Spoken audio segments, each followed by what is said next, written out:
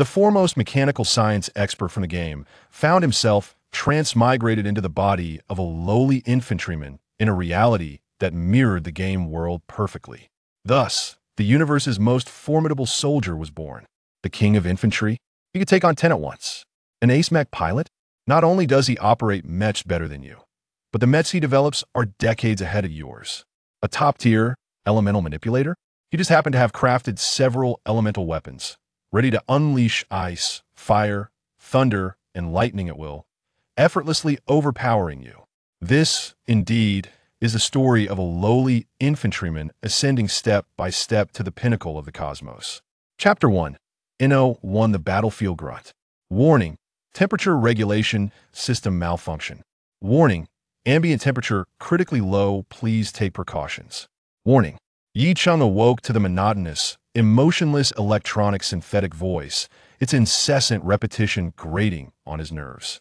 A sudden wave of icy sensation coursed through his nerves to his brain, instantly dispelling the lingering fog of drowsiness, compelling him to instinctively glance around. Where am I?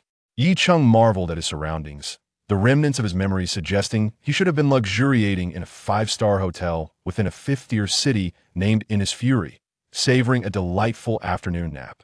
After this brief slumber, he was set to embark on a journey to the most advanced research facility in the Kona Federation, collaborating with a few others to develop the next generation of mechs.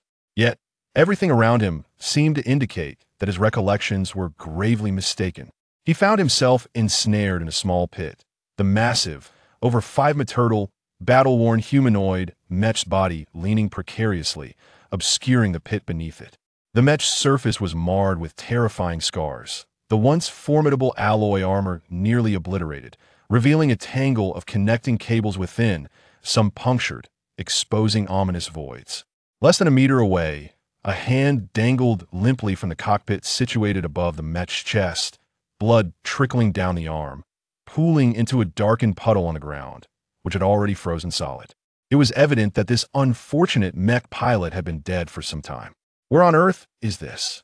Yi Chung muttered, peering through the gaps in the mech as memories surged forth like a tide. He distinctly recalled being on the capital planet of the Galileo system in the Kona Federation, one of the few level 9 mechanical experts in the game, invited by friends to aid in the development of new mechs to counter the impending assault from the Magnus Empire. But why had he suddenly ended up here? Had those individuals somehow devised a spatial jump device? Outside the pit, beneath the light of 2 suns, the landscape was a grim tableau of corpses, debris, and ground pockmarked from various heavy weapon bombardments. A battlefield? Good heavens, how ludicrous! How could I possibly find myself on a battlefield? Yi Chung gasped again, for he, born with physical limitations, possessed exceedingly poor athletic capabilities. Not only would he be ill-suited for combat, but even moderate exertion could result in catastrophic failure of his bodily functions, a primary reason he chose a life profession over a combat one in the game. Yet here he was. Suddenly, a spark ignited in his mind, a pulse of brainwaves penetrating a unique nerve, and before him materialized a translucent interface, familiar yet foreign, visible only to him. Familiar, for he had accessed it countless times during his 3-year gaming tenure. Foreign, because the data it displayed was utterly unlike what he remembered. Strength 10, Agility 10, Constitution 10, Intelligence 5, Willpower 5, Perception 5. Turner, Human, Male Level 1, EXP, 0 Civilian, Infantry Level 1, 0 10. Health 100. Occupation, Private. Civilian Basic Knowledge Max. Infantry Geography Knowledge 10, Tactical Mastery 10, Wilderness Survival 10, Combat Skills 10, Cold Weapons Mastery 10, Firearms Mastery 15, Battlefield First Aid 20. This is impossible, Yi Chung nearly exclaimed.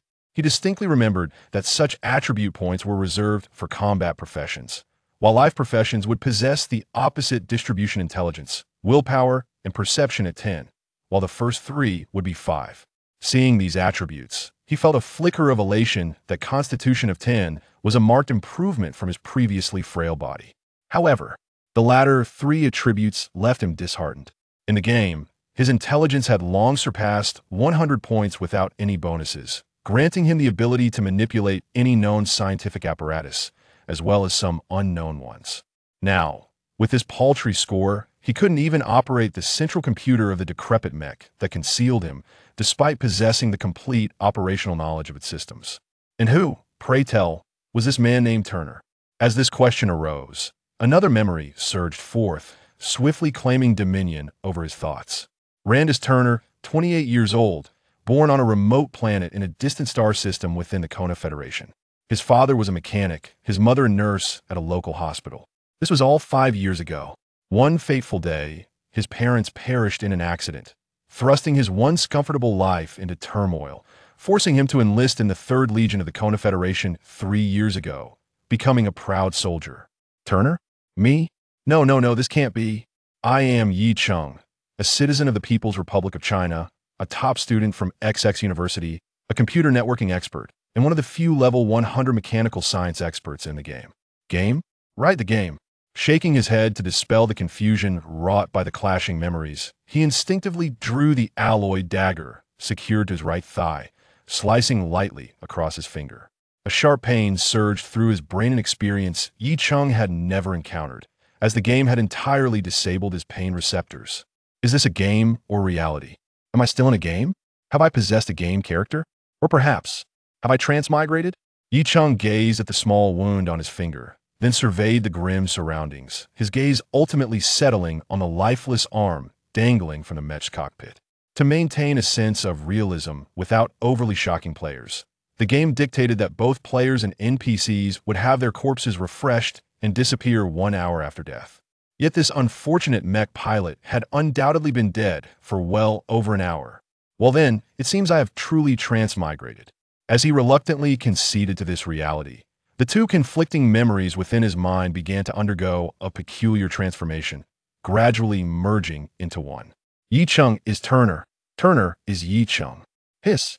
Just as he began to accept the bizarre occurrences unfolding within him, the chilling sensation surged through his nerves once more, and the electronic synthetic voice that had previously roused him from slumber echoed in his ears again. Warning: temperature regulation system malfunction. Temperature regulation system? Turner's hand instinctively reached for his lower back, where the core of the temperature regulation system resided. Clearly, as a mere foot soldier, he should not possess such knowledge. This information stemmed from Yi Cheng's memories. If it's damaged, then let me repair it. He yanked the corpse from the mech's cockpit, gazing at the frozen body before him, a wave of disgust mixed with a strange familiarity washing over him. Turner forcibly suppressed this feeling and crawled into the breach of the wrecked mech. Chapter 2 02 The New Cosmic Era. 30 minutes, a span not considered lengthy, proved ample for Turner. As he organized the somewhat chaotic fragments of memory in his mind, he diligently dismantled the remaining components from the battered mech, which had suffered an 87.3 damage rate, to repair his temperature regulation system. Upon crawling out of the cockpit, the small device on the right side of his lower back had returned to normal operation. Concurrently, the energy in his M073K rifle and the 70 Hong Kong dollars pistol stored in the small compartment on the outer side of his right leg had been fully replenished, an effortless task, requiring no operation of instruments. Thus, despite possessing a mere 10 points of intelligence, he adeptly accomplished these tasks through sheer memory. Furthermore, he had opportunistically pilfered the alloy dagger from the unfortunate mech pilot. This dagger, forged from Alpha 7 alloy, surpassed the one he had originally carried in both hardness and toughness. That it was only when repairing the temperature regulation system that he recalled from memory that this hapless pilot had perished at his hands. As the mech fell, the pilot had attempted to escape the cockpit, and Turner had slashed his throat with the very dagger he had discarded. The chill and slight hunger that had once plagued him had entirely dissipated. Turner could distinctly feel his strength gradually returning, sufficient for him to maintain a steady pace of 20 kilometers per hour across the uneven terrain for an hour and a half. Cautiously and slowly, he emerged from the pit, the battlefield around him now familiar. Two merging memories had allowed him to comprehend the events transpiring in his vicinity that on January 1, 1306 of the interstellar era. While the residents of the Kona Federation reveled in the festive atmosphere of the new year, a colossal fleet materialized in the cosmos, a mere 37,300 kilometers from the capital planet, Galileo. This seemingly vast distance was inconspicuous in the expanse of space. Within less than 10 hours, the fleet had breached the atmosphere of Galileo. Space navigation had always posed humanity's greatest challenge. Even in the present day, due to limitations in travel speed and human longevity. Mankind could only engage in medium to short-distance voyages. Thus, transcending the constraints of time and space to achieve long-distance travel had become the paramount focus of successive generations of scientists. The theory of wormholes emerged during this quest, which, as it turned out, was more than mere theory. The successful research of wormholes had led to the first one being utilized in warfare, but on January 1, 1306 of the interstellar era, while the residents of the Kona Federation were still immersed in the New Year's celebrations. A vast fleet appeared out of nowhere, 137, 300 kilometers away from the capital planet of the Kona Federation. The arch-rival of the Kona Federation, the Argus Empire, amassed a formidable force of 3 legions and launched a surprise attack on the capital via the wormhole. Regrettably, this assault ultimately met with failure due to an unforeseen mishap. The incomplete nature of the wormhole jump technology resulted in a severe 10-minute electromagnetic interference post-jump, rendering external scanning devices inoperative. During this critical 10-minute window, a passing private leisure spacecraft slipped away from under the noses of the Argus Empire's troops and successfully relayed the news back to the Kona Federation, affording them sufficient time to prepare for the impending assault. On this day, the interstellar era was renamed the New Cosmic Era, and that year was designated as year 1 of the New Cosmic Era. In the ensuing years, as wormhole technology improved, an increasing number of wormholes were established. However, few possessed the strategic significance of the first. Whosoever held control over such wormholes wielded the initiative in warfare. Consequently, the Kona Federation and the Argus Empire engaged in a protracted struggle over this wormhole. This moment, Turner found himself on the second-class planet Mortier, a mere 20,000 kilometers from the wormhole. And the time was year 001 of the New Cosmic Era. This marked the first counter-offensive launched by the Argus Empire following their failed surprise attack on the Kona Federation through the wormhole.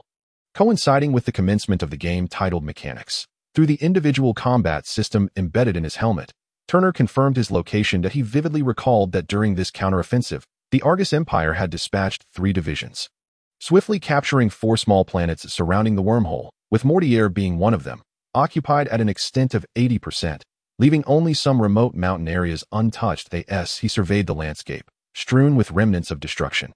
Turner once again activated the microtransmitter located on his left wrist to send a survival signal. Over the past half hour, he had sent signals every 10 minutes. Yet, to his dismay, no response had been received thus far. As a seasoned professional gamer, he possessed a clear understanding of the overall war process, yet he remained ignorant of the specifics. For instance, he knew the planet had been seized by enemies and was aware of the occupied areas. But he was oblivious to the methods employed by the enemy for the occupation, the total strength of their forces, or the precise locations they had taken. He could only rely on a soldier's instinct to make assessments. After confirming his bearings once more, Turner crouched down, adopting a stealthy posture as he swiftly navigated towards a mountainous region to his left. As a second-class planet, Mortier lacked substantial defensive forces. In addition to the 3,000 stationed infantry, there was a mech platoon comprised of 16 ground combat mechs, all of which were rather outdated ground guard type 3 models. With the emergence of the wormhole, the Kona Federation had reinforced the planets surrounding it, augmenting Mortier's defenses with an additional 2,000 infantry and another mech platoon, totaling 30 ground guard type 3 mechs. Turner cautiously concealed himself behind a crumbling wall, carefully observing the distance until he confirmed that it was not a scanning device before stepping out from behind the debris. As the saying goes, a mountain looks closer than it really is. That moment, the mountains that had previously appeared relatively near now seemed distant. To evade potential dangers, he had been moving in a circuitous manner, and the distance he had traversed had exceeded 6 kilometers. He now found himself in a small town, which had been reduced to a wasteland by artillery fire, leaving not a single building intact. Casting a glance behind him, a chill ran down Turner's spine. In the short span of just 6 kilometers, he had discovered the wreckage of 21 ground guard type 3 mechs, judging by their appearance and paintwork. They belonged to the Kona Federation, signifying that the planet's defensive capabilities had been decimated in this conflict. Taking a deep breath, he suppressed his fear of death and resolved to continue onward. Suddenly, a sound so faint it was almost imperceptible reached his ears, sending a jolt of alarm through him. He instinctively directed his M073K towards the source of the noise. Chapter 3 In.03 The girl. The M073K rifle emitted a soft, yet resonant sound, characteristic of all M07 series firearms during firing cessation, followed by the expulsion of a pale blue beam from the muzzle. The blue light swiftly reached its target, only to graze past it. piercing through a wall several decimeters thick before vanishing into the earth. He had missed. However, it was not due to Turner's poor marksmanship. Rather, it was a deliberate act. Just before he pulled the trigger, he had glimpsed the source of the sound. Thus, a shot that would have undoubtedly perforated the target was intentionally deflected by Turner, seemingly aware that death had drawn near in that moment. The individual who had emitted the sound experienced a rapid constriction of their pupils, their facial muscles tensing, and their mouth parting slightly, as if poised to scream. Yet, in the next instant, their dust-covered hands clamped firmly over their mouth, stifling the impending CRY.IT was a girl. She was bundled tightly in a heavy cold-weather suit, her face obscured by grime and disheveled hair, rendering her features nearly unrecognizable. Only a pair of large, dark eyes peered fearfully through the strands of hair. Gazing up at Turner.AT that moment, she sat paralyzed in what remained of a dilapidated building, with only two walls still standing, whether from fear or some other reason. Unable to rise, relying on her hands to tenuously support her body as she instinctively shrank away, attempting to distance herself from the man who had nearly sent her to meet death. A survivor, Turner's heart raced violently. He had never anticipated that in this war-torn area, amidst the ruins, someone could still exist. Observing the profound and inescapable terror in the girl's eyes, Turner felt an inexplicable pain in his heart. Instinctively, he lowered his rifle behind his back and cautiously approached her, speaking gently. "Do not be afraid. I am a soldier of the Kona Federation. I am not an invader and will not harm you." The girl did not respond, but her continued retreat and the expression in her eyes, reminiscent of a frightened animal, indicated that Turner's words had done little to alleviate her fear, not even in the slightest. "You need not hide. I will not harm you." Turner endeavored to further explain, but another voice interrupted him. That was an extraordinarily sharp sound, surpassing the audible range of an average human ear, commonly referred to as ultrasonic. However, soldiers like Turner, who have undergone specialized training, possess heightened senses compared to ordinary individuals, and this sound fell well within their perceptual capabilities, almost instantaneously upon the sound's arrival. Turner lunged forward, his gaze locking onto the girl's terror-stricken eyes. One hand firmly clamped over her mouth, while the other encircled her slender waist, exerting a gentle force that propelled them both towards the corner of the wall. Just as they neared the corner, Turner subtly adjusted his position, pressing the girl against the wall, while he himself covered her with his body. At the same moment, his free hand reached towards the nape of his neck, activating the mimetic protection system. Instantly, his black combat uniform transformed to match the grayish-white hue of the surrounding ground, while the temperature of the suit's surface plummeted. Almost simultaneously, an unmanned reconnaissance drone swiftly glided across the sky, disappearing into the distance. It's gone. Turner pressed his body tightly against the girl, striving to remain utterly still until the excruciatingly sharp sound ceased to exist for him, albeit lingering in the girl's ears. He then hurriedly shifted away, concern etched on his face as he regarded her. The girl was utterly stunned, her vacant gaze filled with fear, two streams of tears cascading uncontrollably down her grimy cheeks. Despite the thick insulation of her winter attire, it was evident that her body trembled slightly. Just now, there was an Argus reconnaissance drone. If they had spotted us, neither of us would have survived. Observing the tear-streaked lines on the girl's gaunt visage pierced Turner's heart, yet he found himself at a loss for words, merely offering a sincere explanation, though he felt a pang of disappointment. Suspecting she would remain skeptical. "I know. I truly did not intend to frighten you. What did you say?" Turner stammered, attempting to clarify, when suddenly he was taken aback, looking at the girl. Her trembling had gradually subsided, and her small hands were frantically wiping her face, trying to erase the tears, but only succeeded in making her already dirty face appear even worse. Yet in her eyes, alongside the lingering fear, there was a glimmer of something else, a determination to suppress her innate terror. "I know." The girl nodded, speaking softly. "My hearing is sharper than that of most. When that sound reaches a certain threshold, I can hear it. So you believe me now?" Turner exclaimed, elated, feeling a sense of camaraderie. However, this joy was fleeting, lasting less than a minute, as the weight of dread and anxiety surged back within him. Although he had reacted promptly, he remained uncertain whether they had evaded the drone's detection. What was imperative now was not to linger in idle conversation, but to expedite their departure from this perilous place. "Can you walk? We need to leave immediately," Turner inquired. The girl's eyes brightened slightly, obviously grasping the urgency of Turner's words. She then turned her head to the side, prompting Turner to follow her gaze, where he noticed the remnants of an electric wheelchair exposed beneath a collapsed wall. His eyes fell upon the girl's legs. Even through the thick fabric of her pants, the elegant curve of her legs was discernible. Yet he was taken aback to realize that such beautiful legs could not support her in walking. "I'll carry you. Let us get out of here first. It's too dangerous," Turner said as he approached her, turning his back and crouching down.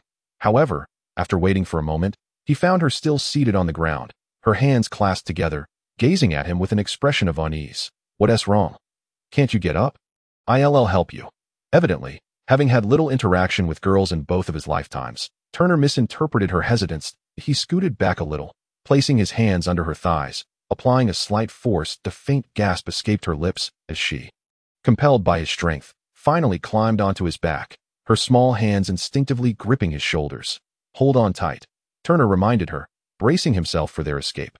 "Wait," the girl called softly, struggling to suppress her embarrassment, pointing to a corner. There has something of mine." Turner turned to look, spotting a small black pouch lying discarded. Had she not pointed it out, he would have overlooked it. He quickly retrieved the pouch and handed it to the girl on his back. Then, with renewed determination, he charged towards the distant mountains. By the way, I still don't know your name." Ulysses, Chapter 4. In 04 detection network with the added weight of another person on his back. Although Ulysses' delicate frame was not particularly heavy, it still impeded Turner's movements. He could no longer execute the proper low-profile maneuvers required to evade potential dangers, nor could he constantly halt to scan for detection devices, but instead had to navigate swiftly around areas with higher debris, heading towards the mountains. Yet it seemed fortune was still favoring him, as they encountered no Argus military detection devices along their route. Typically, the placement of such devices is a standard military precaution to prevent ambushes or surprise attacks, but it was evident that the Argus forces had not adhered to this protocol. The only plausible explanation was their extreme confidence in their firepower and reconnaissance network. Or perhaps they were preoccupied with something of greater significance, leaving them no time to set up detection measures. Throughout their journey, the two exchanged scant words. Turner was focused on the path ahead, his attention fixed on potential threats, while Ulysses appeared to be a girl of few words. Whenever Turner attempted to engage her in conversation, her responses were limited to muted sounds or brief phrases, concluding the dialogue. Thus, as Turner carried Ulysses over a small hill and into the mountains, she began to relax her previously taut body, believing they were safe when suddenly, without warning, Turner came to an abrupt halt. Quickly dropping to the ground and shifting his body slightly to the side, though uncertain of the cause, Ulysses instinctively rolled off his back. "It's an Argus tree-shaped camouflage detection device," Turner indicated in a particular direction. Following his gesture, Ulysses could only see a few withered trees, their leaves fallen due to the cold, casting a puzzled look at Turner. Upon closer inspection, the second tree on the left, about 30 centimeters from the ground, concealed a probe that resembled a tree hollow. Turner patiently explained, acknowledging that as a mere infantryman, such devices were not typically within his purview. However, the memories from Yi Ching, a level 9 mechanical expert, rendered him well-versed in these matters. That a nearly imperceptible glint from the probe's movement had caught his attention, allowing him to evade detection at the last moment. This place unsafe as well?" Ulysses nodded, her eyes betraying her anxiety. She was uncertain where they could possibly flee if this area was also compromised. "No, quite the opposite. This place is very safe," Turner replied with a slight smile. "Look around. The trees and vegetation are intact. The presence of a detection device indicates that the Argus army has already searched this area without discovering any federal forces. After setting up the device, they must have departed, so it should be temporarily secure here." "But," Ulysses pondered, pointing at the distant probe, her expression filled with concern. Having been on the run since evading the reconnaissance drone, her face remained unwashed, retaining its grimy appearance. Turner could only glean her thoughts from her expressive eyes. This type of probe employs 3 detection methods: vibration detection, thermal imaging, and visual capture through that probe. The effective range for these methods is 500 meters. But the real detection distance is under 300 meters. As long as we exercise caution and navigate around it, we need not fear detection. Moreover, these probes are typically placed at the periphery of an area. If we can get inside, we won't have to worry about these contraptions any longer." Turner elaborated meticulously, oblivious to the fact that Ulysses' eyes seemed to brighten with a flicker of other emotions as she listened to his confident explanation. Avoiding detection may sound simple, yet it was far from easy. Only Turner understood that while these detection devices were positioned at the area's perimeter, they possessed a detection depth of at least 5,000 meters.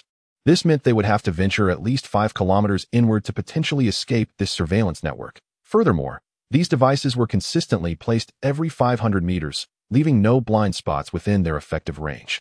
Of course, this 500-meter range pertained to vibration detection. Any movement within this distance would be imperceptible to the deeply embedded sensory detection mechanisms, akin to roots spreading through the ground. Nevertheless, Turner's confidence had its basis. As a former Level 9 mechanical expert, he knew that the primary flaw of these devices was their sensitivity to vibrations at Level 5 and above. Any vibrations below that threshold would be automatically filtered out. And Turner was certain he could minimize the vibrations caused by their movement to below Level 5. But Turner rose from the ground, once again hoisting the girl onto his back, as if he had grown accustomed to the sturdy support of his frame. Unlike the first time, the girl did not blush with shyness. Instead, she naturally wrapped her arms around Turner's neck. Slowly, he lifted his right foot, stepping into the detection range of the first sensor.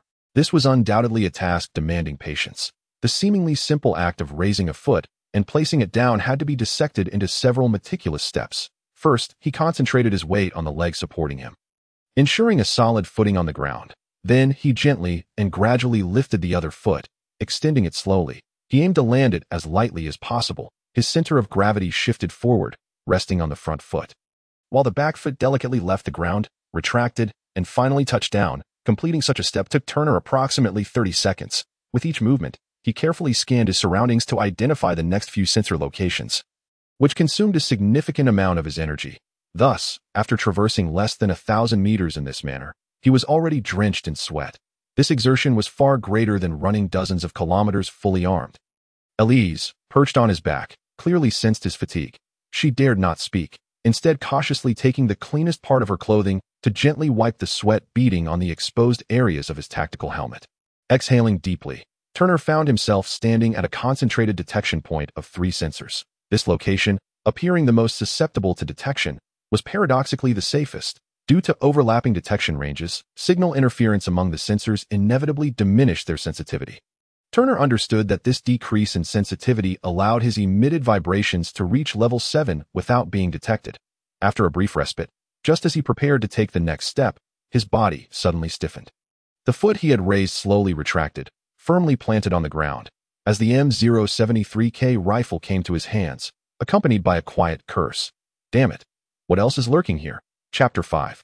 In So 5 ferocious weasel by this time. Night had completely descended, the only source of illumination, a near-Earth satellite, barely visible behind the clouds, and the surrounding trees shrouded the mountainous region in darkness. However, this did not impair Turner's vision.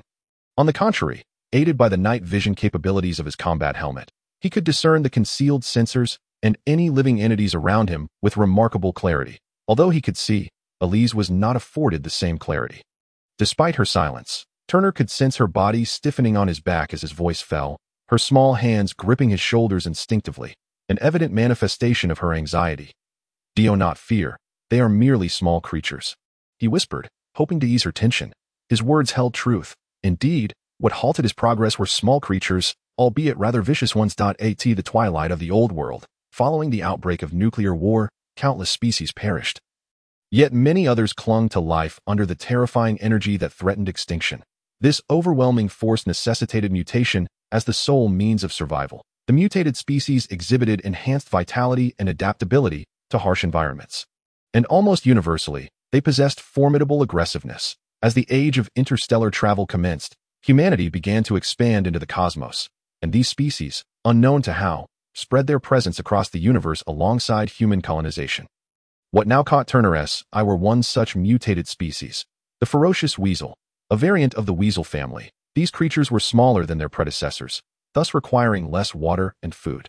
To secure sufficient sustenance and fend off predators, they had evolved to be swifter, their skin tougher, and their claws and teeth sharper. Particularly, their claws carried a lethal venom that could cause death within 3 minutes from even the slightest scratch. Clad in a combat suit, Turner felt no fear towards these beings. The claws capable of killing several elephants would not pierce his armor. However, Elise, lacking such protection, was vulnerable. Her seemingly thick, cold-weather attire would be as flimsy as a sheet of paper against the ferocious weasel-esque claws. The greatest concern lay in the possibility that these small creatures, if startled, could trigger the surrounding sensors, a scenario that truly deterred Turner from proceeding in his line of sight. The number of ferocious weasels had reached 4, forming a typical family unit. The largest among them, the father and head of the family, led the way, followed by 2 young weasels, with the mother bringing up the rear to night-active creatures, 70% of whom possess infrared vision. The ferocious weasel was no exception. The quartet moved in a line through the darkness, their 8 glowing red eyes conspicuously bright. Suddenly, the leading weasel halted, tilting its somewhat larger head slightly, its gleaming red eyes locking onto Turner's hidden gaze behind the helmet. Discovered. Turner's heart raced. He swapped the M073K rifle to his left hand while his right hand reached for a small storage compartment, retrieving the HKK-70 pistol. A shrill cry escaped the leading ferocious weasel, prompting the 3 trailing weasels to scatter, forming a fan-shaped formation as they approached Turner. It was evident they had marked Turner and Elise as their dinner. Close your eyes, Turner softly instructed Elise, inhaling deeply as a familiar sensation washed over him. One born from countless shooting drills in a static position, he could maintain an impressive hit rate of 87.73 even while simultaneously wielding 2 firearms. However, the current circumstances demanded even more precision.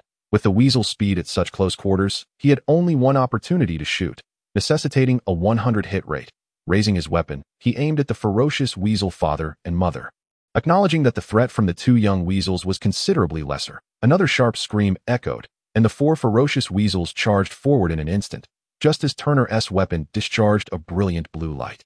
Puff, puff, puff.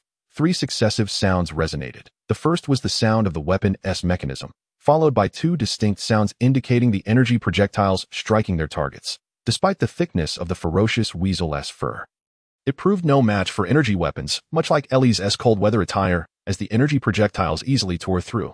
Turner suddenly found himself reminiscing about the gunpowder weapons of the old world, which, upon firing, carried powerful rotational and impact energy, capable of inflicting catastrophic damage to internal organs. In contrast, the energy projectiles possessed formidable penetrating power, compelling Turner to maintain his shooting stance and pull his weapon outward to completely rip apart the ferocious weasel's body.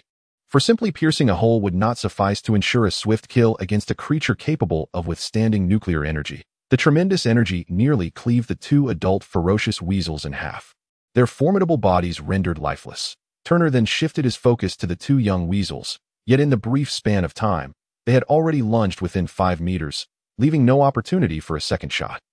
As the 2 young ferocious weasels leaped into the air, their sharp claws glinting in the moonlight, Turner found an unexpected calmness. He transferred the HKK-70 to his left hand and swiftly drew a gleaming dagger with his right, twisting his body and swinging his arm, the blade creating a shimmering arc in the air. Swish! The 2 young ferocious weasels, claws outstretched, could no longer advance. The strike nearly severed them in 2, leaving only a thin layer of fur connecting their heads to their bodies. Without pausing to retract his dagger, Turner quickly reached for one of the fallen weasels, but his other hand could not grasp the second. He could almost foresee the impending calamity. The corpse of the young weasel hitting the ground would surely trigger the sensors, summoning countless Argus soldiers to their location, engulfing them in a sea of enemies. At that moment, a small hand reached out. It was a fragile, grimy little hand. Just moments ago, Turner had felt this hand gripping his shoulder with tension. Now it extended gracefully to catch the corpse of the ferocious weasel. Blood dripped from the small hand, washing away the dirt but staining it with an eerie, vibrant, and tragically beautiful hue. Chapter 6. In. 06 Level Up, Muscle Man. At last, for the moment, they were safe. Turner crouched down, carefully easing Elise off his back. After eliminating the 4 ferocious weasels, the pair encountered no further creatures, navigating the sensor-laden area with relative ease. The place where the 2 individuals found refuge was a small cave discovered by Turner. The cave was shallow, seemingly a former den of some creature, but the traces within indicated that the inhabitant had long since departed. Turner cleared away the remnants of food and feces that had completely desiccated, and then he brought in some hay from outside, spreading it across the ground to create a makeshift dwelling. You should rest for a while. I will go out to find some water to wash these things that we will have them for dinner, Turner remarked, handing the HKK-70 pistol to the girl. I've already activated the safety switch. Just aim and pull the trigger to fire. Keep it for your protection, and be careful. After imparting this advice, Turner stepped out of the cave, carrying 4 ferocious weasels, heading towards the right, the direction they had come from. Before discovering this cave, he had noted a small river in that direction. However, that was not his primary purpose for venturing out. While dispatching the 4 weasels, he distinctly observed 4 golden orbs of light emanating from the creatures' bodies, merging into his own. This scene felt so familiar. In the game, whenever he completed a component or crafted a machine, such golden orbs would appear, subsequently increasing his experience points. Upon reaching the riverbank, while tending to the 4 weasels, Turner summoned his attribute panel. Indeed, the experience points, EXP, section had shifted from 0 to 16, mirroring the mechanics of the game. The 2 smaller weasels were level 1 monsters, each providing 3 points of experience, while the 2 larger weasels were level 2, granting 5 points each. Gazing at the 16 points of experience, and then at the infantry experience indicator of 0-10, Turner found himself in a quandary. Should he level up? For Turner, he leaned towards conserving the 16 experience points, as he was far more adept at and preferred being a mechanical expert over a soldier. However, given the current circumstances, if he could elevate his combat class by 1 level, it would enhance both his and Alice's chances of survival. Turner hesitated, to the extent that even after processing the 4 weasels and filling his military canteen with water, he still had not reached a decision. Just then, a faint sound caught his attention. This sound did not originate from the surroundings, but rather from within his helmet, a tone that signified incoming information. Turner's heart quickened as he glanced at his left wrist. Indeed, a small yellow light was flashing. This was the survival acknowledgement signal. If no response was received within half an hour, the user of this personal combat terminal would be deemed deceased. Without delay, Turner confirmed his survival status. Seconds later, a voice resonated within his helmet. Private Randus Turner, this is the Mortier Defense Command. Please respond. This is Private Randus Turner. Yicheng, your voice is quite clear. Yicheng, very well. Soldier, whatever name you go by, listen closely. I am Deputy Commander John. We are currently determining your location. Now, please report the number of survivors. We need to know the exact number of survivors and their equipment status to formulate an evacuation plan. Reporting, sir. Aside from myself, there is only 1 civilian survivor, equipped with 1 M073K rifle, 1 HKK-70 pistol, and a standard combat dagger. Plus, what else, soldier? Speak clearly. Time is of the essence. Additionally, the civilian is a female and unable to walk.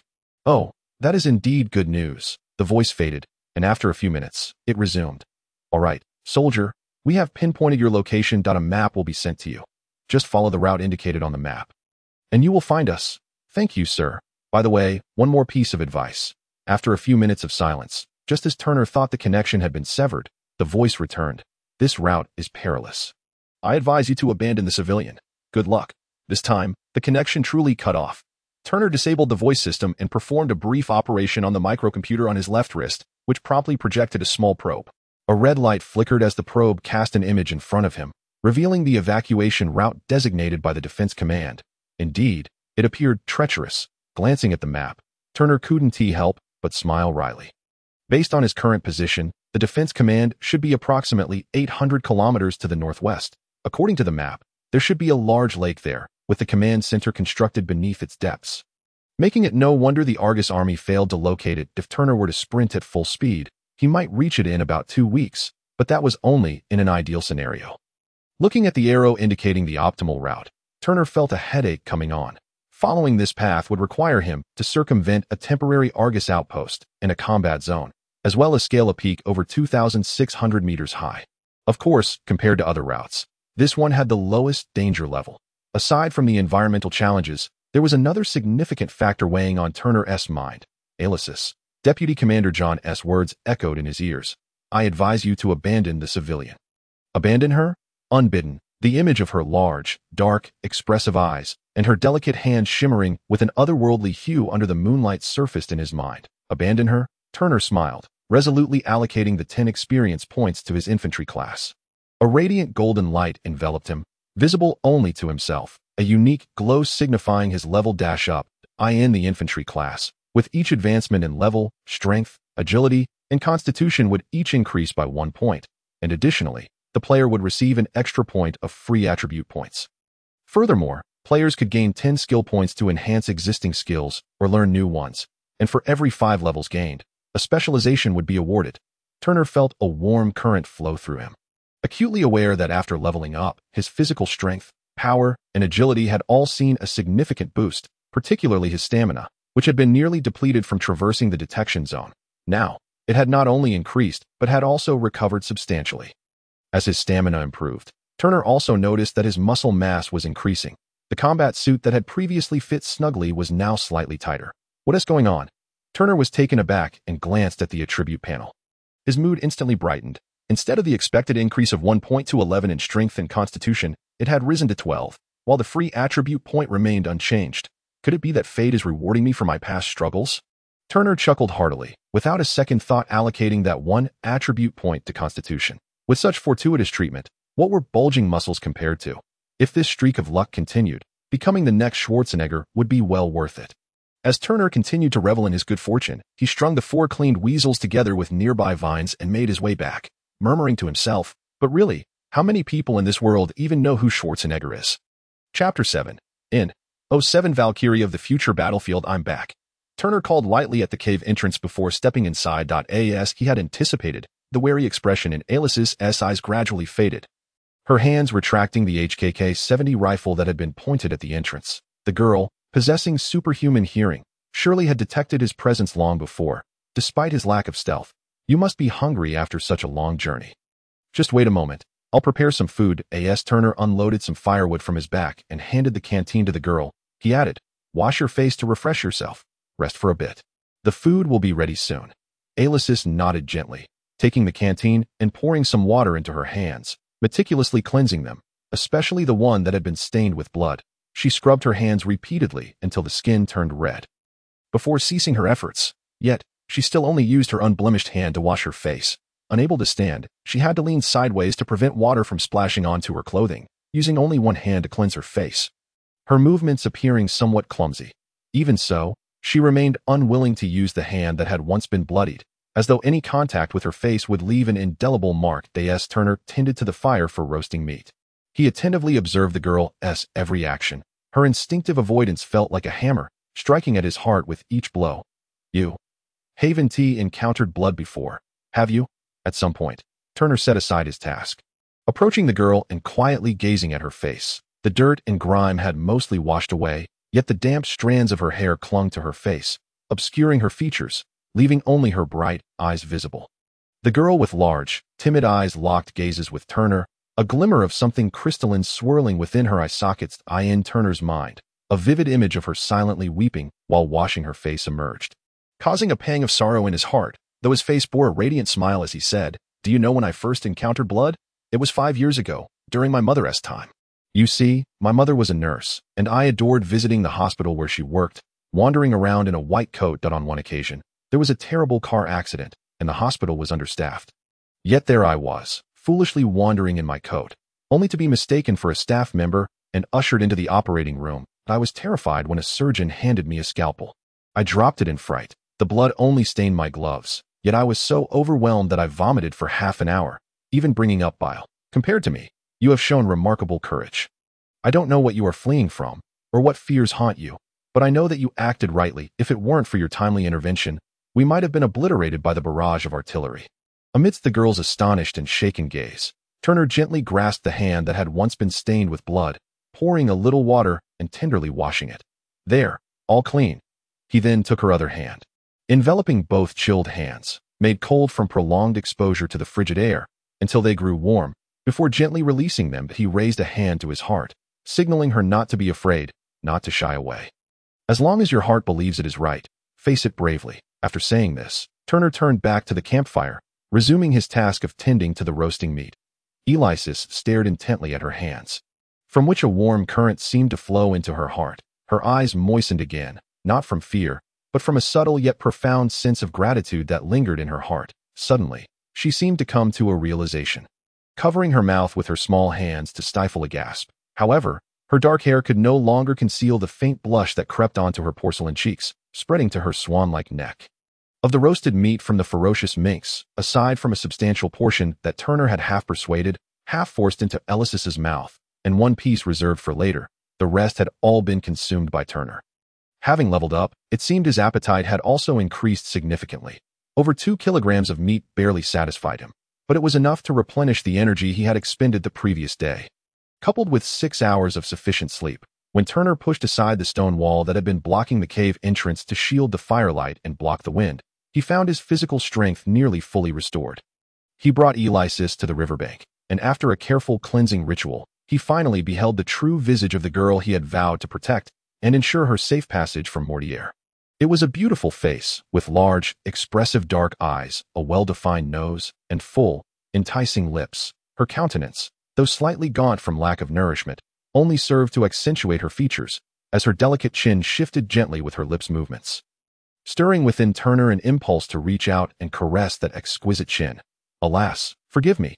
Turner hastily dismissed this unwarranted thought, forcing himself to look away, yet a strange feeling suddenly welled up within him. This face, it seemed so familiar. This was not mere idle chatter, but rather a genuine sensation.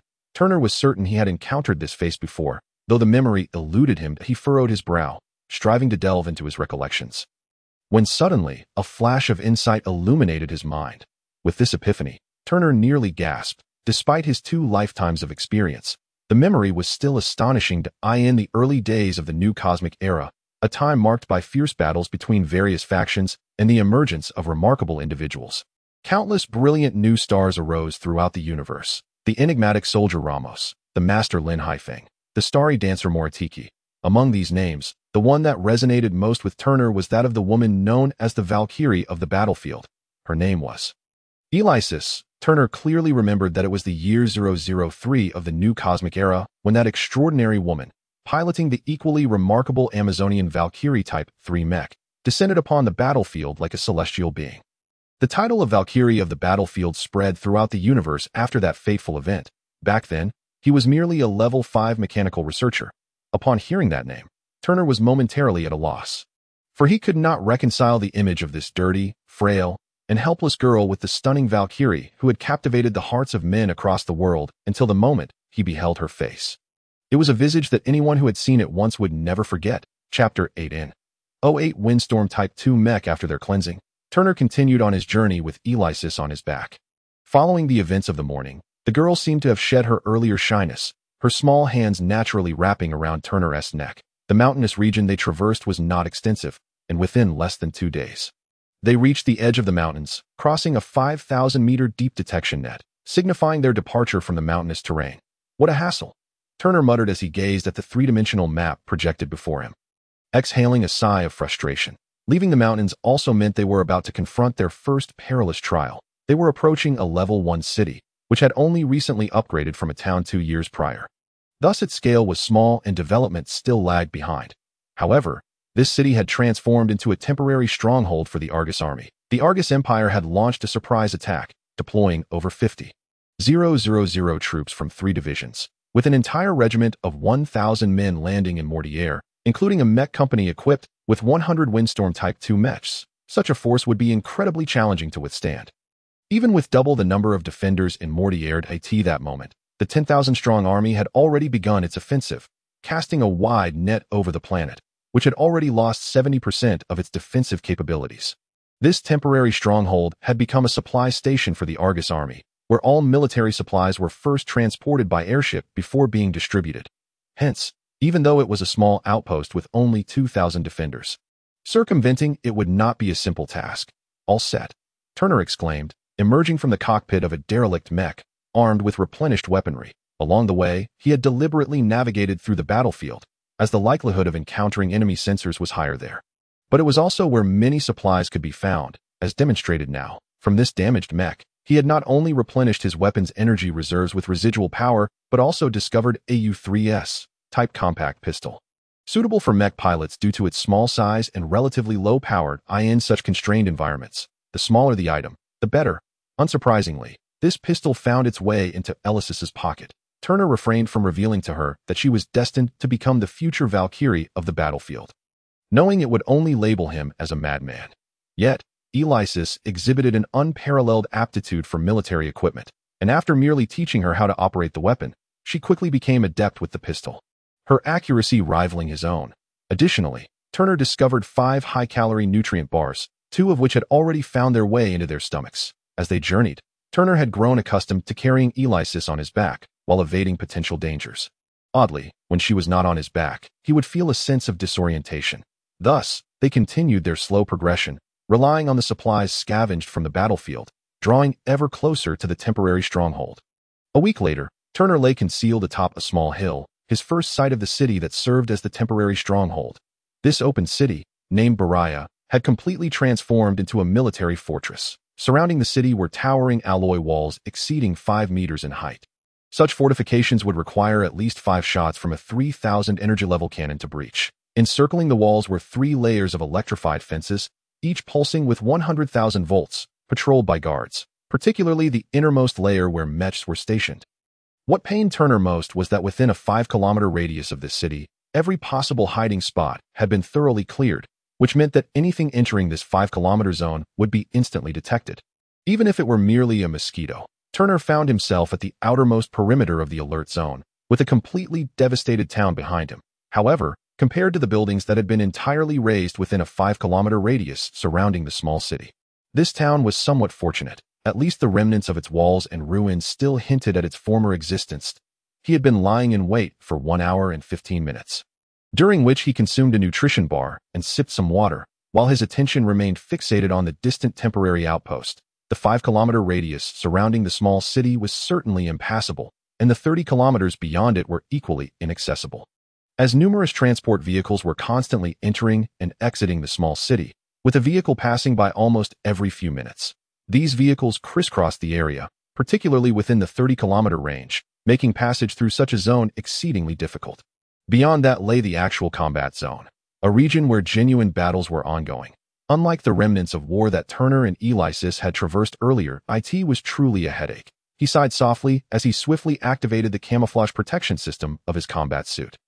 Moments later, a reconnaissance drone glided overhead for the 5th time within the hour. After extensive observation, Turner noted that these drones were dispatched every 12 minutes, resulting in 5 sorties over the course of an hour.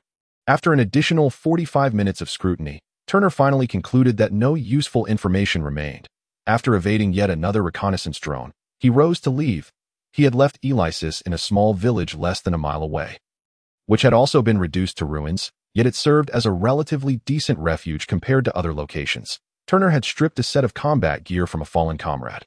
Although he lacked the intelligence to modify the identity verification system, he was still capable of altering a few circuits to activate the camouflage protection system. At that moment, the suit with the activated camouflage protection system was likely draped over Elysis. Reflecting on this, Turner felt a sense of pride, clearly recalling the look of surprise and a hint of admiration in Elysis's eyes when she witnessed him modify the suit's internal circuitry, perhaps having grown accustomed to quietly resting on Turner's broad back. Elysis occasionally peeked out from beneath the combat gear to survey their surroundings until she spotted Turner's imposing figure in the distance, waiting anxiously. Were we? My apologies. I lost track of time while engrossed in reconnaissance.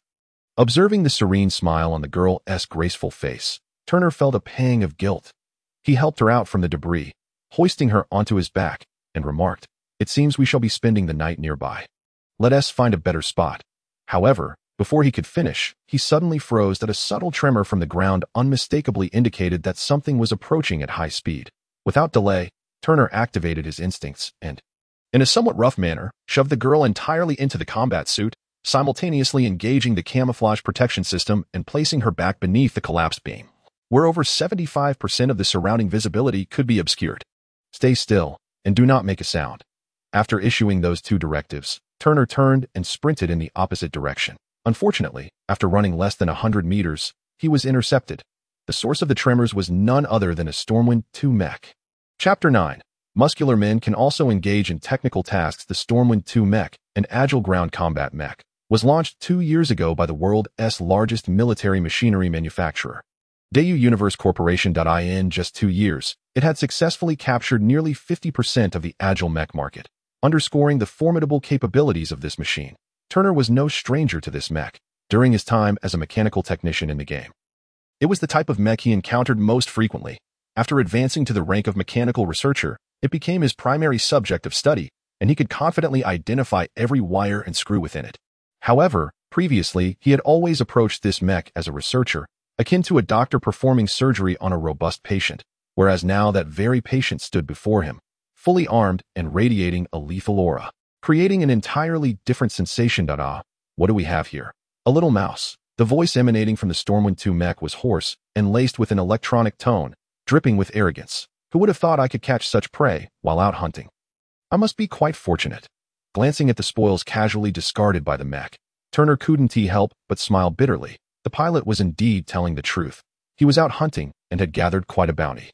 with the corpses of 2 spike-toothed tigers and a steelback horned horse visible at a glance. "Listen, kid, you have 2 choices," the voice from the mech continued.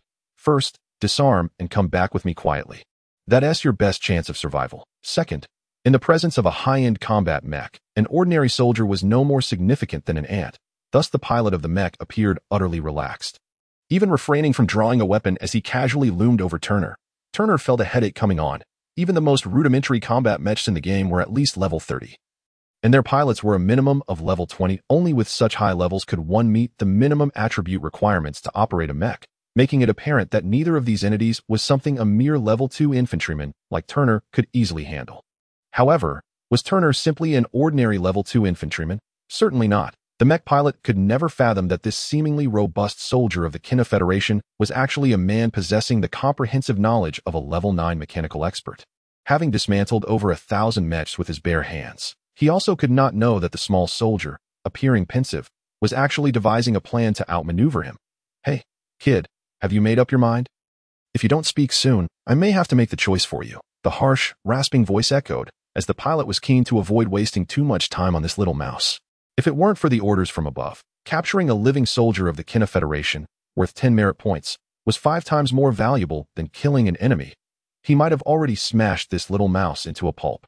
"Is there a third option?" Turner raised his hand to stroke his chin, feigning a troubled expression. "A third option? Of course." The mech pilot softened his voice, attempting to make his proposition sound more enticing. "If you tell me the locations where the remaining garrison forces are hiding on this planet and their defensive deployments, I'll let you go." In the eyes of the mech pilot, this little mouse was the key to his glory. Perhaps, with his help, he could ascend to the rank of squad leader or even company commander. And as for his military rank, surely a second lieutenant would be in his future. "Is that so? Well, I choose the fourth option." Turner pretended to ponder before slowly responding. The instant the last word escaped his lips, he lunged forward with great force. "Curse you. Do you think you can escape before my prized possession?"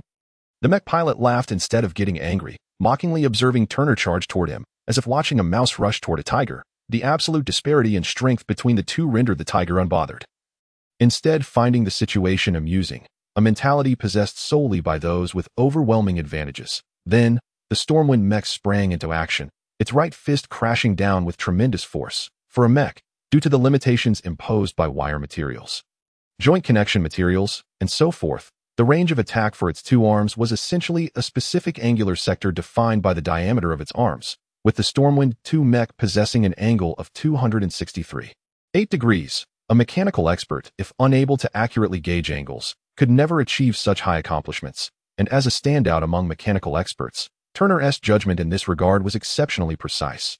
Boom! With a force exceeding 4,000 kilograms, the mechanical arm, bending to its limit, ultimately missed Turner by a hair's breadth, crashing heavily into the ground, while Turner seemed to have anticipated this outcome, making no evasive maneuvers and channeling all his strength into acceleration.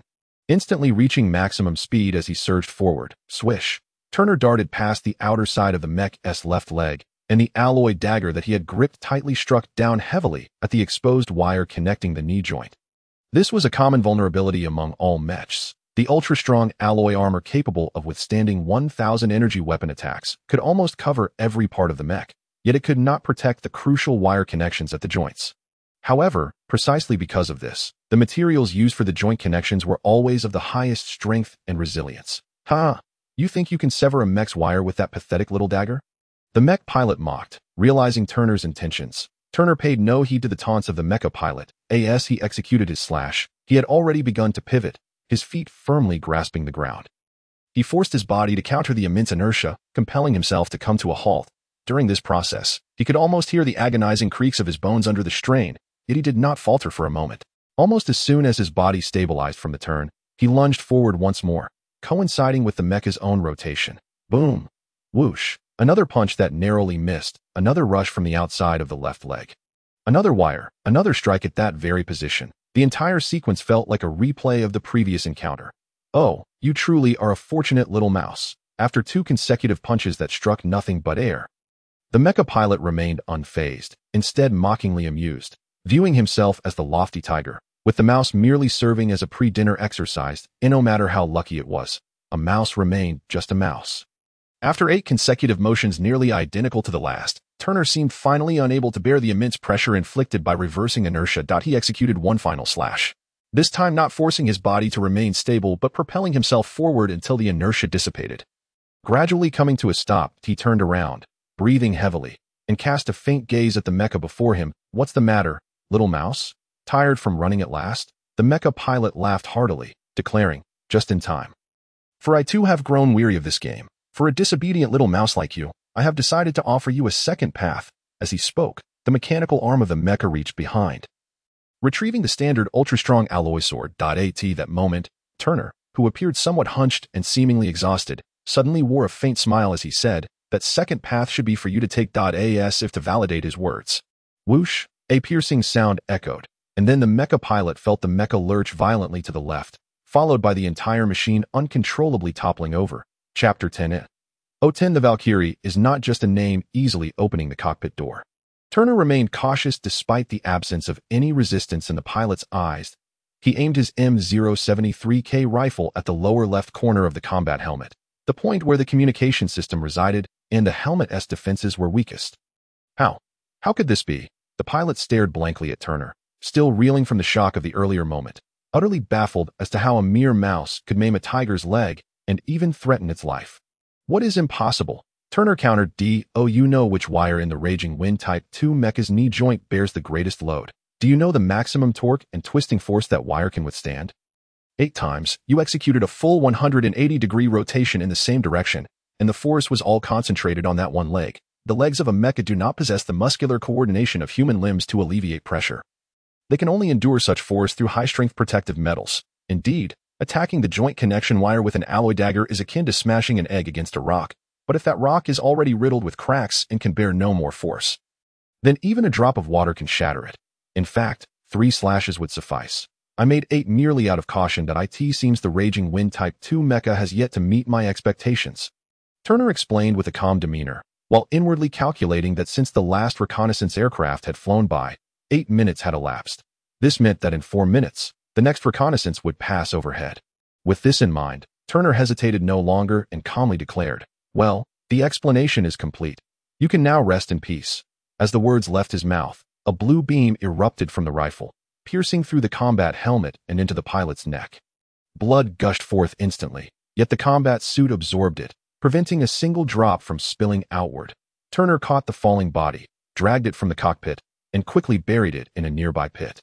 Completing the task with nearly 2 minutes to spare before the next reconnaissance, Turner turned to gaze at the Raging Wind Type 2 mecha, now leaning precariously to one side due to the damaged knee joint. Feeling a headache coming on, compared to the pilot's corpse, this hulking machine was the true source of trouble. He knew the full operational methods for this behemoth but lacked the necessary attributes to control it. However, leaving it here would certainly draw the attention of the passing reconnaissance aircraft, exposing their position. Just as Turner pondered this dilemma, he heard a rustling sound from above. Elysis slowly emerged from the rafters. What are you doing out here? Get back inside. The reconnaissance aircraft is almost here. Seeing the girl inching closer, Turner hurried over, gently lifting her in his arms to return her to the safety of the rafters. Brother Turner, Elysis gazed at him, her eyes shining with unabashed admiration. Despite his explicit instructions, she couldn't help but peek out during the battle, witnessing Turner effortlessly disable a mecha. Can I give it a try? The girl pointed to the mecha not far away, her voice tentative. Give it a try? What do you mean? That's a mecha, not. Turner began to admonish her for her childish curiosity at such a moment. But he faltered as he realized that this seemingly frail girl leaning against him was no ordinary person. The image of that extraordinary figure flashed in his mind once more. Perhaps she truly could. Without uttering another word, Turner carried Elysis to the mecha and placed her in the cockpit seat. Thank you. The girl smiled faintly, a blush creeping onto her face as she suddenly realized that despite having spent countless days and nights on his back, this was perhaps the first time he had held her like this. The girl steadied herself, retrieving a small fabric pouch from her back and extracting an item from within. A sensory connector. To his astonishment, Turner realized what she held. He had always assumed the pouch contained her personal belongings, never having seen her open it, and thus he had not been particularly curious. Now, he was genuinely taken aback. Watching Elysis skillfully connect the sensory connector to the central computer of the mecha and swiftly input a series of commands, Turner suddenly felt as though he barely recognized this girl anymore.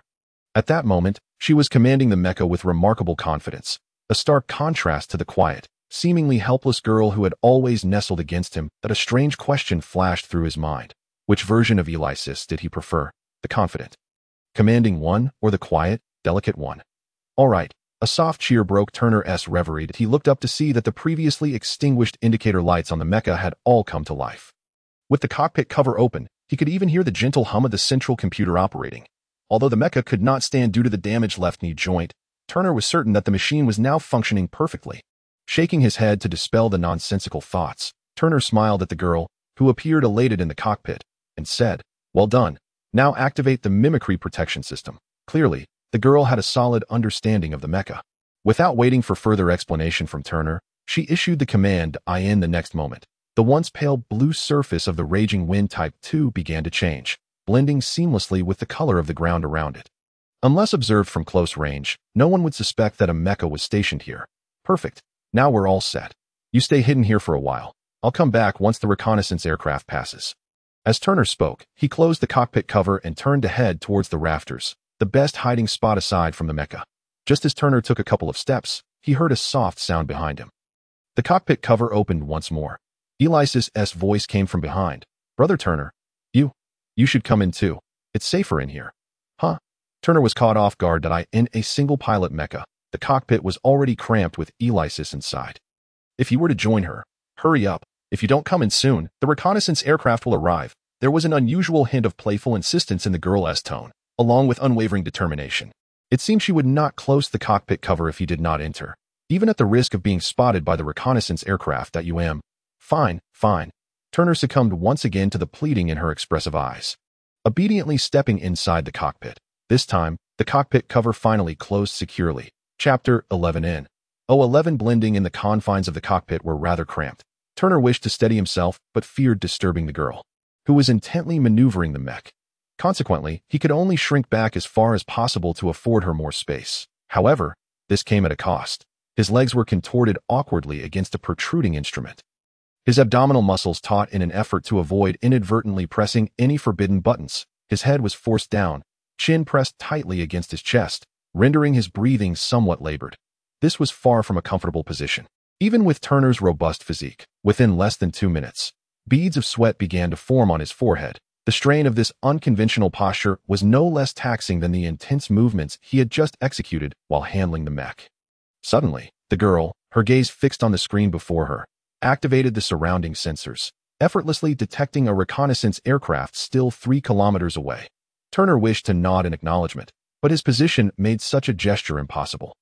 He could only manage a feeble sound that echoed Elise's. He then heard her muffled gasp of surprise.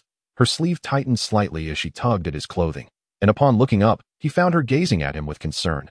"Turner, could you move forward a bit? I only need a little more space. It's fine." Turner was acutely aware that her words were a mere formality. Despite his efforts to retreat, he had only yielded a sliver of space for her hand. Her shoulders and back still pressed closely against him. If he were to move further forward, it would inevitably hinder her control of the mech. "Well then, how about this?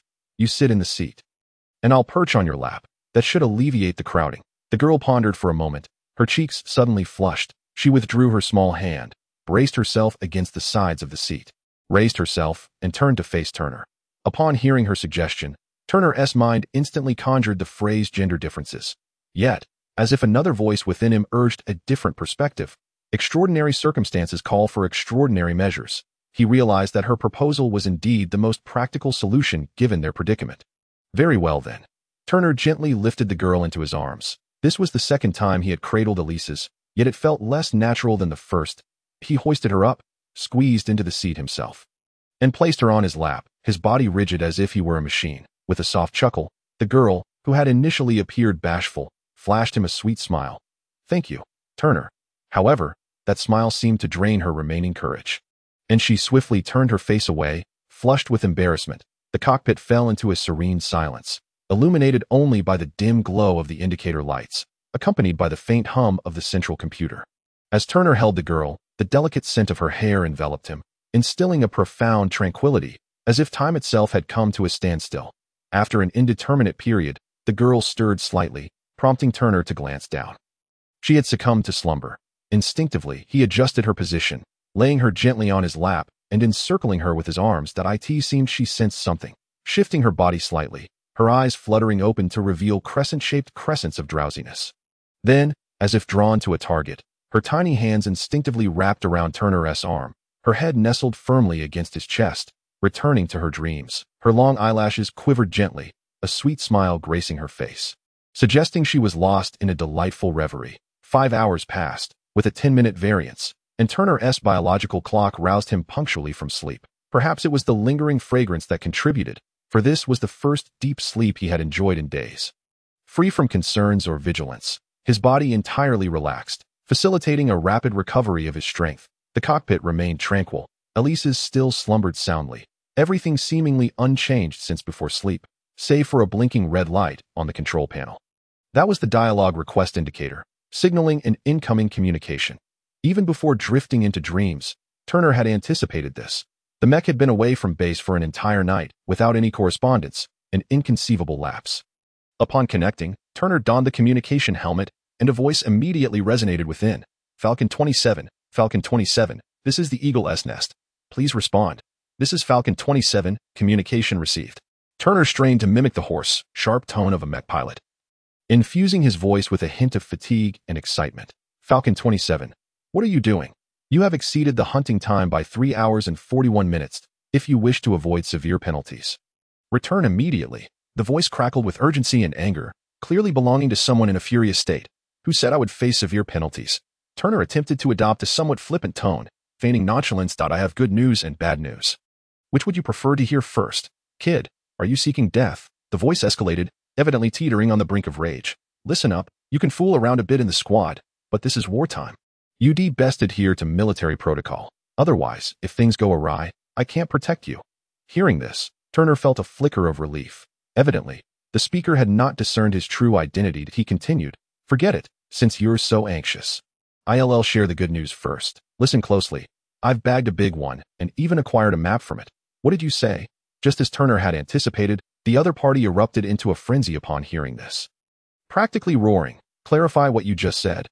All right, you heard me correctly. I encountered a low-ranking enemy officer, managed to take him down, and found a troop distribution map on him.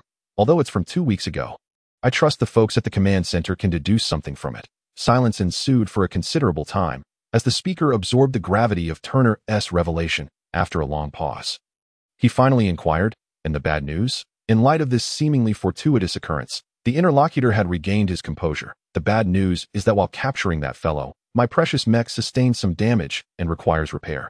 I'll need 2 more hours. Once I fix my baby, I'll return. Turner had adopted the term baby from the now-buried mech pilot's lexicon, and indeed, the timeline was accurate. The damage to the mech's knee joint necessitated 2 hours for repair. You little rascal, the speaker contemplated briefly before stating, then send me the map. Didn't I mention? My baby is injured and can't transmit the map. Besides, you've already waited nearly 4 hours. What's an additional 2 hours? He concluded nonchalantly. All right, that'll be all that I'll get to fixing my baby now. With that, Turner severed the connection before the other could respond. His gaze descended to the slumbering Elise's, whose head tilted slightly upward, her still drowsy eyes scanning the surroundings until they locked onto Turner's gaze, filled with unspoken messages. Suddenly, she registered the moment, a blush creeping across her face, spreading to her ears. With a soft gasp, she quickly lowered her head, avoiding further eye contact with him. Are you awake? Turner smiled gently, patting her fragrant shoulder. We have 2 hours for repairs, and then it's time for your performance. Turner tidied up his repair tools, clapped his hands, and stood up alongside him. The mecha, supported by its dual mechanical arms and a single mechanical leg, awkwardly rose from its half-prone position on the ground, striking a rather comical pose. Clearly, Elisis harbored doubts about Turner's technical prowess, as she still relied on her intact right leg to support herself, cautiously testing her left leg until she confirmed its stability before straightening up. She opened the cockpit hatch, peering out with wide eyes filled with admiration. All right, let us have something to eat to replenish our energy. Soon it will be your turn to shine. Noticing the girl's gaze, Turner couldn't help but feel a sense of pride. With a hearty smile, he approached her, handing over a high-calorie nutrition bar, an unflavored sustenance that resembled chewing wax. Nevertheless, the girl consumed it with delight, as if anything Turner provided was inherently delicious. 2 hours later, The mecha gradually powered up and set off towards the Argus military stronghold. Turner held Elysis close, observing her deft manipulation of the mecha controls. A myriad of questions swirling in his mind. He had always assumed that Elysis had experienced some extraordinary adventure post-war, leading her to become a mecha pilot and ultimately a renowned Valkyrie across the universe. However, her current adeptness indicated that she had long been undergoing training in this domain. Yet, who would venture to a nameless town on such a low-tier planet to teach a disabled girl to pilot a mecha? Turner found himself perplexed, ultimately deciding to dismiss the thought that he adjusted the girl's position for her comfort, allowing her to control the mecha with greater ease, then summoned the attribute paneled in the experience points section. The value had risen from 26 to 66. The initial 26 points comprised the 6 leftover from his previous level up and the experience gained from dispatching a few small creatures along the way. The subsequent 40 points stemmed from the damage inflicted on mechas and the defeat of mecha pilots to maintain game balance and prevent players with exceptional luck from surpassing level limits and gaining excessive experience. The system stipulated that a player could earn no more than the required experience for their level when defeating an enemy. Thus, while the mecha and a 2,000 experience mecha pilot could theoretically yield 5,000 to 10,000 experience points, Turner only received 40 points, as his level-up requirement was 20. Nevertheless, this was sufficient. Without hesitation, he allocated 20 points to his current profession, leading to an immediate level up to level 4. This surge in level augmented his constitution to an impressive 17, well above the standard physique of a robust young man. And Turner's constitution had surpassed that figure by more than threefold. Coupled with an additional 2 points in free attributes, his constitution soared to 19, alongside a strength rating of 16. Such attributes meant that even a level 4 infantryman would pale in comparison. Not even a level 4 Special Forces operative could boast such formidable physical prowess that in gaming terms, the only word that could encapsulate this was monstrous. The result of this allocation was an increase in Turner's muscle mass, compelling him to carefully draw in his stomach and chest to avoid alerting the girl, who was in close proximity, to the transformation. With 30 skill points remaining, Turner pondered for a moment and distributed 10 points each to melee combat, cold weapon mastery, and firearm proficiency, all in preparation for the plans ahead. Despite the mecha's protection, Turner could not guarantee how long it would hold up or if they could successfully deceive the enemy. Thus, he had to be ready for combat or escape at any moment. Almost as soon as the mecha entered the 5-kilometer alert perimeter of the stronghold, the base responded. The searchlights that had been sweeping across several high-rise buildings abruptly converged on the mecha.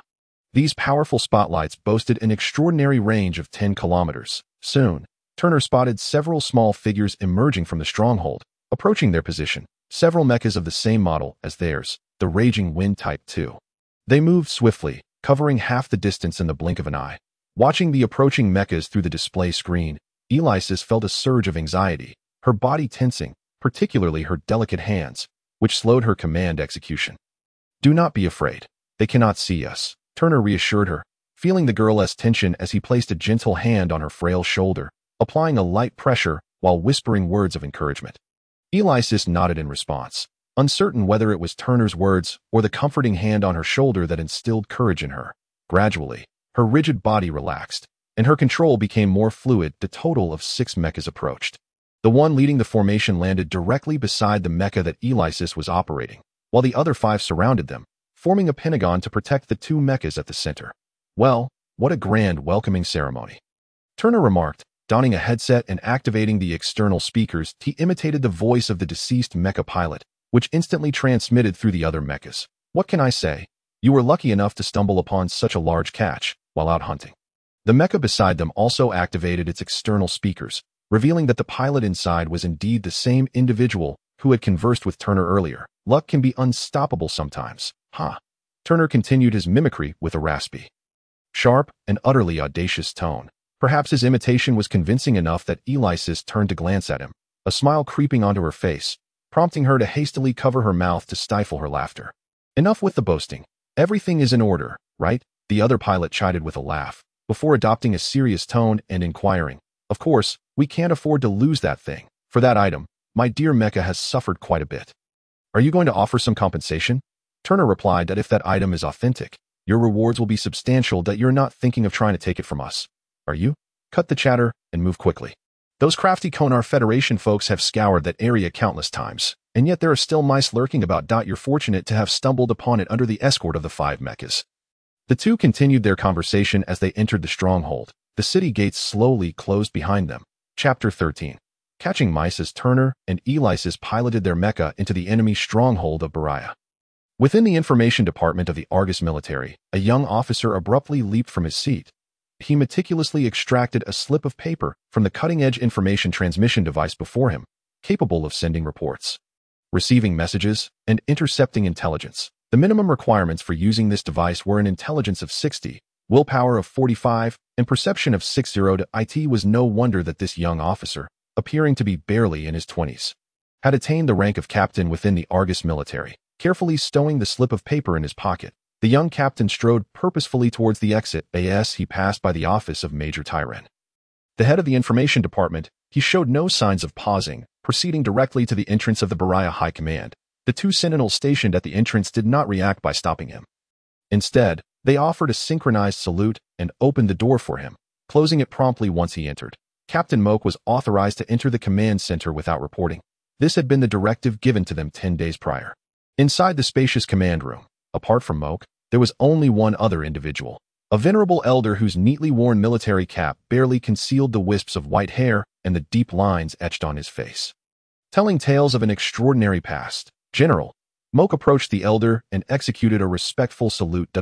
Moke, the elder responded, appearing to awaken from his contemplation of the three-dimensional map before him. He turned, revealing a warm smile, and said, "Every time you present yourself before me, it brings a surprise. I wonder what it is this time." The elder's words were not mere pleasantries. Since the onset of this war, their direct encounters had been limited to 4 instances, including this one. The first had been before launching the full-scale assault on this planet, when the young man had made a military pledge before the elder and, alongside his elite information team, had managed to sever all signal transmissions for a full 15 minutes. This critical window had laid the groundwork for the Argus military's victory.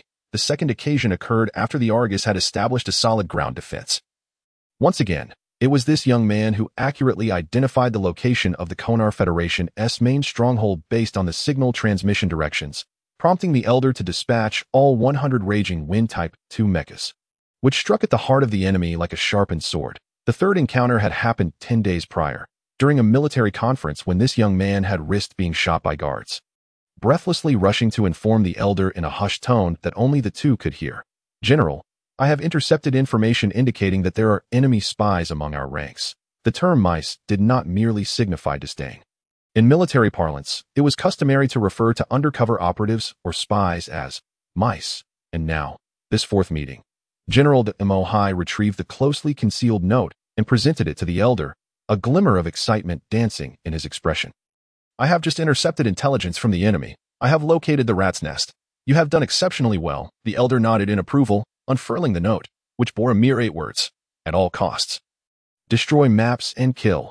"The general is too kind," Emohai replied, a flicker of admiration crossing his youthful face.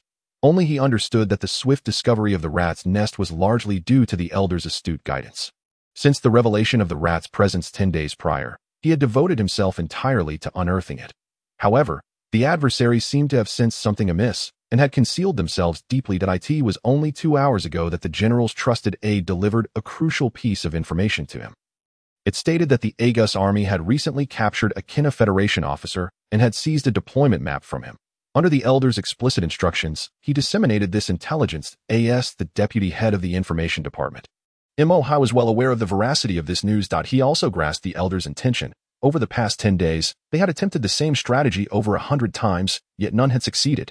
This indicated that the rat was no ordinary infiltrator, by using genuine intelligence as bait. The elder was gambling, wagering that the enemy would be unable to resist such temptation and would reveal themselves, while simultaneously betting that his side would not allow them to succeed. It was evident that the elder's gamble had borne fruit. The rat could no longer restrain itself from exposing its tail. Now, they merely needed to follow the trail. "General, I have just received word that Falcon 27 has returned. Should we not strengthen our deployment?"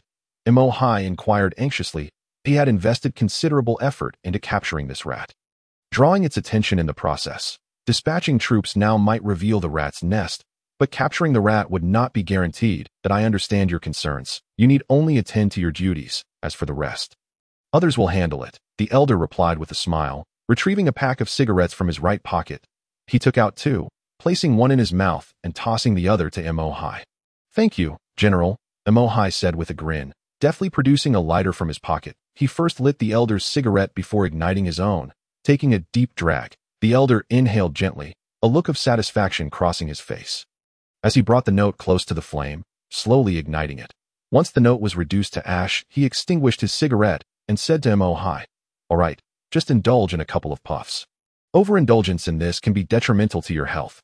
You, young man, must not emulate me. Your body should not resemble that of a man in his 60s. General, you are as vigorous as ever. We young ones cannot compare." Emohai complimented with a smile, obediently extinguishing his cigarette and carefully stowing the remnants in his pocket. "You rascal," the elder chuckled, a mischievous smile flickering across his face as he waved Emohai off. "Now, go on.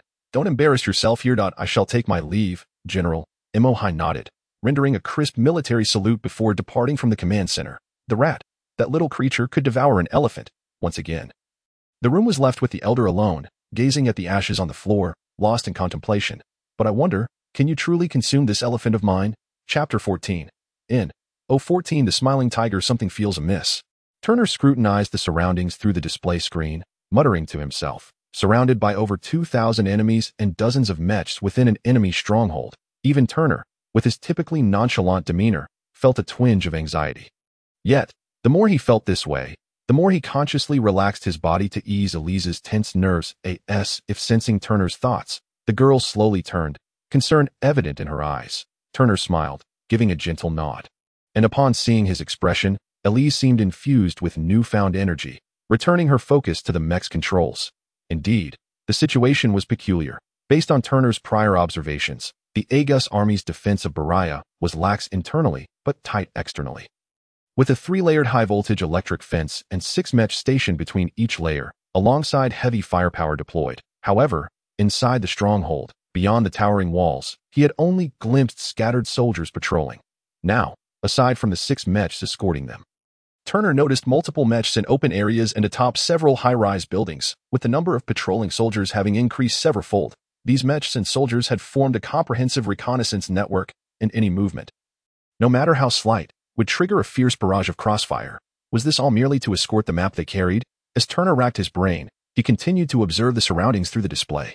Suddenly, an idea struck him, and he urgently signaled Elise to connect with the mech that had been accompanying them. "Kid, what's going on?"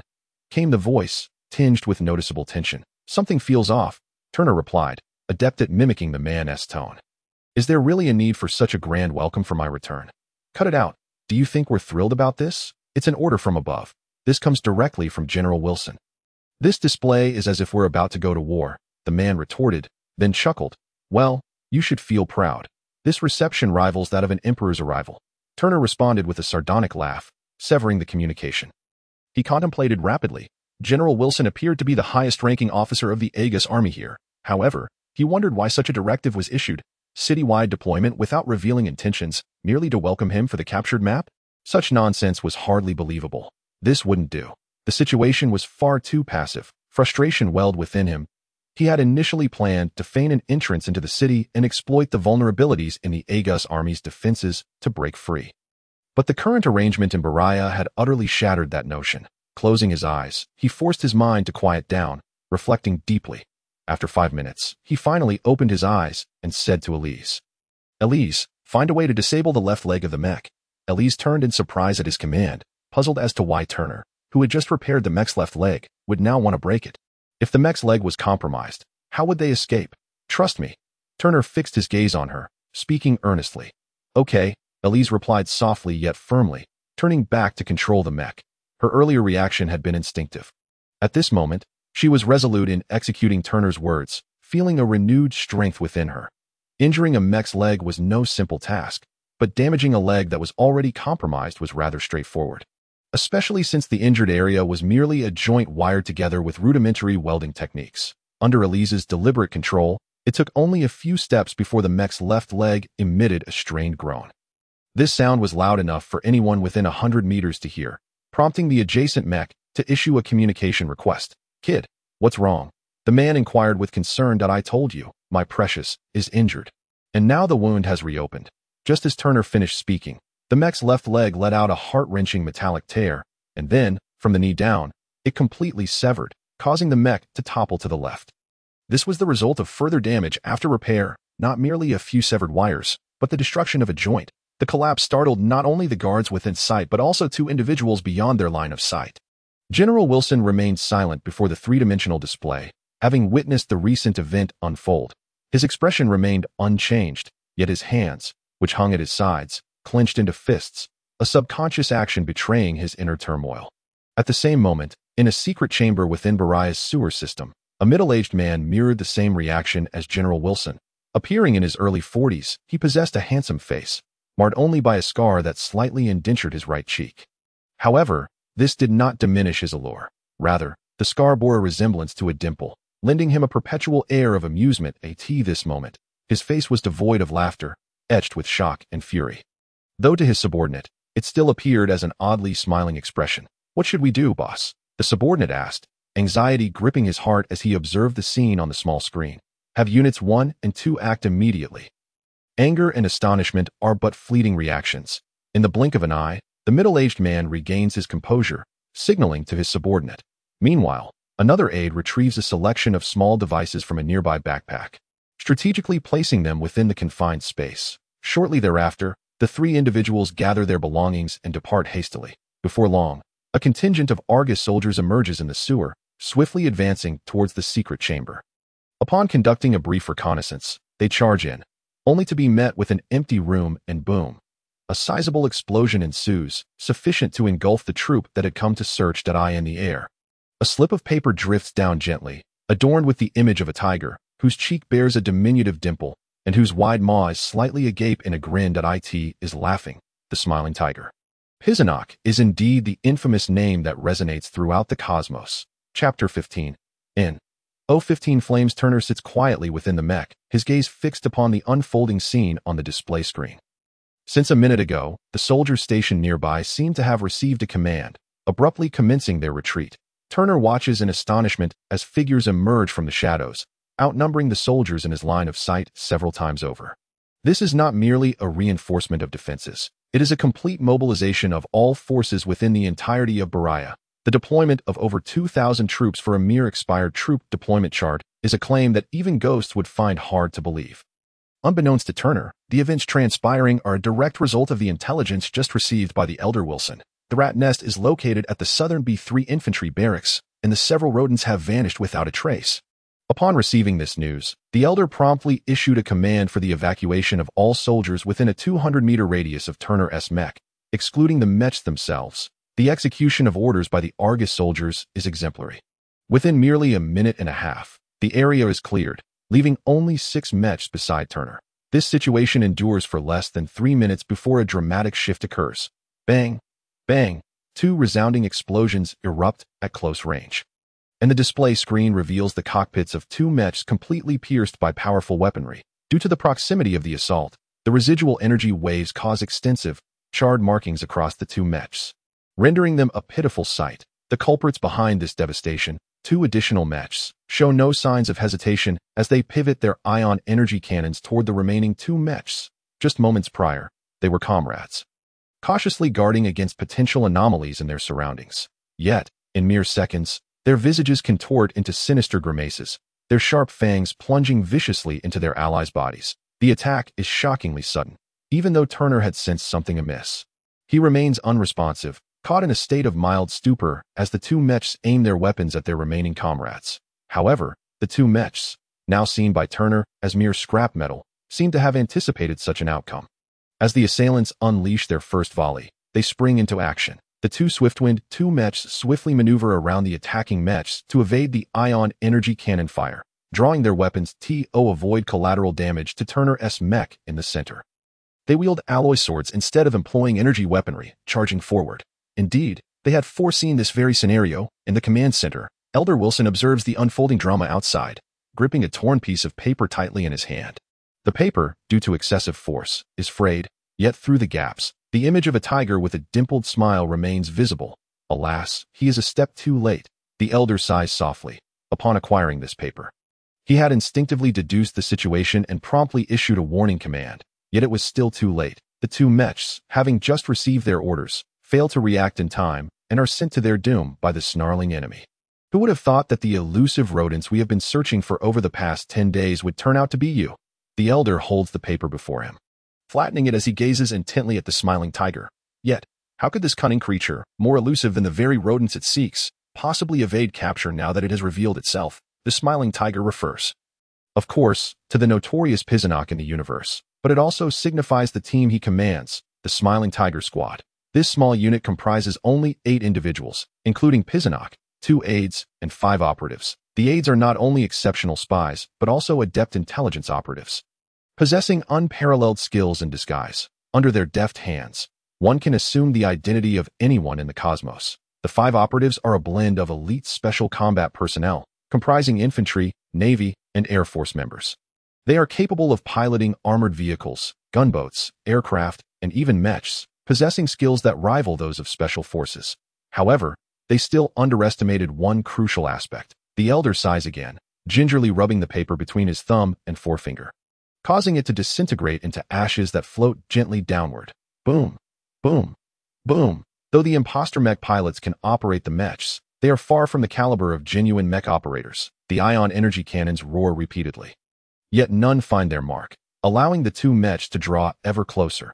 Now within striking range of the alloy swords at that moment, the ion energy cannons, which had been spewing fire, suddenly fall silent. After 2 faint clicks, the cockpits of the 2 mechs astonishingly open. Then, 2 figures, agile as monkeys, spring from the cockpits, their identities laid bare. They are not clad in the standard Argus military uniforms, but rather draped in long robes of unknown material, a black hooded cloak billowing behind them, their wide hats obscuring their faces and leaving an impression of obscured depths. As agile mechs, the Swiftwind 2 models possess formidable speed, just as Turner had effortlessly dismantled one mech due to the pilot's negligence. The current situation involves 2 fully operational mechs, yet these 2 individuals prepare to confront them with nothing but their bare bodies. Swish. The alloy sword arcs horizontally, its rapid motion leaving a trail of afterimages in the air. The individual beneath the sword does not retreat.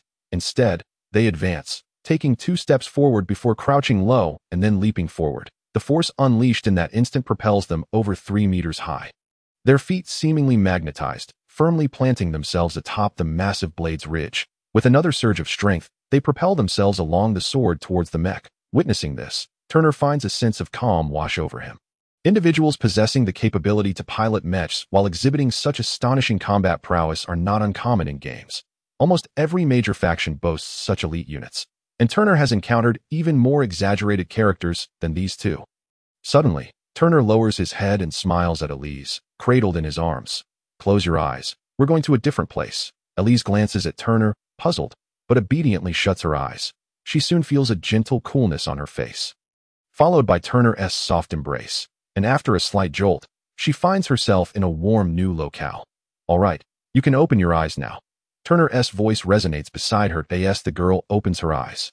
She is met with the familiar sight of the mech cockpit, her curiosity piqued. Just then, Turner explains, "Those 2 won't be able to use it, so we'll take control. This one is in perfect condition." While Turner cheerfully elucidates to the girl, his mind lingers on moments prior. Just as he prepared to enter the mech abandoned by the 2, a casual glance backward reveals a flicker of flame. Chapter 16. N-016 Summon, Elemental Assault through the mech surveillance equipment. The performance of the 2 individuals is laid bare before Turner and Elise. The figure standing atop the ridge of the alloy sword appears to make no overt movements, yet suddenly seems to gain an immense weight, pressing down on the sword, which weighs over a ton, causing it to dip slightly. The mech pilot, caught off guard by this unexpected shift, delays for several seconds before reacting. The entire mech sinks slightly as the mechanical arm swings the sword in a wide arc, attempting to dislodge the person atop it. Unfortunately, that brief delay seals their fate. The other individual has stealthily maneuvered to the side of the mech, unleashing a torrent of flames that engulf the mech's knee joint. The intense heat from the flames swiftly melts the wires and load-bearing axles into molten metal, and the mech pilot watches in alarm as warning lights flash violently. The entire mech suddenly becomes uncontrollable, crashing to the side with a thunderous roar. A high-level elemental controller. Turner's pupils constrict, as if seared by the flames. The ability to effortlessly dissolve mechs with flames undoubtedly requires a high-level elemental controller of at least level 50 or above. I always thought I was born in a novice village, yet here I am, unceremoniously thrust into an area teeming with advanced monsters. Good heavens, are you toying with me? Turner forced a wry smile. And then, as if struck by a sudden realization, his expression shifted dramatically. Simultaneously, the battlefield outside underwent a transformation. The remaining mech reacted with remarkable speed. The moment the flames erupted, it had already responded. Thrusting its alloy sword in a swift and relentless stab towards the fire element controller, the blade advanced until it was merely half a meter from its target, leaving no time for any counteraction. But it only reached that distance. The pilot of the mech, astonished, looked down to see a large mass of earth and stone had risen beneath him, ensnaring the mech's legs as if it had taken root in the ground, rendering him incapable of escaping no matter how fervently he struggled. An earth element controller. The Earthbind, that earlier maneuver, which had suppressed the alloy sword, could only be executed by a high-level earth element controller. It seems my suspicions were not far from the truth. Turner forced a smile and gestured for Ellis to be silent before activating the communication device. Simons, as soon as the connection was established, a voice filled with confusion came through. It's me. Turner continued to mimic the voice of the unfortunate individual from earlier. My precious mech is malfunctioning, and those two mice can't pilot it. So it's quite advantageous for me. What about the mouse you captured? Rest assured, with such a plump mouse, how could I possibly let it slip away? However, Turner paused deliberately, feigning difficulty as he said, "Those two mice outside are rather formidable. I fear my comrades might not be able to contain them, and they blocked the southern passage. Therefore, I request permission to retreat towards the northern gate. Hoping you can arrange something swiftly." After a brief pause, the communication device crackled to life again. "Request approved. Move quickly, and whatever you do, don't let them corner you." "Heh, don't worry, with my skills and this magnificent machine. They think they can catch up to me? Dream on." Turner feigned arrogance with a couple of exaggerated laughs before severing the connection. Ellis obediently piloted the mech towards the northern gate of the fortress as instructed. Her beautiful eyes filled with confusion as she glanced at Turner. "Do you think they are here to rescue us?" Turner, understanding the girl's unspoken questions, offered a bitter smile. "Have you forgotten the excuse we used to infiltrate? I am a mech pilot of the Argus Empire, who killed a low-ranking officer of the Kona Federation while hunting and obtained a military layout map of the Kona Federation on this planet. If the Argus Empire acquired this information, then they..." Turner pointed at the monitor displaying the two elemental controllers who had effortlessly dealt with two mechs and were now relentlessly pursuing from behind. "They, too, must have received the same information. They are unaware of our living presence, oblivious to the fact that we are citizens of the Kona Federation. All they know is that within this mech is an Argus soldier possessing a military layout map of the Kona Federation, and their objective is to kill and destroy the evidence. The order to kill and destroy the map comes from the Smiling Tiger, and of course, this command is prefaced by 4 words, at all costs." Just after breaking through several hundred meters, 6 Type 2 Gale mechs soared into the air from the surrounding structures, encircling the 2 elemental controllers. The Earth Element controller paid no heed to the 6 mechs. A faint yellow glow erupted around him, and he directly sank into the ground. Meanwhile, the Fire Element controller summoned flames in both hands, bringing them together to form a fireball the size of a duck egg. As the mechs completed their encirclement, his feet ignited with flames, and in the next moment, he appeared high above the 6 mechs, pressing down with both hands, causing the small fireball to plummet. The fireball struck the ground but did not erupt in the anticipated explosion. For a brief moment, the surrounding space seemed to freeze, and then, at the center, a terrifying black hole materialized, drawing everything towards it. Even the weight of the 6 mechs could not withstand the pull. Being gradually dragged in 0.3 full seconds later, boom, a small mushroom cloud instantaneously formed. What a sight! Long before the fireball took shape, Turner had already closed his eyes in anticipation, invoking the Inferno Burst, a high-level fire skill, commonly referred to as a mini-nuclear bomb. While keeping his eyes shut, he began to pray for the 6 mechs, and then, as the flames dissipated, only 6 charred remains were left in their wake, with all structures within a 20-meter radius reduced to ashes. The Fire Element controller landed lightly, as if he had merely accomplished a trivial task, and continued his relentless pursuit towards Turner and the girl. Ahead of him, the Earth Element controller also emerged, maintaining his trust in his partner, showing no hesitation even when faced with 6 mechs. Moreover, he possessed a special ability to accelerate underground, thus closing the gap between him and Turner. On the display, the indicator light for communication requests blinked frantically. And upon connecting, Turner recognized the same voice from before. As soon as the connection was made, He heard the voice urgently relay, "Kid, turn east at the next intersection. He said in ambush there." "But Commander, those two mice are trailing too closely. Turning will slow us down, and I fear we will be caught."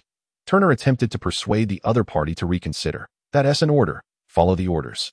"Soldier." The other party's voice was cold and unyielding. Turner glanced at the fortress's northern gate, now just ahead, and suddenly turned to Ellis, who was focused on piloting the mech. "Oh, you know how to operate this mech's weapon systems?" Ellis, taken aback by Turner's inquiry, hesitated before shaking her head. "No worries. I'll teach you. It's quite simple." Turner smiled gently, easing the tension in the girl's heart. "Kid, who are you talking to?" "No, it can't be." The voice on the communication device exclaimed in surprise, but before he could finish, Turner had already reached out to disconnect the communication. Silence enveloped the cockpit. Turner smiled. "The weapon systems of the mech are quite straightforward. You just need to." Chapter 17. N-017 Escape from Death. In the command center of the fortress, Elder Wilson gazed at the real-time holographic projection before him, muttering in surprise, "This is that tiger." No, if it were him, he wouldn't have sent those two brothers to intercept. After a moment's contemplation, the elder quickly made arrangements, issuing orders to concentrate all forces to intercept that mech and bring its pilot back alive. Additionally, he commanded reinforcements to eliminate those two mice. The messenger swiftly took his leave, and a minute later, Elder Wilson felt a slight tremor in his body, sensing something at the entrance of the room. He then chuckled wryly, murmuring, "I still underestimated this tiger's audacity. Well then, I'll give you a little more time to escape." As soon as he spoke, the elder vanished from the command room, reappearing at the operations center. Elder Wilson approached the command platform, issuing orders with practiced efficiency until he confirmed that all directives were being faithfully executed. He stepped away from the platform, surveying the surrounding soldiers who lay silent and sprawled about. This moment epitomizing the coldness of a soldier, not a single life taken. "Oh tiger, you still haven't changed this bad habit of yours. But then again, only someone as hypocritical as you can become the most notorious spy in the universe." The elder waved his hand casually, and a gentle breeze swept through the room, stirring a fine, nearly imperceptible pink powder from the soldiers. General, the newly arrived MO-High, accompanied by soldiers, looked at the fallen soldiers in surprise. Glancing questioningly at Elder Wilson, they merely fell victim to the pollen of the flower. "Send the medics with the mild antidote. Furthermore, from now on, you have full authority over the operations center. No orders shall be accepted except those given by me directly." Elder Wilson nodded and departed. Inside the rapidly advancing mech, Turner observed his surroundings with curiosity and caution. Over a minute had passed since he had inadvertently revealed his true identity. Yet the Argus army had not reacted as he expected. Instead, they allowed him to continue his escape unimpeded. Thus, they burst through the northern gate of the fortress, crossing 2 layers of defensive barriers under the watchful eyes of more than a dozen mechs and hundreds of soldiers. Only as they neared the outermost layer of defense did the surrounding mechs and soldiers seem to receive their orders, suddenly springing into action. Sometimes, a mere second can determine life or death. And due to certain circumstances, Turner had gained more than a minute's advantage, an advantage that continued to expand under the deliberate actions of some individuals. A sandstorm, the Earth element controller, who had been hot on Turner's heels, suddenly came to a halt, slamming his palm onto the ground that a whirlwind of sand and soil rapidly formed, shooting into the air, expanding from a slender column to a massive tornado several meters in diameter in the blink of an eye. Without pausing, he struck the tornado with a powerful punch. Boom! The newly formed earthen whirlwind was instantly scattered, transforming into a blinding sandstorm. And the location of this storm. Damn it! As the mecha pilot, who had just received orders to pursue Turner, prepared to accelerate, he was suddenly engulfed in a swirling sandstorm, his visibility completely obscured. Even more infuriating was that this tempest appeared to be imbued with a peculiar force, possessing the ability to generate chaotic magnetic fields, rendering the mecha's electronic systems incapable of mapping the external environment. He was utterly blinded, akin to being awake yet unable to see, a fate shared by nearly 10 other mechas and hundreds of soldiers, those who were the closest pursuers of Turner. To add to the drama, the malevolent fire element controller smirked wickedly, raising his right hand with a flourish, a flicker of flame igniting in his palm. He gently blew on the flame, which immediately took flight into the midst of the sandstorm. Whoosh! It was as if a spark had fallen into gasoline. That meager flame, upon encountering the mud, ignited and swelled with the wind, transforming the deep black, muddy sandstorm into a blazing inferno. the searing heat instantaneously permeated the entire space. The soldiers trapped within the storm barely had time to scream before they were reduced to charred remains, while the mechas that reacted swiftly managed to retreat in time, in mere seconds. The high-strength alloy of their exteriors, designed to withstand atmospheric acceleration and extreme temperatures, began to melt away under the onslaught of the terrifying heat. Those slower to react found their joints and power systems seared. Forever trapped within, watching in horror as the metal of their mechas was consumed layer by the infernal flames, ultimately devouring them whole. Thus, an army of dozens of mechas and thousands of soldiers was brutally halted in its tracks by two advanced elemental controllers. Well, we've done our part. Shall we withdraw? The Earth Element Controller cast a satisfied glance at his handiwork and addressed the Fire Element Controller. The latter turned, his cold, sparkless eyes sweeping over the approaching Argus army. A cruel smile gracing his lips, he then stepped back, and together with the Earth Element Controller, they vanished amidst the raging fiery sandstorm, under the hateful gazes of the thousands of Argus soldiers. The fiery sandstorm did not last long. After 1 minute, the temperature within it had decreased to a level that no longer posed a threat to the mechas. A few seconds later, the once overbearing and terrifying sand and dust had completely dissipated into the air. By the time the Argus army resumed its pursuit, the mecha operated by Elysis had already vanished into the distant thicket, and Turner had gained a time advantage that had now stretched to 5 minutes. What on earth? This was the third time Turner had been astonished today. Those two advanced elemental controllers had been relentlessly hunting them, even going so far as to endure minor attacks to avoid being shaken off by Turner. Yet, having entered the range of elemental attacks, they suddenly changed their minds. Who exactly were they? It seemed the weapon systems would be of no use now. Turner did not voice his doubts to Elysis, but instead offered her a gentle smile. His expression then turned slightly serious as he remarked, "Regrettably, this mecha can no longer be utilized." "Why?" Elysis inquired curiously. "Standard military mechas are equipped with tracking devices. If we operate this one, we can never escape the pursuit of the Argus army." Turner explained. After a moment's contemplation, he pointed to the electronic monitoring screen of the mecha and said, "We'll disembark here." Turner was indicating a small river not far from them, the water level barely reaching his waist. I need you to assist me with something. Please input a series of codes into the system." Before leaving the mecha, Turner recited a lengthy string of codes, although Elysis did not understand their significance. She obediently complied, swiftly completing the task. Turner helped Elysis down from the mecha and explained, given their relentless pursuit, it would be quite rude not to return the favored at a grand gift. Bang. Turner made an exaggerated explosion gesture. And then, under Elysis's astonished yet amused gaze, he scooped her up and leaped into the river, swiftly carried downstream by the current. Chapter 18 18 Was it merely a simple explosion? Boom. Turner turned to gaze at the source of the explosion. Watching the flames shoot skyward as he silently calculated, the explosion caused by a fully loaded Stormwind 2 mecha would have yielded in effect roughly 1/3 of what had just occurred. Discounting factors such as certain munitions failing to detonate, it would take at least 3 mechas to create such a blast. He wondered how many Argus soldiers had also perished in the conflagration. While Turner was still trying to compute the implications, he saw a multitude of golden light points soaring from the explosion's direction, merging into his being. Each golden orb represented the experience gained from vanquishing a unit.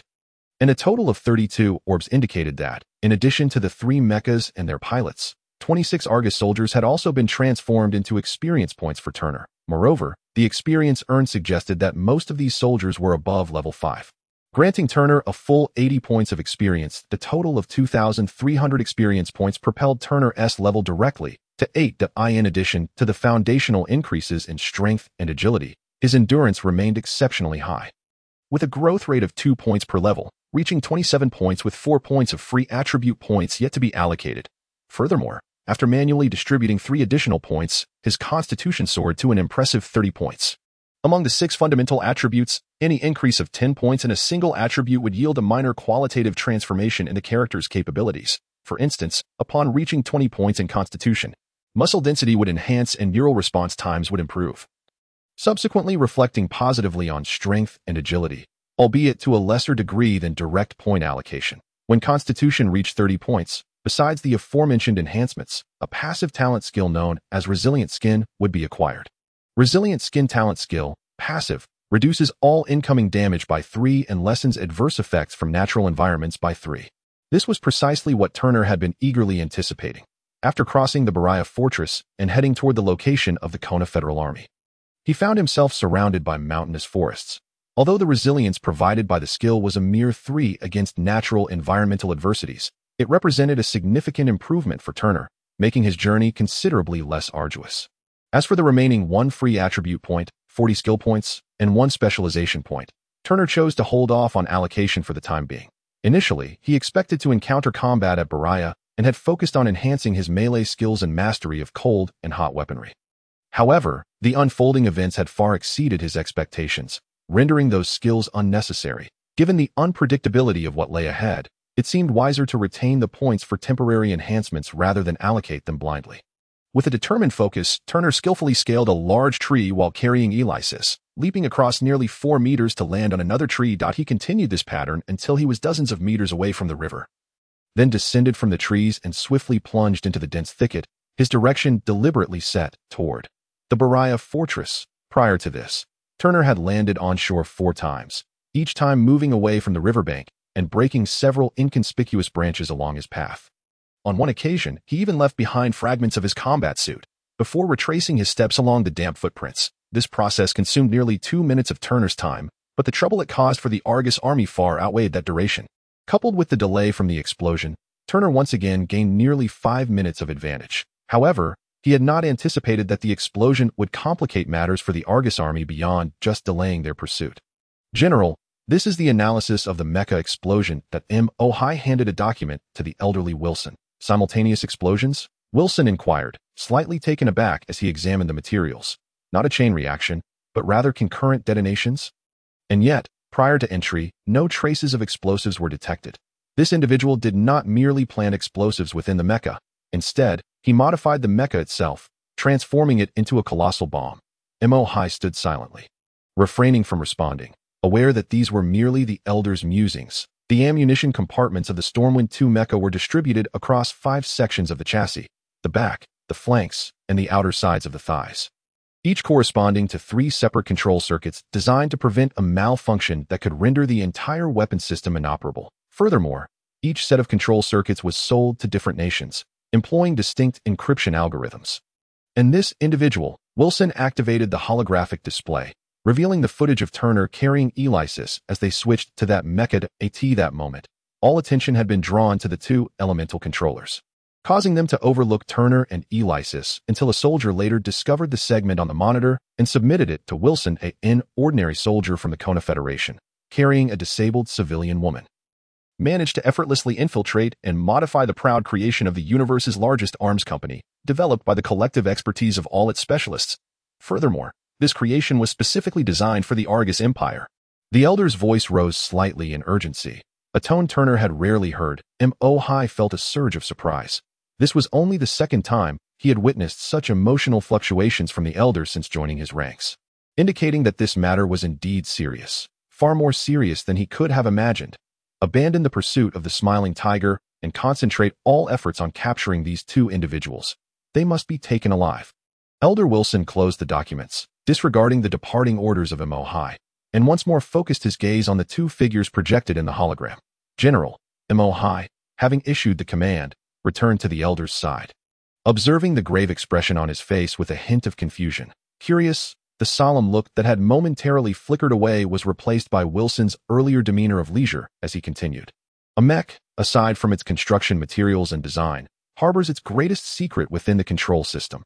Once a mech steps onto the battlefield, the materials and structure can no longer be deemed confidential. In such circumstances, to ensure that the mech cannot be easily replicated by others, it is imperative to safeguard the control system from being leaked. This is particularly crucial for those cosmic arms companies. Otherwise, if they develop a mech and sell just a few units only to be replicated by various nations, how will they profit? The ultimate method of protecting the control system lies in encryption algorithms. Take the Leanfeng Type 2 mech as an example. Its actions, image acquisition, weapon systems, and so forth are all shielded by at least 1 set of encryption algorithms. Each of these sets comprises thousands, even millions, of encryption formulas. Moreover, to distribute the mechs across different nations, the encryption algorithms utilized for each nation's mech differ, collectively forming a security system that is nearly impossible to breach for anyone other than the developers. Yet, This very security system has been compromised. Mo High remained silent, having fully experienced the shock that Wilson had just described. However, the elder's words were not yet concluded. According to external rumors, ever since the Lean Foam Type 2 mech was fully launched into the market 2 years ago, the D-Universe Arms Company has already commenced the development of the 4th generation of mechs. Beyond innovations in materials and construction, there will be significant breakthroughs in the mech control systems. Built upon the encryption algorithms of the Lean Foam Type 2. Therefore, if we can capture those two individuals and make use of them, the Empire could potentially expedite the development of the 4th generation mech. Mo High was startled. Indeed, then, General, allow me to lead the operation to capture those two. Before Wilson could finish his statement, Mo High had already stepped forward, resolutely requesting the authority, determination etched on his face. That is precisely my intention. Wilson regarded the young officer he had personally nurtured, about to acquiesce, when the communication device beside him suddenly vibrated. Without dismissing Mo High, Wilson connected the device, and, upon observing the figure that appeared in the hologram, a sense of foreboding arose simultaneously in both the elder and Mo High's hearts. Chapter 19. 019 Counterattack. As a devotee of history and material research, Turner, albeit unaware of the specific details of this war, such as the missions undertaken by both factions during this period or where and when one could amass the most experience and faction reputation, did possess knowledge of the war's onset, climax, and conclusion. Yet, at this moment, all of Turner's focus was devoted to fleeing, leaving no room for contemplation. Otherwise, he would have been astonished to discover that today, October 24,000, and one of the new cosmic era, an ostensibly ordinary day. The Konar Federation's counteroffensive fleet had emerged in the starry expanse beyond the atmosphere of Morty. Unbeknownst to Turner, this occurrence had resulted in a reduction of his pursuers by a full 3/4. Furthermore, he had fortuitously evaded the pursuit of Mo High, who would later be renowned as the flawless soldier. Turner was also oblivious to the fact that his decision to return to the Bariah fortress, initially intended merely as an evasion tactic, would profoundly impact the entire war. In this ignorance, Turner continued to sprint through the dense forest, striving to increase the distance between himself and his pursuers. This state persisted until Turner reached the outskirts of the Bariah fortress's defensive perimeter. Where he found himself amidst ruins, he paused once to avoid a reconnaissance drone, which was supposed to patrol every 12 minutes according to the timeline etched in his mind, but unexpectedly, after waiting a full minute, nothing arrived at an individual who, in a previous life, had been entirely incapacitated, akin to merely having a functioning mind. Turner held absolute confidence in his intellect and the timeline within it. Thus, he could only speculate that something had gone awry on the side of the Argus forces. However, he could not fathom the nature of the issue and continued onward, secretly relieved that the enemy had not emerged, making his escape all the more convenient. These ruins were a mere few hundred meters from the outer defensive net of the Bariah fortress. To transform Bariah into a fortress, the Argus forces had intentionally minimized explosions during the assault, preserving the entirety of Bariah and its surroundings remarkably well.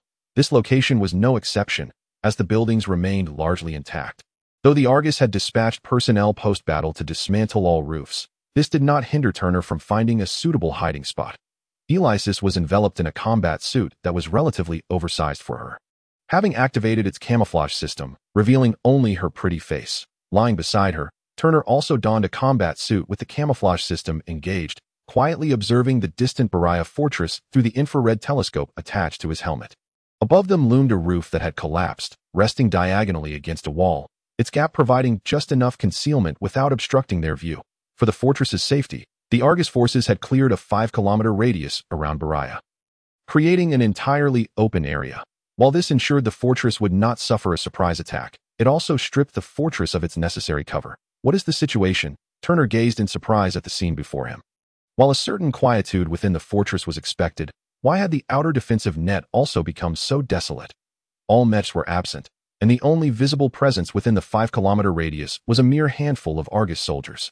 Seemingly everywhere there were gaps. Additionally, tactical transport vehicles were seen departing from the Bariah fortress. Have they dispatched such considerable forces solely to pursue us, or those two elemental controllers? Turner mused aloud.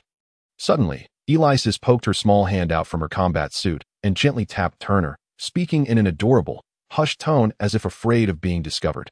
Could it be that our Federation's soldiers have counterattacked? The girl's innocent inquiry eased the tension that had gripped Turner, prompting a light chuckle as he replied, "Unlikely. The remaining Federation forces on Morty are insufficient to match even 1/10 of the Argus forces, especially since their mechanized military might have been nearly exterminated by Argus. What could they possibly retaliate with? Unless... Turner's voice suddenly faltered, then surged with excitement. Unless they have arrived. His finger pointed skyward. Indeed, they had come. The Konar Federation's legions had completed their assembly and were poised to launch an offensive.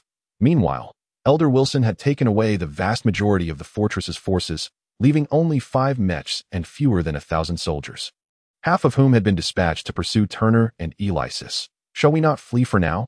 Countless wicked ideas formed in Turner's mind. Battling against the desire to escape, he turned to Elysis, his face reflecting a comical inner turmoil. Yes, the girl nodded with unwavering determination, then, under the pressure of Turner's expression, finally succumbed to a soft giggle, blooming like flowers in an instant. In the asteroid belt beyond the atmosphere of Morty, a colossal fleet comprised of thousands of warships of various sizes lay quietly anchored at that moment. A conversation was unfolding within the flagship of this fleet. Your Excellency, we have just successfully established communication with the surface of Morty. And here are 2 pieces of information received from there. A young officer, adorned with the insignia of a lieutenant, presented 2 documents to the imposing figure before him. This man, towering at over 220 centimeters, was a formidable presence, his bulging muscles unmistakable even beneath a uniform tailored specifically for him.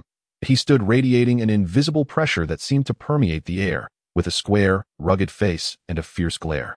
His thick lips were tightly pressed, resembling a temple's guardian. This man was none other than the youngest brigadier general of the Konar Federation, the commander of the entire fleet, Mechanical Terminator Qin Yuanshan. 2 pieces? Qin Yuanshan queried, his voice deep and resonant. Matching his formidable appearance. Point 1 is from the remaining defense forces on Morty, while the other is from His Excellency Pizunak, the young lieutenant explained. Pizunak is the Konar Federation's chief spy. Yet he has never held any position within the Federation's military. That is the title by which all officers respectfully refer to him. That smiling tiger? He is here as well. That burrowing tiger has gone behind enemy lines to dig again. Qin Yuanshan's tone carried a hint of disdain, yet his hands moved with remarkable swiftness as he bypassed the information relayed by the defensive forces and directly opened the document pertaining to Pizunak. The young lieutenant managed a wry smile. Having followed Qin Yuanshan for so long, he was well aware of the general's contempt for those who resorted to underhanded tactics and manipulations that at him. Qin Yuanshan's voice rose slightly, laced with a trace of excitement as he gazed at the document in his hand. Starry Sky Wing Wilson. Could it truly be him? Alas, this time I soar high in the heavens while you remain grounded. Even if I triumph, it would be a hollow victory. He then shifted his tone, instructing the young lieutenant to send a message to the ground defense forces, urging them to prepare for action. Additionally, he commanded, relay my orders to the troops. The entire army should be ready to enter the atmosphere in 10 minutes. Understood, replied the young lieutenant, departing promptly. The counteroffensive of the Kona Federation was officially underway. Chapter 20. In O20 landing, the fleet has arrived in the upper atmosphere. Request permission to deploy the landing ships. Approved. Launch the landing ships in 10 seconds. Furthermore, all vessels, heed my command. Raise your artillery and prepare for the first volley of fire support. The countdown commenced. 10, 9, 3, 2, 1. The landing ships have been deployed. They will breach the outer atmosphere in 23 seconds and are expected to encounter enemy interception fire in 58 seconds, as orders were issued. The Kona Federation fleet exited the asteroid belt and positioned itself outside the atmosphere of Mortier. Like a swarm of locusts, the densely packed landing ships detached from the fleet, igniting brilliant flames as they surged into the atmosphere of Mortier. From the ground, it appeared as if a spectacular meteor shower was cascading down.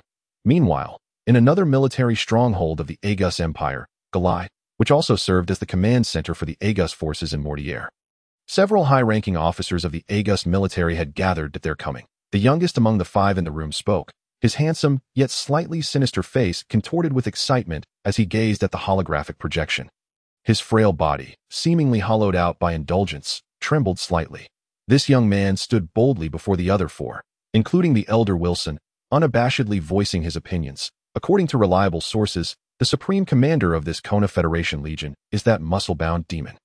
His tactics have always been straightforward, a frontal assault. As for my methods, The other 4, including the elder Wilson and M.O. High, regarded the young man in silence. The strategies of this imperial prince mirrored those of the so-called muscle demon, a direct advance. However, unlike Qin Yuanshan, who wielded control and coordination to unleash the full might of his forces, akin to a colossal mountain crushing the enemy, this prince was a proponent of personal martial prowess above all else.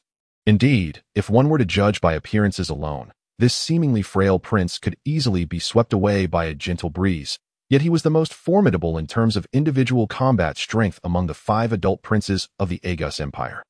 Even within the entire Aegus military, he ranked among the elite, and his Viper Special Forces was one of the few level 5 teams in the Empire, with each member possessing terrifying individual capabilities. Issue the command for interception fire and prepare the entire army. Wherever they land, we shall meet them in battle. With those words, a sudden breeze swept through the room, and the 4th prince vanished without a trace. Though they harbored doubts about the prince's decision, none dared to disobey his orders. Mo swiftly issued military commands while the other 3 exchanged resigned glances. Shall we simply allow him to act with such recklessness? That represents over 10,000 imperial lives, protested Major General Li Si, the highest commander of the Galai garrison, his voice tinged with indignation. What does it matter? This military operation was initiated by His Majesty to observe and train the princes. Whether it's 10,000 or 100,000 lives, if His Majesty desires it, we should offer them without hesitation. Besides, the prowess of His Highness the 4th Prince is evident. The outcome of this battle remains uncertain. Have you already lost faith, Major General Li? Countered Marilis, the second in command of the Galai garrison, his voice cold. As a fellow Major General, he had long felt overshadowed by Li Si, which had bruised his pride. And being a staunch loyalist, he was quick to retaliate against Li Si's remarks. Elder Wilson refrained from intervening in their dispute, remaining observant and silent. Moments later, the tension in the room dissipated, and the peculiar invisible pressure that had enveloped them vanished. The 2 men exchanged apprehensive glances towards Elder Wilson. Before my arrival, I had already assembled a significant force and established 3 defensive lines. Although His Highness the 4th Prince has issued commands, his focus will predominantly rest on his Viper Special Forces, and he will not divert too many troops from the Galai garrison. I urge both of you to promptly mobilize forces to reinforce and support those 3 defensive lines. As for the remainder, aside from maintaining the stronghold's operational integrity, dispatch them to guard that location. Elder Wilson spoke in a leisurely tone, seemingly oblivious to their gaze. Understood. Without a moment's hesitation, Li Si accepted the command. While Marilis acquiesced after a brief pause of 2 seconds, the elder fell silent, moving to observe the holographic projection intently. As anticipated, the first wave of defensive fire from the Aegus military arrived on schedule. In the cosmic warfare, beyond the heavy-duty weapons such as the 10,000-level energy cannons, conventional explosives remained predominant, for in large-scale conflicts, area damage often proved more effective than penetration damage. Countless surface-to-air missiles sliced through the sky with a piercing whistle, intercepting the cluster of Kona Federation landing ships. Simultaneously, from the fleet of the Kona Federation stationed in the outer atmosphere, an array of vessels erupted in a dazzling display of sparks, providing fire support for the landing ship cluster. The support fire swiftly surged past the landing ships, colliding first with the Aegus interception fire. Boom, boom, boom, boom, boom, boom, boom, boom. The skies above Mortier transformed into a grand fireworks display, with missiles erupting into bursts of brilliant light.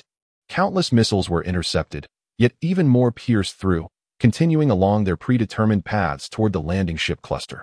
The vessels within the cluster morphed into small boats, bobbing and weaving amidst the torrent of missiles. This chaotic situation persisted for mere seconds before the first casualties of the war emerged. Boom! With a thunderous crash, 2 missiles struck the same landing ship consecutively, the immense explosive force tearing the vessel apart. And everything within was obliterated in an instant by the explosive shockwave and terrifying atmospheric pressure. The resulting shockwave destabilized nearby ships, complicating their navigation and making it increasingly difficult to evade the seemingly omnipresent missiles, thus escalating the casualties. The landing ships have entered the second layer of the atmosphere. Request permission to deploy mechs. The merciless nature of warfare was starkly illustrated in the demeanor of the Kona Federation soldiers. Observing their comrades facing the onslaught of extensive anti-air fire and witnessing the rising casualties, the officers stationed on the flagship's command center appeared utterly unfazed, their attention solely fixated on a series of data. Approved. The cluster of landing ships underwent further transformation. The vessels, resembling beetles unfurling their wings, opened compartments on both sides, releasing countless mechs that deftly maneuvered past the intercepting missiles and energy cannons, swiftly descending toward the ground. While interception fire could target fleets, it struggled against the smaller, more agile mechs, weaving through layer upon layer of interception fire. At last, one mech's foot touched solid ground. Chapter 21. In 21 Stealth Infiltration, it has begun. Turner and Alicia lay side by side on the ground, their heads comfortably resting on something, gazing at the sky illuminated by the brilliant explosions, as Turner popped an energy bar into his mouth. Quite a spectacle, he remarked, momentarily transported back to his days as a mechanical expert in the game, expressing disdain for the brutal and bloody nature of war. So many lives have been lost. Alicia sighed softly beside him. At your young age, where do all these sentiments stem from? Turner playfully shoved the energy bar completely into Alicia's mouth, then ruffled her hair, eliciting a disgruntled glare from her. Night had fallen, yet the relentless explosions rendered the planet as bright as day. Taking advantage of the illumination, Turner turned to examine the Beria fortress with the naked eye, then activated his infrared binoculars for a closer inspection. Chuckling softly, it's time to get up to no good. Without reconnaissance drones or mechs, only a few hundred soldiers captivated by the aerial battle remained, making it relatively easy to infiltrate such a fortress. Turner, carrying Alicia, cautiously made his way toward the stronghold. After spending a few minutes, Turner arrived at the northern gate of the fortress. This direction, marked by a 3-layer high-voltage electric fence that had been damaged during a previous escape by the combined skills of 2 senior elemental manipulators, now presented an opportune point for Turner to infiltrate. As he deftly breached the charred remains of the electric fence, he moved swiftly while being acutely aware of his surroundings. The remaining soldiers were vastly outnumbered for such a defensive perimeter. Causing each soldier to patrol a considerable distance, Turner skillfully exploited the gaps between them, managing to traverse the entire defensive area in less than an hour, ultimately reaching the base of the fortress walls. He patted the solid alloy wall, capable of withstanding high-energy artillery attacks, and let out a resigned smile. His earlier assumptions had proven correct. To enter the fortress, one must go through one of the 4 gates or from the air. Attempting to breach this wall was utterly impossible. This was also the most perilous aspect of Turner's entire infiltration plan. The patrolling soldiers around the Beria fortress employed a chain patrol system, where any disturbance would trigger a response along the entire defensive line. However, due to personnel being reassigned to defend against the counteroffensive from the Confederation, numerous gaps and breakpoints had emerged in these chain defenses.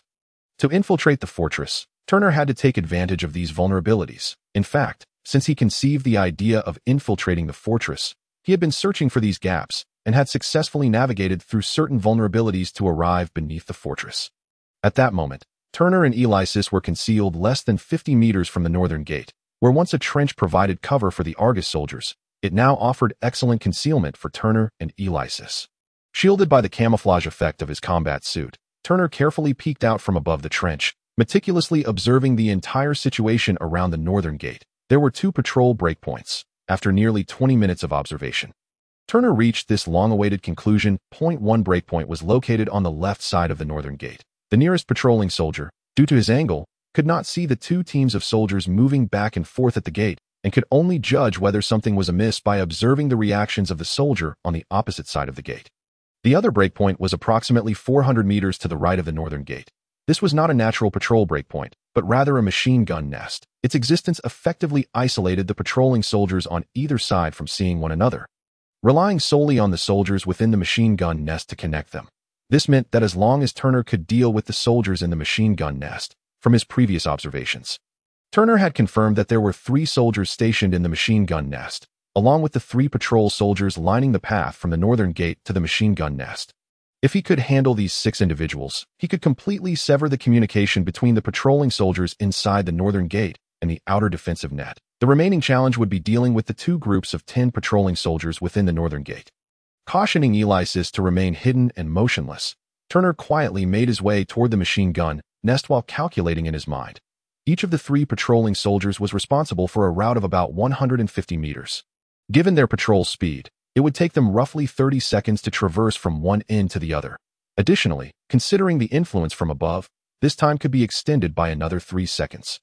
Thus, calculating from the moment they turned their backs toward the machine gun nest, they would reach the other end and turn back in 33 seconds. The soldiers inside the northern gate would arrive at the entrance 5 seconds earlier and see the soldier closest to the gate. Therefore, an additional 5 seconds had to be deducted. The soldier on the left side of the northern gate would spot the one on the right side at the 24-second mark and, in the next second, would turn around 3 seconds before the soldier on the right. A precise timeline formed in Turner's mind. 28 seconds to traverse 400 meters and eliminate the 3 soldiers along the route. Especially the last soldier, who must be dealt with within the last 3 seconds of the 28th second. Dear heavens, let nothing go awry. Turner took a deep breath, attempting to calm his frayed nerves. Inside the machine gun nest, most of the attention of the 3 Argus soldiers was captivated by the fireworks display in the sky. 2 of them leaned against the firing port, eagerly watching for more. While only one, seemingly older, remained concerned with defense, occasionally glancing at the patrolling soldiers on either side. Suddenly, a knock echoed at the door. All 3 turned to look. Who is it? The older soldier inquired. Relief shift. Came the response from outside. Relief shift. Isn't it a bit early? The older soldier frowned, instinctively glancing outside. Unfortunately, the various explosions in the sky obfuscated the time, and his moment of doubt passed in an instant. Without truly questioning anything further, he lazily responded, "Coming," and proceeded to the door. The other 2, having heard the words relief shift, quickly redirected their attention back to the sky, seizing the opportunity to indulge in the spectacle of fireworks. Knowing such chances for leisure would be fleeting after the shift changed, the wooden door swung open. A flash of white light surged forth, illuminating the soldier's vision. He barely registered the appearance of the person outside before he felt a chill at his throat, followed by a rush of heat pouring out from within his body. In the next moment, the assailant forcefully pushed aside his suddenly weakened form and lunged inside. Kinna Federation uniform. He finally discerned the silhouette of the intruder. He wanted to scream, to warn his comrades, but no matter how hard he tried to open his mouth, no sound emerged. Instead, he could only watch helplessly as he crumpled to the ground, witnessing the assailant plunge a dagger into one comrade's heart from behind while aiming a gun at another's head with the other hand. A soft sound pierced the air, and his consciousness faded into darkness, the last image burned into his mind being a spray of blood. Turner exhaled deeply, allowing his taut nerves to relax slightly. After hastily attending to the 3 corpses to prevent their discovery, he rose and departed from the machine gun nest, stealthily making his way toward the nearest patrol soldier. The patrol routes of these soldiers were less than 150 meters long, and by the time Turner reached his ambush point, they had already traversed more than half the distance. Thus, it took merely over 10 seconds for them to reach this end and begin to turn back. Almost simultaneously with the soldier's turn, Turner sprang from his hiding place, his alloy dagger piercing towards the soldier's back. 80. A large red number floated above the soldier's head. Not dead, flashed through Turner's mind.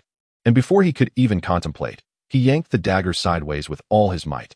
The soldier, suddenly struck, instinctively attempted to scream, but his voice was stifled as if his throat had been grasped.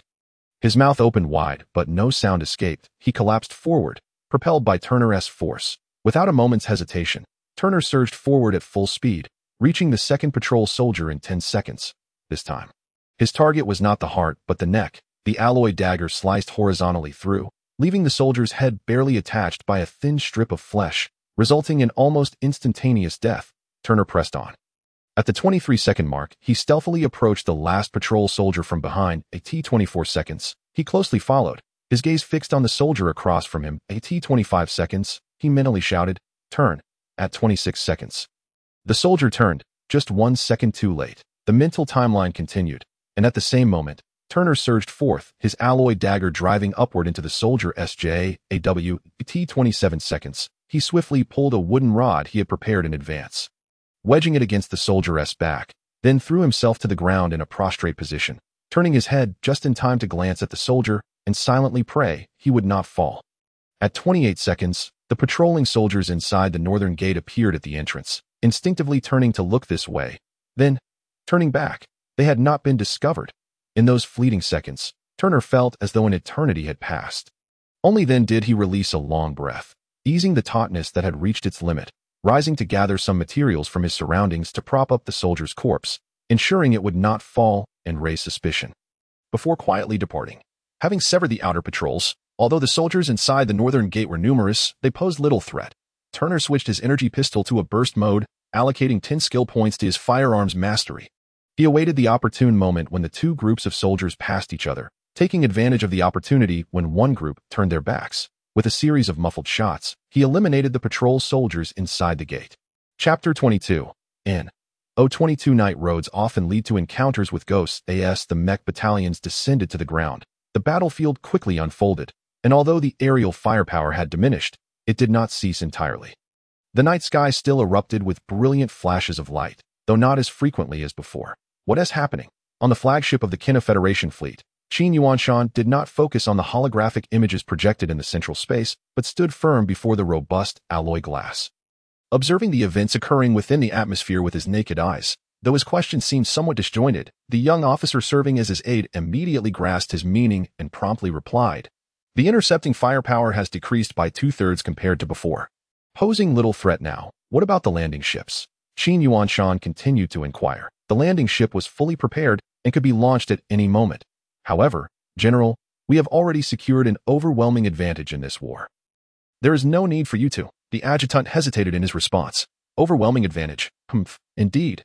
Qin Yuanshan interrupted the adjutant with a cold scoff, sneering, "The old fogies in the military are certainly aware of this. Given their understanding of me, would they send me to command a war where we hold such an advantage?" The adjutant was momentarily taken aback and wished to press further, but upon catching a glimpse of Qin Yuanshan's icy gaze, he wisely fell silent, a thought flashing through his mind. The general possesses classified orders. Qin Yuanshan paid no further heed to the adjutant and strode towards the interior of the flagship. 1 minute later, a vessel that appeared no different from an ordinary landing ship detached from the flagship and plunged into the atmosphere at remarkable speed, quickly catching up and blending into the fleet of landing ships ahead. Within the landing ship, Qin Yuanshan personally took the helm, with his 100 elite guards occupying the cabin behind him. As he observed the ground drawing nearer, the stoic expression that had been as unyielding as stone finally flickered with a hint of emotion.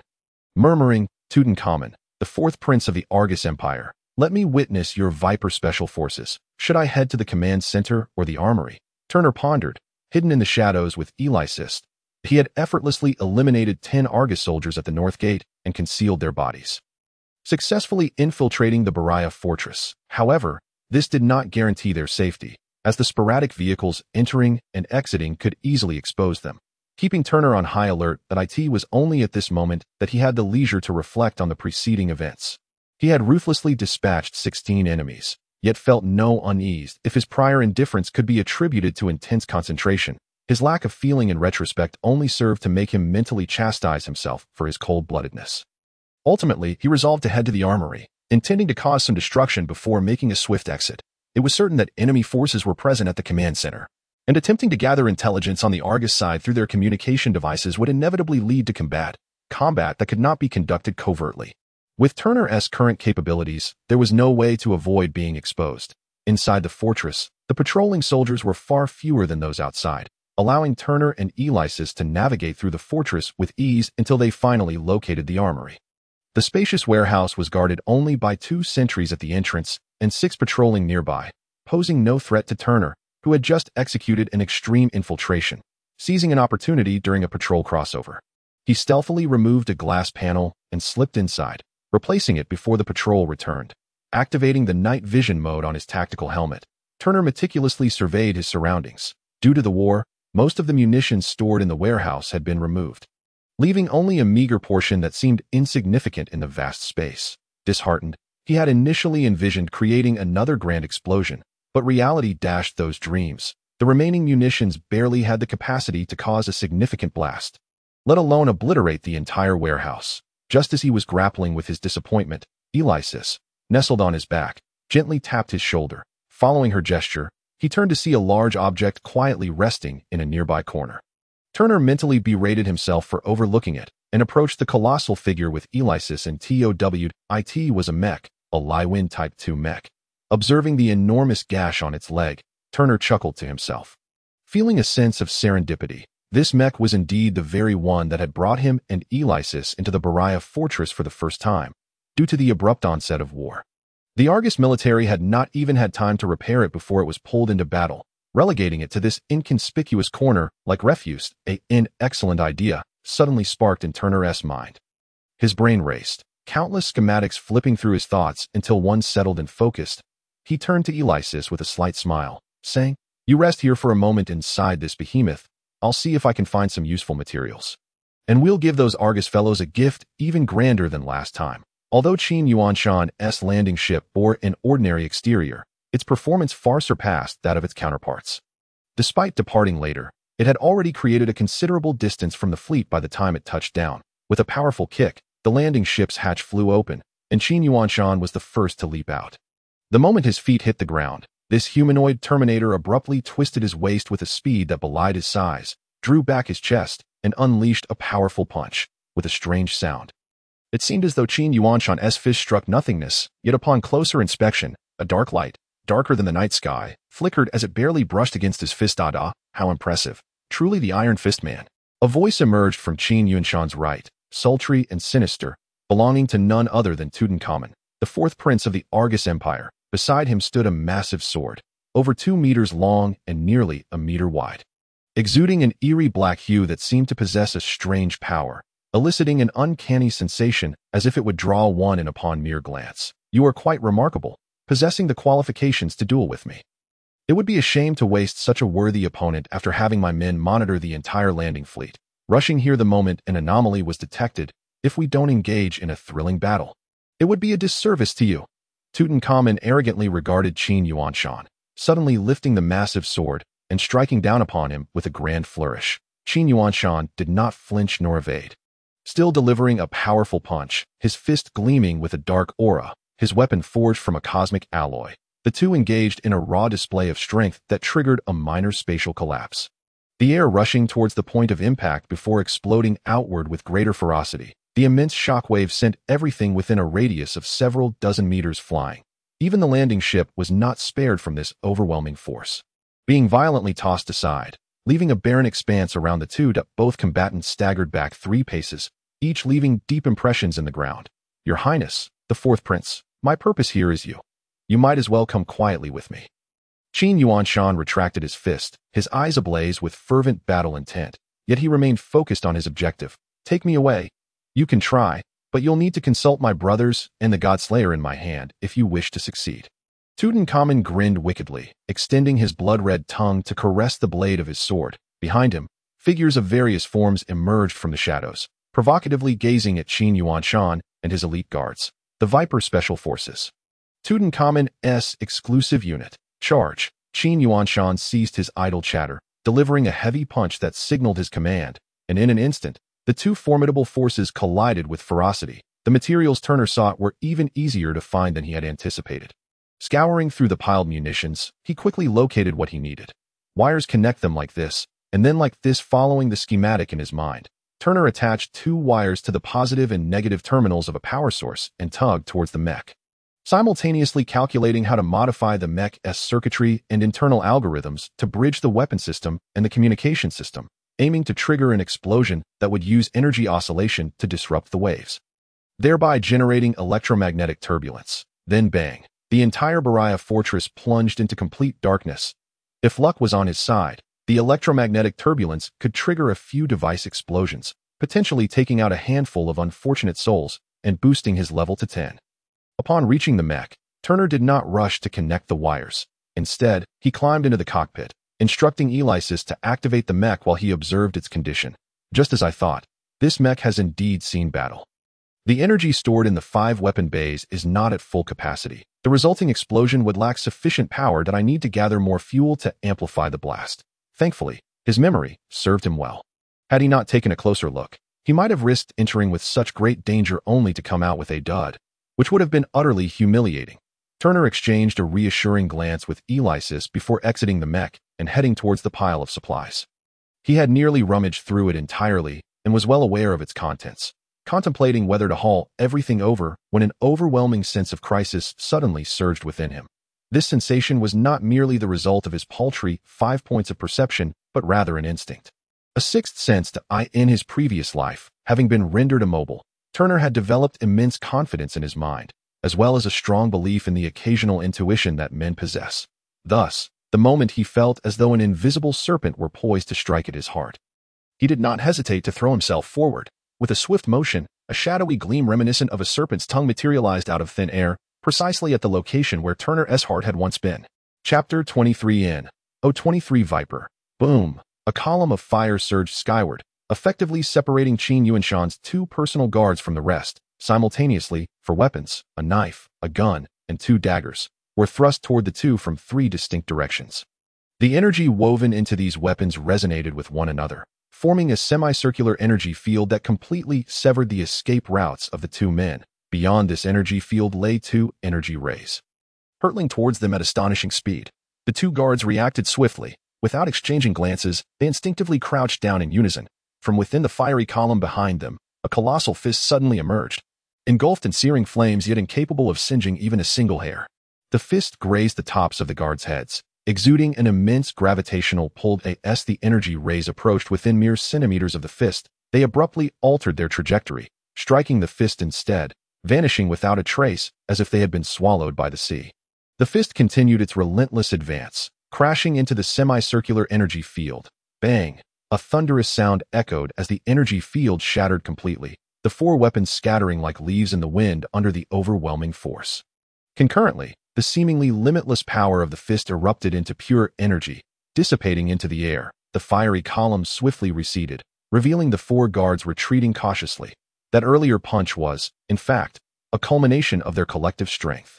Similar scenes unfolded around them, as Qin Yuanshan's guards displayed formidable prowess that was by no means inferior to the 5th-tier Viper Special Forces, in contrast to the Viper team, which boasted elite special operatives, elemental manipulators, and various other mixed professions. Qin Yuanshan's guards were singularly focused, each a specially trained infantryman under his direct tutelage, in the center of the battlefield, amidst the open space deliberately left between the 2 factions.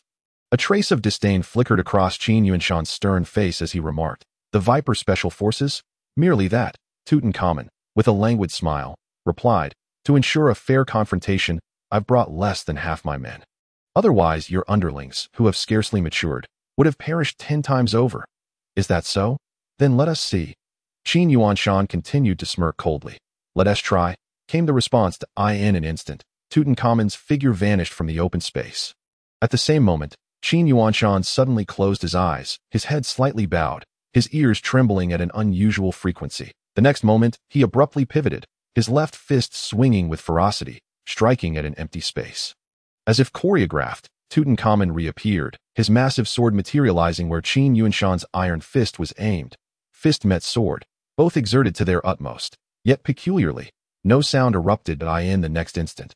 Tutankhamun's form trembled in the air, while Qin Yuanshan's iron fist had already targeted another spot, where yet another Tutankhamun emerged. The previous Tutankhamun's form shook more violently, ultimately dissipating into nothingness, a mere afterimage left by his incredible speed. Qin Yuanshan's punches accelerated, and around him, the afterimages of Tutankhamun multiplied, gradually forming a human-like semicircular barrier that enveloped Qin Yuanshan entirely. At this moment, Qin Yuanshan had unknowingly gathered numerous punch-like afterimages of his own, standing still as if he had transformed into a multifaceted monstrosity. In the next second, Tutankhamun's figure suddenly appeared several meters away from Qin Yuanshan. His smile vanished, replaced by a cold, serpentine gaze directed at Qin Yuanshan. Then, swoosh, swoosh, swoosh, swoosh, swoosh, a cacophony erupted, reminiscent of rain striking banana leaves, initially forming a line, then evolving into a dense swarm. The eerie sound sent shivers down the listeners' spines, as the echoes of their countless previous encounters detonated in that moment. "Impressive, I must admit. You are a worthy opponent, igniting my fighting spirit. Alas, I can no longer afford to indulge you. If you survive this battle, we shall meet again." Tutankhamun smirked coldly, suddenly retreating, while his Viper Special Forces swiftly extricated themselves from the fray with Qin Yuanshan's guards, following Tutankhamun's lead as they hastily vanished. "Do not pursue." Qin Yuanshan waved to halt his men, his brow furrowing. Is he using himself as bait, attempting to lure me into pursuit? No, he aims to entice the entire fleet. What scheme does Agus harbor? The 3 princes of the Agus Empire, such a massive bait. Even knowing there is a plot, one cannot resist the temptation to bite. Very well, let me see what machinations you have in store. Return.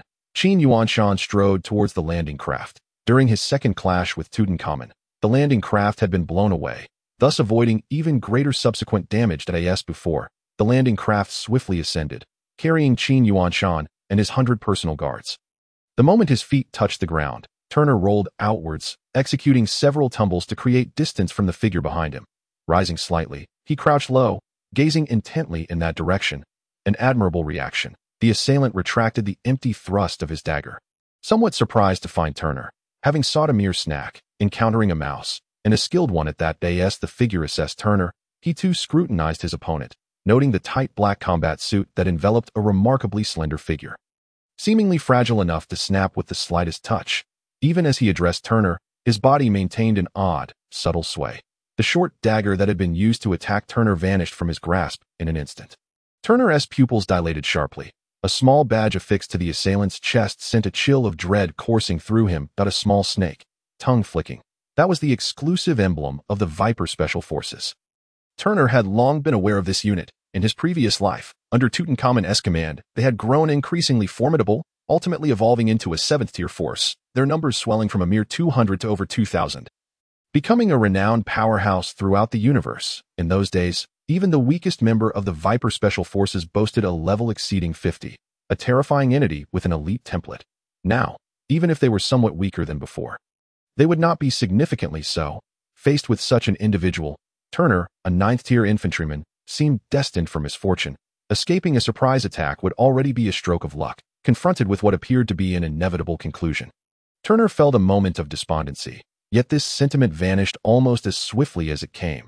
Having perished once in his previous life, he could not afford to die so easily in this one. Especially with that girl in mind, Turner rose, drawing forth his alloy dagger, adopting a combat stance, coldly locking his gaze onto his foe. The Viper Special Forces? Let us engage in battle. Chapter 24 in 024 Battle. Battle? Very well. The assailant's rugged, uneven face twisted into a sinister grin as he deftly executed a few elegant flourishes with his 20-centimeter-long dagger. Without raising a leg or twisting his waist, he suddenly floated sideways. The speed of his movement was astonishing. Turner barely had time to raise his alloy dagger before the assailant circled to his side and thrust the dagger with lightning speed. Clang! The immense force sent Turner flying backward, and he stumbled for over 10 steps before managing to regain his footing. Upon recognizing the dagger in his opponent's hand as belonging to the Viper Special Forces, Turner wasted no time in reallocating all his remaining skill points to combat skills and melee weapon mastery. Elevating both to levels of 50 and 40, this had reached the standard of a special operations infantryman, even exceeding it slightly. The defensive maneuver he had executed earlier was a natural reaction bolstered by his high skill level. Successfully blocking the initial attack, yet it did not guarantee he could withstand the next thrust. Blocked? Let us see if you can do it again. The assailant hesitated momentarily, surprised that Turner had managed to stop his strike. Then he shifted into that peculiar floating form once more. This time, fully focused on his opponent, Turner anticipated the movement and reacted a fraction faster. He stepped back slightly with his left leg, firmly planting his toes on the ground. With a contraction of his knee, he propelled his strength upwards into his arm, swinging it forcefully. Empty. A cold shock surged through Turner as he realized too late that his strike had met only air. The stark contrast of force knocking the wind from his lungs, nearly causing him to expel blood. Attempting to adjust, he found himself momentarily weakened, helplessly watching as the enemy glided to his side. Retracting the dagger with finesse, with a sudden twist of his body, the assailant defied the laws of inertia, not even pausing, but instead swiftly repositioning himself and delivering a powerful side kick. Boom! Turner was sent sprawling, crashing heavily against a wall, finally coming to a halt on the ground. Tisish, thought you were a master, but it seems you are merely a fa-ade of strength. How dull. The man disdainfully curled his lip. Then his expression faltered as he watched Turner struggle to rise from the ground. Cautiously moving his left arm that had been struck in astonishment, he exclaimed, with a kick like that, even a small thunder beast would perish. How could you possibly withstand it? Are you made of sandbags? His words halted momentarily, revealing a hint of confusion as he continued. I feel like I've seen you somewhere before. Ah, now I remember. It's you. The sound of the collision and the man's startled shout finally drew the attention of the patrolling soldiers outside the warehouse. All the soldiers circumnavigating the warehouse quickly regrouped at the entrance. One of them calling out, "Who is inside?" "It's me," the man replied impatiently, his gaze never straying from Turner, his eyes shimmering with excitement. "Yes, at Commander Trapato." Upon hearing the uniquely grating sound reminiscent of rusty metal grinding together, the soldiers outside instinctively recoiled, cautiously inquiring, "Do you think anyone besides you would come here at this hour?" The so-called Trapato, a member of the Viper Special Forces, grew increasingly impatient and shouted towards the outside. "Tonight, this warehouse is under my watch. You all may leave." That Doesn't comply with regulations, sir, the soldier outside hesitantly replied. With no one else present, I am in charge here. Or shall I say, are you prepared to defy military orders? Trapato's voice turned icy, and the soldiers outside detected the latent fury within, daring not to linger any longer as they hastily departed. With no further interruptions, Trapato fixed his gaze on Turner and chuckled. I recall who you are. The old coot Wilson issued a warrant for your capture, marking you as the #1 wanted criminal and specifically requesting you be brought in alive, that I initially intended to gather some wild game to enrich my private collection. But it seems I've stumbled upon a grand prize. By the way, where is the woman who was with you? Oh, is she incapacitated, hence your failure to bring her along? No matter, once I capture you, I have no doubt I can uncover her hiding place. Ely sis. Trapato's words sent a tremor through Turner, not due to the warrant issued by Wilson, but because of Ely sis. This narcissistic and arrogant individual was confident in his assumptions, completely oblivious to the fact that Ely sis had followed him and was concealed within a mech not far from them. Capture me alive. Turner gradually shifted sideways, tucking his injured left hand behind him, and coldly retorted, give it a try. Very well.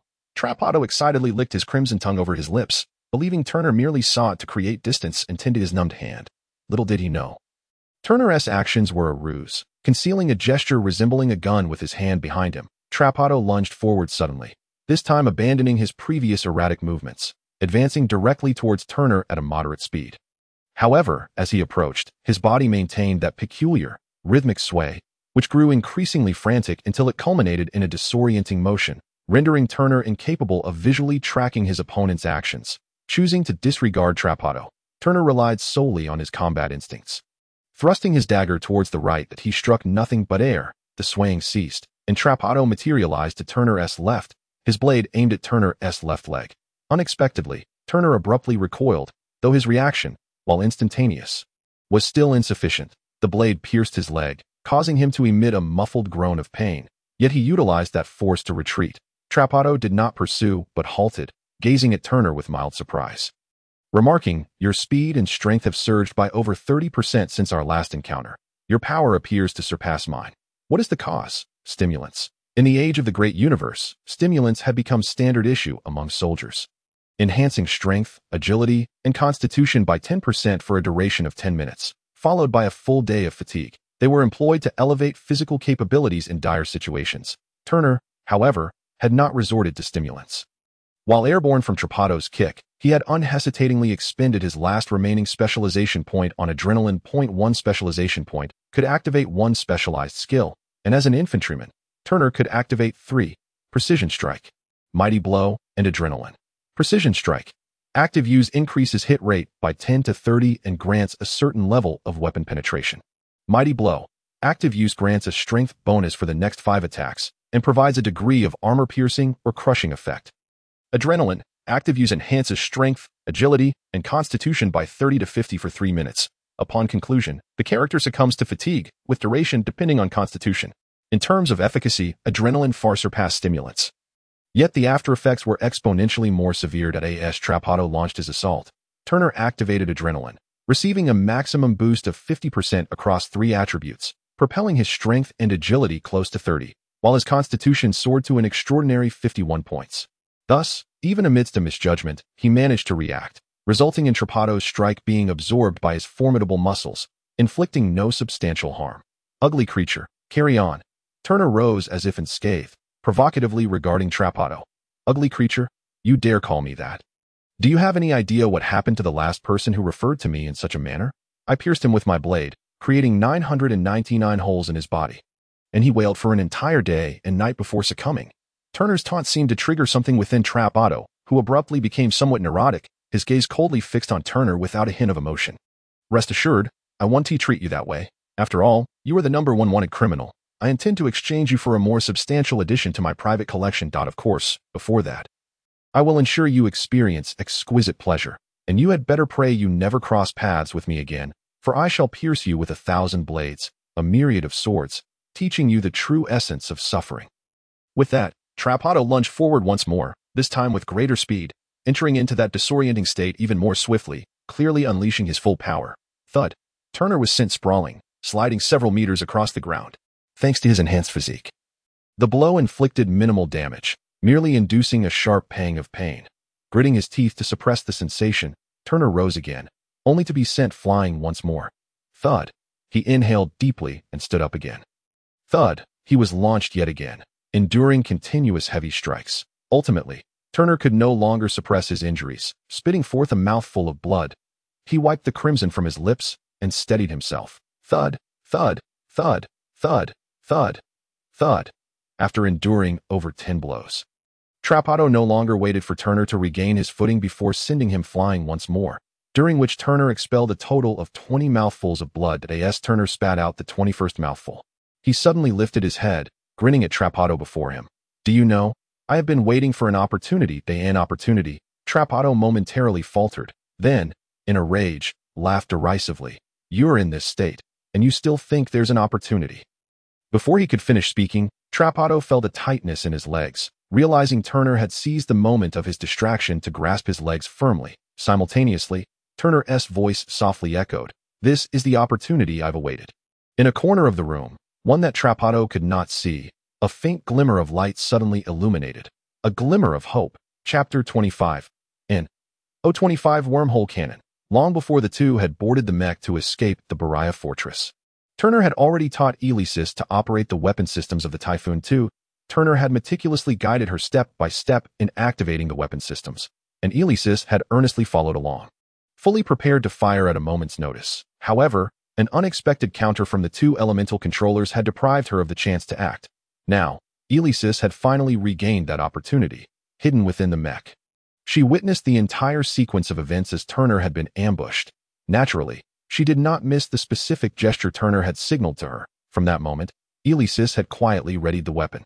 Biding her time, Elysis waited, as if an invisible connection existed between her and Turner, assuring her that he would provide guidance at the most opportune moment. Her patience proved to be well-founded as Turner spoke.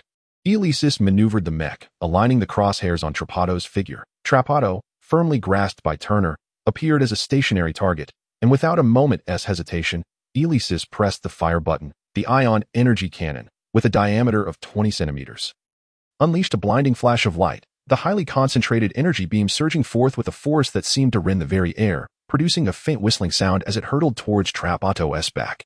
Trapato was unable to free himself from the clutches of Turner in time, nor could he turn to look. The overwhelming sense of impending doom, so intense that it nearly paralyzed his heart, compelled him to react swiftly and correctly.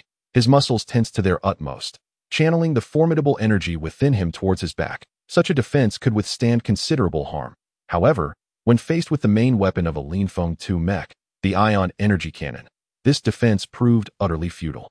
The energy shield formed on his back disintegrated into countless fragments within a mere 0.5 seconds, and then, starting from his clothing, skin, muscles, bones, and internal organs, everything that came into contact with the energy beam began to melt away.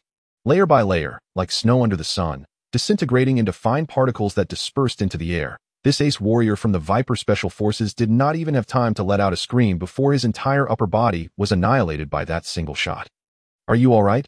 Uncertain if it was confidence in her accuracy or concern for Turner, Alicia, after firing the shot, did not even glance back at Trapato. Struggling, she crawled out of the cockpit, disregarding the fact that the cockpit was still over a meter above the ground, and tumbled down to the earth, anxiously crawling towards Turner. Cough, cough. "I'm fine." Seeing Alicia in such a state filled Turner with urgency. He cast aside the remaining half of Trapato's body and, ignoring the pervasive agony throughout his own form, hurriedly stumbled over to Alicia, embracing her with concern. "How are you? What were you thinking, falling from such a height? Aren't you afraid of getting hurt?" You, just moments before."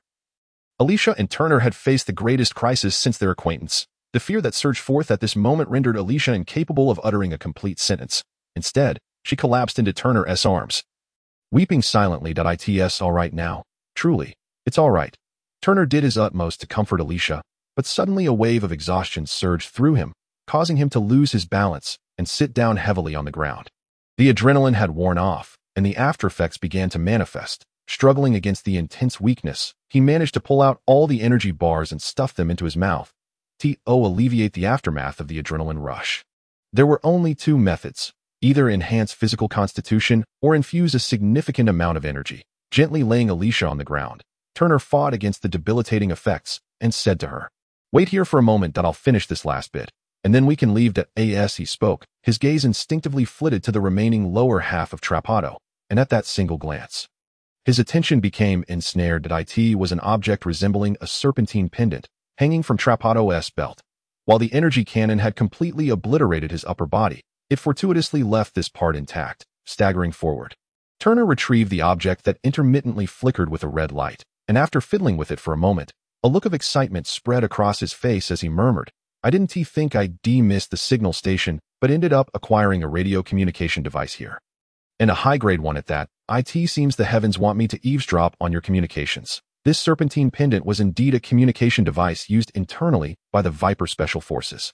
With Turner's meager attributes, he could not utilize it, but let us not forget the presence of Alicia, who, being capable of piloting a mech, could easily make use of this device, connecting the serpentine communication device to the mech. The scenario that had occurred multiple times before unfolded once more. Turner spoke, and Alicia acted. Through the inherent communication channel of the Viper Special Forces within the device, Turner swiftly deduced the communication channels within the Belaya Fortress and then those of the entire Argus military on Modi. Second Invasion Fleet has returned, expected to arrive at the wormhole in 3 hours and 11 minutes. Third Invasion Fleet, report your status. The Third Invasion Fleet has returned, expected to arrive at the wormhole in 2 hours and 34 minutes. Fourth Invasion Fleet, report your status. The Fourth Invasion Fleet will take off and return in 5 minutes, expected to arrive at the wormhole in 4 hours and 9 minutes. Fourth Invasion Fleet, you are 14 minutes behind schedule. The wormhole cannon will be delayed by 10 minutes before activation. You better hurry, or else. But the Fourth Prince is still with the fleet. This is an order from His Majesty the Emperor. The conversation continued, but Turner had completely lost interest in listening. His attention was wholly captivated by 3 words in the dialogue. Wormhole cannon. Ever since the discovery of the wormhole, the great nations of the universe had invested heavily in its research. On one hand, there was the study of using wormholes for long-distance transportation, which had led to the current wormhole crossing war. On the other hand, there was the exploration of launching long-range strikes directly through wormholes. Research in this latter area had faced consistent failures in the early stages. Whether using explosive or energy weapons, anything that entered a wormhole would be torn apart by its chaotic energy beams, resulting in either explosions or energy dissipation. Yet, the nations of the universe did not abandon their research. Instead, they invested even more funding, gradually shifting the explosion sites from just entering the wormhole to the exits on the other side. However, research soon hit a bottleneck, and no matter how hard the universe's top scientists worked, explosions could not escape the wormhole. In this moment, some scientists, in their despair, shifted their research focus away from how to let weapons pass through the wormhole, instead investigating how the energy generated by weapons could alter the energy within the wormhole, increasing its inherent chaos. They succeeded. The result was a complete disarray of internal energy, causing the wormhole to suddenly generate a powerful suction that drew everything near it inside. And then the wormhole would naturally close. 3 months later, the wormhole reopened, and someone ventured in at great risk to investigate, only to discover that everything sucked inside had been disintegrated into its most fundamental elemental particles. This was the wormhole cannon. However, Turner clearly remembered that in the previous game, the emergence of the wormhole cannon occurred in the year 037 of the new cosmic era, exactly 36 years from now. Time had changed. This meant that this world had also transformed. Yet at this moment, Turner had no time to ponder these thoughts. He was far more concerned about what he had just heard from the communication device. The Argus Empire was launching a surprise attack against the Konar Federation via wormhole jumps, swiftly occupying 4 planets surrounding the wormhole, creating the appearance of establishing an offensive forward base. Then, when faced with a counterattack from the Konar Federation, they feigned retreat, all of it a ploy to lure the Konar Federation's forces to the vicinity of the wormhole, only to annihilate them through the wormhole cannon. Clearly, the Konar Federation was still unaware of the existence of the wormhole cannon at this time. Faced with such a somewhat deliberate bait, they had not maintained sufficient vigilance, or perhaps the bait that included 3 Imperial princes was simply too enticing to resist, leading the Konar Federation to pursue the retreating fleet towards the wormhole with 4 separate fleets designated to reclaim the 4 planets. Turner's complexion turned pale, not from exhaustion, but from terror. If the Argus Empire's scheme succeeded, the Konar Federation would lose at least 2 legions, shattering the balance they had maintained with the Argus Empire and plunging into an absolute disadvantage from which recovery would be impossible. Truly, the legendary cold-blooded creature, His Majesty King Hu Fu 4, was willing to use his own flesh and blood as bait to ensure the success of this conspiracy, even to the extent of allowing them to perish alongside it. What a ruthless heart, Turner murmured to himself, his eyes growing increasingly bright. Alas, the heavens have placed you in my path, so your scheme is doomed to failure. The explosion that Turner had anticipated did not occur. In the munitions warehouse of the Argus-occupied Belaya fortress on Modi, a Leanfoam 2 mech, its knee joints severely fractured and idle, silently transmitted a message repeatedly on the universal band to the sky above Modi. Meanwhile, Turner, summoning the last vestige of strength within him, stealthily led Alicia away from the Belaya fortress along the previously cleared route. The artillery fire above had completely ceased, and at that moment, Modi appeared so tranquil and serene. Chapter 26. In 026 the war ends. The counteroffensive of the Konar Federation did not proceed smoothly. The three defensive lines laid down by Old Wilson effectively choked off the Federation's most critical attack points. Faced with a vastly superior enemy force, the soldiers of the Argus Empire exhibited an astounding 200% resilience, dragging the Konar Federation into the quagmire of chaos, confronted with such an opponent. The Konar Federation could only rely on their numerical superiority to force a push, ultimately breaking through the first defensive line of the Argus forces at a cost far exceeding that of their adversaries.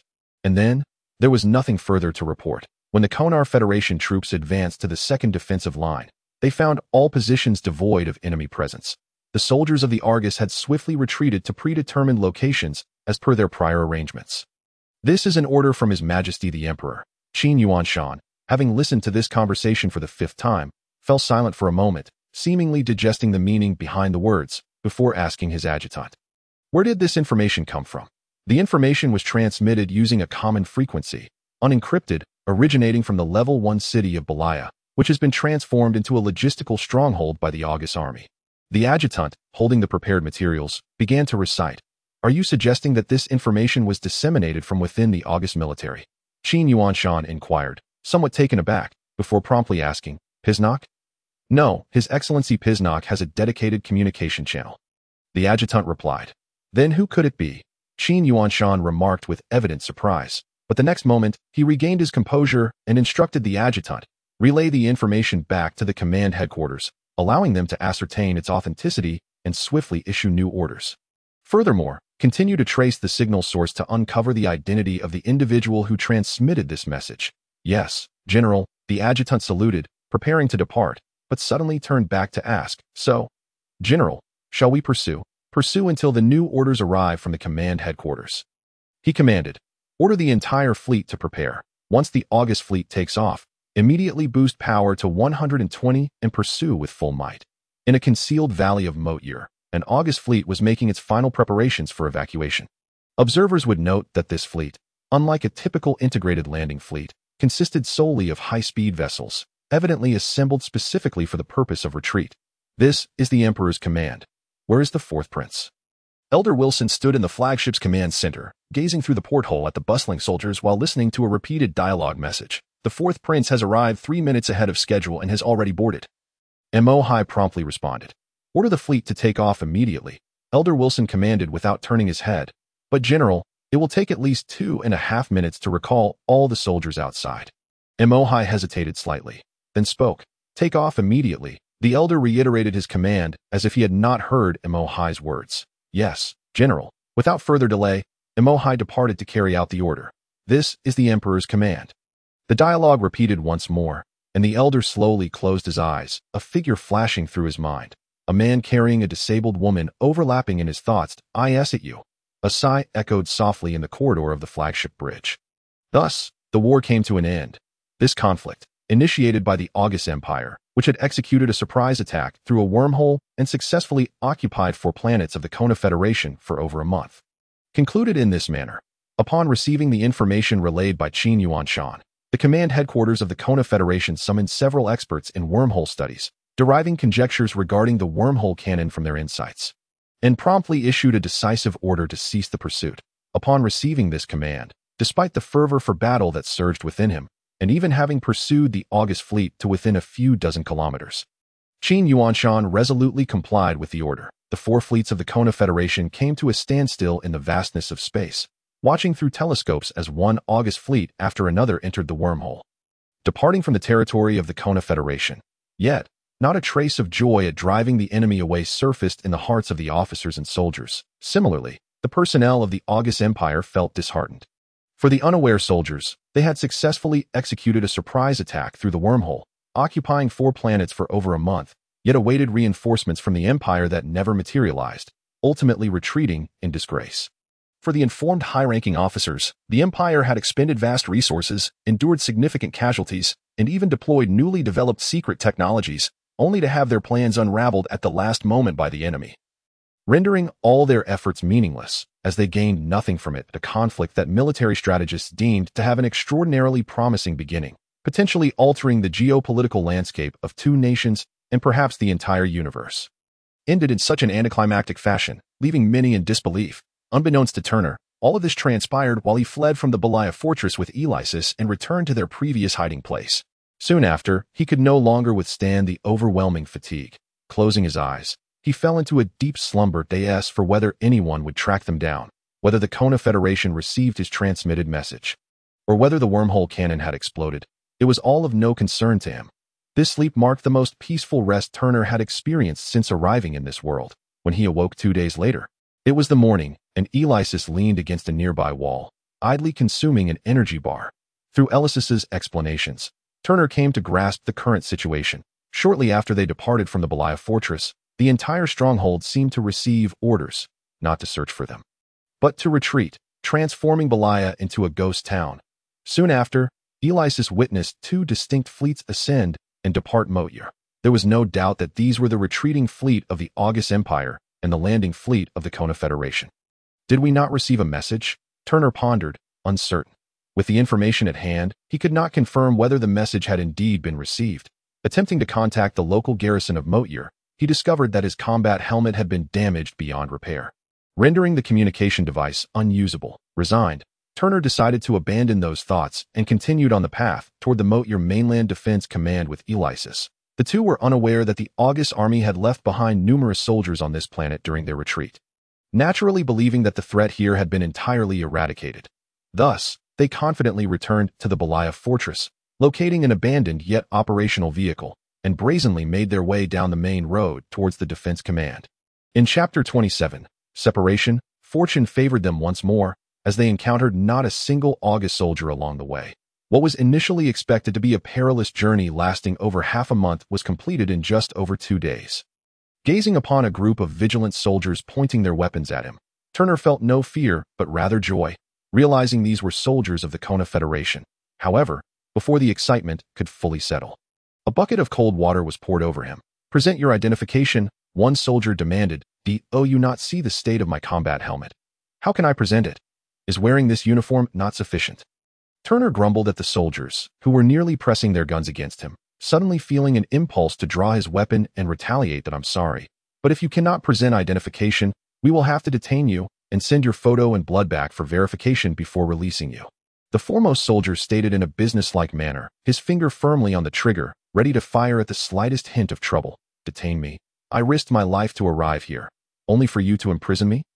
Turner protested, but was interrupted by a voice. The figure emerged from behind the soldiers, a man of short stature but robust build, appearing quite solid. His attire and insignia indicated he was the commanding officer of the unit. He approached Turner, glanced at him, then at Elysis, and finally focused on Elysis's legs, suddenly asking, "Unable to walk?" "Yes," Turner instinctively replied, then paused, asking in return, "How did you know?" The man did not respond but continued to look at Turner, inquiring, "Turner? What? Yi Chung? Randus, Turner? Randus? Yi Chung? Yes, Randus. I apologize, my memory isn't great." The man slapped his forehead, pushed the guns aimed at Turner aside, and warmly smiled at him. "Welcome back to the ranks, soldier. I am Sergeant John, currently the Deputy Commander of the 2nd Regiment of the Motyr Guard. You may also call me Deputy Commander John." Turner realized that this was the same person who had connected with him days prior, providing the location and route to this secret command post. Hence his knowledge of Turner's full name, now appended with Yi Chung. Thus, he was aware that Elysis was unable to walk. The entire organization of Motyr had been severely damaged and dispersed. The 4th Regiment, to which he originally belonged, fared even worse as far as he knew. Turner was the sole survivor of the 4th Regiment. "You should join our 2nd Regiment for now. After all, both regiments are currently temporary formations and will certainly be reorganized in the future. Sergeant John escorted the two back to the command base, where they enjoyed hot meals and warm showers for the first time in days. They finally learned of the situation in Motier. And upon discovering that the Kona Federation had received the message Turner had sent and thus avoided disaster, he felt an immense sense of relief. After resting at the base for a day, Turner received a mission the following morning. He was to accompany a platoon of 12, led by Sergeant John, to a concentration camp where most civilians and some captured soldiers were held by the August Army in the planet's only 6 Level 2 cities. Turner's task was to rescue the captives and maintain order in one of those cities. That on the third day, reinforcements from the Kona Federation landed on Motier, and the arrival of the professionals finally liberated the soldiers. Including Turner. 3 days had passed since Turner last beheld Elysis. The girl appeared immaculate and tidy, adorned in a semi-new dress of indeterminate origin, sitting gracefully in a wheelchair. She exuded an enchanting charm.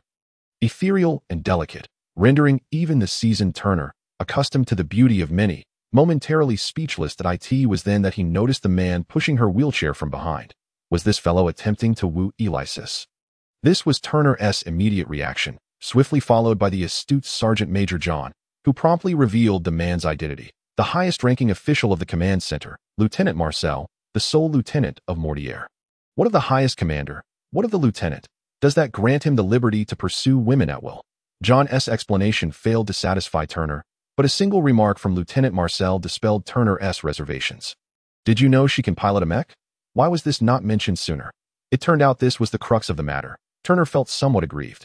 There were many who could operate mechs. Should he announce each one to Marcel?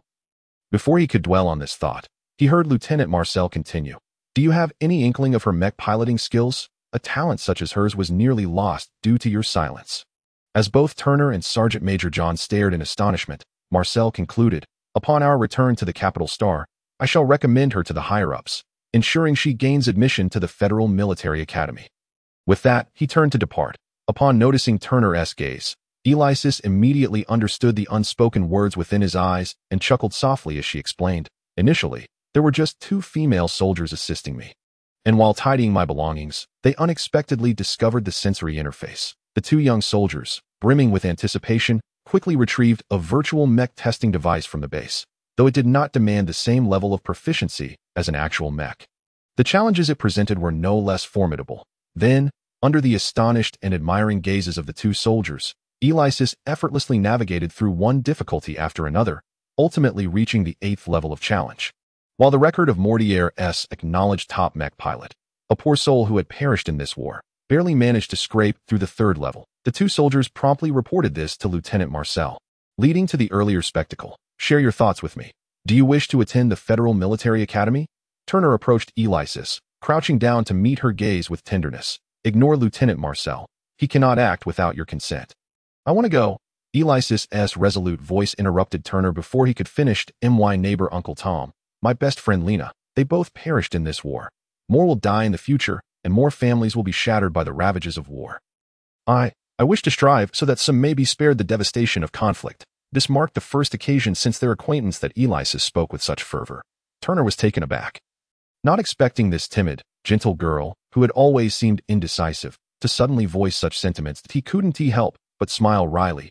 A lofty ambition, indeed. But have you considered the challenges? Your mobility is limited, and venturing alone into unfamiliar territory will be daunting.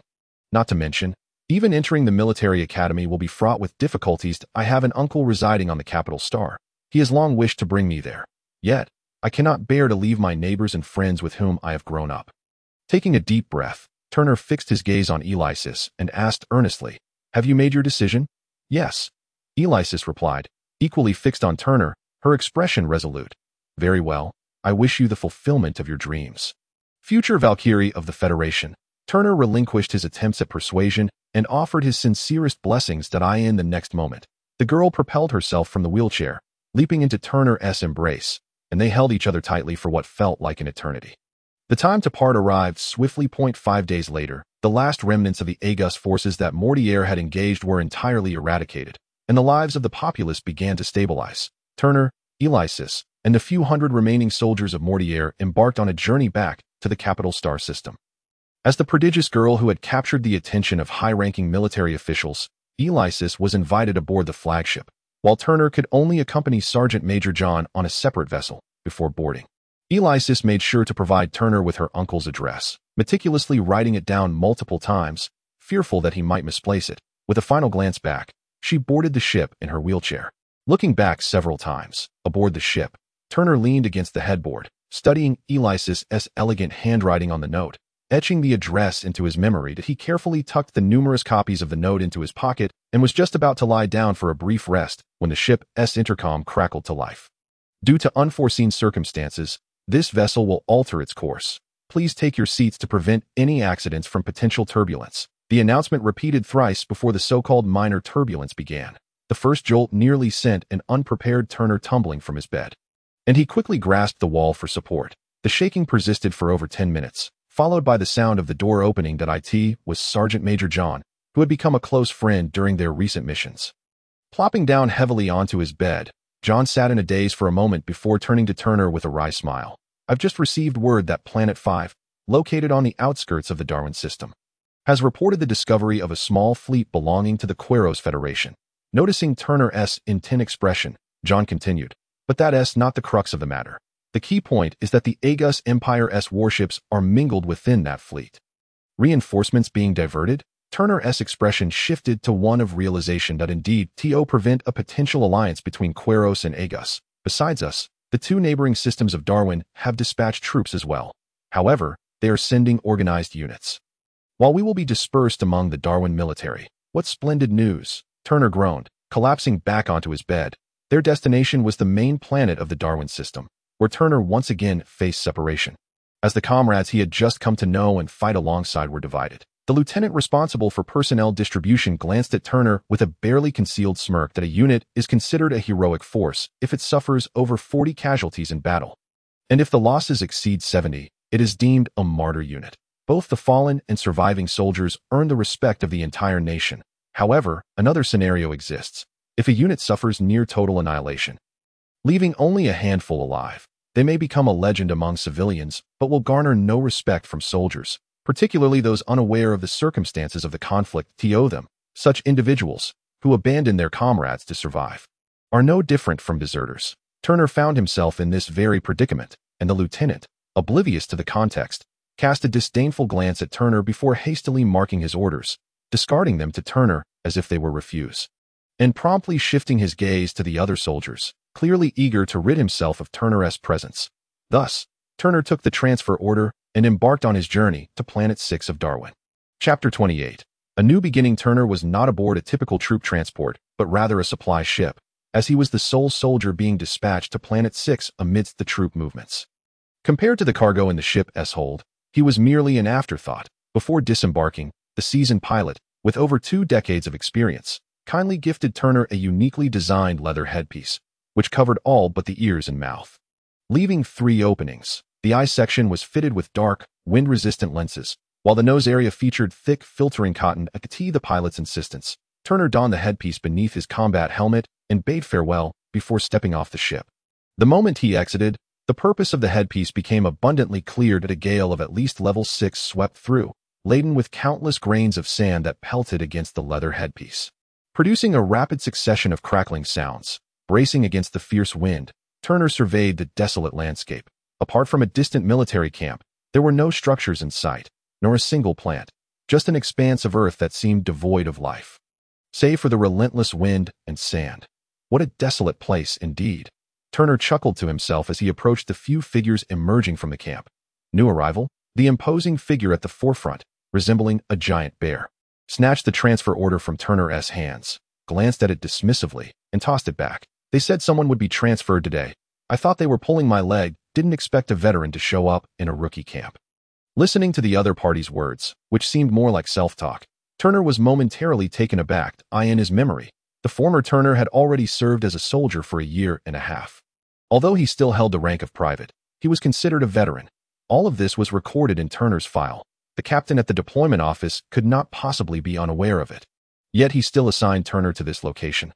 Kid, the burly man, resembling a giant bear, fixed his gaze on Turner and said in a businesslike manner, I don't care if you're a veteran who has seen war. When you come under my command, you must follow my orders. Understood? Understood, sir, Turner replied, standing up straight and saluting crisply, whether from the countless war films he had watched in his previous life or from his own memories. Turner had learned an immutable truth. In the military, there is only one acceptable response to a superior's command. Yes, sir. Or else the consequences could be dire. Very well, at least in this aspect of obedience. I prefer veterans. The burly man finally revealed a satisfied expression, giving Turner a few hearty pats on the shoulder with his large, hairy hand. He then pointed to a man nearby, whose physique was somewhat similar to Sergeant Johnson's, but even more robust, saying, "Since your attitude is so commendable, you will follow him from now on. By the way, there's a task for you right now to do. You see that vehicle parked beside the spaceship. Follow your superior and help Old Bond unload the cargo from the spaceship." "Yes, sir." Following Second Lieutenant Marcus, Turner assisted in transporting supplies back to the camp, all the while gaining an understanding of the planet and the military base, Darwin 5, as one of the mere 7 planets within the entire Darwin system that possessed basic conditions for human habitation. Had never truly been inhabited. The surface was covered by over 85 sand and dust, resulting in a singular ecological system devoid of any life, with only a few simple plant species barely serving the purpose of oxygen production. The federal government had made numerous attempts to alter the environment here, all of which ended in failure, leading to the abandonment of plans to relocate the populace. Only a military camp and a space observation station remained, serving as a guard post at the border between the Darwin system and the Quiros Federation. The original garrison on Planet 5 consisted of a single regiment. However, the recent appearance of the mixed fleet of the Quiros Federation and the Argus Empire had increased that number by 4. Adding 3 new recruit battalions to the existing garrison. Turner belonged to the new Recruit Battalion 3 led by 2nd Lieutenant Marcus. Turner had never anticipated that he would find himself in a recruit battalion again, let alone undergo training alongside a group of rookies. Moreover, he could not have imagined that this so-called Recruit Battalion 3 was far from ordinary. As Turner entered the dormitory designated for Recruit Battalion 3 in search of his quarters, a conversation was taking place in an office not far from the command center of the building. "Boss, why did you assign that guy to my battalion?" "ISNT, that inappropriate." 2nd Lieutenant Marcus lounged on an entire sofa, his body seemingly devoid of bones, a thick cigar dangling from his mouth. If not for his military uniform, one would scarcely recognize him as a soldier. "What's inappropriate?" Major Long Meng, the commanding officer of the camp, sat behind the desk, his massive military boots resting on it. He also had a cigar in his mouth, holding an item that he was meticulously polishing with a fine, clean white cloth. It was none other than a legendary 454 caliber Ruger Red Hawk revolver. "You know what kind of people are in my battalion, boss. It's already troublesome enough. Now you throw in a deserter. It's just adding fuel to the fire." Marcus's expression was one of grievance, a look that was utterly unflattering for such a robust man. "Stop pretending to be foolish." Before Marcus could finish his sentence, a cigar flew toward him, followed by Long Meng's scolding. "What's wrong with your battalion? Just a few grandsons of governors and billionaires. What's the trouble?" "Not just a few. The entire battalion is comprised of such individuals. The so-called sons of billionaires are the least privileged among them." Marcus interjected, pinching the cigar that had flown toward him with 2 fingers as thick as carrots and stuffing it into his mouth, seemingly unfazed. "Keep pretending, and I'll really give you a beating." Long Meng shifted his massive frame slightly, causing the chair beneath him to creak under the strain. "According to our tradition in the Darwin system, every year, these young aristocrats are sent to military camps under the guise of training. But in reality, it's just a way to gild their reputations. They are thrown into a nearby military camp for a few months to complete their so-called training. When have you ever seen such aristocratic recruits sent to a desolate place like Planet 5? Where not even a blade of grass grows, especially at a time when tensions with the Quiros Federation and the Argus Empire are high. And to top it off, they've put me, the notorious black-faced devil who spares no one, in charge. Boss, are you implying?" Marcus leapt from the sofa, disregarding the fact that one of his cigars had burned down to the nub, his eyes gleaming with excitement as he looked at Long Meng. There have always been individuals in the Darwin system who overstep their boundaries, attempting to reach into areas they shouldn't. In the past, for the sake of our shared heritage, our esteemed commander has often turned a blind eye. But those fellows are like wolves that cannot be raised. Once they get a taste, they seek to claim tenfold. At last, they have provoked the ire of our commander. Bringing these young aristocrats here for training is merely a small warning. If they do not cease their antics, there will be even more severe measures awaiting them. Therefore, your task is to push those aristocrats to their limits. As for that deserter, you must understand that these young nobles are proud.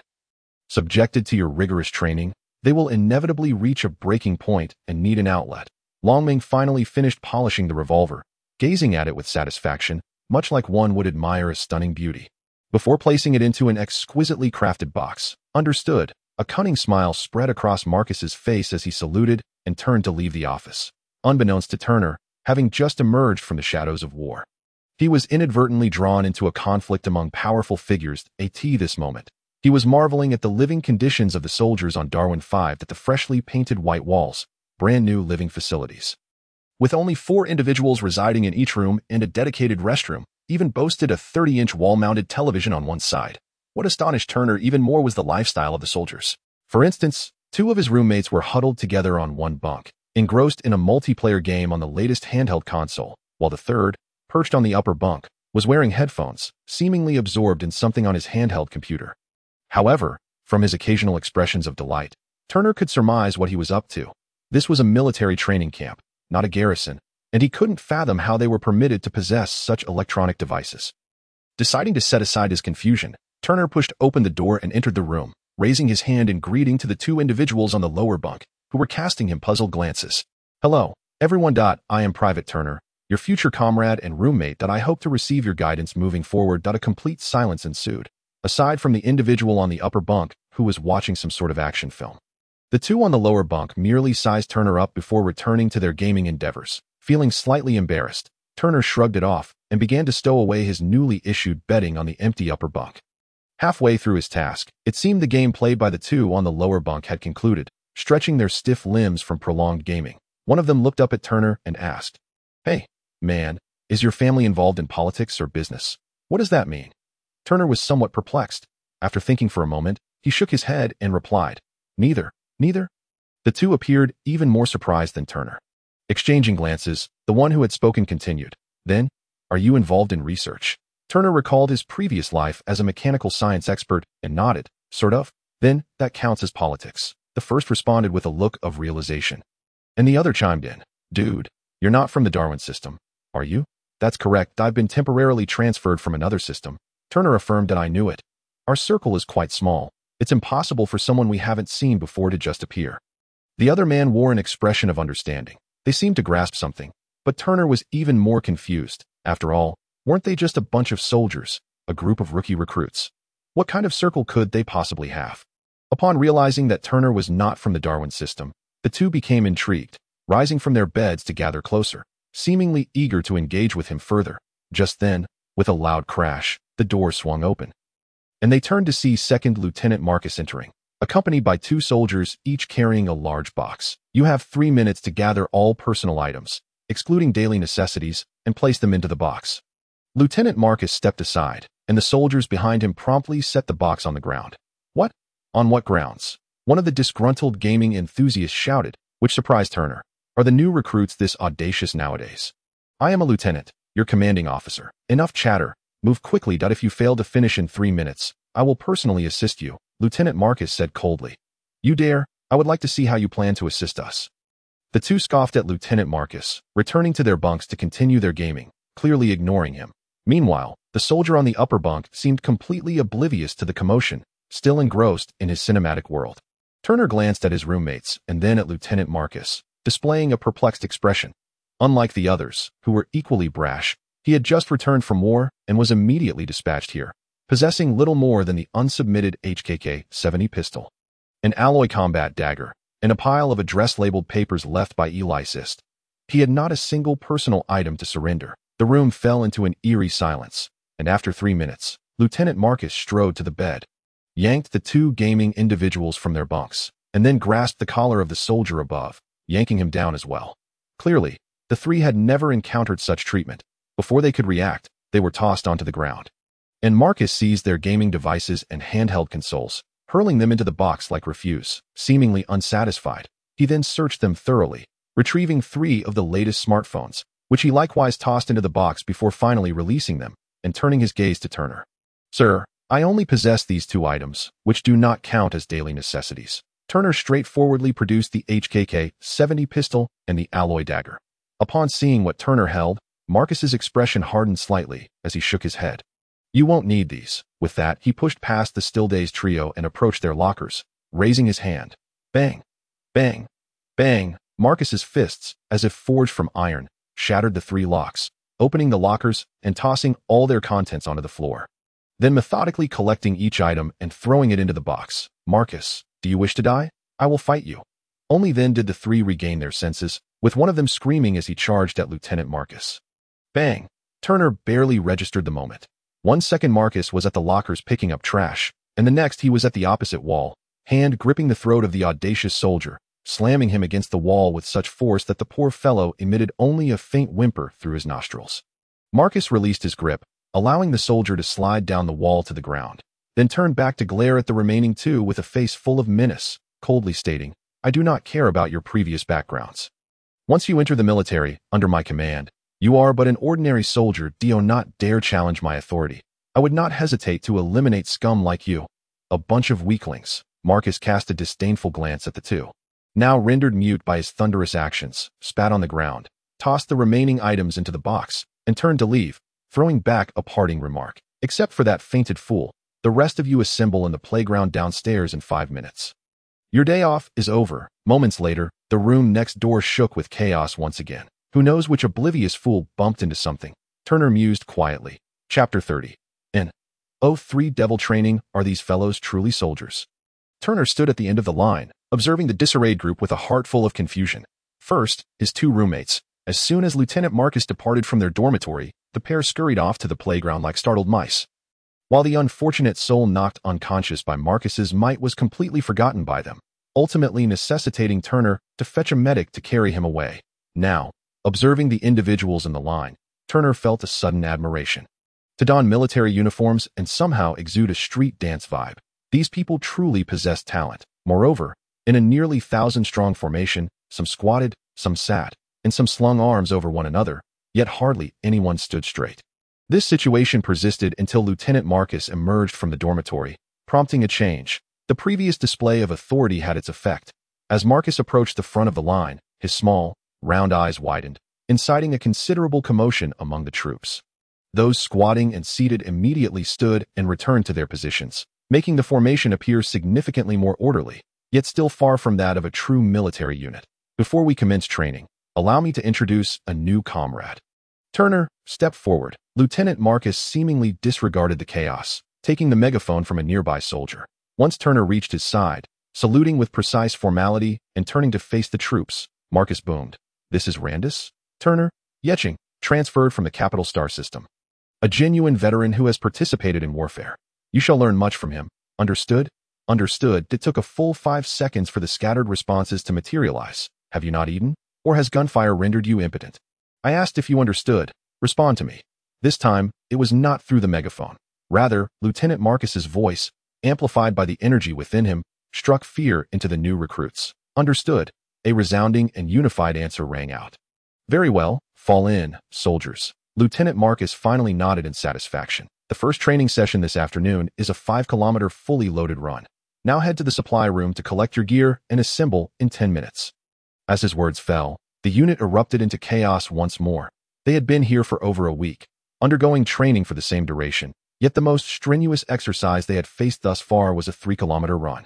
Often divided into 2 segments of 1.5 kilometers each, whether half-loaded or unloaded. They were wholly unprepared for what Lieutenant Marcus had just announced. Shut up. A roar akin to thunder, accompanied by a sound reminiscent of an explosion, captured the attention of all present.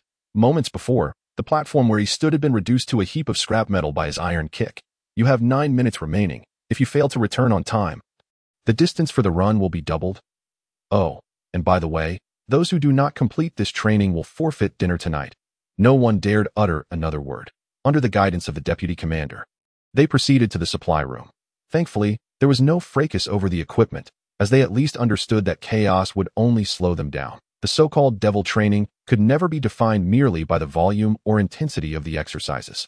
Rather, it was determined by the limits a unit could withstand. When a group can endure a training intensity of 10 but is subjected to 11, 12, or even 13, that constitutes devil training. This unit was currently experiencing such an ordeal. Running 5 laps around a standard 1-kilometer track with 45 kilograms of gear was merely a fraction of a normal soldier's daily training. Even a new recruit should be able to manage it. Yet it had already exceeded the limits of these novices. After just one lap, the entire formation's speed had noticeably declined. Based on their previous performances, Turner had anticipated they would soon reach their breaking point. But he was taken aback by how quickly it happened. He maintained his pace at the back of the line, observing one after another drop out, unable to keep up. After 2 laps, over 100 had fallen behind, and the pace continued to wane. It appeared they were no longer running, but rather walking briskly. Turner kept his speed consistent, leisurely strolling, when suddenly, a particular dropout caught his attention. He recognized this individual from their dormitory. Despite having shared the same space, they had never conversed. The fellow entirely absorbed in his action movie studies. That moment, he resembled a fish out of water, inching forward at a snail's pace while gasping for air.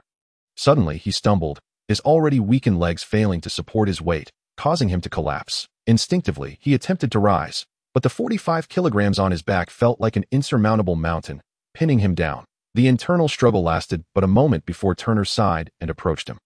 Hoisting the gear with one hand and supporting his shoulder with the other to help him up, the young man gasped violently, finally managing to stabilize his breath, looking up at Turner in surprise. "It's you? You know me?" Turner was taken aback. It seemed this fellow had not glanced his way during their time in the dorm. "Well, obviously, didn't Marcus just introduce you?" The exhausted young man, now resembling a lifeless dog, still had the energy to roll his eyes. Indeed, Turner forced a wry smile, having momentarily forgotten this matter. "Let us run together. I'll support you." With that, Turner hoisted the man up, one hand beneath him, assisting him in shouldering the weight of his equipment, and continued along the training track. By the way, in addition to being comrades, I am also your new roommate. As expected of a seasoned veteran. Still mindful of his comrades, came the response. The remnants of the iron platform had been cleared away, and Lieutenant Marcus stood firm in place, as the soldiers had been running for what felt like an eternity. With the wind howling around him, he stood unyieldingly straight, his gaze fixed on Turner, who was aiding another. Suddenly, he paused, slightly taken aback. "Oh, bringing 2 along at once. Do you really think yourself a Superman?"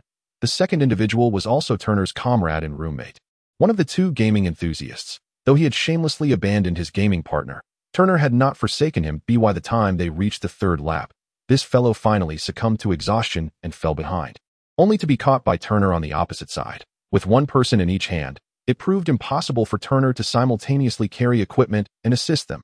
After a brief assessment of the burden posed by the 3 sets of gear and the strength generated by his robust 37 points in physique, he opted to take the equipment from their backs, slinging one pack over each shoulder, and then continued to support both as they commenced the final 2 kilometers of their arduous journey.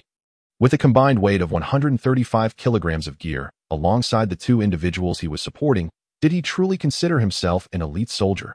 Every movement of Turner was meticulously observed by Lieutenant Marcus, who felt a flicker of surprise at Turner's performance. The words of the previous instructor, Long Meng, echoed in his mind, prompting a cold smirk. "Since you enjoy showing off, I shall give you the chance to do so."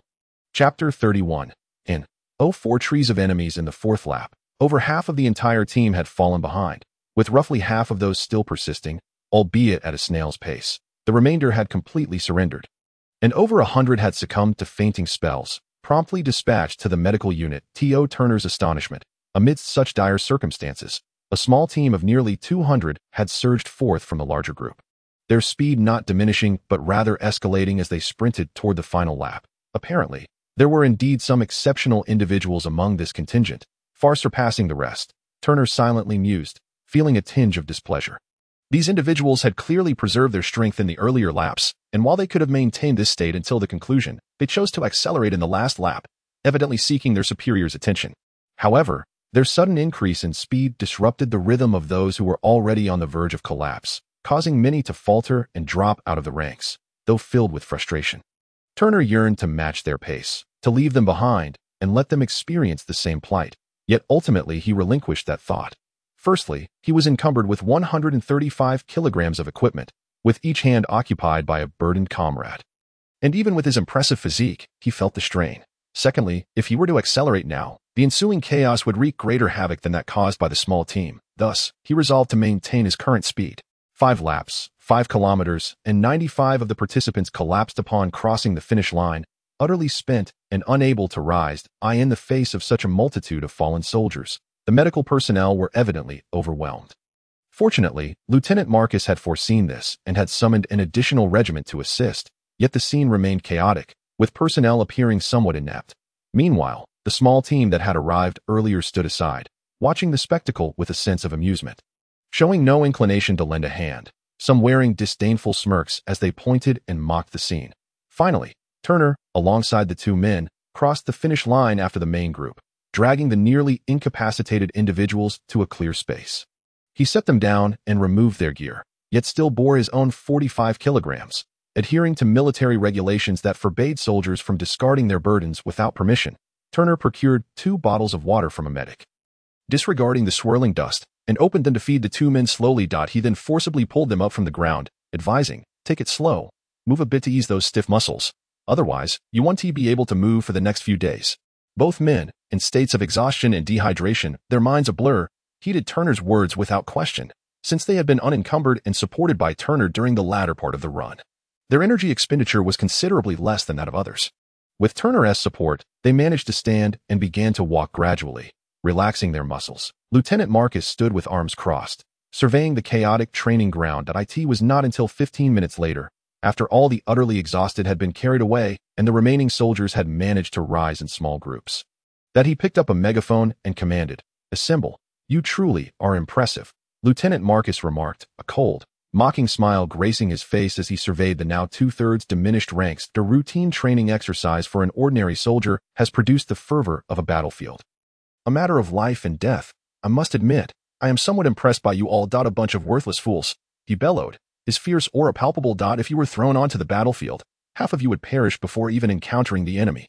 Sir, I contest this, an unexpected voice rang out.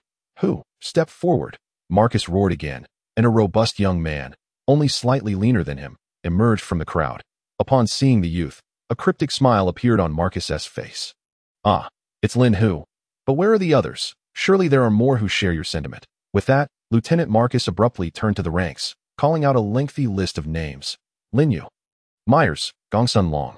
Stepped forward. In a brief moment, over 100 individuals emerged from the ranks, and Turner noted that they seemed to be the very same who had surged ahead during the final lap of the weight run. Lieutenant Marcus regarded this group with an eerily calm tone. Do you believe that your military training makes you superior, that you are not of the same ilk as them? Suddenly, his demeanor shifted as he turned to Lin Hu, unleashing a more ferocious rebuke. You lot are the most worthless of all, relying on your training and superior physicality. You disregard the team and act as you please. You realize how many were brought down when you all suddenly dashed from the ranks in the final lap. You are in the same regiment. These are your comrades. Is this how you treat them? You are committing murder. The victims are your very own comrades. Turner, step forward. Turner, still at the back of the line. Listen to Lieutenant Marcus's vehement tirade against the group, feeling a newfound admiration for the officer. Just then, he heard his own name and was taken aback, looking at Lieutenant Marcus, who was indeed calling for him. He quickly stepped out from the ranks and presented a crisp military salute. Did you think you were the only ones trained in military arts? There is also a battle-hardened veteran here, whose personal qualities are not inferior to yours. He carried 135 kilograms of equipment while dragging 2 comrades for 5 kilometers without breaking a sweat. If it's a contest of stamina and speed, he surpasses you, yet he remained with the main group until the end. Why? Because he understands the significance of teamwork. Marcus pointed at Turner and shouted at Lin Hu. Turner was somewhat astonished. He hadn't anticipated that his actions during training would be so closely monitored by Lieutenant Marcus. Moreover, he was taken aback by the officer's public praise, which elevated his regard for Marcus even further. Yet, inexplicably, he felt a strange sensation, as if there were deeper implications behind those words, though he could not yet discern what they might be. Am I mistaken in what I say? Private Lin Hu? Marcus advanced towards Lin Hu, leaning slightly forward and fixing him with an intense gaze. No. Lin Hu stammered, his mouth opening and closing before he could manage to utter 2 words. Then return to your place in the ranks, and all of you, return to your positions. Again came the signature bellow. Lin Hu returned to his spot, casting a glance filled with resentment at Turner as he turned. And you? Turner, Marcus turned to face him once more. Carrying 135 kilograms of equipment while supporting 2 comrades through training, I must say, you have some merit. However, Turner felt a sense of dread as he heard Lieutenant Marcus shout. While it's commendable that you assist your comrades, who the hell allowed you to carry their gear? Weight training means you carry your own load. Without your gear, what weight are you truly bearing? Are you an idiot? Since you wish to show off, I'll give you the opportunity. Now, Run another 5 kilometers with a load of 135 kilograms. Understood, sir. Turner did not attempt to explain or refute. Picking up the 2 equipment bags and placing them on his back as he sprinted onto the training ground. Behind him, Lieutenant Marcus's voice continued to resonate. You worthless fools. Watch closely what a true soldier looks like. From now on, Turner will be your model to emulate. Do you understand? Understood. The peculiar and unsettling sensation surged once more within Turner as he sprinted, occasionally glancing at Lieutenant Marcus. If the previous compliments could be deemed conventional, then the current one felt like an unnecessary embellishment, more akin to creating adversaries for Turner. Chapter 32. In O5 mission conflict, Turner ran steadily, a sentiment echoed by all who observed him burdened with weights. The 135-kilogram gear seemed to meld with his back, exerting no discernible influence on his stability. Each step he took was solidly grounded, his shoe soles perfectly adhering to the earth, while his feet firmly clasped the soles. Ensuring that every stride utilized ample force, stability held entirely different connotations for the layman and the expert. To the former, it was merely a sensation devoid of factual substantiation, rooted solely in subjective judgment. To the latter, stability was quantified. A stride of 1 meter with a vertical deviation of 3 centimeters, the time from foot lift to next landing being 0.2 seconds, completing 100 meters in precisely 20 seconds. Each foot's elevation from the ground was 7 centimeters, with a deviation of 0.5 centimeters.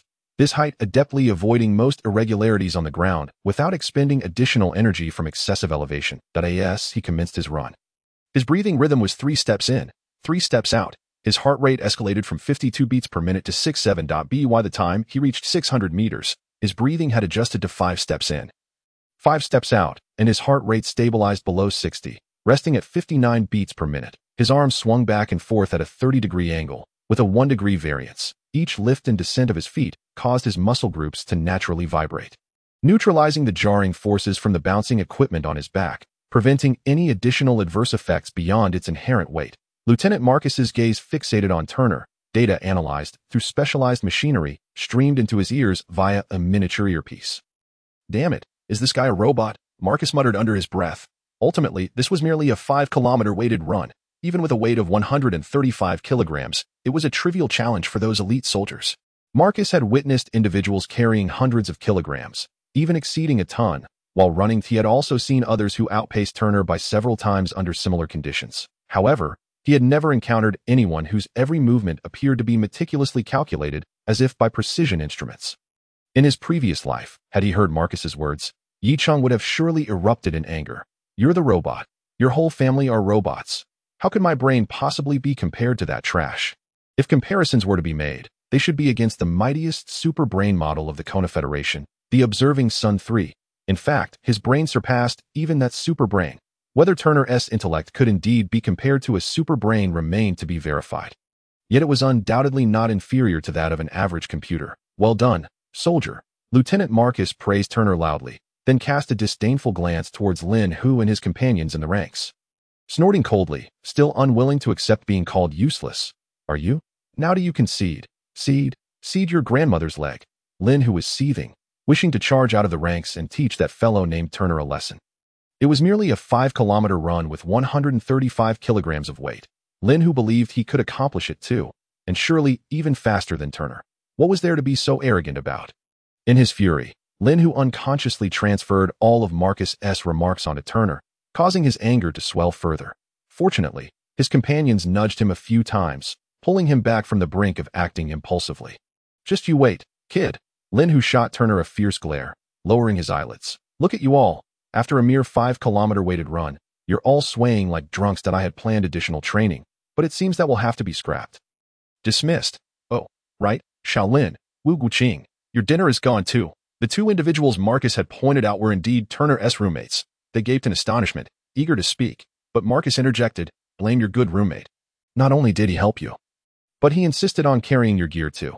You two are quite unfortunate, left without dinner, yet dragged along for a few extra kilometers. With that parting shot, Marcus turned and left. Turner furrowed his brow deeply. If he failed to discern the implications of Marcus's words at this juncture, it would be exceedingly foolish. From the outset, he had been targeted by Marcus, every compliment serving to position Turner against these novices. Even considering Turner's previous unsavory history, it seemed excessively malign. What was Marcus truly aiming for? Turner, a voice jolted him back to reality. He looked up to see his two roommates, arms draped over each other's shoulders. Approaching him. Thanks for what you did back there. It was Xiao Lin, one of the gaming enthusiasts. Indeed. If it weren't for you, I might have ended up like those guys, carted off to the infirmary. Wu Guoqing quickly nodded in agreement. Just a small effort on my part. Besides, we are comrades and roommates. If I don't help you, who will? Just, sorry it cost you your dinner, Turner replied with a wry smile. It was nothing. Don't mind that bastard Marcus. He looks like a man, but is the most insidious deep down, clearly trying to sow discord among us. If we fall for this, we would truly be foolish. At the mere mention of Lieutenant Marcus, Xiao Lin and Wu Guoqing's expressions twisted into ones of rage, indignantly responding, Did you notice as well? I thought. What did you think? Turner interrupted, bemused, that we were really foolish. Xiao Lin teased, playfully giving Turner a light punch. Beside him, Wu Guoqing furrowed his brow. We may not have connections, but Lin Hu and his gang, they come from the military system, inherently out of sync with our circle. They hold themselves in high regard yet lack intelligence. Your outstanding performance has surely ruffled their feathers, and with Marcus's gorilla-like remarks, they will undoubtedly seek trouble with you. Given their impulsiveness, it wouldn't be long before they returned. Though they may not be sharp-witted, they are not dim-witted either. They wouldn't dare confront us in the dormitory while we are present. During training, with that silverback gorilla keeping watch, their best opportunity would be at dinner. Since we've both lost our dinner privileges, we can't accompany you, making it the perfect chance for them. The two exchanged words, definitively marking the conclusion of this conflict. Turner fell silent for a moment, then suddenly smiled broadly. It's fine. If they wish to come, let them. I'll handle it. His resolute declaration was not due to a well-thought-out strategy, but rather because, at that very instant, a familiar yet strange chime echoed in his mind. In his previous life, Yi Cheng had heard this sound countless times, only triggered upon the initiation or completion of tasks. Yet, this was the first time Turner had encountered it in this life. In the lower right corner of his attribute panel, a button that had previously not existed blinked incessantly. With a flicker of thought, the familiar task panel immediately materialized, displaying the following task. Task name. Conflict task objective. A group led by Lin who will confront you during dinner. Resolve this issue. Task reward. Qualification for elite infantry advancement. No penalty for refusal. None accept. Decline. I advise you to skip dinner today. Lin Hu and his group are all from the military system. Quite formidable, and they outnumber you. Xiao Lin had not anticipated Turner's forthright acceptance and hurriedly urged with Wu Guoqing to dissuade him. There's an old saying. You can dodge the 1st of the month, but not the 15th. We are all in the same military camp. Sooner or later, you will run into them. It's better to resolve this hassle sooner rather than later. Turner halted the two's attempts at persuasion, stepping between them and guiding them back toward the dormitory while decisively pressing the accept button. This task, I will take on. Chapter 33. In 06 Fist Techniques at 6:30 p.m. dinner time. Turner arrived punctually at the mess hall, with Xiao Lin and Wu Guoqing trailing along out of concern. However, they were halted at the entrance by two stern-faced soldiers, watching as Turner confidently strode inside. A flicker of worry crossing both their faces. Well, who do we have here, blocking the entrance to the mess? Oh, it's just you two useless ones that weren't you supposed to be denied dinner. What are you doing here? Trying to scrounge a meal? Or perhaps acting as backup for your impressive roommate? Suddenly, a voice emerged from behind them. Turning, they found Lin Hu accompanied by a throng of others at the entrance to the mess hall. Lin Hu, I advise you to tone it down. Xiao Lin glared at Lin Hu, his expression stern. When did my affairs become yours to meddle in? Just because you have a father in a prominent position doesn't make you exceptional. Or do you think some petty wealth can sway me? Wu Guoqing. Lin Hu sneered, fixing his gaze on the pair that I initially intended only to teach that kid a minor lesson, but now I must be cautious. With you two here, I need to find someone to carry him to the infirmary afterward. Having spoken, Lin Hu disregarded the two individuals and made his way directly into the canteen. Rice, 2 portions of vegetables, braised beef with potatoes. As he gazed at the culinary delights displayed in the window, Turner felt his salivary glands nearly succumb to temptation. Since regaining consciousness from the war until now, he had been engaged in a relentless battle against energy bars of various flavors, a struggle that had persisted for over half a month. He had never anticipated bidding farewell to energy bars in such a desolate place. Balancing a tray filled to the brim with 4 large bowls, Turner found a seat and, entirely oblivious to the gazes directed his way, began to devour his meal with reckless abandon. Lin Hu entered the canteen with his companions. casually scanning the room until his gaze fell upon the solitary figure of Turner. A fleeting, sinister smirk crossed Lin Hu's face, yet he refrained from confronting Turner immediately, opting instead to lead his group toward the food display. Turner remained engrossed in his mountainous pile of food, seemingly oblivious to Lin Hu and his entourage passing nearby. However, had anyone possessed a pair of X-ray glasses, they would have noticed the muscles beneath Turner's military uniform subtly tensing, coiling in preparation. Excuse me, I've got a bit too much here, be careful not to spill," a voice called from behind, accompanied by the sound of multiple footsteps approaching. How klitsch! Could they not conjure something more original? Silently lamenting, Turner cast a regretful glance at the half-eaten food before reluctantly reaching for another piece of beef with his chopsticks. Simultaneously, his empty left hand darted out like lightning towards the left rear. The aisle was not particularly crowded, and upon noticing Lin Hu's appearance, the few individuals present swiftly shifted positions, leaving no doubt that one of them was indeed heading straight for Turner. The person quickly approached Turner from behind, lifting their tray slightly before attempting to upend its contents onto him. However, the attempt proved futile. The tray remained firmly in hand, as an unexpected grip seized the wrist, rendering it immobile. Whoosh! A gust of wind accompanied by the enticing aroma of food rushed from the opposite side. Resigning to the inevitable, Turner abandoned any further attempts to grasp more beef and suddenly reclined backwards, delivering a forceful kick against the table leg. Clang, clang, clang. The pure iron table leg, no thicker than a ping-pong ball, shattered under Turner's strike, causing the entire table to tilt perilously to one side. Seizing the momentum, Turner slid away, sending both trays crashing to the ground. As Turner sprang to his feet, Lin Hu and his companions had already formed a circle around him, encasing him within. "What's this? You've spilled someone else's food and damaged public property. Are you not going to apologize?" Lin Hu coldly inquired, his gaze fixed on Turner. "Are you sure you want to escalate this matter?" Turner replied, casting a wistful glance at the scattered braised beef and potatoes on the floor, his tone laced with irony. "What matter? What escalation? I only know you've made a mess of their meals and damaged communal property." "Should you not apologize?" Lin Hu retorted with a sneer. "Kneel and apologize? Perhaps throw in a few kowtows for good measure." Turner raised his hands in a gesture of resignation, unwittingly employing Lieutenant Marcus's oft-repeated phrase. How antiquated and mundane it felt to resort to such cliches. Lin Hu was momentarily taken aback. As Turner had pointed out, should he continue to feign weakness, he would compel Turner to kneel and confess his faults. Yet, having been preemptively exposed, he hesitated until a frail youth beside him whispered a few words in his ear, prompting him to declare, "Indeed, it seems you possess a certain awareness. Since you've acknowledged it, why not act accordingly and kneel to confess?" Truly a brute whose muscles had outpaced his intellect. Such words required instruction. Turner muttered under his breath, then glanced sideways at Lin Hu. "Enough of this charade. If you wish to punish me, do so quickly. This is a waste of time. So, you refuse to apologize? I offered you a chance. Yet you squandered it." A triumphant smile spread across Lin Hu's face, excitement dancing in his eyes. Despite minor hiccups, the narrative was unfolding precisely as he had envisioned. In the next moment, Lin Hu launched a punch. Military martial arts. Turner's pupils constricted slightly as 4 words flashed through his mind.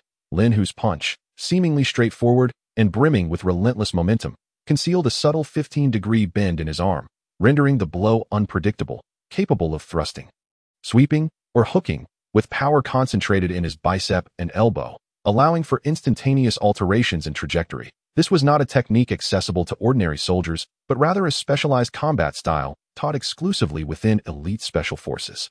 Although Turner had no experience wielding it, he had witnessed countless soldiers employ such techniques in his past life. This was a genuine killing art. Yet here it was, being executed by a mere recruit. Without a moment's hesitation, Turner quickly retreated, stepping back 4 paces, evading the punch's trajectory. Lin Hu, equally swift, retracted his fist mid-strike, closing the distance with Turner. Using his left foot as a pivot, he unleashed a kick. The motion was peculiar. The pivoting left foot angled inward slightly, while the attacking right leg was drawn back only 30 degrees before swiftly sweeping outwards, devoid of hip rotation or torso movement. The force remained uncompromised, and the absence of preparatory motion significantly increased the kick's speed. There was no time to evade. The instant Lin Hu's leg moved, Turner reached a swift conclusion, instinctively bending his body, crossing his arms in front of his chest, with his hands forming claw-like shapes to meet the incoming kick. Bang! Speed was not Turner's forte. Before he could clasp Lin Hu's leg, the latter's kick connected with his arms, propelling Turner backward. As Lin Hu's kick sent Turner flying, the former's expression remained devoid of triumph. The hollow sensation emanating from his leg indicated that the blow had not crushed Turner's arms against his chest, thus inflicting no genuine harm. Lin Hu's instincts were accurate.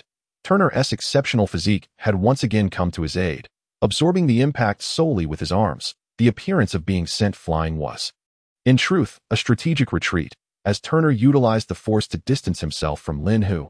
Suspended in midair, Turner's expression suddenly shifted. A familiar sense of impending danger surged within him, reminiscent of the moment he had once evaded a lethal strike from Trapato. Though not as intense as before, it nonetheless ignited his nerves, compelling Turner to inhale sharply, channeling energy into his waist, flipping himself midair. Whoosh! What had been aimed at Turner's right shoulder fell harmlessly into thin air.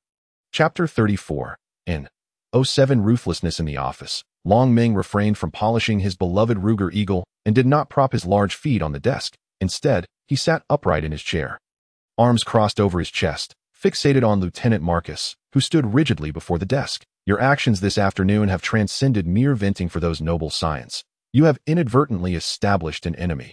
Yes, boss, Marcus replied, his demeanor now serious. The reason?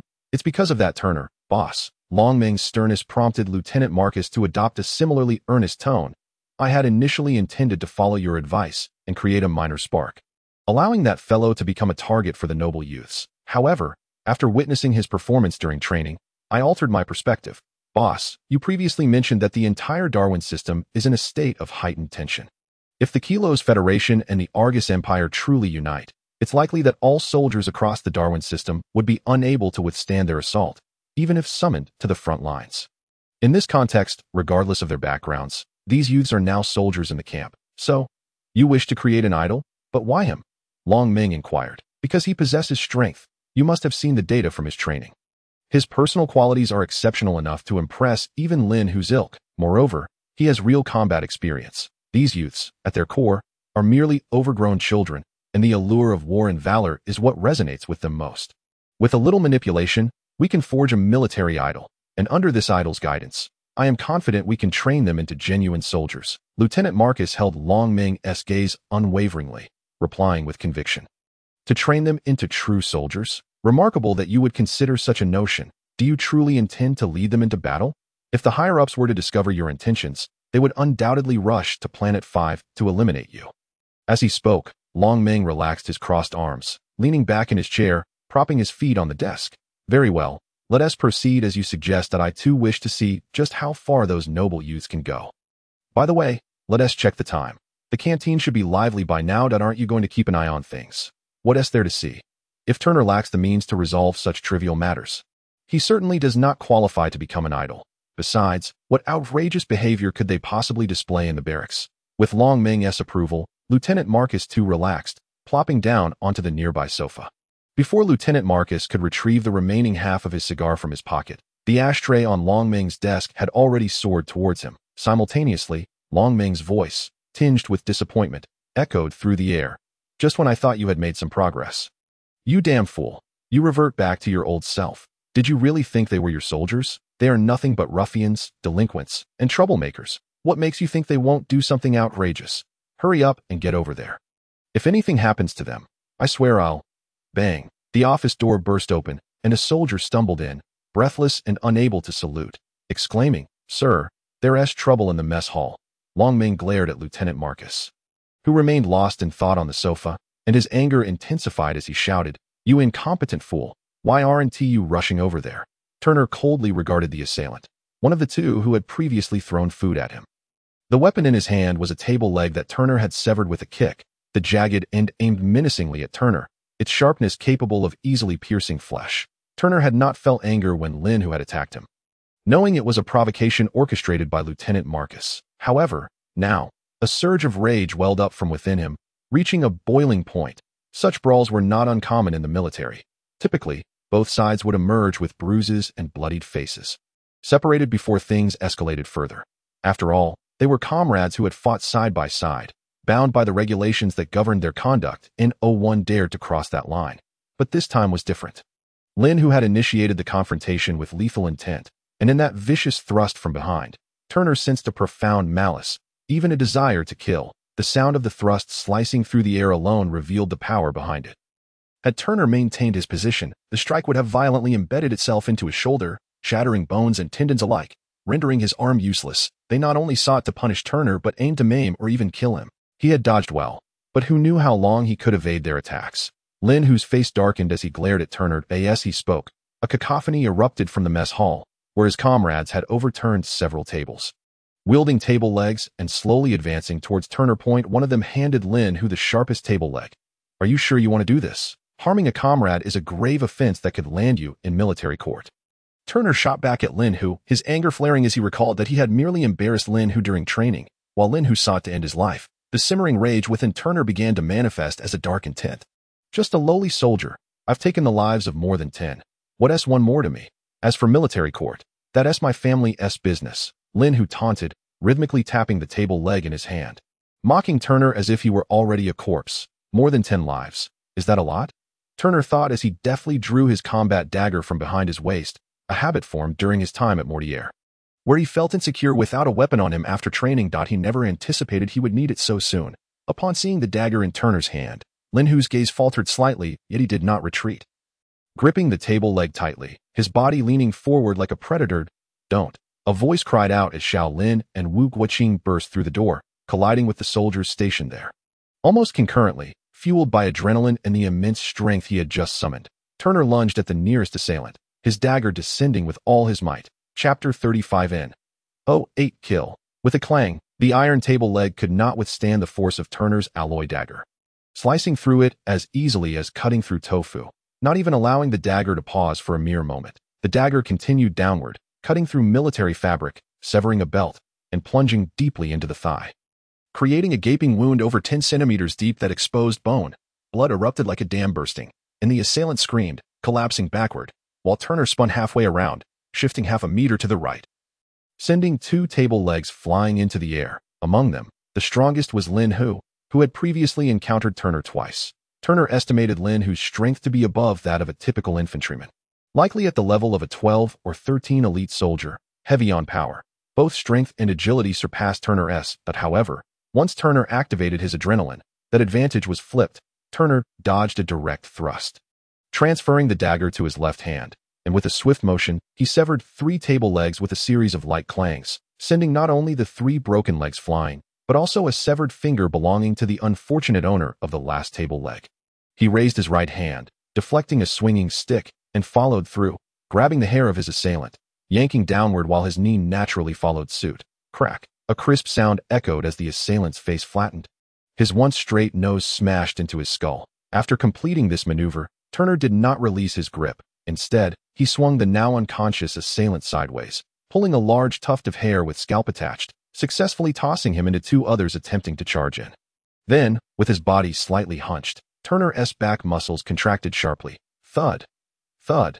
2 sharp table legs pierced Turner's back, yet his formidable physique absorbed much of the impact, with the remaining force merely driving them less than 2 centimeters into his flesh. Turner abruptly shook his back, pulling the 2 table legs out, leaving 2 gaping wounds. The recoil of the attack caused the 2 assailants to lose their grip on their weapons, sending the legs, now stained with Turner's blood, flying away. Unfazed by the wounds on his back, Turner pivoted, raised his leg, and swept. He only lifted his leg a few dozen centimeters, perfectly connecting with one man's knee joint. Crack, crack, crack. The immense force shattered that knee, and without pause, it continued to break the other leg, then collided with another assailant's limb. The 2 men tumbled on the ground, clutching their broken legs, howling in agony, completely incapacitated. Lin, who had yet to make a move, but his pupils had constricted to their limits as he watched Turner eliminate 5 men with lightning speed, blood splattering everywhere. Lin, who was taken aback. He had never expected Turner, who had previously appeared somewhat timid and evasive, would suddenly erupt with such ferocity. He felt a twinge of regret, realizing that everything unfolding now was a consequence of his own coercion. This feeling lasted barely a second before an intense battle lust and bloodlust surged in Lin's eyes. His earlier words had not been a lie. He had indeed taken the lives of no fewer than 10, but none had been as formidable as Turner to him. Turner now resembled prey, waiting to be hunted and displayed on a pedestal of honor. Lin moved, closing the 4-meter gap between them in just 2 steps. his right hand gripping the sharp end of the table leg lowered to his waist. Then, from below, he executed a near-perfect arc. The straight line between 2 points is the shortest, yet not necessarily the fastest. Lin Hu's thrust surpassed the speed of a direct stab by 3 fractions. Once more, it was a combat technique transmitted within the military. But this time, it was not a fist technique, but a dagger technique, executed by Lin Hu using a table leg. Turner felt a tingling sensation on his scalp, his instincts screaming that this strike would pierce through his lower abdomen, bypassing outer muscle and ribcage, directly targeting his heart. Yet he did not evade. His body bent slightly, while he shifted 4 centimeters to the right, his alloy dagger slicing towards Lin Hu's neck with unmatched speed. Turner was calculating. From the moment combat erupted, his mind, more precise than a computer, had been processing the situation. Even as rage consumed him, that calculation never ceased. Each severed finger, each broken leg, and the collapsed nose were all injuries he could endure, meticulously calculated to leave him with an escape route. But this time, Turner held nothing back. The sharp end pierced through Lin Hu's ribcage, breaking 3 to 5 ribs, and lodged into his left lung before stopping. With my physique, there would be at least 3 hours of window for medical treatment. The first strike severed the femoral artery, the second broke a finger, the third mangled a face, and the fourth shattered a leg. If the throw was not counted as an attack, this blow still had the added force of a heavy strike, an extra 10 points of strength along with armor-piercing effects. His head would surely roll. Without that heavy strike bonus, it was estimated he could penetrate 2/3 to half, completely severing the trachea, partially damaging the cervical vertebrae, with an estimated rescue time of 6 minutes. You're done for. Do you dare to challenge me? Do you dare? Not daring. Whether it was due to Turner's unyielding momentum or the resolute and ruthless expression in his eyes, Lin Hu faltered, retreating to the right while his hand swung the dagger at Turner's alloy knife.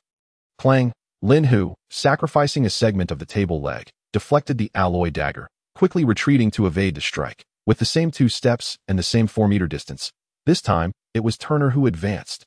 Lacking the secret combat techniques of the military, he could not draw that perfect arc. Turner merely executed a straightforward thrust, while Lin Hu swiftly extracted the table leg from his hand. Clang! Another segment of the table leg detached from its main body and soared into the air. Lin Hu intercepted this thrust, yet he did not create any distance between himself and Turner. Helplessly, and with a tinge of trepidation, he watched as Turner lunged at him once more, like a rabid dog. Brandishing the alloy dagger in his hand, Tio Lin Hu, who had been trained in the clandestine combat techniques of the military, each of Turner's strikes seemed devoid of any skill, consisting solely of simple stabbing, slashing, and hacking. However, every blow was aimed at his vitals, as if each strike sought to claim his life, compelling him to parry with the table leg one segment after another. The battle between the two had transcended the realm of ordinary soldiers. Those belonging to Lin Hu's faction wished to assist, but found themselves utterly helpless, forced to watch as the table leg in Lin Hu's grasp grew progressively shorter, until only a small fragment remained. Block it! The fierce intent to kill erupted in Turner's eyes. Power coalesced in his right foot, and with a forceful stomp, his speed increased slightly, driving the alloy dagger toward Lin Hu's heart. In that instant, time seemed to slow, and all eyes were fixated on the dagger, watching as it advanced inch by inch, drawing ever closer to Lin Hu's chest. Stop! Just then, a thunderous shout resounded in everyone's ears. Lieutenant Marcus had arrived. Chapter 36. In 09 punishment, that roar was akin to a clap of thunder, causing pain to ring in everyone's ears, and those with weaker constitutions felt their heads spin from the force of the shout. Turner certainly heard it as well, and with that jolt, the rage in his mind momentarily subsided, and the murderous intent in his eyes began to wane. Lin Hu, who had already been enveloped in despair, keenly sensed this shift and could not help but feel a flicker of joy, a glimmer of hope. However, this hope was swiftly overshadowed by an even stronger sense of despair. Turner did not relent. There was not even a moment's pause. As the rage and murderous intent dissipated, reason regained control of Turner's mind. Yet this did not cause him to halt. Rather, it solidified his resolve to drive the dagger down. Turner did not wish to kill Lin Hu, or rather, the Turner who was not ruled by rage did not desire Lin Hu's death. Yet, he still thrust the dagger forward, all based on his confidence in Lieutenant Marcus. Regardless of the immense force he had exhibited in the dormitory or the foot that had crushed the iron podium on the playground, all told Turner that Lieutenant Marcus was no ordinary officer. The dagger was thrust as before, but its meaning had transformed mid-air, shifting from an act of murder to one of performance and testing. Turner aimed to demonstrate to Lieutenant Marcus, if you can force me into this position, I am capable of actions far beyond your imagination. Let us see if you dare to push me further in the future. Simultaneously, Turner was also gambling, betting that Lieutenant Marcus would indeed be able to block this strike. And he was right. A figure appeared like a specter behind Lin Hu, grasping his collar and pulling him backward with accelerated force, creating distance between him and the alloy dagger. It was none other than Lieutenant Marcus. The thunderous sound still reverberated in the air of the cafeteria. One moment, Marcus had been at the entrance, and the next, he had crossed dozens of meters to stand behind Lin Hu. Turner's blade did not cease. As Lin Hu retreated rapidly, he charged forward, the power no longer concentrated in the alloy dagger, but instead coursing through his legs. Each step he took resonated with a heavy thud, and his speed continued to rise, nearly reaching the limits of what Turner could achieve. Even without strength, you still dare to perform. Lieutenant Marcus's voice rang out again. The figure that had been pulling Lin Hu back suddenly vanished. And then Turner felt a tremendous force surge into his ribs, causing him to lose the ability to maintain his forward momentum, and he was sent flying like a projectile. The clatter of overturned tables and chairs followed him as he collided with several rows, leaving chaos in his wake before finally coming to a halt. After a brief pause on the ground, he stood up amid the astonished gazes of all around him. Is this fellow a monster? How can he stand after that? Xiao Lin blurted out, echoing the thoughts of everyone present. Only Turner himself understood that while that kick had been powerful, it had merely been a means to propel him forward, executed with such finesse that he had been rendered incapable of resisting, yet without sustaining any injury. Otherwise, with the force behind that kick, not a single rib on his left side would have remained intact. Take these unfortunate souls to the infirmary, Lieutenant Marcus ordered the soldiers accompanying him, then cast a disdainful, icy glance at Lin Hu's men, ultimately fixing his gaze on Lin Hu. You really are something. Aren't you? A group of dozens attacking one, and you even resort to weapons. It's a shame. Your parents must be embarrassed by your conduct. If you have the guts, follow military tradition. Sign a life and death contract, and challenge him openly. If you win, I won't care if you maim or kill him. Do you dare? Of course, they did not dare. They had lost their courage to confront Turner after witnessing his relentless dismemberment of fingers, nose, and legs. A bunch of worthless fools. Seeing their terrified expressions, Lieutenant Marcus grew even more contemptuous, spitting a thick wad onto the ground. He commanded the soldiers behind him, put them all in solitary confinement for 2 days. Starve them for 2 days, and let their foolish brains filled with fat get a good clearing. Before Lieutenant Marcus, no one dared to resist, obediently following the soldiers out of the cafeteria, leaving only Lin Hu behind. Marcus glared at him and sneered. Did you think that just because you relied on your family connections to enter the elite special forces for a few days of training and learned a couple of half-baked techniques, you would be invincible? I genuinely didn't want to intervene earlier. It would have sufficed to let him stab you. Keeping a waste like you alive is simply a waste of food. Lin Hu, like his subordinates, offered no defense. He was still caught in the dual extremes of fear of imminent death and the sudden joy of rescue, his mind completely in a state of paralysis. The boss is right. I am indeed a fool, foolishly thinking you had the potential to become a true soldier. Now it seems, I spit. This fellow is in violation of military discipline. 5 days in solitary confinement. Just like those idiots, starve them. They deserve to starve. Having uttered this, Lieutenant Marcus cast Lin Hu one last glance before turning his attention to Turner for the first time since entering the cafeteria. If I hadn't arrived just now, would you have truly plunged that dagger down? Indeed, I would have, Turner replied. I in the military. Engaging in armed brawls was already a violation of discipline, and killing a fellow soldier could lead to a death sentence. This was something he could not have been unaware of. Yet he still intended to stab? Turner nodded. You truly are someone who has experienced the brutality of war. How ruthless. If I told you that Lin Hu's grandfather is Major General Lin Wei Yuan, the deputy commander of the Darwin System Defense, and his father is the commander of the 1st Infantry Division and the supreme commander of the Shillong Special Forces, would you still stab? Turner nodded again. You spared others, but aimed to kill Lin Hu. Why? I initially thought this would be an ordinary brawl, but I didn't anticipate they aimed to cripple me. I didn't want to be crippled. So I preemptively took them out, and Lin Hu sought to kill me, and I didn't wish to die. So I had to kill him first. I want to live, so he must die. Who created this deadly situation? Lieutenant Marcus had underestimated the malice of these rookie soldiers and overestimated Turner's capacity for brutality in a desperate situation. He was the architect of the current predicament. Lieutenant Marcus fixed his gaze on Turner for a full minute before suddenly speaking. Hold on for 10 more seconds for me to observe. His words fell. Turner's legs buckled, and he collapsed onto the ground. The remaining individuals in the cafeteria stared, dumbfounded. Is Lieutenant Marcus truly this formidable? Just 2 sentences, and he frightened the once ferocious Turner into a quivering mess. Since you violated military discipline, you shall face punishment. With so many tables and chairs broken, how will the soldiers eat? You have 2 days to repair all of this ditto. And don't forget about the podium on the playground. You'll need to retrieve the tools from the warehouse. Lieutenant Marcus cast a smug and taunting glance at Turner before turning to leave. Once more, everyone was left in shock. Lin Hu and his gang were facing solitary confinement and starvation, and compared to them, Turner's punishment was a mere joke. Turner paid no mind to the gazes of others, gesturing for Xiao Lin and Wu Guoqing to assist him as he struggled to rise, wobbling toward the cafeteria exit while muttering curses against Lieutenant Marcus inwardly. That pretentious jerk, he only noticed that my adrenaline had worn off, and now I've lost face. Chapter 37. In O10 those changed and unchanged histories. Turner lay on the bed like a limp noodle.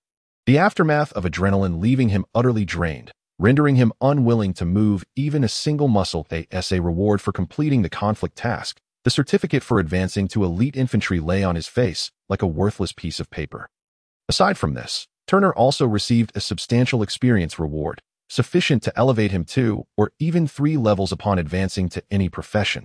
With a thought, the advancement certificate vanished from sight. Turner did not immediately choose to advance. Instead, he stored the certificate away, akin to saving a level up for later use. He intended to reserve this opportunity for a more suitable profession or for future use. Lying quietly on the bed, Turner's mind resembled a projector, replaying the events of the day vividly, while memories of previous occurrences surged into his consciousness. The wormhole cannon. Turner's memory could not possibly be in error.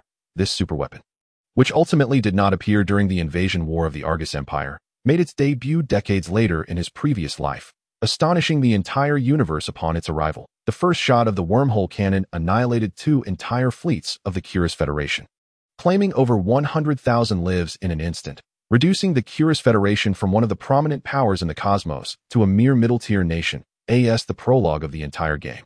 That war was etched in the memory of nearly every player. There were no wormhole cannons, no conspiracies, only the expedition of 3 divisions instigated by a single decree from His Majesty, the wise yet cold-blooded Emperor Hufu IV of the Argus Empire, along with his 3 sons. Unlike this lifetime, that battle did not conclude in a perplexing manner. The army of the Argus Empire, under the command of the 3 princes and 2 renowned generals, waged a protracted and brutal conflict against the Kona Federation, using 4 asteroids as their base. Although ultimately defeated by the Kona Federation's overwhelming numerical superiority, the reputation of the 3 princes spread throughout the universe due to this war. Did my arrival alter the course of events? Turner pondered silently, uncertain, yet certain of one thing. His presence would undoubtedly prompt the Argus Empire to hastily improve their communication technology following this battle. And the Great Universe Corporation might also revise their encryption formulas, developments absent in his previous life. Turner's thoughts were not without reason. The occurrences of today had evoked memories of certain historical events. The alliance between the Curious Federation and the Argus Empire had indeed transpired in the previous iteration of the game. Though the Kona Federation had swiftly responded by conscripting troops from the Darwin system and mobilizing forces from 3 other star systems, they still underestimated the alliance. The new recruits in the Darwin system underwent basic training, and soldiers from other systems traversed the vastness of space aboard transport ships. The alliance fleet of the Curious Federation and the Argus Empire had already surged into the Darwin system. Conflict was inevitable, yet Turner was not troubled by this, for according to historical precedent, following an initial retreat, the Kona Federation would stabilize the situation with the arrival of reinforcements and sound the trumpet of counterattack.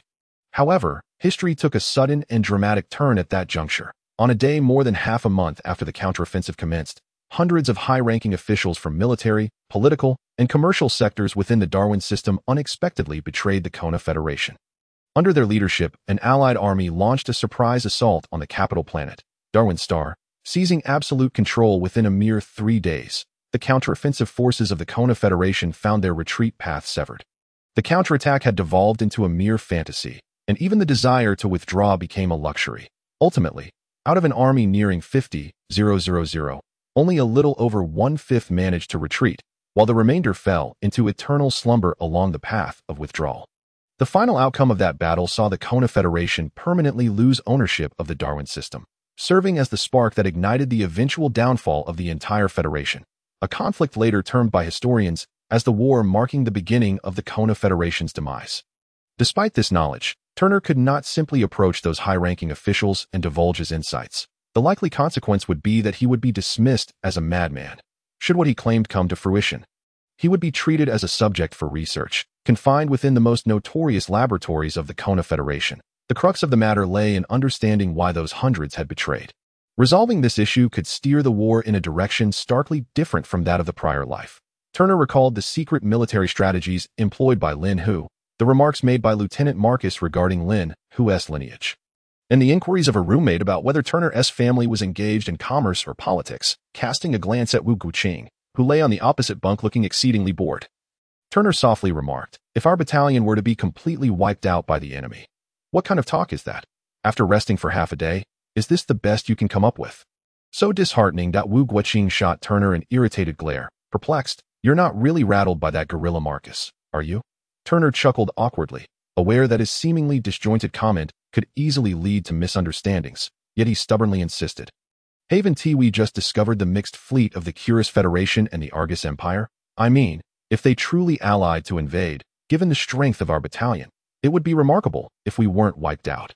We, in this battalion, will never truly face the battlefield," came the voice of Xiao Lin from the lower bunk. "After today's events, I believe you now have some understanding of our identities. You think they would allow us to engage in combat given our status?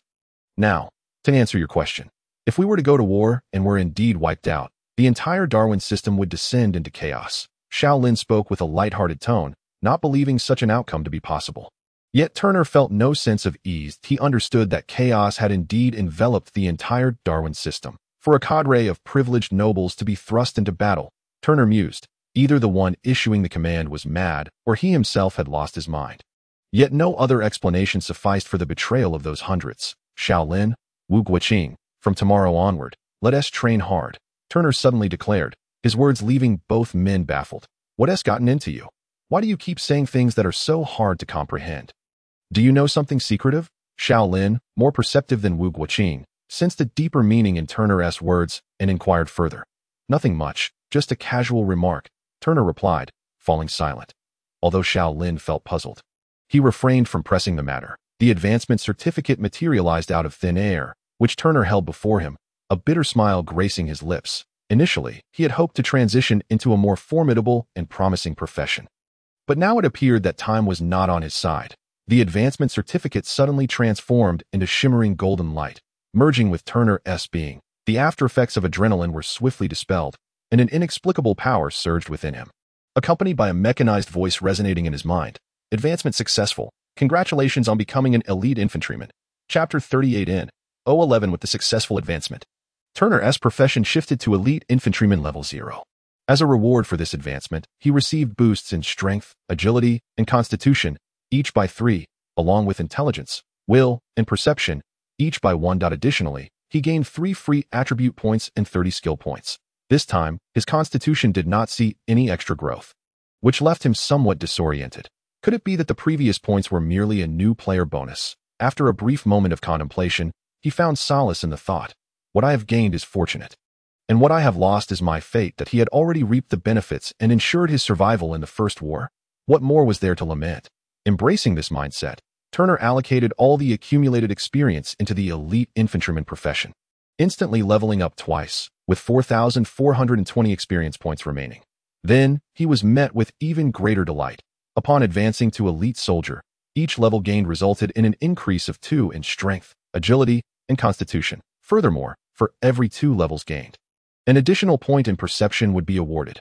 However, at level 2 of elite infantryman, Turner discovered that his attributes were far from limited to these gains. The additional point in constitution per level from his time as a standard infantryman continued to manifest during his upgrade to elite infantryman. Moreover, Turner was pleasantly surprised to find that his strength attribute had also received an extra point for each level. Having just attained level 2 as an elite infantryman, Turner's transformation compared to his previous state at level 10 infantryman could only be described as immense. Strength 28, agility 26, constitution 46, intelligence 6, will 6, perception 7, free attribute points 5. Turner, human, male EXP 0, civilian, infantryman level 10, elite infantryman level 2, 44 20 15,000. Health, 100. Occupation, private civilian. Basic knowledge max, infantryman. Geography knowledge 10. Tactical mastery 10, wilderness survival 10, combat skills 50, cold weapon mastery 40, firearm mastery 35, battlefield first aid 20, free skill points 50, skills, adrenaline, mighty strike. Gazing at his splendid attributes, Turner felt an overwhelming confidence. If he were to face Lin Hu again now, even without the use of adrenaline, he could easily dominate him. The following day, the sun of the Darwin system rose as usual from the west. Driven by his biological clock, Turner awoke punctually, pulling Xiao Lin and Wu Guiqing from their beds. Neither had ever experienced such rough awakening service, and upon opening their eyes, their first instinct was to lash out. However, upon seeing it was Turner, they swiftly suppressed their anger, their attitude towards him now tinged with a hint of reverence after the events of the previous afternoon. The assembly horn sounded promptly, and the rookie recruits scrambled to dress and pull on their socks, dashing awkwardly toward the training ground. Among the crowd, the three of them, impeccably attired and moving with ease, stood out as anomalies. Naturally, no one dared to scrutinize these three oddities. The previous day's altercation in the mess hall had spread throughout the camp, and most regarded the one who nearly incapacitated Lin Hu with a mixture of respect and wariness. Xiaolin and Wu Guiqing returned to their team as expected, while Turner found himself barred from joining, as the deputy battalion commander, taking the place of Lieutenant Marcus in supervising the morning exercises. Pointed towards the canteen, informing Turner that he had other obligations today. Thus, he led a contingent nearly one-third smaller than yesterday on a 1-kilometer warm-up. RUNAS, a former prodigy technician capable of welding mecha joint wires. Repairing the damaged tables and benches was hardly a daunting task. The sheer volume of destruction, particularly from Lieutenant Marcus's last kick, had caused an immense amount of damage, albeit without harming Turner. The repair work persisted until evening, during which Turner was subjected to 2 rounds of curious stares, akin to a spectacle in a zoo, during lunch and dinner. Unfazed, Turner donned a nonchalant expression, thinking, "You watch as you please, while I take care of my own business." His only concern lay with his 2 roommates, who had mysteriously failed to appear during both meal times. A malicious thought crossed Turner's mind. Had they performed so poorly that Lieutenant Marcus had punished them by making them starve? Upon returning to the dormitory, Turner was greeted by the sight of 3 lifeless forms sprawled across the beds. No, 3 dead dogs. The gentleman who had been knocked unconscious by Lieutenant Marcus had recovered by morning, only to be ruthlessly dragged into the training lineup by the same officer, thus adding another dead dog to the mix. To Turner's surprise, he noticed several takeout boxes piled in the corner. After Xiaolin's explanation, he learned that Lieutenant Marcus had, at last, exhibited a semblance of humanity, recognizing that it would be challenging for them to eat in their current state. Hence, meals were packaged and delivered, accompanied by ointments intended to soothe their muscles. It appeared that Turner had requested assistance from the medics, who had been informed about the previous day's scuffle at the canteen. The individual introduced by Xiaolin, known as Bladder, expressed heartfelt gratitude and immense interest towards Turner. As Turner applied the ointment to the 3 dead dogs, he engaged in casual conversation with Bladder until he detected a trend where Bladder seemed overly inquisitive about his lineage, prompting him to abruptly end the discussion. With the knowing, mocking glances of Xiaolin and Wu Guiqing lingering, he climbed into bed and surrendered to slumber. In the office, Long Meng and Lieutenant Marcus transformed into a pair of ruffians, one reclining with his feet on the table, toying with his beloved Ruger Red Hawk, while the other nestled on the couch, a trio of fat cigars dangling from his mouth, utterly devoid of military decorum. "Boss, you've seen the kid's performance. Do you think he resembles a deserter?"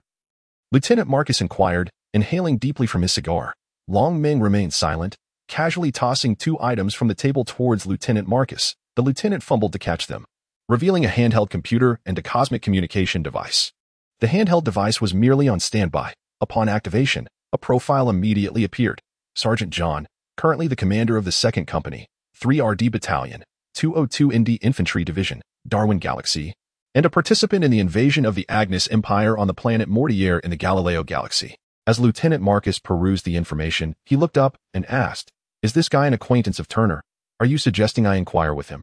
The call was swiftly connected, and Lieutenant Marcus confidently introduced Long Meng, effortlessly summoning Sergeant John. Being an experienced soldier, Sergeant John understood the implications as soon as he heard Turner's name. The information recorder on the combat helmet only tracks the soldier's marching route, but it provides sufficient insights into most of their actions that I too had my suspicions about him being a deserter, so I inspected his combat helmet at the first opportunity, according to the recorded route.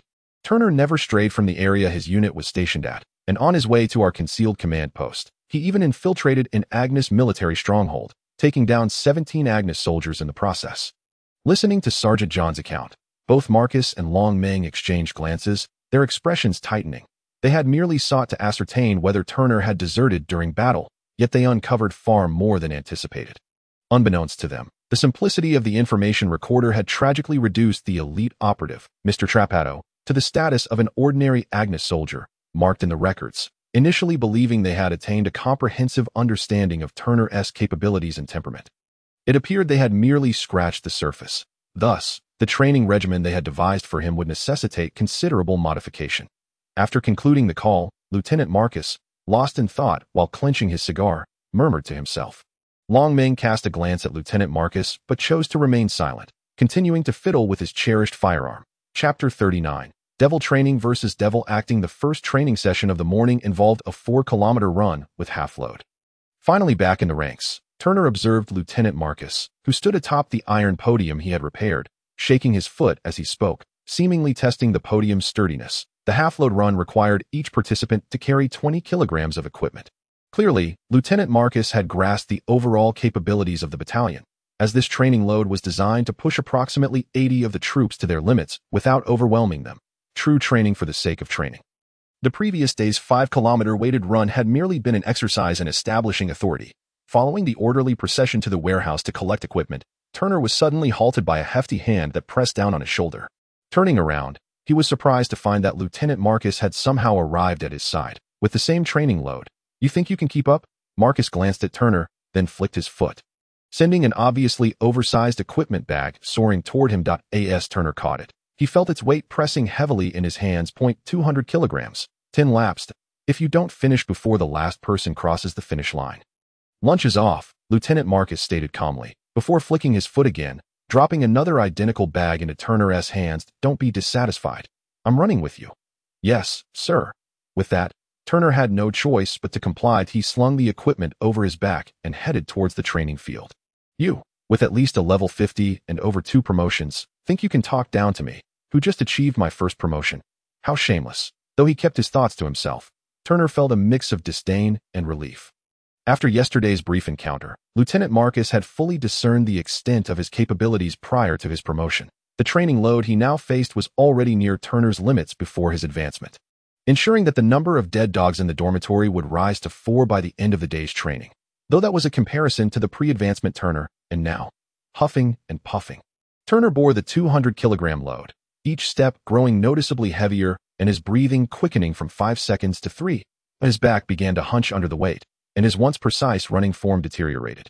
Most concerning was that, compared to his initial lap, signs of speed decline had already emerged. "Kid, is this all you can muster? Struggling after just 6 laps? It seems you truly don't want lunch. Hurry up. Speed up. If you don't pick up the pace, I'll kick you." Lieutenant Marcus leisurely trailed behind Turner, his own strength allowing him to effortlessly manage even double the current weight over a distance of 20 kilometers.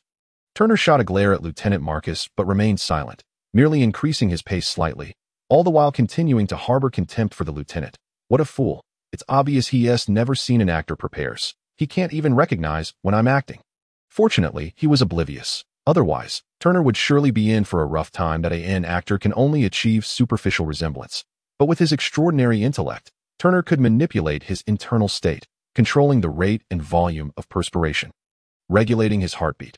Even if monitored by machines, they would only conclude he was in a state of fatigue. Maintaining this FAAD, Turner ultimately completed the 10 kilometers just slightly faster than his peers before collapsing onto the ground, leaning against his equipment bag, panting heavily, far from the glory he had once exhibited.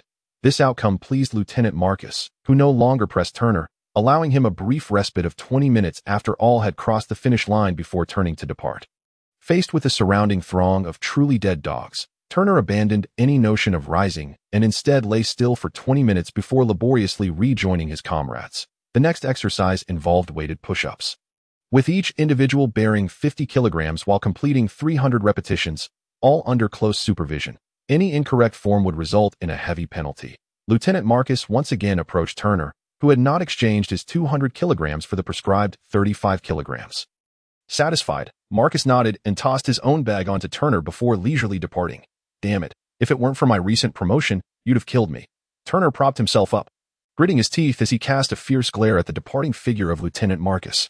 A sharp crack echoed as a heavy blow struck his back. Following his set of push-ups, another 500 sit-ups awaited him. True to form, Lieutenant Marcus appeared beside Turner, bearing a 50-kilogram pack in his hands.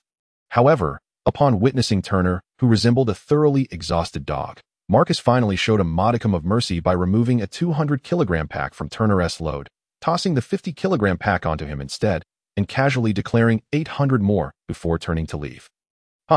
Attempting to torment a comrade, only to be outwitted in the end. Turner continued his act of exhaustion, feeling a small sense of pride. He had finally managed to gain a point against Lieutenant Marcus. By the end of the morning, nearly everyone had reached their limits, and it was evident that Marcus was aware of this, as he scheduled no further physical training for the afternoon. Instead, they engaged in a 2-hour tactical course, followed by a half-hour firearms course, an hour on the use of standard equipment, and concluded with an hour dedicated to discussions on famous historical battles. Turner listened intently, compared to physical training and personal combat skills. These subjects were his weaknesses. The others, like Turner, were equally diligent, compelled to pay attention as the professional instructor lectured.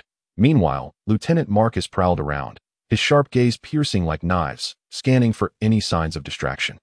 Should anyone be caught daydreaming, a paper ball the size of a pea would swiftly fly their way, resulting in an immediate and painful bump. No one could evade it, nor dared to try. Just yesterday, a fellow with a military background had thought himself nimble enough to dodge one, only to be bombarded by several more, each more forceful than the last, landing squarely on his face. The unfortunate fellow's visage had transformed into something resembling a swollen pig, and he was currently recuperating in the medical bay, and thus, Turner's first proper day in the military came to a close. Chapter 40 in 013a Spies Letter Pisa, renowned as the birthplace of the illustrious mathematician, physicist, and astronomer Galileo, serves as the capital of the Galileo system within the Kona Federation, and is also the unassailable political heart of the entire Federation. At this moment, Pisa was aglow with lights as many citizens concluded their workday and returned home. A nondescript black car emerged from the equally unremarkable underground parking lot of a dark building. Seamlessly merging into the flow of traffic, Du Qianfan, weary, shut his eyes momentarily, gently massaging his temples. Unlike those who were about to enjoy a delightful dinner with their families, his work was far from finished. In 10 minutes, he was expected at the Wanshan Grand Hotel to attend a charity gala in his capacity as the Minister of National Defense for the Kona Federation. Only after that could he shed this burden and return to fulfill his duties as a husband and father. Unfortunately, that brief 10 minutes of respite was a luxury for Du Qianfan, as he had scarcely closed his eyes when his aide in the passenger seat softly roused him and handed him a piece of paper. The contents of the paper were jumbled and indistinct. It was nearly impossible to piece together a coherent sentence. Only the adorable dimpled tiger in the bottom right corner, grinning broadly, stood out with remarkable clarity. This tiger had evidently unearthed some valuable tidbit. Du Qianfan reached into his pocket for a small seal, directing it at the paper. Upon pressing it, a soft glow emanated from the seal, causing the content on the paper to shift. Over 30 years of the SEED program, serving in the military, surname Du. As Du Qianfan read the illuminated text, he occasionally murmured the words aloud, the few phrases hinting at a monumental secret. Suddenly, he chuckled lightly and remarked to the two in the front seat. That tiger intercepted a confidential message from the Quiros Federation regarding a seed they planted on our side. However, the tiger's information skills are lacking, as it only deciphered 2 related pieces. 1, that the seed currently serves in the military. 2, that the seed's surname is Du. Du Qianfan paused slightly, then continued with a smile. Du is quite a common surname. I am a Du, and the man known as the Iron Blood General from Darwin Planet is also a Du within the entire Federation's military system. There are at least dozens of high-ranking officers with the surname Du. With just those 2 vague clues, how are we to locate this individual? By the way, why do I have the strange feeling he might be referring to me? To be precise, the number of officers with the surname Du at the rank of colonel and above is 88, an auspicious number. Upon hearing Du Qianfan's words, the aide chuckled as well. Surely, Lord Pisnok cannot be referring to you. If you were the seed planted by the Quiros Federation, we would have been annihilated by them a decade ago. How could we have our current favorable situation? You flatter me, and quite well. I must say. Du Qianfan laughed heartily. The organizers of that charity gala ought to extend their gratitude to you, for my buoyant mood will likely result in significantly increased donations. Now, do take care of this matter. As it is information sent back by that tiger, we cannot simply turn a blind eye. Dispatch some personnel to investigate those 88 officers of colonel rank and above. Only 87 remain, sir. I just completed the check on one. The aide turned to Du Qianfan with a grin. Oh. Ah, right. You sly little rascal. Haha. Amidst Du Qianfan's laughter, the black car glided smoothly toward the Wanqing Grand Hotel. Click. Turner affixed the final component of the M080T rifle, placing the assembled weapon upon the table before slapping the nearby timer point 12.98 seconds. Excellent. A 0.3-second improvement. Well done, lad. You're nearly catching up to my speed. Lieutenant Marcus glanced at the timer, casting a sidelong look at Turner, deliberately emphasizing the phrase nearly catching up, making his meaning abundantly clear. You still cannot surpass me. I'm merely a foot soldier. How could I possibly compare to you, Lieutenant? Turner replied with a grin. Over the past week, he had discerned certain traits of Lieutenant Marcus, such as his preference for soft approaches over hard ones. When dealing with him, a little flattery often produced commendable results. With a pistol time of exactly 7 seconds and a rifle time of 12.98 seconds, this fellow was increasingly distancing himself from them. Just a few days prior, they had been nearly on par. Blatt leaned in closer to Wu Guoqing and whispered, simultaneously casting a look of disdain at Turner. Indeed, as he had pointed out, only a few days ago, when they first encountered the disassembly and assembly of firearms, Turner's speed matched theirs. Yet, in a mere few days, he had surpassed them, not just them but the entire battalion, while others assembled one rifle. He had already completed 3.5. What was even more infuriating was that during the first shooting training, Turner had deeply provoked them. Stationary targets all scored above 9.5 rings, with a remarkable 71.3 hit rate for 10 rings. Moving targets scored all above 8.7 rings, with a 33.6 hit rate for 10 rings. These were statistics no veteran from the neighboring camp, who had been stationed here for over 2 years, could achieve. If there was any area where Turner fell short, it was in tactics. In just 2 virtual combat classes, he had been thoroughly bested 7 times in 7 different scenarios by 7 individuals employing 7 distinct strategies. Although he kept boasting that if only he had a battalion of mechs, he could wipe them out in no time, who would heed him, finally having the chance to vent their frustrations on him. No one would grant him an opportunity for a comeback, especially since mechs, known as special operations units, were far from something one could simply demand.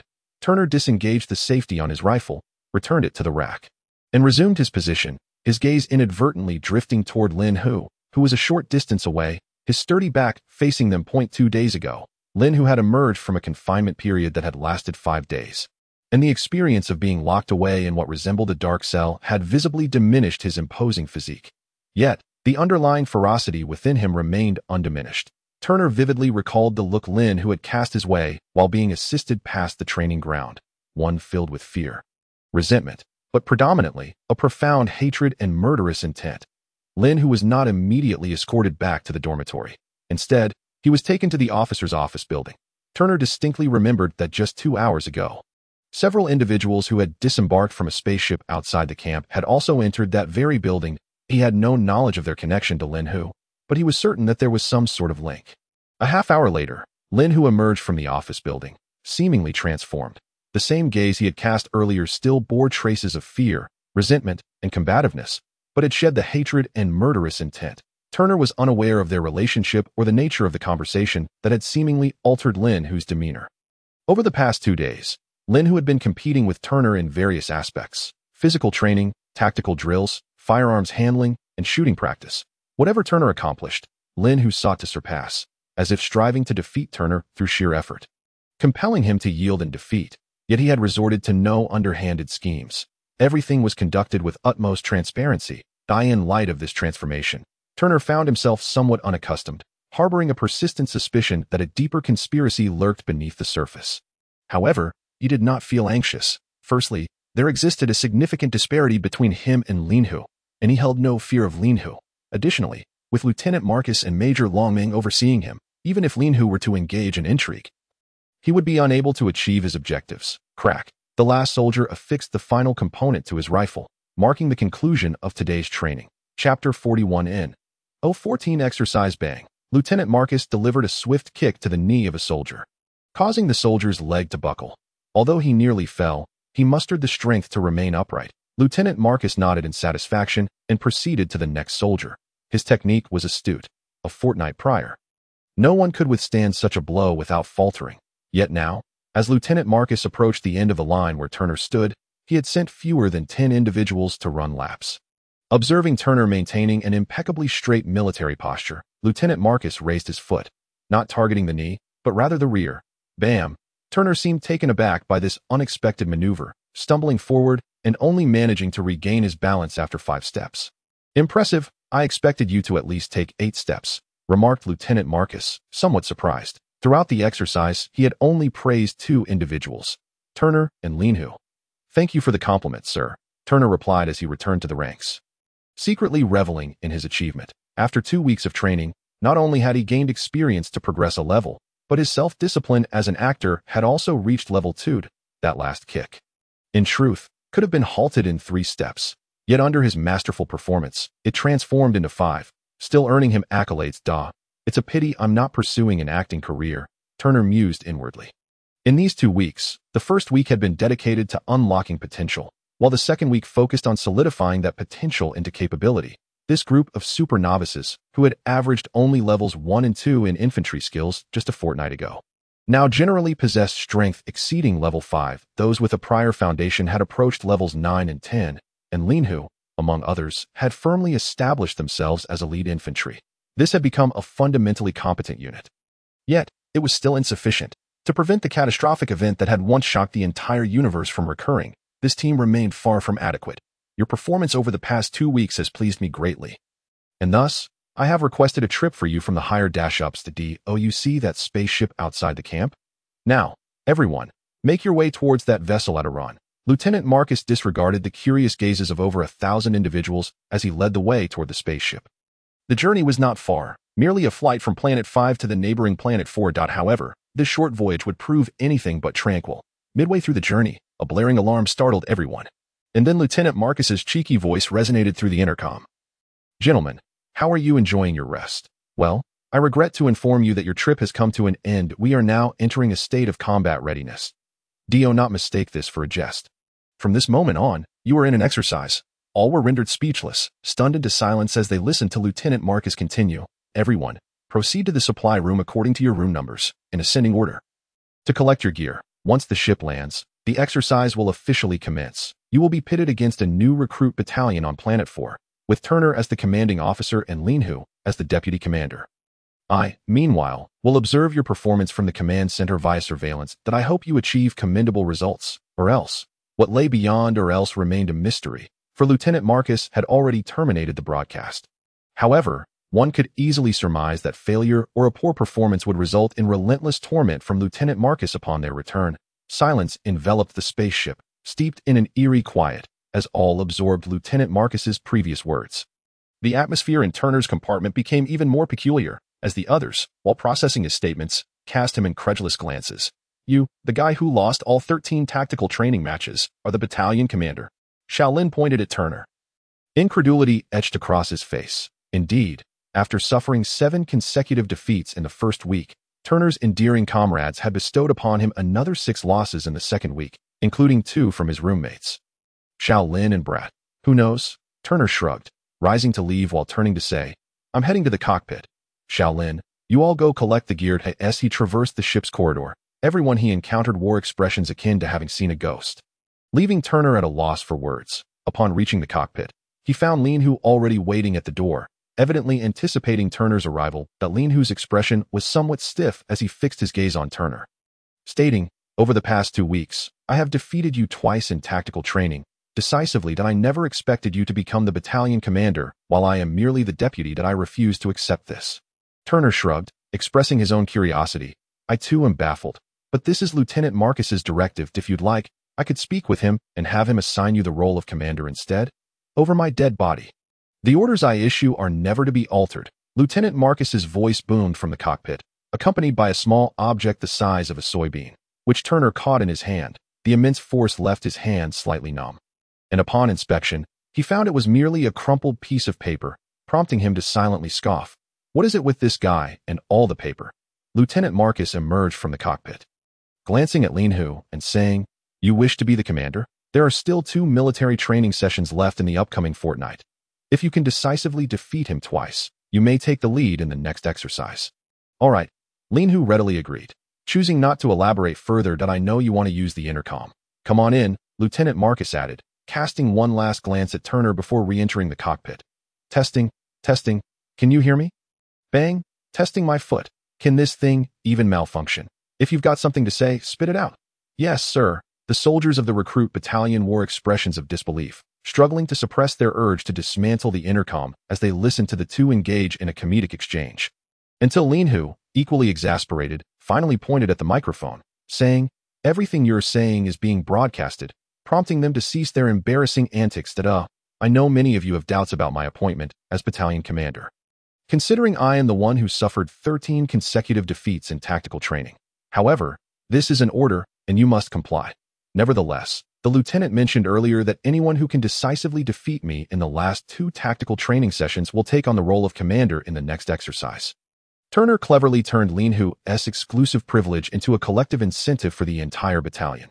Casting a glance at Lin Hu, whose face was turning an ashen shade of anger, Turner smirked and continued. Now, let us discuss something more formal. Since my position as battalion commander is now a settled matter, I do not wish to encounter any insubordination during the forthcoming exercise. I am not one to be trifled with. As you should all be aware, Lin Hu's expression darkened further. Turner was once again bringing up his past misfortunes, with 5 minutes remaining until the ship lands and the specifics of the external terrain still unclear. We will adopt a defensive posture. Once we land, First Company will immediately construct defensive fortifications. Second Company will provide fire support to the left and ahead, and Third Company will cover the right and rear. I have suffered 13 defeats in tactical training. I do not wish for this to become the 14th, that I suspect none of you wish for that either. So allow me to utter a well-worn cliché. Let us all give it our best. With a jolt, the spaceship gradually descended into the lush forests of Planet 4. Chapter 42 in 015 The legendary recruit battalion. Turner was the first to disembark from the spaceship. As he approached the hatch, a wave of hot, humid air hit him, instantly fogging the goggles on his leather headgear with tiny droplets of water. He drew his pistol, remaining vigilant of his surroundings, while his free hand removed the headgear, allowing him a clearer view of the environment. They found themselves in a small valley, flanked on one side by a 10-meter-high cliff, while the other 3 sides sloped gently downwards. They stood at the bottom of the slope, where tall and lush tropical trees grew on the mountainside and above, providing excellent cover, a prime location for concealment. First Company, establish a communication network against the cliff. Second Company, deploy microdrones. You have 5 minutes to map the terrain within a kilometer radius and identify suitable locations for establishing a command base. Third Company, ascend to the summit for ambush. Second and Third Companies, set up temporary defensive networks on the 3 slopes. Once First Company identifies a suitable location, move immediately. Turner swiftly issued a series of commands, prompting the soldiers to spring into action. Do you trust Lieutenant Marcus? Lin Hu quickly discerned the rationale behind Turner's arrangements. Do you trust him? I suspect few of you have experienced this type of tropical rainforest environment, which is likely why he chose such a location, Turner countered, causing Lin Hu to pause momentarily before responding. It's not just because of that. The lieutenant mentioned on the ship that once we landed, the exercise would commence. I cannot guarantee that the opposing force isn't already watching us from some hidden vantage point that a ship of this size is visible to anyone with their eyes open. True, Lin Hu nodded, having no further doubts about Turner's arrangements as he turned to direct the soldiers of Second and Third Companies in establishing their defenses. The vessel transporting the new recruits departed swiftly, and mere minutes later, it landed once more, now situated over 10 kilometers away from the exercise site, near the command center. Second Lieutenant Marcus stepped out of the ship and briskly entered the command center. Within, a considerable assembly of individuals had already gathered, most notably an elderly man with a head full of silver hair, whose military uniform bore the conspicuous insignia of 2 gold stars. He was a major general. Good day, sir. Marcus approached the elder and rendered a crisp salute. The old man's gaze remained fixed on the holographic display ahead, and with a casual wave of his hand, he remarked, "So you've arrived. Why all the fuss? Just find a place to sit. The youngsters on both sides have already begun." Marcus forced a smile and took a vacant seat that an officer beside him leaned in and whispered, "Marcus, what trickery are you up to this time? You expect my squad of capable soldiers to engage in drills with your bunch of pampered youths. Are you aiming to put them through the ringer?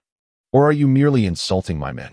They have been champions of the military for 3 consecutive years. At this moment, Marcus had shed the gravitas he held on Planet 5, donning a sheepish grin as he replied, "Oh, it's just a routine exercise that I wanted my boys to witness the legendary prowess of the strongest recruit battalion. A routine exercise. As long as your spoiled brats are involved, It is certainly no ordinary drill.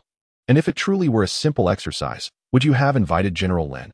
Upon hearing General Lin's name, Marcus's smile morphed into a wry grimace. Is General Lin someone I could summon at will?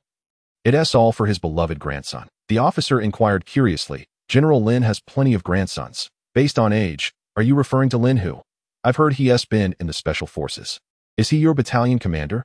That's him, but he is not the commander.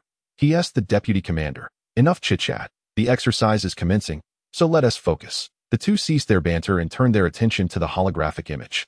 In just 5 minutes, Turner's orders were executed with precision. Observing a freshly minted terrain map with a radius of 1 kilometer, Turner pointed to a specific location and commanded everyone except for the 3rd Squad of the 1st Company. Form a semicircular assault formation and advance 700 meters southwest. The 2nd Company will lead the charge, while the 3rd Company provides perimeter defense. The 3rd Squad of the 1st Company will set up a reconnaissance point on the hill and report any developments.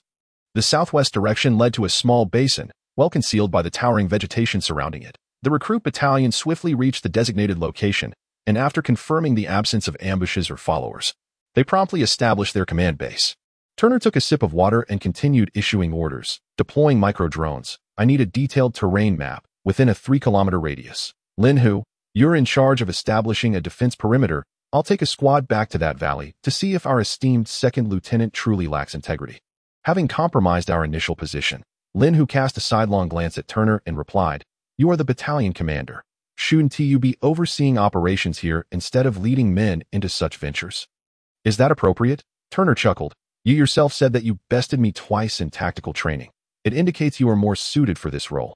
Isn't it the hallmark of a competent officer to recognize and utilize the strengths of others? Having said that, Turner swiftly vanished into the dense forest with a squad of soldiers.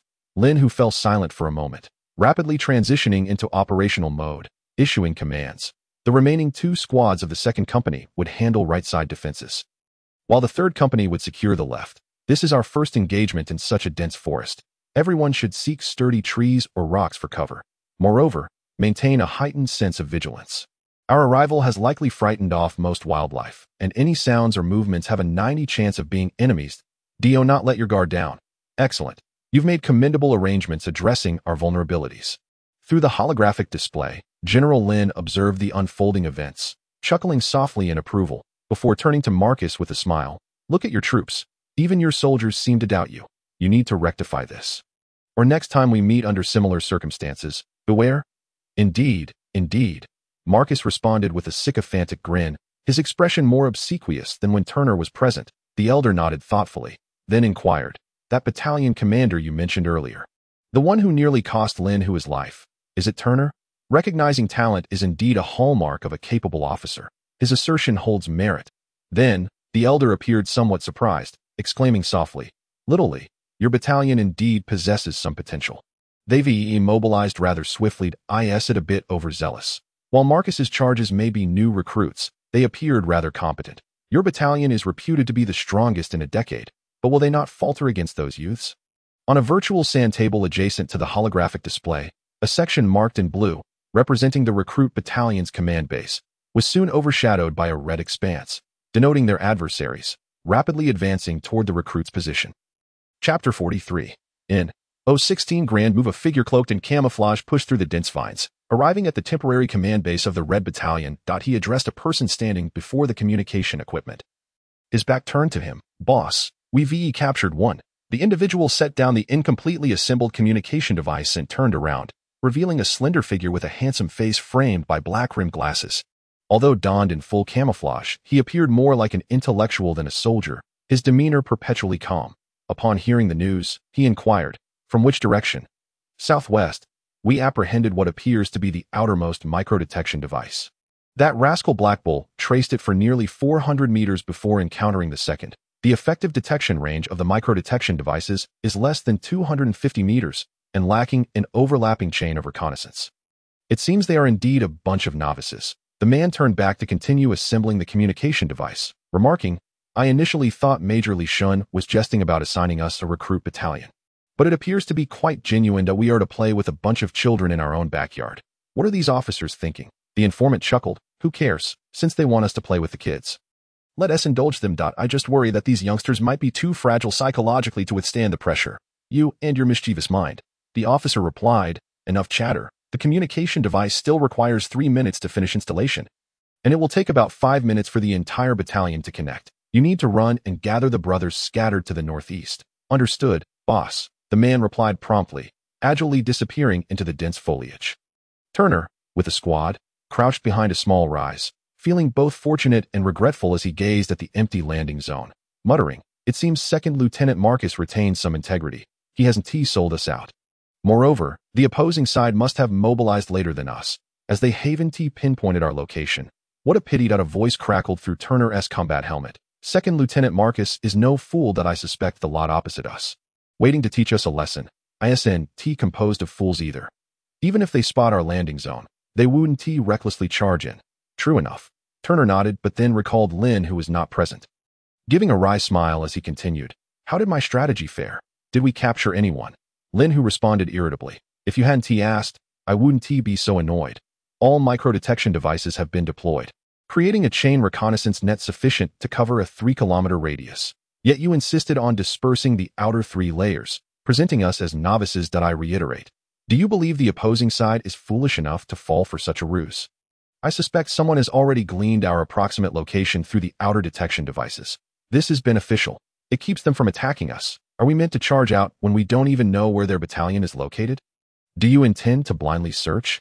You lot, who never experienced a tropical rainforest environment, will sweat profusely with even the slightest movement. Don't even think about engaging in combat with the enemy in such dense foliage.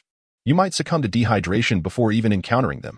Even Turner, with his superior physique and resistant skin, would break into a sweat with vigorous movement, let alone his comrades. But we can't remain in this state indefinitely. They will ascertain our general location through the detection devices, while we remain utterly in the dark about them. In the event they strike, we will be the ones at a disadvantage. Lin, who expressed his concerns. That's of little concern. Just wait. I'm heading back now. Turner replied confidently, terminating the communication. Hey, I'm worried about the opposing side gaining the upper hand. What does your return have to do with it? Hello? Lin, who listened to the busy signal emanating from his combat helmet, a frown of frustration etching across his forehead. Turner pointed towards the valley that served as the landing point and addressed a platoon that had followed him. You need not accompany me back. Instead, take up ambush positions there and coordinate your fire with the 3 squads stationed atop the mountain. Be vigilant and ensure you evade the local detection devices. Moreover, no matter what transpires, do not reveal yourselves until I summon you. Having delivered his orders, Turner swiftly vanished into the forest, in the command center. The actions of both factions were vividly displayed before the officers through holographic imagery. General Lin, with a hint of perplexity, remarked, what are they attempting to accomplish? The 7-layer detection network. Has the outer 3 layers failed to interlink? Is this a blunder or a trap? If it is indeed a blunder, then this commander ought to be reprimanded. Yet, if it is a trap, does he truly underestimate the intelligence of others? Conversely, the Red Camp exhibited a rather intriguing approach, entirely disregarding machine detection in favor of manual reconnaissance by soldiers, though this method lacked the extensive range of mechanical detection. It mitigated the risk of being discovered due to operational inconveniences, resulting in a more agile strategy. Observe the foremost red. It has already infiltrated the 4th layer of the detection zone. While the Blue Camp remains oblivious, General Lin expressed his disappointment. At this rate, they might not even realize they are at the gates of the camp. I am beginning to regret agreeing to this exercise. Lieutenant Marcus furrowed his brow. Although they have trained for a short duration, their capabilities should surpass this. They must have a backup plan. Major Li Shun of the Blue Camp sneered. A backup plan? I am genuinely curious about what these greenhorns could possibly have to counter that group. I shall await the outcome with bated breath. Turner swiftly returned to the camp, deliberately ignoring the irate gaze of Lin Hu, and pulled Blatt, who was on alert with his weapon drawn, into a corner. He gestured for him to deactivate all communication devices and whispered, I recall you once claimed to be a high-end hacker. I require a complete signal blackout for a duration. Can you manage that? Blatt blinked in surprise and inquired, what range and duration are you seeking? Just this area, for 3 minutes, Turner specified. Piece of cake.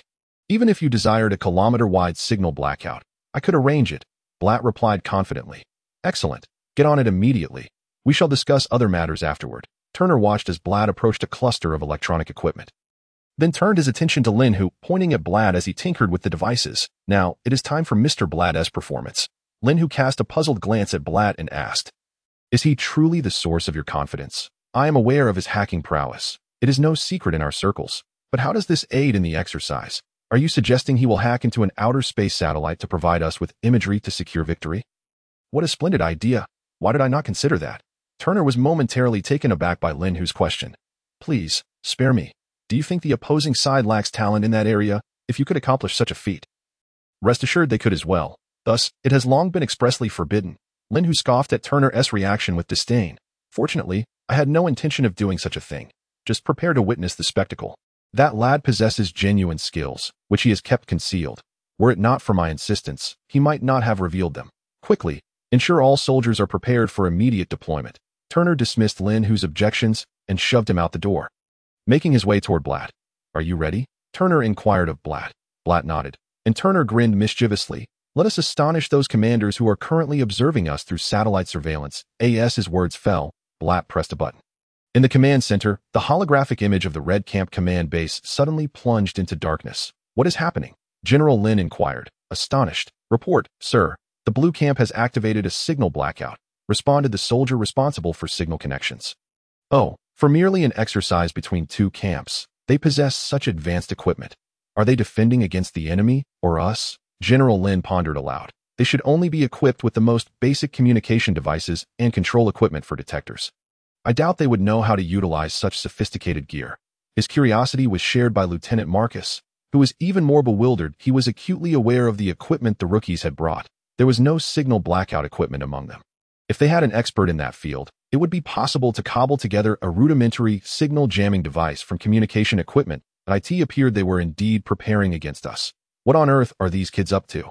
Lurking about so sneakily? I find myself unexpectedly hopeful about their next move. Let us see what unfolds. With the old General's statement, the others ceased their chatter, redirecting their attention to the holographic imagery. Signal jammed? Turner asked Blatt, who wore a proud expression. Absolutely. For the next 3 minutes, we will be a mere black dot on all monitoring equipment, Blatt confidently affirmed. Excellent. Do you recall the code I provided you on the ship? You have been curious about its purpose, have you not? Now you can verify it. However, once validated, that code shall belong solely to you. I will have no part in it. Can you manage that? Turner queried. For a high-end hacker, the allure of an unknown code's functionality is undeniably enticing. Upon hearing Turner's words, Blatt nodded without hesitation and proceeded toward the detector control equipment. That I truly cannot fathom how this one-track-minded chatterbox became a high-end hacker. Blatt thought to himself, appearing somewhat incredulous. Yet Turner knew that once Blatt had committed to something, he would not waver. Having successfully extricated himself from the ensuing matters, Turner approached Lin Hu, who wore a worried expression, and announced, Now, it is Mr. Blatt's time to shine. The figure of a soldier, fully adorned in camouflage paint, cautiously advanced through the dense forest, navigating the narrow vacuum between two detection ranges, as he had just discerned from the miniature detectors. He had traversed 5 layers of detection zones, and as anticipated, the 3 outermost circles, which operated independently, were merely a ruse. Upon reaching the 4th layer, he finally encountered the interconnected detection network he was well acquainted with. After notifying the subsequent troops via communication devices, he pressed onward. Such a detection network posed no challenge to a seasoned veteran like him. In under 20 minutes, he breached 2 more layers. Those rookie soldiers likely had no inkling that we were not employing machine detection. They were probably still thinking they could track our positions using those faulty machines. Once I reach your base, prepare for a surprise, the soldier mused to himself as he continued his stealthy advance. 3 minutes swiftly elapsed, and the holographic imagery in the command center once again displayed the Blue Camp's camp. However, at that moment, no one paid it any heed. All eyes were focused on another segment of imagery where, amidst the dense forest, a previously concealed miniature detector suddenly ascended from the ground and then began to rotate in a clockwise direction. What on earth are these kids doing? Is this how a miniature detector is utilized? Careening about like that only alerts the enemy to my presence, Lieutenant Marcus mused, bewildered by the scene. Marcus, are you certain you informed them of the difference between drones and miniature detectors? I seem to recall that you never passed those courses back in military academy. Truly, one gets what they give.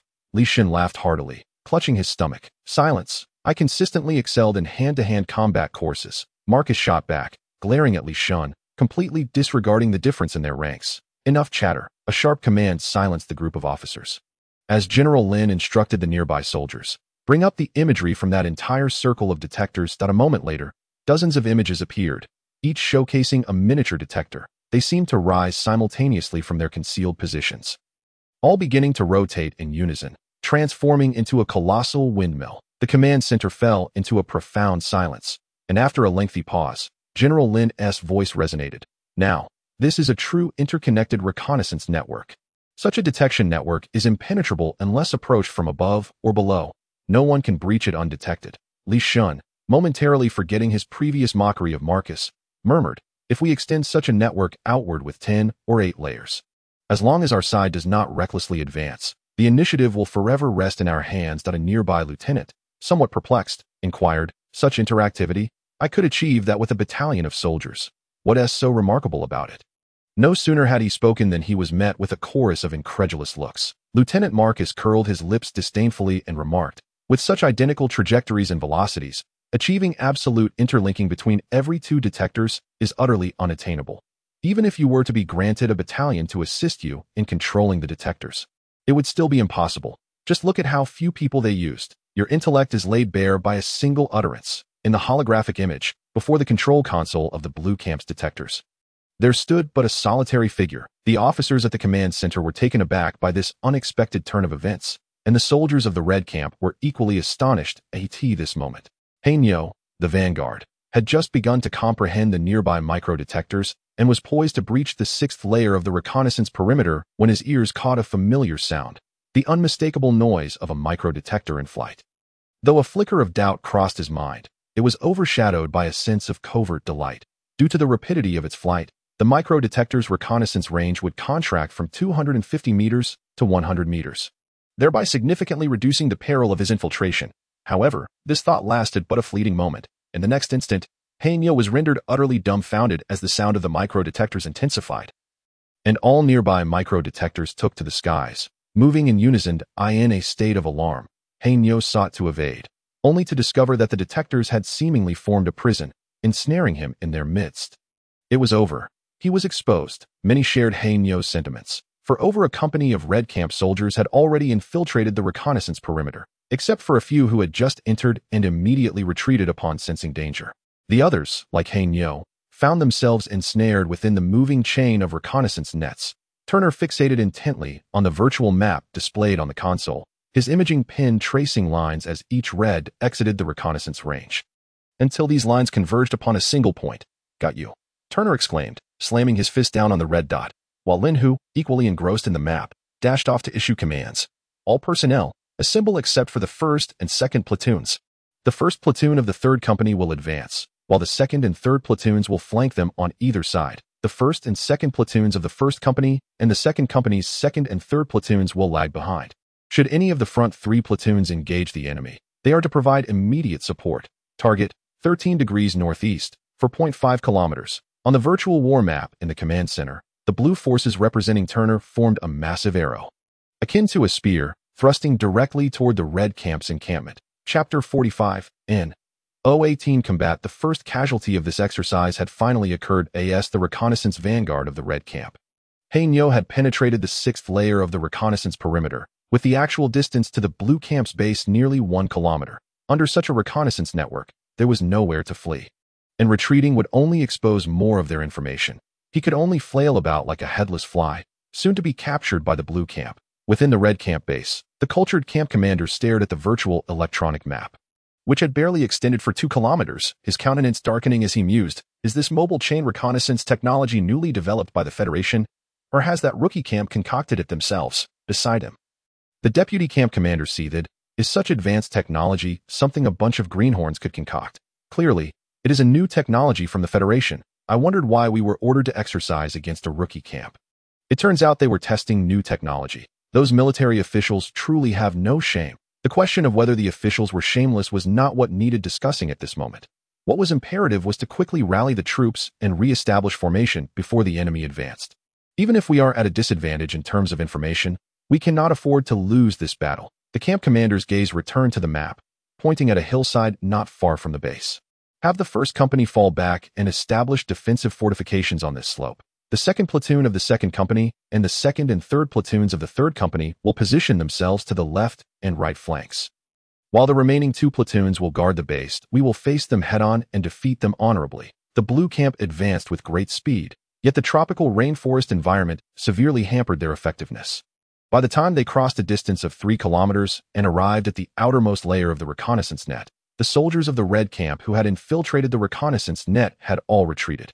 Failing to capitalize on the opportunity to expand their advantage, Brat Turner, in contact with the micro-detectors through his combat helmet, instructed, disperse the outermost 3 layers of detectors, centered around the 1st platoon of the 3rd Company. Spaced every 300 meters, the remainder can stay behind to watch the base. I trust you know how to modify the code functions, right? Don't underestimate me. That's an insult to the universe's top hacker. Brat retorted, disgruntled. Is 3 layers sufficient? Should I send all 7 layers over to you? After all, I'm the only one left at the base. It doesn't matter if someone sneaks over. No need. A control range of just 1 kilometer will suffice. I suspect the enemy has already set up their formation and is prepared for a head-on clash. In such a scenario, the detectors won't be of much use. Turner ended the communication and turned to the somewhat excited Lin Hu. The next phase is up to you. You command this battle better than I do. Lin Hu, without hesitation, accepted command, and the team advanced in an orderly fashion towards their designated direction. They're moving. In the command center, a group of officers stared at the holographic image, watching as the detectors they had just deemed capable only of fixed-route reconnaissance began to rotate like a windmill. Advancing towards the blue camp troops, swiftly forming a new reconnaissance circle with a radius of 1 kilometer, moving forward in unison with the troops. A genius. This lad is a genius. After this exercise concludes, I will personally recommend him for a medal. General Lin, no longer as composed as he had initially been, spoke with a hint of excitement. Marcus cast a smug glance at Li Xin beside him and casually remarked, I recall someone saying to wait and see. Well, how do you find it now? Enjoying the show? Li Xin shot Marcus an awkward glare, retorting, the battle hasn't even begun. The outcome is still uncertain. Why the rush? Not in a hurry. I'm simply eager to see the results. Marcus chuckled, ignoring Li Xin. The commander of the 1st Company of the Red Camp tossed aside his tactical binoculars in frustration, unwilling to continue peering through them at the micro-detectors hovering in mid-air, intermittently visible amidst the dense jungle as they gradually advanced towards him. Turning to the soldiers who had completed their defensive fortifications behind him, the commander instructed the deputy commander, find a few sharpshooters. Those micro-detectors must be shot down as soon as they come within 300 meters. If the micro-detectors were to be destroyed, especially on a large scale, it would effectively expose the Red Camp's establishment of a strongpoint here. Yet, if they did not clear the approaching micro-detectors, they would only expose more. I knew you wouldn't retreat back to the base. I've long wanted to engage in a fair battle. Turner was surprised to see Lin Hu, usually fond of cunning tactics, transform into a straightforward warrior on the battlefield. He simply moved 2 platoons forward, merging them with the original advancing platoon to form a cohesive unit, and charged ahead. The battle commenced swiftly, with both sides exchanging fire at a distance of about 500 meters, separated by dense foliage. Under Lin Hu's command, the soldiers shot while utilizing the jungle for cover, steadily advancing towards the enemy.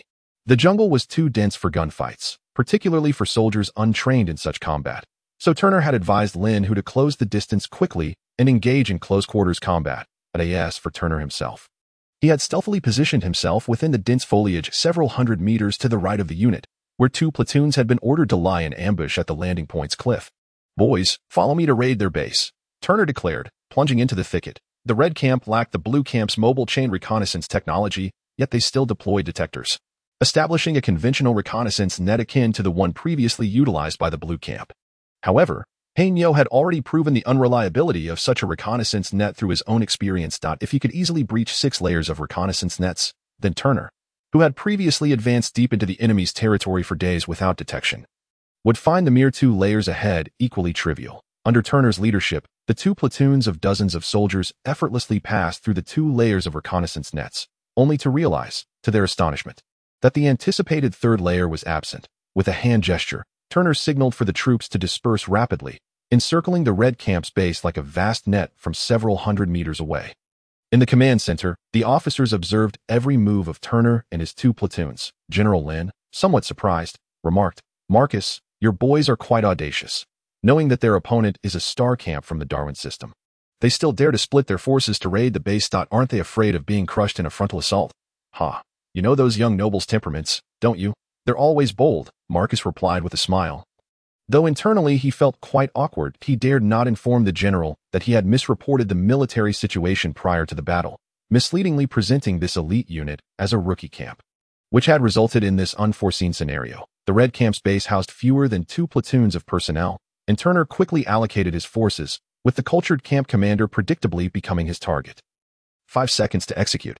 I do not wish to see anyone firing a shot that might expose our presence. Those who fail to comply will serve as sandbags for a week. Turner issued commands through the communication device while gripping a plastic dagger intended for the drill. 5, 4, 1. Act now. As the words fell, Turner lunged forward like a leopard. Chapter 46 N. 019 Camp Assault. Turner harbored deep distrust towards Lieutenant Marcus, stemming from the incessant mistreatment he had endured from him. After enduring such torment, it was only natural for Turner to perceive every action of Marcus's as a potential threat, rendering his words utterly unreliable. Thus, Turner dismissed Marcus's claims about a new recruits camp, believing it more plausible that Marcus would seize this golden opportunity to unleash a severe onslaught upon them, rather than provide any genuine assistance. Therefore, as Turner surged forward, he not only summoned all his strength but also delivered a tremendous blow. His legs propelled him into motion, each step leaving a profound imprint upon the grass, covering a distance of over 10 meters in merely 4 strides. By the time the camp commander heard the commotion and turned around, Turner was already upon him, driving the dagger towards him. The plastic dagger, being exceedingly soft, posed no risk of causing real harm. Hence, Turner exerted all his might into that thrust that a flicker of surprise crossed the commander's eyes. Yet his reaction was instantaneous. With a swift motion, he drew the dagger strap to his leg and raised it just in time to deflect Turner's strike, completing the entire sequence of actions in less than 0.7 seconds, successfully blocking the thrust before it could make contact. Turner was astounded, not merely at the astonishing speed of his opponent, but also at the strength displayed, with the enhancement from his powerful strike. Turner's strength had reached a formidable 41 points, yet the commander, even in a moment of haste, managed to withstand the full force of his assault, the only consequence being the shattering of Turner's plastic dagger. While the commander himself remained unscathed, retreating a few paces, Turner, filled with astonishment, sharpened his focus, pushing his speed to the limit, adhering to his opponent like a tenacious adhesive. He launched a series of rapid stabs with the dagger, simultaneously channeling all his accumulated 6 points of free attributes into his strength. The commander, initially devoid of expression, was overtaken by a look of astonishment, having anticipated that Turner had exhausted his full power in the initial strike. To his shock, Turner's strength had surged by an additional 20% in this exchange. The commander's attempt to seize Turner's wrist was violently thwarted, sending his hand flying back. The momentary surprise vanished as the commander deftly parried Turner's 2 direct thrusts with precision, his left hand flipping to snatch at Turner's throat with astonishing speed. Now was the moment. Adrenaline surged. Turner felt a jolt of energy coursing through him, enhancing all his attributes by 50%. He did not flinch or evade, but instead advanced toward the commander's grasp, seeking mutual destruction. Not a chance. The commander concentrated his strength in his arm, accelerating his grasp, which swiftly descended upon Turner's neck, and then he struck. The plastic dagger collided with the combat uniform, bending under pressure without inflicting any harm. However, the subsequent punch landed with the weight of a siege hammer against Turner's abdomen, the immense force inducing a spasm within him, sending waves of weakness coursing through his brain, rendering him unable to maintain his grip on the commander's hold. How could this be? The commander stared at Turner in disbelief, fully aware that this was no mere coincidence that in that fleeting moment, Turner had significantly enhanced both his speed and strength, transcending the commander's capabilities, thus striking first. But why was this the case? Had Turner been concealing his true strength all along? You are finished. The glint in Turner's eyes conveyed this message as he cast a final glance at the commander, momentarily frozen in place, before swiftly veering to the side, pouncing towards another soldier from the Red Camp. This soldier, equally formidable, had already reversed the tide of battle, forcing a trio of his comrades into a dire predicament. Turner's entrance instantaneously altered the dynamics of the confrontation. The Red Camp soldier, lacking the reaction speed and composure of their commander, found himself in disarray. By the time he noticed Turner, the dagger was already halfway towards him. In a panic, he abandoned his nearly fatal strike, retracting his dagger to parry Turner's assault. Instead, suppression, the 2 daggers met mid-air, and an unusual occurrence unfolded. The soldier, whose muscular physique was evident beneath his short-sleeved combat uniform, failed to withstand even 0.1 seconds of resistance, being forcefully pushed back by Turner, helplessly watching as Turner's dagger pierced his uniform. Fortune favored Turner, he rejoiced inwardly, upon reaching 30 points in each of his 6 foundational attributes. He had unlocked a passive skill. Upon achieving 30 points in physique, he acquired the skill Resilient Skin, and upon leveling to Elite Infantry level 3, his strength also reached 30 points, granting him a second passive skill. Suppression Force. Suppression Force. Passive skill. When the user's strength exceeds that of the opponent, there is a 3 chance to inflict a suppression effect, rendering the opponent's strength effectively 0 for that encounter. With 0 strength, even a civilian could not withstand it, let alone Turner, with his considerable strength, thus leading to the scene that transpired. The advantage gained from the ambush swiftly transformed into a decisive victory. And having achieved a double kill, Turner rapidly lunged towards the 3rd, 4th, and nth soldier, until none of the Red Camp soldiers remained alive in the encampment. As Turner surveyed the remaining personnel, the outcome prompted a bittersweet smile. Despite emerging victorious from this unexpected ambush, they had paid the price of nearly an entire squad, as the enemy's combat prowess had been shockingly formidable. Turner's gaze shifted towards the main battlefield, where explosions intermittently erupted, his heart filled with concern if the entirety of the opposing camp possessed such strength. Even with the advantage of visual intelligence, Lin Hu and his team might not prevail. Head towards the main battlefield with the remaining troops at full speed. Hopefully, we can catch them off guard. Turner commanded the remaining squad leader. What about you, Turner? Oh no, Commander. The squad leader inquired curiously. As for me, I would love to join you, but alas, I'm utterly exhausted. Turner replied with a wry smile, his mind racing through the timeline, counting down 10, 9, 8. To avoid an embarrassing fall, Turner opted to sit down early, stating, I just unleashed a special technique, and now I'm completely drained. I can barely stand, let alone fight alongside you. Enough chit-chat. Hurry along. You wouldn't want to lose this exercise, would you? The squad leader dared not ask further questions, and swiftly led the remaining troops towards the main battlefield. Brother, Turner turned to the Red Camp commander, flashing a brilliant smile. If you don't mind, come sit and chat for a bit. Sure, I happen to have many questions I'd like to discuss with you. The commander replied, momentarily taken aback before smiling warmly and sitting beside Turner, casually tossing a vial of stimulant onto the ground. I was going to use this, but I thought better of it. I underestimated you all. Chapter 47N. O20 exercise concludes. Did you say he is a veteran? A Marine Special Forces soldier? In the holographic imagery, just as Turner had slain the Red Camp commander and was lunging towards another. General Lin retracted his intense gaze from the screen to question Marcus. He is a veteran, but merely a regular infantryman who has served for nearly 3 years, still a private, without even a basic officer rank to his name. Marcus responded, that makes sense. Despite his exceptional physical attributes, the combat techniques he employs are merely standard military basics, devoid of any specialized tactics. General Lin nodded in agreement before inquiring, when he struck with that dagger. His overall state clearly improved. Both his speed and strength escalated by at least 30%.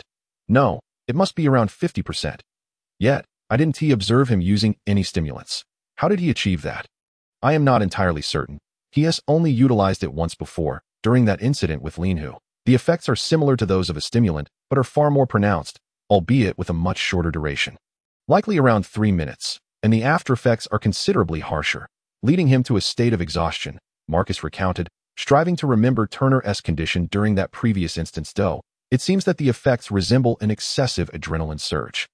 This so-called super hormone can indeed enable an individual to unleash strength far beyond their natural capabilities for a brief period. With the after effects being prolonged fatigue, General Lin mused, piecing together the implications of Marcus's remarks. If Turner happened to overhear, he would undoubtedly be left dumbfounded. With such poor tactical performance, but remarkable personal attributes, he ought to be sent for 2 years of intensive training in special operations. There is a strong possibility he could emerge as a special forces ace. General Lin pondered, casting a few more glances at the holographic imagery before chuckling. All right, let us not hover around too anxiously. The exercise will conclude shortly. Arrange your gear and prepare to meet the young ones from both sides. They've all performed admirably this time. General Lin's prediction was spot on. The exercise indeed concluded swiftly. And as Turner had feared, they ultimately fell short, defeated by the formidable individual capabilities of the Red Camp. Lin Hu, who had always sought a direct confrontation, succumbed to the schemes that surfaced from the clear red dots on the map relayed by the detectors as soon as the battle commenced. First, they firmly secured the 4 positions on both sides, preventing any engagement in the battle. Then, relying on a single company's strength, they initiated a direct confrontation against an opposing company, following his instructions. The soldiers, trained by Second Lieutenant Marcus, executed a collective display of feigned retreat, giving the impression that they were overwhelmed and withdrawing. The entire company served as bait, even though the enemy recognized it was a trap. They could not resist the temptation to strike. The units, originally positioned in a triangular formation at the flanks and front, heeded the company commander's order and converged into the front line, intent on overwhelming this single company before addressing the remaining forces. Seeing the enemy take the anticipated action, Lin Hu felt a surge of joy. With a command, a platoon from the retreating company suddenly pivoted, charging towards the numerically superior enemy with a resolve to perish in battle. While the remaining troops swiftly dispersed to join the forces that had already flanked to the sides, despite their tenacity, a platoon, no matter how valiant, could not withstand the relentless onslaught of two companies for long. Yet, that brief interval was sufficient for the flanking units to establish a pincer movement at Lin Hu's command. The forces on both sides closed in fiercely. The situation appeared promising. This was Lin Hu's impression after successfully executing the encirclement order. However, this feeling was short-lived, as the soldiers of the Red Camp shattered it with their remarkable individual prowess. Their shooting accuracy was inferior, their ability to find cover was lacking, their speed of maneuvering was not as swift. They faltered in close combat. The advantages gained by sacrificing a platoon were slowly eroded, transforming into disadvantages and impending defeat, leaving Lin Hu powerless at this moment. It had devolved into a test of sheer strength.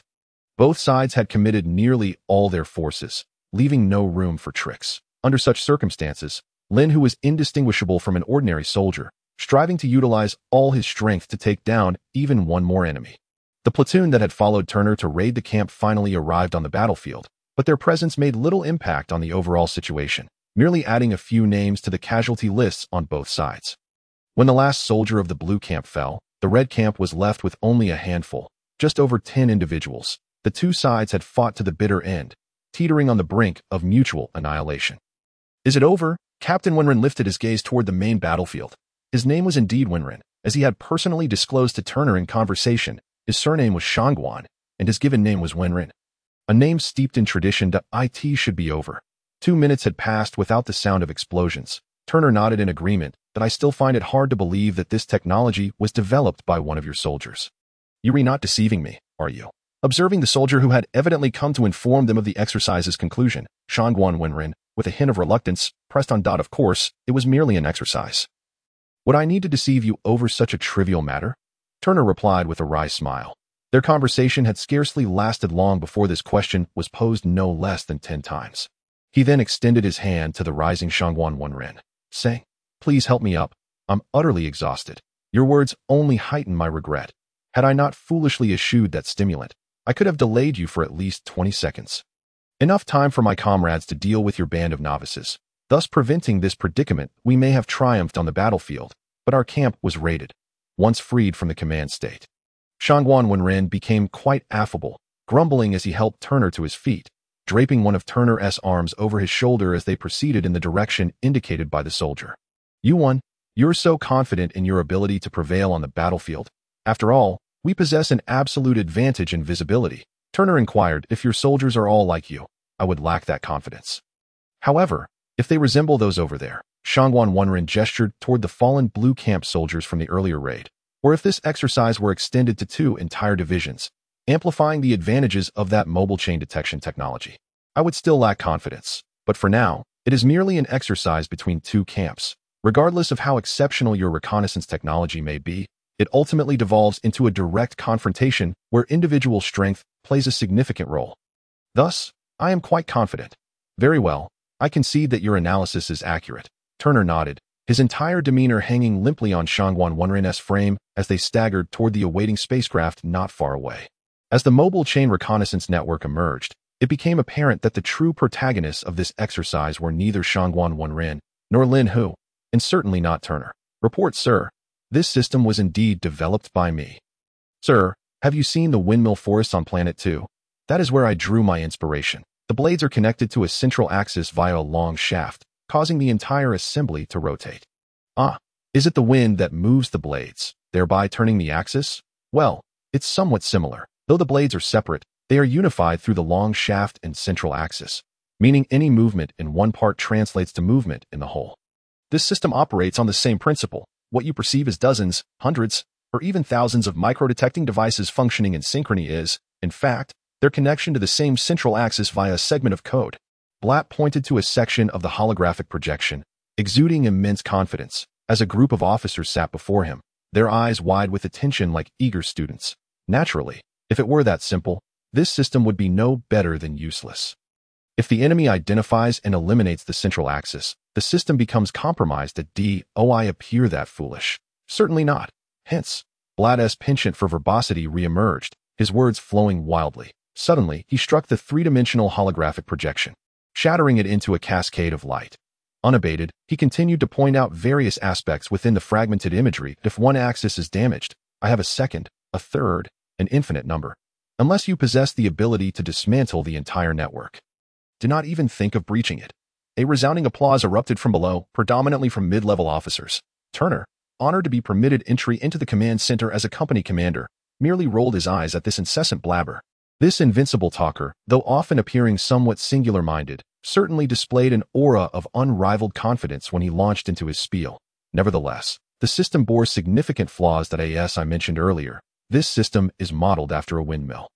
Thus, its overall shape is regular and predictable, leading to a limited detection range that is easily circumvented and vulnerable to destruction. This has been my focus of research lately, how to render the entire detection network irregular. However, to date, I have yet to find any clues. Blatt concluded his discourse, scratching his head with a Na'vi grin. Another round of applause erupted. This time, even General Lin joined in, leading the ovation. As an elite soldier, he understood that transforming this mobile chain reconnaissance network into an irregular format would signify a monumental leap in the Connaught Federal Army's ground reconnaissance technology, placing them a decade ahead of the entire universe. If he knew the general's thoughts, Turner would have scoffed. 10 years. You underestimate this technology far too much. It won't emerge for another 27 years. Simultaneously, Turner felt a flicker of astonishment. Mere hours had passed since he had taught Blatt the code aboard the spacecraft. And already this young man had demonstrated an impressive ability to extrapolate and propose a model for irregular movement, something that would not be successfully developed until 5 years after the advent of mobile chain detection technology. Or 32 years from now. Naturally, the summary speech for the exercise fell to the highest-ranking officer present, General Lin.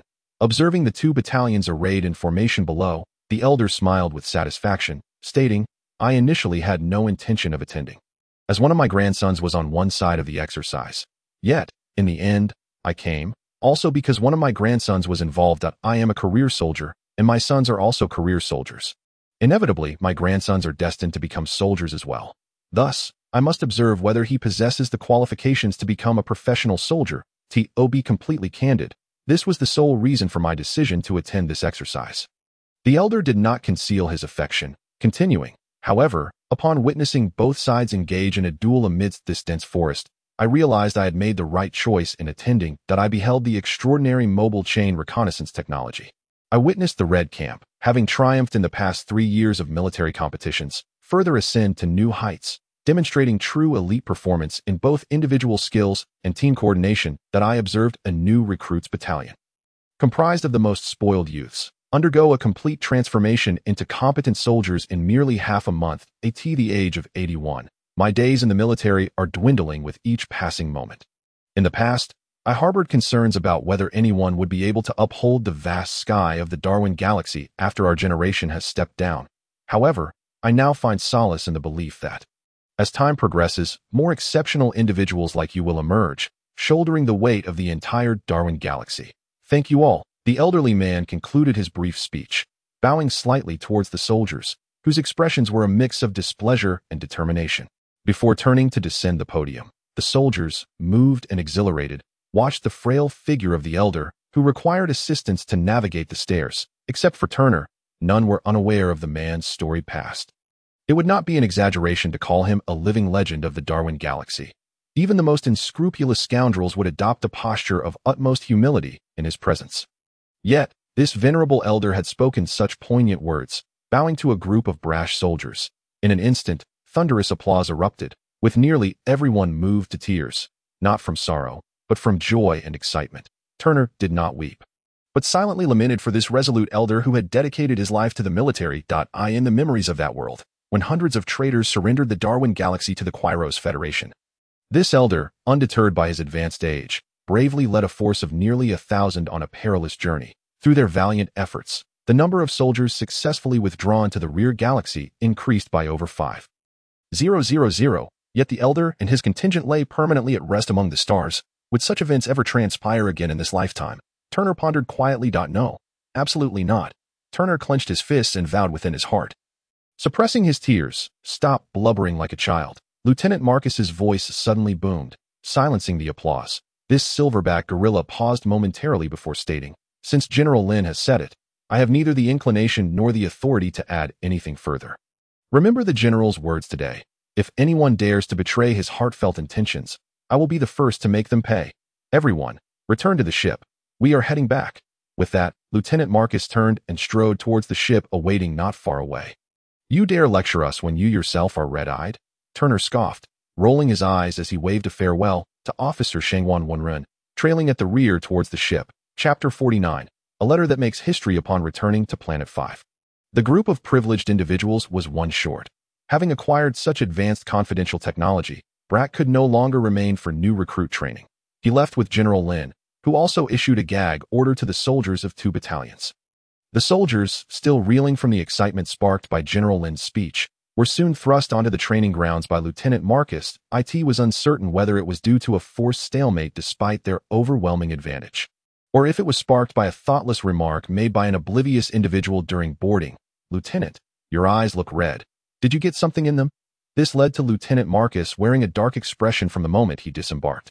And with a sinister smile, he assigned a training regimen far exceeding that of the previous 2 weeks, plunging the group of privileged youths into yet another grueling ordeal.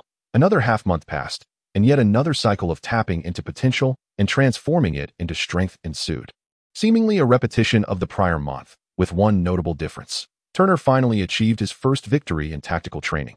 However, according to the defeated Wu Guoqing, he couldn't bear to watch this unfortunate soul being overwhelmed by the 25th Company, hence deliberately allowing Turner to win. Of course, the events of the past half-month extended far beyond this, but all were kept tightly under wraps by Long Meng in his office, with not a whisper leaking to the soldiers until, after half a month, a letter arrived on Long Meng's desk. The contents of the letter were simple, totaling just 20 words with punctuation included.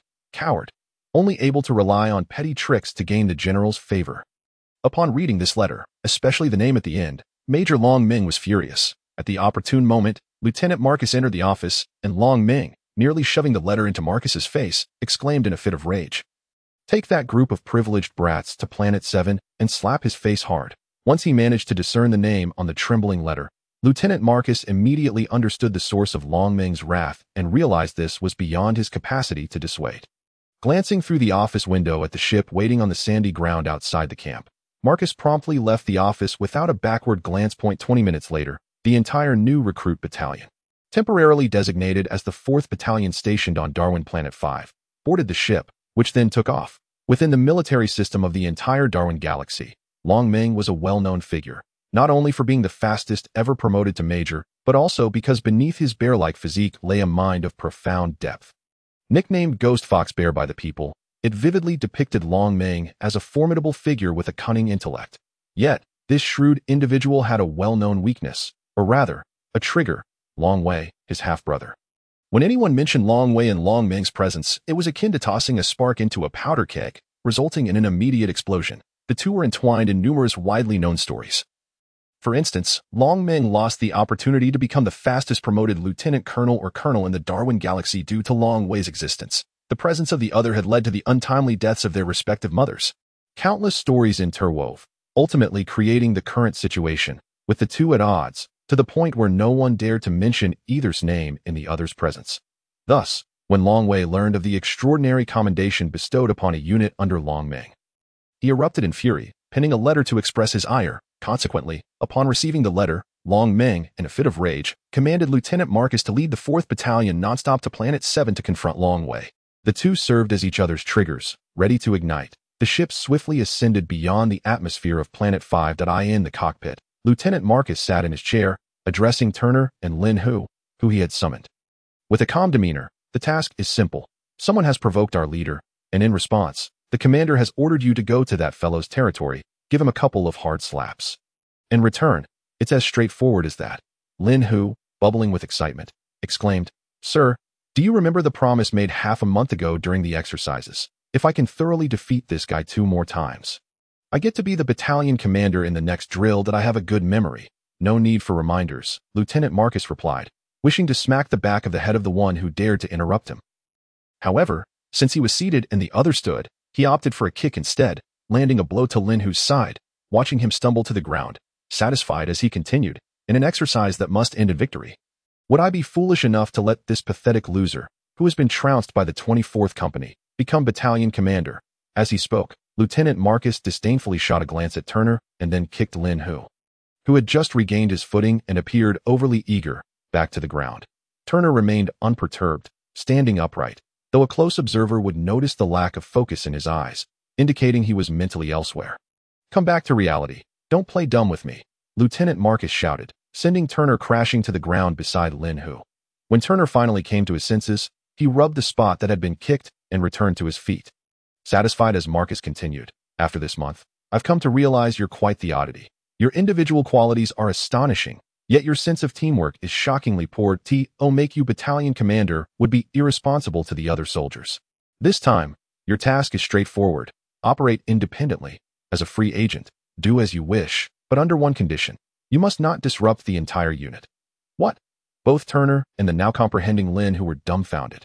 In true warfare, such autonomy was a privilege reserved for elite special forces or mechs. "What do you mean, what?" "It's settled," Lieutenant Marcus declared, putting an end to the conversation, walking back to their quarters from the cockpit. Lin Hu gradually regained his composure from the excitement of potentially becoming battalion commander. He glanced at Turner, who was deep in thought. Curiously, he asked, "What's wrong? You've been lost in thought since we boarded." "Nothing," Turner replied succinctly, donning an apologetic expression as he quickened his pace towards his room. "Is it really nothing?" "Certainly not. With less than 10 days remaining until the first assault by the Qui Alliance." Turner felt a sense of unease. Had the unit remained on Planet 5, he would have been unconcerned, as it was far from the battlefield. Once war erupted, there would be no justification for deploying this newly trained battalion, which had only been in training for a little over a month, to the front lines. Thus, the potential he had initially speculated would no longer be plausible. However, now, Planet 7, the closest planet in the entire Darwin galaxy to the impending war on Planet 6, which would also be the second to be engulfed in flames of conflict. Such a moment. The occurrence of this event is perplexing. Could it be mere coincidence, or is there a deliberate hand at play? Just then, the spacecraft's intercom crackled to life, announcing a malfunction in the propulsion system, necessitating a course correction towards Planet 6 for repairs. All personnel are requested to return to their designated positions to avert any turbulence during the maneuver. Having just returned to his quarters, Turner was momentarily petrified. Was this truly a coincidence, or was there an ulterior motive at work? Chapter 50. In O23 temporary mission, was this merely a chance occurrence? Or was someone instigating trouble? Long Ming pondered this question, having regained his composure after an initial bout of fury, his cunning mind akin to that of a fox. The question reverberated in his thoughts. Ever since the incident that had confined Long Ming to a Major S position for 5 long years, no one dared to mention another individual in the presence of either Long Ming or Long Wei. Moreover, to prevent a recurrence of that incident, every effort was made to conceal any information regarding that person. Both Long Ming and Long Wei were acutely aware of this, which is why they typically steered clear of news concerning one another. For 5 years, their paths had scarcely crossed, yet this time, it was undeniably orchestrated. Someone was deliberately stirring the pot. Long Ming slammed his palm against the desk, shattering it into splinters. In a chilling tone, he muttered to himself, "Whoever you are, daring to sow discord between me and that individual, I shall make you understand the true meaning of death." Lacking the vivid memories of a past life like Turner, Long Ming simply believed that someone was trying to incite conflict between him and Long Wei. However, this did not hinder his investigative efforts. From the wreckage of the desk, Long Ming retrieved the communications device. Finding it intact, he swiftly dialed a number. The call connected promptly, and he spoke in a low voice. "Investigate who informed Long Wei about my subordinate S battalion being commended by General Lin for their successful drill, and ascertain their motives." After hanging up, Long Ming contemplated, tossing the phone in his hand. Should he have them return now? He quickly dismissed the idea and dialed another number, as soon as the line connected. Marcus's cheeky voice emerged. "Boss, have you already missed me so soon after my departure? Get lost, you insufferable fool," Long Ming retorted with a laugh, then turned serious. This situation may be more complex than it appears. It seems someone is intent on causing trouble between me and that GUY. Be vigilant in all your actions, and ensure that you return only after giving that guy a good thrashing. Leave it to me, boss, Marcus replied, his tone shifting to one of earnestness. Meanwhile, Turner lay on his bed, lost in thought, completely unaware that a golden opportunity to retreat had just slipped away. He had come to view this outing as an absolute conspiracy. From provoking Long Meng to lead them to Planet 7, to the spacecraft malfunctioning en route to Planet 6, it was all part of a scheme. What might the next step in this conspiracy be? Surely an excuse would be fabricated to keep them on Planet 6. Turner sighed deeply, feeling utterly powerless that he could not simply approach Lieutenant Marcus and disclose his suspicions of a conspiracy targeting their battalion, aimed at luring them to Planet 6, where they would likely be ambushed by the Kia Alliance in a few days, to provoke the wealthy parents into siding with the Quiros Federation. Even if he were to speak up, no one would believe him. They would simply dismiss him as a delusional madman. What to do? As Turner wrestled with his tumultuous thoughts, the spacecraft breached the atmosphere of Planet 6. Planet Darwin 6, the closest planet to the Quiros Federation, and also the second most populous in the Darwin system, trailing only behind Planet Darwin itself. The spacecraft docked at a military base on the outskirts of Gozen City, home to the 3rd Infantry Division, and awaiting the 4th Battalion was none other than Colonel Du Chun, the division commander. The soldiers of the 4th Battalion were once again astounded by Lieutenant Marcus's extensive network of connections. During their last drill, he had known everyone from General Lin to the most junior lieutenant, and this time, every officer present to greet them, including Colonel Du, seemed to be well acquainted with him. I had my suspicions about who was aboard when I received the temporary docking request. But I never imagined it would be you, kid, Colonel Du remarked, his demeanor both dignified and amiable as he clapped Marcus on the shoulder. I sent that group of youngsters for a drill. And who would have thought this wretched spacecraft would malfunction? Thankfully it's here with you. Had it encountered someone less accommodating? Well, you know my temper. Grinning, Lieutenant Marcus casually draped his arm over Colonel Du's shoulder. You, my friend, have been with Long Meng for 5 years, yet your wits seem sharper than ever. Colonel Du chuckled. The security on Planet 6 is tight. Even without escorts, a few personnel will suffice. That I'll take care of this. As the ship requires a couple of days for repairs, 20 personnel should be adequate. Right. Marcus replied without hesitation. Sir, a voice called from the back of the group, and Turner stepped forward to address Marcus. Sir, Long Meng remains on Planet 5 awaiting the outcome of this affair. We shouldn't delay here for too long. Mind your own business. Marcus shot a displeased glance at Turner. Colonel Du's situation will be relayed to the higher-ups. Even the boss will approve. Now fall back in line. Yes, sir. Turner complied without further protest, returning to the ranks. However, as he cast a wary glance at the composed and refined Colonel Du, a flicker of suspicion and animosity glimmered in his eyes. That man certainly harbored secrets. Chapter 51. N. 024 Smackdown on the Ice Queen. As for the renowned superstar Jiang Chuer, whose mere name could enrapture a battalion of men, Turner felt no interest whatsoever. Having encountered numerous real-life celebrities in his previous existence, he found it hard to muster any fascination for a fictional idol, just as he wrestled with the risk of being deemed a lunatic or a test subject by divulging information to Lieutenant Marcus. Marcus kicked him along with 19 other soldiers toward Colonel Du. You're just a free agent on the battlefield. Your presence here is of no use. Here's your chance to get close to a superstar. Meanwhile, I'll take this opportunity to train the others. If they embarrass themselves, it won't just be a matter of losing face. My life will be on the line. With that, Marcus led the freshly allocated soldiers, who had only just settled into their barracks, to the training ground under Colonel Du's guidance. In Hilton Hotel, one of the only 3 Ultra 5-star hotels in Gozen City, in the chosen lodgings of Jiang Chuer.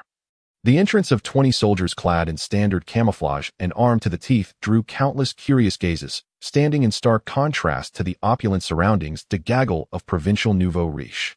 Xiao Lin disdainfully curled his lip and then turned to a soldier beside him, asking, "When was the last time you visited a place like this?" The individual, reportedly the son of a mayor from Darwin Planet, named Wells, pondered for a moment and replied, "It should have been the day before I entered the military camp, along with Zhang Xiaowen and Vera. However, we didn't go to Hilton but to Saint Date." Xiao Lin's expression shifted to one of sudden realization as he remarked, "I recall reading reports about Saint Date and Wanling City being vandalized. That must have been you lot, right? I heard it was over some dispute with Vera regarding a girl. And that person even ended up incapacitating Vera's ARM. It wouldn't have been you, would it?" With a smirk, Wells replied, "What? Fighting over a girl? It was merely Vera's foolishness. He didn't want to enter the military camp. So he concocted that ridiculous idea. I'm already engaged, and being associated with such a scandal would have made my father furious. Luckily, I went into the camp the very next day. Otherwise, I can't imagine how my father would have dealt with me. Their conversation was devoid of any attempt to lower their voices, and the 90 of the surrounding onlookers, who had previously regarded them with disdain, now wore expressions of doubt and fear, hastily averting their gazes. Clearly, they had also heard the reports, and for those who dared to vandalize even the Grand Saint Date Hotel, dealing with them was akin to child's play. Colonel Du Chun made contact with the front desk. And after nearly half an hour, a striking woman clad in professional attire, exuding a commanding aura, emerged from the elevator and walked towards them. The woman was stunning, particularly her slightly elongated eyes, which possessed an alluring charm. Yet her demeanor was excessively cold, her face entirely devoid of warmth. Upon reaching Colonel Du Chun, she spoke in a chillingly indifferent tone. I apologize for the delay. I was assisting the young lady with her facial mask preparations. In an instant, a vivid image flashed in Turner's mind. A pampered and willful young lady ordering a group of soldiers around, while behind her, a frosty and mechanistic woman looked disdainfully at these soldiers. Glancing around, he noticed a group of wealthy youths wearing expressions of entitlement, as if it were perfectly normal for them to wait for the starlet, or even for her assistant. A bunch of sheltered, naive aristocrats, Turner inwardly scoffed. Not to worry, we just arrived not long ago, Colonel Du Chun said with a gentle smile. I wonder how Miss Chu's preparations are coming along. Can we depart now? The frosty woman responded. It's already too late for today. The young lady requires rest. We shall set off tomorrow. Her tone was resolute, carrying an air of undeniable authority. Late? Turner turned to gaze out the expansive window, observing the sun at its zenith, indicating it was barely noon. Since this is Miss Chu's decision, so be it. These individuals are responsible for Miss Chu's safety over the next few days. They are elite troops. This is the captain. Should you have any questions, feel free to discuss them with him. He gestured toward Turner. Understood. The cold woman nodded slightly, yet she didn't even spare a glance at the soldiers, merely acknowledging Colonel Du Chun with a simple gesture before turning to leave for the elevator. What does she mean by that? Wells queried, puzzled as he watched the frosty woman depart. What else could it mean? It means we're to return to the camp and come back tomorrow to play bodyguards, Xiao Lin scoffed, pulling an identification card from his pocket and striding directly to the front desk. Tossing the card onto the counter, book 10 presidential suites. Upon seeing the card, the receptionist's demeanor transformed instantly to one of utmost eagerness. She didn't even request Xiao Lin's identification, swiftly handing over 10 room keys, while respectfully stating, "As a diamond VIP of our hotel, sir, you shall enjoy a 50% discount on any expenditure. May I assist you with anything else? As it happens, it is lunchtime. Please deliver 2 portions of the Filer set meal to each presidential suite, along with a bottle of 15-year-old Ch. Latour red wine," Wells added, leaning closer and tossing down his own identification card. The receptionist, taken aback by the consecutive presentation of 2 elite VIP cards, quickly regained her composure and promptly processed Wells' request, respectfully returning the 2 cards to their owners. Colonel Du Chun stood by, allowing the 2 without objection, maintaining his gentle smile as he addressed Turner. "If that is the case, I shall take my leave. Here is our division's dedicated communication device. Do not hesitate to reach out to me if anything arises." "Thank you, Colonel Du. Safe travels," Turner replied, accepting the communication device and offering a formal military salute. Almost immediately after Colonel Du Chun turned to leave, Xiao Lin seized Turner and dragged him toward the elevator. The frosty woman had yet to step into the elevator when Xiao Lin, purposefully raising his voice to announce the booking of 10 presidential suites, caused her to halt in her tracks, turning her head in surprise as she regarded Xiao Lin. Upon hearing that both were diamond VIPs, she scrutinized them closely for the first time. In the midst of her astonished gaze, 20 soldiers ambled past her, just as indifferent as they had been before, not a single one casting a glance in her direction. Turner and Xiao Lin entered a lavishly appointed presidential suite, and shortly after, a knock echoed through the room. Assuming it was their meal, Turner approached the door, only to find Lin who's standing outside. "What brings you here? You didn't also take on this escort task, did you? Is Second Lieutenant Marcus not confident in us?" Turner inquired curiously. "Of course not," Lin who replied bluntly, striding into the room and collapsing onto the plush sofa, adopting a comfortable position before continuing. "My grandfather, General Lin, somehow learned about our exercise and called specifically to discuss it." General Lin, remembering the elderly gentleman with white hair and associating it with Lin, whose recent release from confinement. Turner finally grasped the reason Lin who had suddenly shed his previous animosity. Yes, my grandfather mentioned this situation involves Major Long Ming and Major Long Wei. It's quite complex, and we must succeed in this exercise. Otherwise, things could become troublesome, Lin Hu explained. If it's complicated, can't we just cancel the exercise? Turner asked urgently. If that were an option, I wouldn't be here. My grandfather is aware of Second Lieutenant Marcus's plans for you. Hence, he specifically sent me to teach you a few things to enhance our chances of success. Lin Hu stated that a golden opportunity to evade this situation slipped through Turner's fingers, leaving him deflated as he asked weakly, "What can you teach me?" This. Lin Hu suddenly grinned sinisterly, leaping from the sofa and delivering a swift kick toward Turner. Chapter 52. In 025 Thunderstrike. The kick, rigid from thigh to toe, was executed with unexpected abruptness and remarkable speed, arriving at Turner's chest in the blink of an eye. As Turner mulled over the lost opportunity, he instinctively raised his hand to block it. With his superior agility as a level 4 elite infantryman, he managed to position himself to intercept the kick. Just as he was about to deflect it, Lin Hu's knee twisted in an almost mechanical manner, and his ankle flicked, evading Turner's hand with ease. Taken aback, Turner realized it was too late to block. He could only watch as Lin Hu's foot traced a small arc, halting precisely before his chin. Secret combat technique of the Special Forces. Turner felt a surge of excitement, his previous worries and regrets forgotten as he stared at Lin Hu, asking, "You're going to teach me this? General Lin wants you to teach me this? What is so exciting about it?" Lin Hu, unimpressed by Turner's enthusiasm, retracted his foot and flopped back onto the sofa. "Grandfather wants to see if he can get you into the Thunder Fury or Lightning Bolt teams. If that happens, you'll be considered part of the core personnel. Teaching you some introductory techniques is perfectly reasonable. All special forces in the Darwin system are named after thunder, with Thunder Fury and Lightning Bolt being the most renowned and formidable. Both classified as level 3 units. In his previous life, during the outbreak of war in the Darwin system, the Thunder Fury Special Forces happened to be engaged in other missions, allowing them to remain intact and later evolve into a level 5 unit.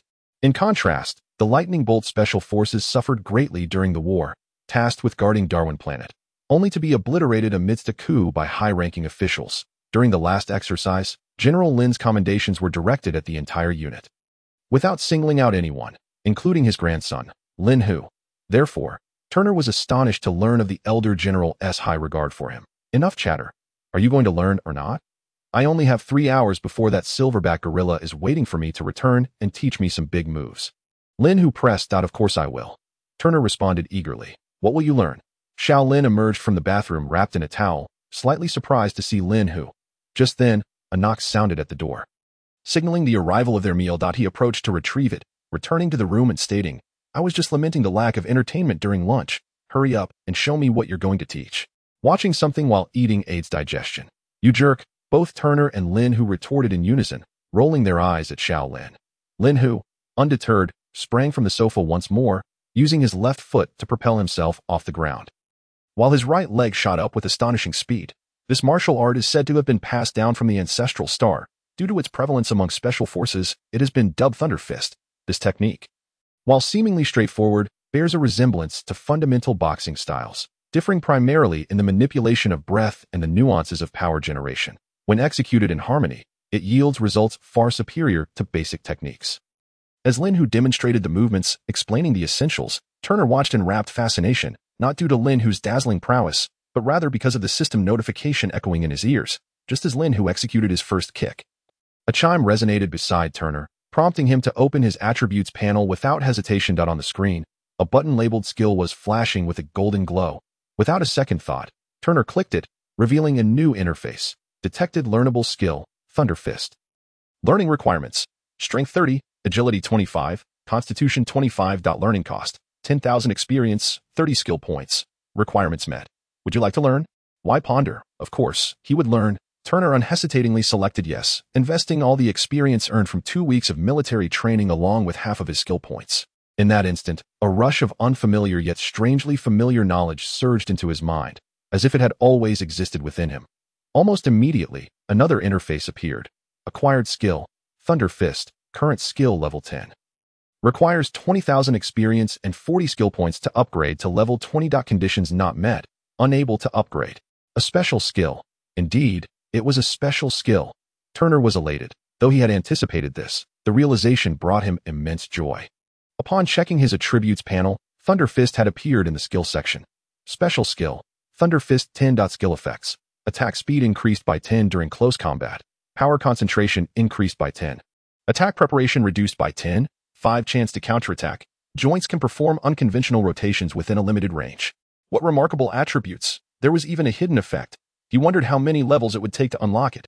Turner scrutinized the skill description repeatedly until Lin Hu completed his set of punches and called for him. Thunder Fist was not difficult to learn, but mastering it was another matter entirely. It took me 8 days to learn, and with your talent, I wonder if you can grasp it before the drill. Since there's still some time, feel free to ask any questions you might have. I'll do my best to answer, Lin Hu said, striking a teacher's pose. Turner ignored him, closing his eyes and gradually moving his hands and feet, seemingly imitating Lin Hu's earlier movements. But in reality, he was digesting the newly acquired knowledge in his mind. 5 minutes later, Turner halted his motions and opened his eyes, a glimmer of joy in them as he asked Lin Hu, "You mentioned I could ask if I had any questions, so here I am." Lin Hu, with an air of arrogance, nodded and assumed a go-ahead and asked demeanor, only to have a fist come flying towards him. The punch was not fast. Without a second thought, Lin Hu raised his hand to block it, while his other hand, fingers pointed, jabbed towards Turner's chest. Turner paid no heed to the jab, showing no other sign of movement, yet his fist suddenly accelerated to nearly double its speed. Simultaneously, his elbow and wrist twisted in an unusual manner.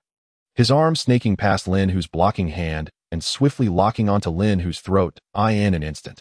Lin Hu's previously confident expression morphed into one of shock, his mouth agape, as if he could fit an ostrich egg inside. This expression lingered for a full minute until Turner, concerned for his chin, gently nudged it back into place, prompting a flabbergasted Lin Hu to ask, "Did you learn it?" "It seems so," Turner replied, releasing his grip and lightly shaking his arm, reveling in the extraordinary sensation from the unconventional joint movement. "You learned it?" Lin Hu, clearly ignoring Turner's response, continued to stare blankly. "Shall we try again?" As soon as the words left Turner's mouth, one leg shot up like lightning. Without warning, the leg's motion barely perceptible. Yet, both speed and power remained uncompromised, leaving Lin Hu no time to react as Turner's shoe tip once again halted before his chin, gently lifting it to close the gaping mouth. "All right, you learned it," Lin Hu said, his face expressionless as he turned to leave. Passing by Shaolin, he casually grabbed a perfectly medium-rare steak and devoured it with gusto, as if it were not a steak but Turner himself. Chapter 53. N. 026 Jiangchuer. Turner was elated. Special skills, even lower-tier ones like Thunder Fist, are exceedingly rare. In his previous life, Yi Cheng, a top-tier mechanical science expert, had only acquired 3 special skills, which enabled him to become the first person to develop the 6th generation of combat mechs. Throughout the night, Turner meticulously pondered Thunder Fist in his mind. Thanks to his extraordinary physique, he experienced no anomalies the following day. After a simple breakfast, 20 individuals gathered in the hall. Following Shaolin and Wells's performance from the previous day, no one dared to cast disdainful glances their way. This time, the cold and elegant lady did not keep them waiting long. After Turner contacted her through the front desk, she soon appeared before them. "The lady is ready. Shall we depart now?" The cold elegance of the lady was unchanged from yesterday, though her tone lacked the previous day's rigidity, indicating that Shaolin and Wells's actions had made an impact. "The vehicle is ready and waiting at the hotel entrance. Please have Miss Jiangchuer come down," Turner stated. The elegant lady frowned slightly. "We have our own vehicle. No need for yours. Kindly follow us in your car." The high-end armored sedan could withstand any attack below 700 energy levels. Even if subjected to excessive force, it could eject occupants safely. With a top speed of 410 km per hour, no vehicle on Planet 6 could match it. If you truly care for Miss Jiangchuer, it would be prudent to use our vehicle. The elegant lady maintained her stern demeanor, while Turner mirrored her expression, adopting a businesslike attitude. After a moment of silence, she relented. "Please wait a moment. I will go fetch the young lady." With that, she turned and entered the elevator. "Impressive. You've managed to leave a lady of elegance speechless," Shaolin teased, leaning closer with a smirk. "Get lost. Why does everything you say sound off?" Turner retorted with a laugh. Within 5 minutes, the elegant lady returned from the elevator, accompanied by a team of staff carrying various luggage. She approached, saying, "I doubt you were prepared for our vehicle, but could I trouble you to help carry some of these? There's quite a bit." Indeed, there was a considerable amount, as the staff set down a pile of items before turning back for another trip.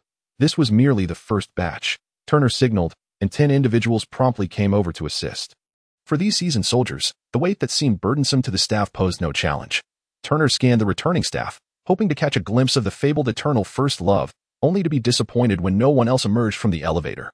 Curiously, he inquired, "Where is Miss Jiang Chuer? Did she not come down?" Upon hearing Turner's question, the elegant lady displayed a look of astonishment, as if encountering a fool. "You've never seen the lady before?" she asked incredulously. Turner shrugged. "I confess my ignorance. Please forgive me." The elegant lady merely shrugged in response. Gesturing behind Turner, he turned to find that the 9 individuals who had remained behind were all fixated on a specific spot. Observing the team of staff helping with the luggage, he noticed a smaller figure struggling to push a suitcase taller than her waist, occasionally chatting with nearby staff. Her shoulder-length, soft black hair swayed as she moved. Catching the morning lights streaming through the hotel's glass, radiating a vibrant sheen, Turner pointed at the girl, but the elegant lady offered no reply. Turner then kicked Wells in the backside, scolding, "You fools. The main character is right at the entrance, and yet you're standing here dazed. Can you be a little more professional?" Wells, rubbing his backside, protested, "You never gave the order. I gave you a command. Why haven't you displayed this level of obedience before? Hurry and secure Miss Jiang Chuer's safe passage into the vehicle." Without hesitation, Turner delivered another kick. Once he saw the group finally shedding their infatuated fan identities and transitioning into protective mode, he turned to the elegant lady and said, "They are all fans of Miss Jiang Chuer, so you can rest assured. Protecting key personnel is a standard tactical training exercise, and they are undoubtedly qualified bodyguards." The elegant lady offered no response to Turner's words, proceeding directly towards the entrance, ignoring the imploring gazes of Xiao Lin and Wells as he ushered them to the back of another vehicle. Turner finally encountered the person who had captivated a throng of soldiers. Jiang Chuer had already boarded the car, the once vivacious girl, who had been cheerfully chatting with the staff while pushing her suitcase, now seemed transformed, sitting quietly in the rear seat. Her legs were elegantly crossed, and her white chiffon dress flowed gracefully below her knees, revealing only her delicate calves encased in pure white stockings and a pair of lovely red round-toed shoes. Her elbows rested on her thighs, and her small fist gently cradled her head. Her long black hair cascaded down, obscuring her features and covering her ears, yet a rebellious earlobe peeked out from the tresses. Glimmering in the morning light, "Miss Jiang Chuer," Turner called, addressing the girl who appeared utterly absorbed in a book spread across her lap, but after several attempts, she finally responded. Her petite frame swayed slightly, her head nodding with a touch of drowsiness before it suddenly drooped, nearly colliding with the seat in front of her. Then, she lifted her head, glancing around in a daze. Suddenly, she let out a soft exclamation, her hands flailing as she attempted to catch the book that had slipped from her lap. After a series of somewhat clumsy movements in Turner's view, the book ultimately fell to the ground. Just as he had anticipated, with a hint of embarrassment, the girl retrieved her book, finally turning her face towards Turner. Her eyes, the same color as her hair, beautiful and deep yet still unfocused, met his gaze, and she flashed a warm smile, waving, "Hello, I am Jiang Chuer." Turner found himself momentarily entranced by her exquisite face, which bore 2 charming dimples when she smiled. Beside him, the strikingly aloof woman appeared similarly captivated, then made her second unusual expression of the day, her lips twitching as she silently pointed at the girl's mouth, indicating a reminder. "Miss?" The beautiful girl with black hair and eyes evidently did not immediately comprehend the aloof woman's intent. Her head tilted slightly, adorning her face with a look of adorable confusion. Saliva.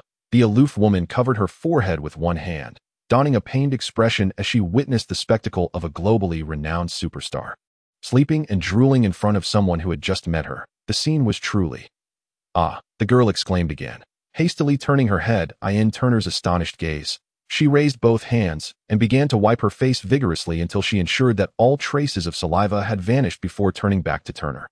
Saying, "Hello, I am Jiang Chuer." It was evident that she had entirely forgotten she had just introduced herself seconds earlier. Chapter 54 in.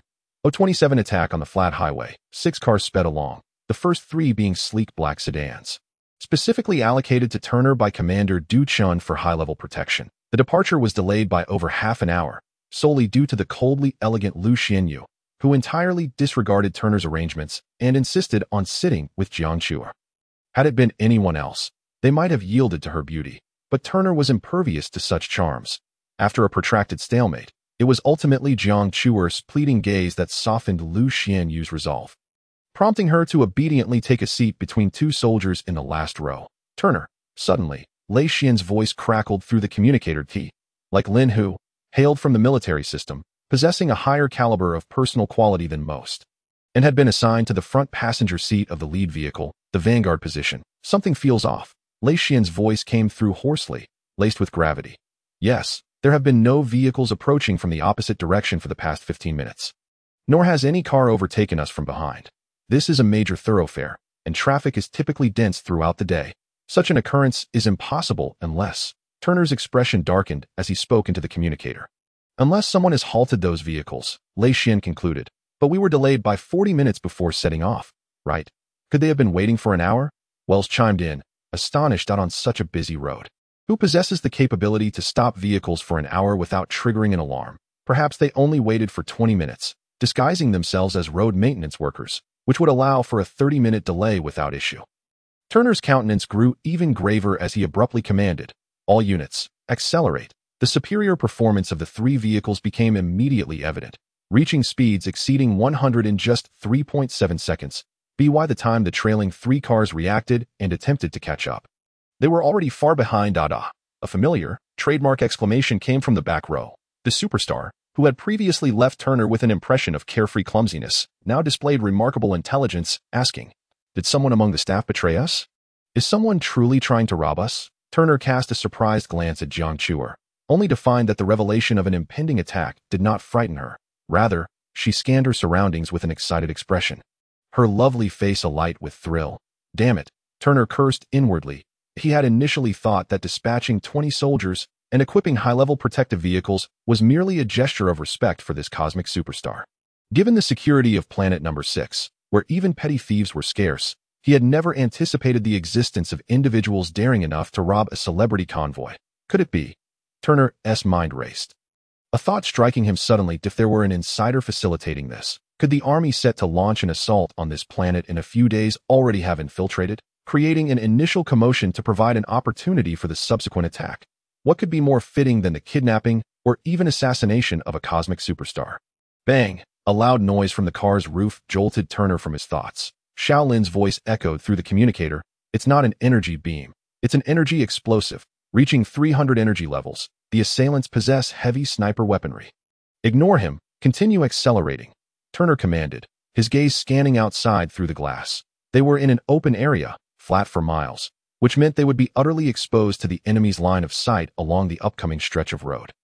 "There's an obstruction ahead," Lei Xian's voice rang out, indicating that a mound of abandoned vehicles had formed a barrier on the road. "Clear it," Turner ordered without hesitation. As his words fell, 2 slots on the hood of the lead car opened, and 2 energy cannons emerged. Lei Xian pressed a button, and 2 beams of energy instantly shot into the pile of cars. The cannons fired relentlessly, unleashing 6 consecutive blasts. Boom! 8 beams of energy, each reaching 500 energy levels, triggered a series of explosions, sending black smoke billowing into the sky. The explosions subsided quickly, but the wreckage of the vehicle mound remained stubbornly intact before their eyes. "Ram through it," Turner commanded, his expression unchanged. The driver of the lead car immediately pressed the acceleration button, and the liquid nitrogen thrusters ignited, propelling the vehicle forward at an alarming speed, crashing into the mound of cars. Bang! Parts of various vehicles flew into the air as the mound disintegrated, allowing the subsequent 2 cars to swiftly follow through. "Are you all right?" Turner inquired through the rearview mirror, observing the lead car, which had slowed to a stop by the roadside. "Damn it, they've set up electromagnetic bombs in the obstruction." "We're fine, but the power unit was affected by the electromagnetic oscillation. You all go ahead. We'll catch up shortly," Lei Xian replied. "All right, be careful," Turner responded, then instructed, "Shaolin, accelerate ahead. You will lead the way from here on."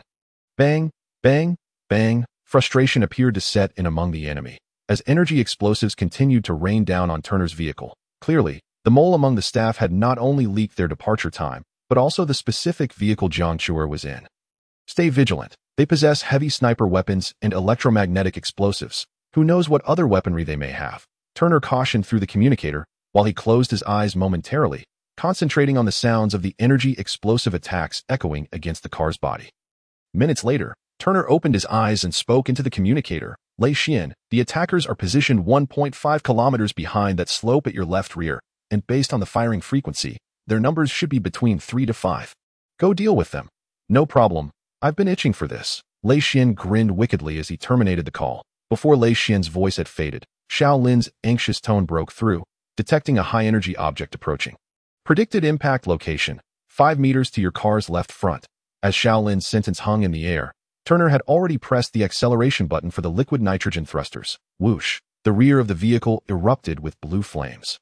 Reaching maximum speed, swiftly overtaking Shaolin's car. Boom! A missile struck behind the vehicle, detonating instantly, the immense shockwave radiating outward, obliterating all nearby guardrails and road signs that as the smoke cleared. The previously smooth road transformed into a massive pit nearly 10 meters in radius and over 3 meters deep.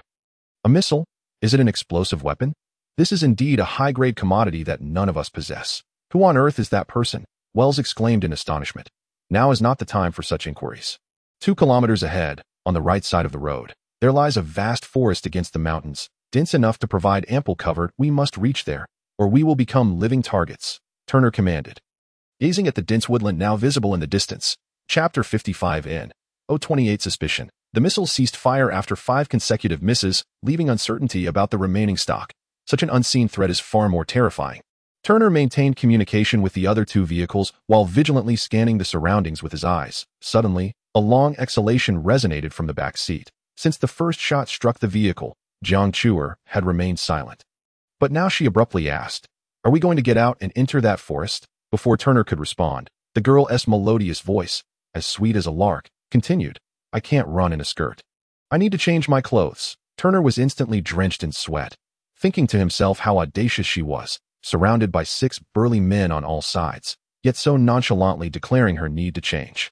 Clearly, this was not the moment for such thoughts. He steeled himself, dismissing the rustling sounds from behind. Suddenly, Lei Xian's voice crackled through the communicator.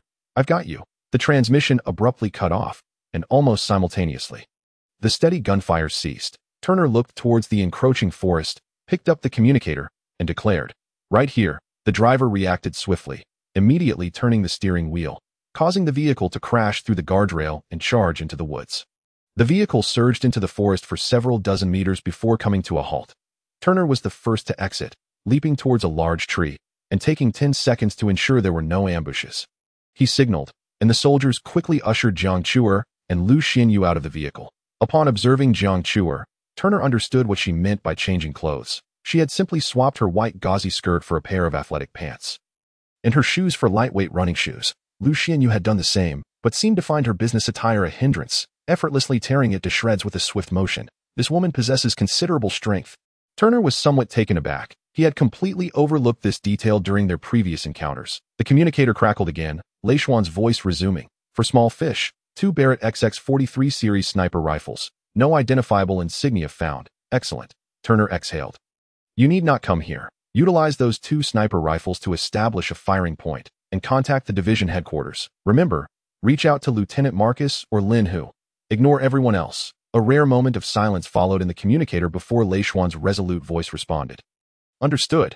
Are you suspecting Commander Duchen?" Lu Xianyu approached Turner, her eyes glinting with intelligence behind her black-rimmed glasses. "Not just him," Turner replied. Shaolin, who had just disembarked from the vehicle, continued his thoughts. "There are heavy sniper weapons, electromagnetic bombs, and even gunpowder weapons. Now, aside from our own battalion, all military forces on Planet 6 are under suspicion." Lu Xianyu fell silent and returned to the still excited Jiang Chuer. Turner unfurled the electronic map he carried, pointing to a location. "Shaolin, Wells, you 10 are to escort Miss Jiang Chuer and Miss Lu Xianyu towards the mountains, then follow this small river upstream to establish a defensive point in this town. The remaining 3 of you will disperse to the east, southeast, and northeast to set up observation points." With that, Turner gathered the 13 individuals around him, sternly declaring, "I must emphasize one point. Remember your identities. Not as soldiers, but as who you were before becoming soldiers. They cannot die, nor can you. If Jiang Chuer dies, chaos will ensue in the Federation. If you die, chaos will engulf the Darwin system. Thus, none of you can afford to perish. Do you understand?" "Understood." Everyone nodded gravely in response, especially Shaolin, whose mind suddenly recalled a question Turner had posed earlier. If, hypothetically, our battalion were to be completely wiped out by the enemy, if we truly engage in battle and are annihilated, the entire Darwin system would descend into chaos. Without further ado, the group swiftly dispersed into the woods, adhering to the route Turner had indicated. Turner inspected his gear, drawing his alloy dagger, and swiftly proceeded in a determined direction. He had tracked the trajectory of the previous 5 missile launches, aside from the first, and now he was heading towards that very location. Lei Xian stood behind a hillside, staring blankly at the communicator in his hand. Just moments ago, he had established contact with the division headquarters, only to hear that Lieutenant Marcus was unavailable as he had taken the entire battalion out for training exercises to ensure victory in the upcoming drills. Training exercises? This was hardly the camp of Planet 5. They were merely temporarily docked due to a spaceship malfunction, using the division's training ground for practice. Having only just arrived, TO abandoned 20 conscripted soldiers acting as bodyguards for training just a day after arriving. Who would believe that? At least Lei Xian did not. Politely informing Commander Du Chun that this was merely a routine report with no unexpected occurrences, Lei Xian swiftly cut off the communication, in just a few brief exchanges. Cold sweat had completely soaked his back. This man was one of the two individuals holding the highest rank and power on this planet, commanding nearly a third of its military forces. If he posed a threat, "You all remain here, waiting for Turner's orders." Lei Xian dropped the words and hurried down the slope, cautiously making his way towards Gaosan City. He needed to ascertain the whereabouts of Lieutenant Marcus and the 4th Battalion and establish contact with them. Turner had not received Lei Xian's communication and was oblivious to the fact that due to distrust in Commander Du Chun, Lei Xian had placed everyone involved in this bodyguard mission, including himself, on high alert that moment. He was swiftly advancing through the dense forest, various sounds resonating within his combat helmet, allowing him to grasp the general situation in the vicinity. The location from which the missiles had been launched was not far. At Turner's speed, he would arrive in about 10 minutes. He was not concerned about the enemy's departure. Firing such heavy missiles required substantial launch equipment, which would undoubtedly leave noticeable traces if they attempted to take it away. As Turner approached within a kilometer of the site, he slowed down and entered a stealth mode, quickly circumventing 2 layers of sentries to reach the front. The group had not departed and showed no intention of leaving. Chapter 56 N. 029 The second letter from the Smiling Tiger. It was a small depression, with the missile launch platform positioned squarely at its center. Surrounding it were 5 light armored vehicles, capable of carrying approximately 70 people at full capacity. About 3/4 of the personnel had been dispatched, and excluding the 8 patrolling the perimeter, fewer than 10 remained in the hollow. A robust man, presumably the leader, stood before a control console, engrossed in something. From Turner's vantage point, he could clearly see it was an electronic map of the area. As bandits, your equipment is rather well equipped, Turner muttered quietly to himself as he stealthily withdrew to a concealed spot. Activating the communicator to report their respective situations, Xiao Lin's voice came through first. "We have reached the riverbank and are proceeding upstream without encountering any enemies. I have no issues here," reported the soldier at the southeastern observation point. "I also have no issues," followed the soldier at the eastern observation point. Approximately 500 meters to the north, a group of 32 individuals just passed by, with 30 carrying light weapons and 2 bearing heavy weaponry. Judging by their direction, they too seemed to be heading towards the river. The soldier at the northeastern observation point spoke with a slightly hurried breath, clearly in a state of tension. "Fortunately, that's 20 fewer than I expected. However, they still outnumber us. We need to withdraw more swiftly and engage in guerrilla tactics. Lei Xian has already established contact with Lieutenant Marcus, and if all goes well, they will return for support shortly," Turner stated. Unexpected occurrences? That was certainly implausible. Turner was well aware. Lei Xian had not contacted him for quite some time, indicating a clear issue. Turner even suspected that Commander Du Chun was employing various excuses to prevent Lei Xian from reaching Lieutenant Marcus. To alleviate the pressure on Xiao Lin's side, it seemed imperative for me to take action now. Starting from the outer layer. With that, Turner shut off the communicator and delved into the dense forest. At noon in Gaosan City. It was midnight in Pizza City. However, the top floor of the inconspicuous black building housing the China Federation's Ministry of Defense remained lit. Du Qianfan sat at his desk, intently studying a sheet of paper, his expression darkening. After a long moment, he set the paper down and addressed the 3 individuals standing before him. "This is the second confidential letter sent back from Pitsnock over the past month, containing 2 pieces of news. The first piece of news reveals that the Quiros Federation and the Aegis Empire have forged a comprehensive strategic alliance and are poised to launch an offensive against the Darwin star system imminently. Particularly noteworthy is the mention by Pitsnock that 2 divisions have already departed from their garrison, boarding warships to venture into the cosmos, with their current whereabouts remaining unknown." The second piece of information pertains to the seed referenced in his previous communication. He has confirmed that the officer surnamed Du, who is associated with this seed, is indeed present in the Darwin star system, holding a rank above that of a major, following the last report.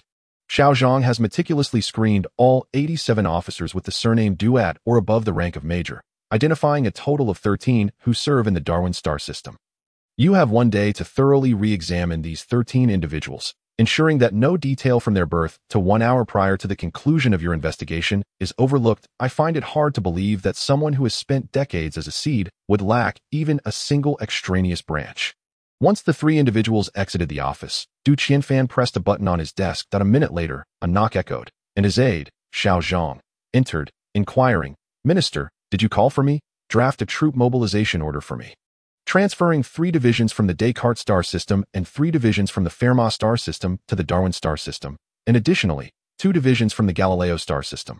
Also, connect me with Du Duanqing. I have matters to discuss with him."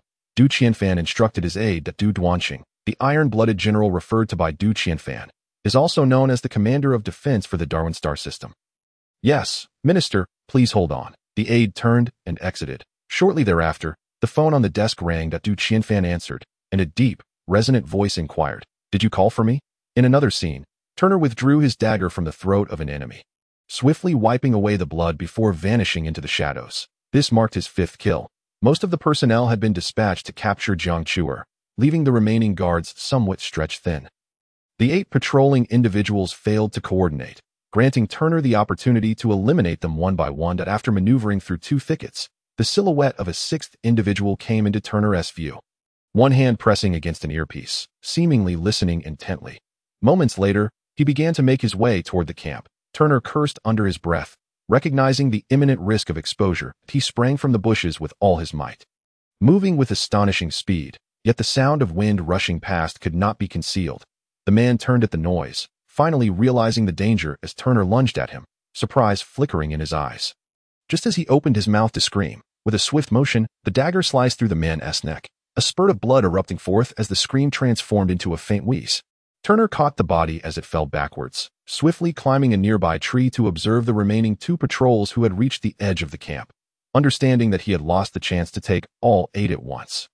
He wasted no time and leapt down, disappearing into the distance. Ray Xian pressed the accelerator to its limits, the vehicle he had stolen from a nearby farm reaching its maximum speed as Gaosin City loomed closer. Anxiety surged within him, compelling him to force himself to maintain a normal speed and blend into the flow of traffic entering the city. 20 minutes later, within an underground club in Gaosin City, Ray Xian sat motionless on the sofa, a slip of paper slipping from his fingers. "Impossible. Impossible," he murmured. The note contained little information, merely stating that a battalion was currently training on the grounds of the 3rd Infantry Division headquarters on the outskirts of Gaosin City, and that the 2 individuals he had specifically described, Lieutenant Marcus and Lin Hu, were among them. Commander Du Chun had deceived Ray Xian. The 4th Battalion had not gone out for field training, but remained at the division headquarters. What could he possibly be plotting? This question reverberated in Ray Xian's mind. Eventually, suppressing his shock, Ray Xian retrieved his communicator and initiated a conversation. Meanwhile, Turner, who was sprinting away from the hollow area, received Ray Xian's voice, raspy and parched, as if uttered by a man on the brink of death from thirst. "Turner, I'm currently in Gaosin City. What's the matter?" Turner paused, a sense of foreboding washing over him.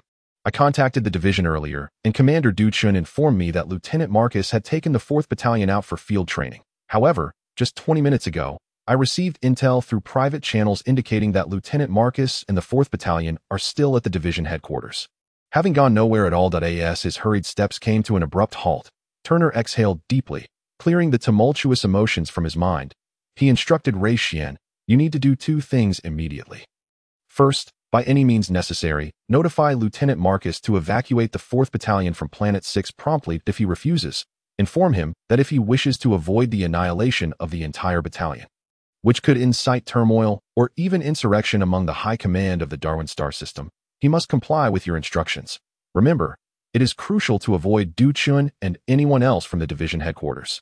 Second, find a way to alert the military command of the Darwin star system that the combined forces of the Quiros Federation and the Agus Empire have arrived at Planet 6. As the narrative unfolds, it becomes evident that the stakes are high, with treachery and deception weaving a complex web around the characters involved. Through the narrow crevice of the sunroof, Turner discreetly observed the interior of the vehicle. He loosened his grip, allowing the lifeless body to fall back inside, and he swiftly followed suit, sliding into the car.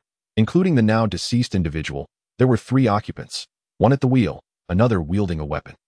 Upon hearing the dull thud of the body hitting the ground, the person controlling the weapon was the first to turn and look, revealing a face Turner had never encountered before. "Who are you?" Just as Turner's dagger once again caressed the neck, a scream erupted from the front. The driver, catching a faint reflection in the mirror, drew his dagger and lunged toward Turner. Elite, by sheer speed alone. Turner gauged the opponent's approximate caliber and felt a chill run down his spine. He raised his dagger defensively. Clang! Their blades clashed, both men stepping back a pace. The stranger was every bit as strong as Turner, if not more agile. With a push against the floor, the assailant lunged at Turner once more, his dagger carving a half-moon arc toward Turner's neck. Without a moment's hesitation, Turner fell back, simultaneously kicking up a leg. Whoosh! The dagger barely grazed his throat, the chill of the blade raising the hairs on his nape. The opponent reacted with remarkable speed, retracting his strike and attempting to pin down Turner's kicking leg with his other hand. While pivoting his body to unleash another dagger thrust, a cold smile flickered in Turner's eyes. As he fell without any leverage, his legs suddenly accelerated, twisting outward as if dislocated, narrowly missing the opponent's fingertips. And in a moment of surprise, his toe connected squarely with the assailant's abdomen. Boom! The force of the impact sent the man rocketing upwards, lifting him several centimeters off the ground. The concentrated power of the kick struck with such intensity that it birthed an unbearable pain, followed swiftly by a numbing sensation radiating from the point of contact, rendering him incapable of retaliating in the immediate aftermath. Turner pushed off the ground with his hand, springing back to his feet with greater ferocity than before. His alloy dagger striking like a viper's fang, aimed at the opponent's throat. The man, astonished, was still grappling with the bizarre twist of Turner's ankle moments before. Yet, his well-trained body reacted instinctively. Raising his arms in a cross before his chest, thud, the alloy dagger pierced through both arms, and the tip emerged from his forearm, continuing its relentless trajectory into the man's throat. This marked the first time Turner utilized the technique he had mastered after learning the Thunder Fist. And with a single strike, he created the perfect condition to slay an adversary who was evenly matched, if not slightly superior, to him. Chapter 58. A departing spaceship. Old Wong. How's the repair on this piece of junk coming along? Lieutenant Marcus approached the spaceship, observing Old Wong, the part-time pilot and mechanic, emerging from the power compartment. Nothing major. It's all sorted now that we can take off at any time, Old Wong replied confidently. Excellent. Lieutenant Marcus nodded. I'm getting a bit impatient. Impatient for what? To leave this place? A voice suddenly interrupted. Lieutenant Marcus turned to see Colonel Du Chun approaching with a gentle smile. Indeed, I can hardly wait to get out of here. Lieutenant Marcus replied. I'm eager to take those lads to planet number 7 and put that fellow in his place. You have no idea how restless I've been these past 2 days.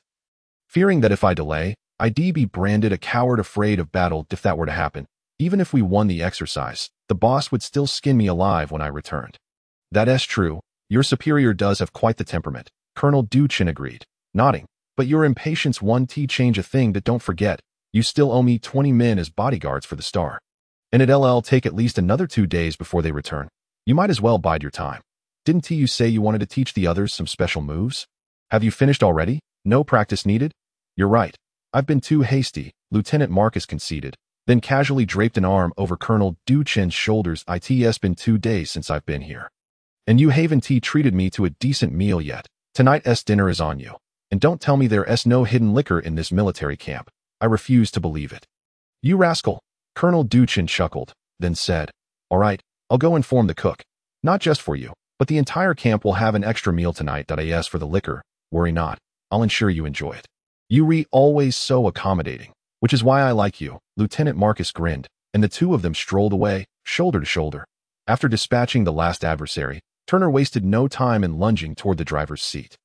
The driver, upon noticing Turner, rushed over, and the armored vehicle had been without a driver for over a minute, already veering off in the direction of escape. Steadying the vehicle, Turner peered through the glass.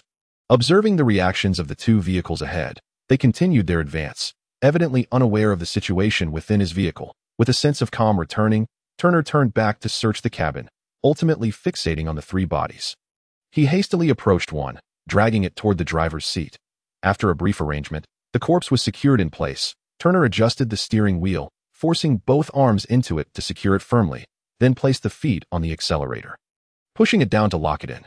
Turning back to the rear compartment, he retrieved his alloy dagger, climbed out through the sunroof, and leaped down, Aiming for a dense thicket as he landed, he rolled forward adeptly, dissipating much of the impact before rolling into the bushes, and as the momentum slowed, he sprang up, dashing into the dense forest without looking back. Boom! In response to the suddenly accelerating armored vehicle behind him. The vehicle in the second position was caught off guard, colliding directly with its rear. The immense force lifted the vehicle off the ground, sending it tumbling forward, rolling 8 times and crashing through 9 trees before finally coming to a halt. The pursuing vehicle showed no sign of slowing down, continuing its forward charge. However, the earlier collision had already alerted the occupants of the leading vehicle, and someone had poked their head out of the sunroof. Now shouting into the cabin, squeal, the skilled driver maneuvered the vehicle with finesse, executing a perfect drift while accelerating, veering sharply to one side, crashing through 3 trees before finally stopping. The vehicle behind barely brushed past it, bulldozing through every tree in its path, clearing a route through the forest before disappearing into the depths of the woods. Alas, having sprinted a considerable distance, Turner watched from atop a tree, taking in the scene. Noticing that one vehicle had escaped the collision, he shook his head in dismay. Just as he prepared to descend and distance himself, a tremendous explosion suddenly erupted. Boom! Turner swiftly turned to witness the overturned vehicle engulfed in flames. Thick black smoke billowing skyward, their remaining explosive weapons had detonated. In an instant, Turner grasped the implications, feeling a surge of elation. The tumbling incident could not have killed those elite soldiers.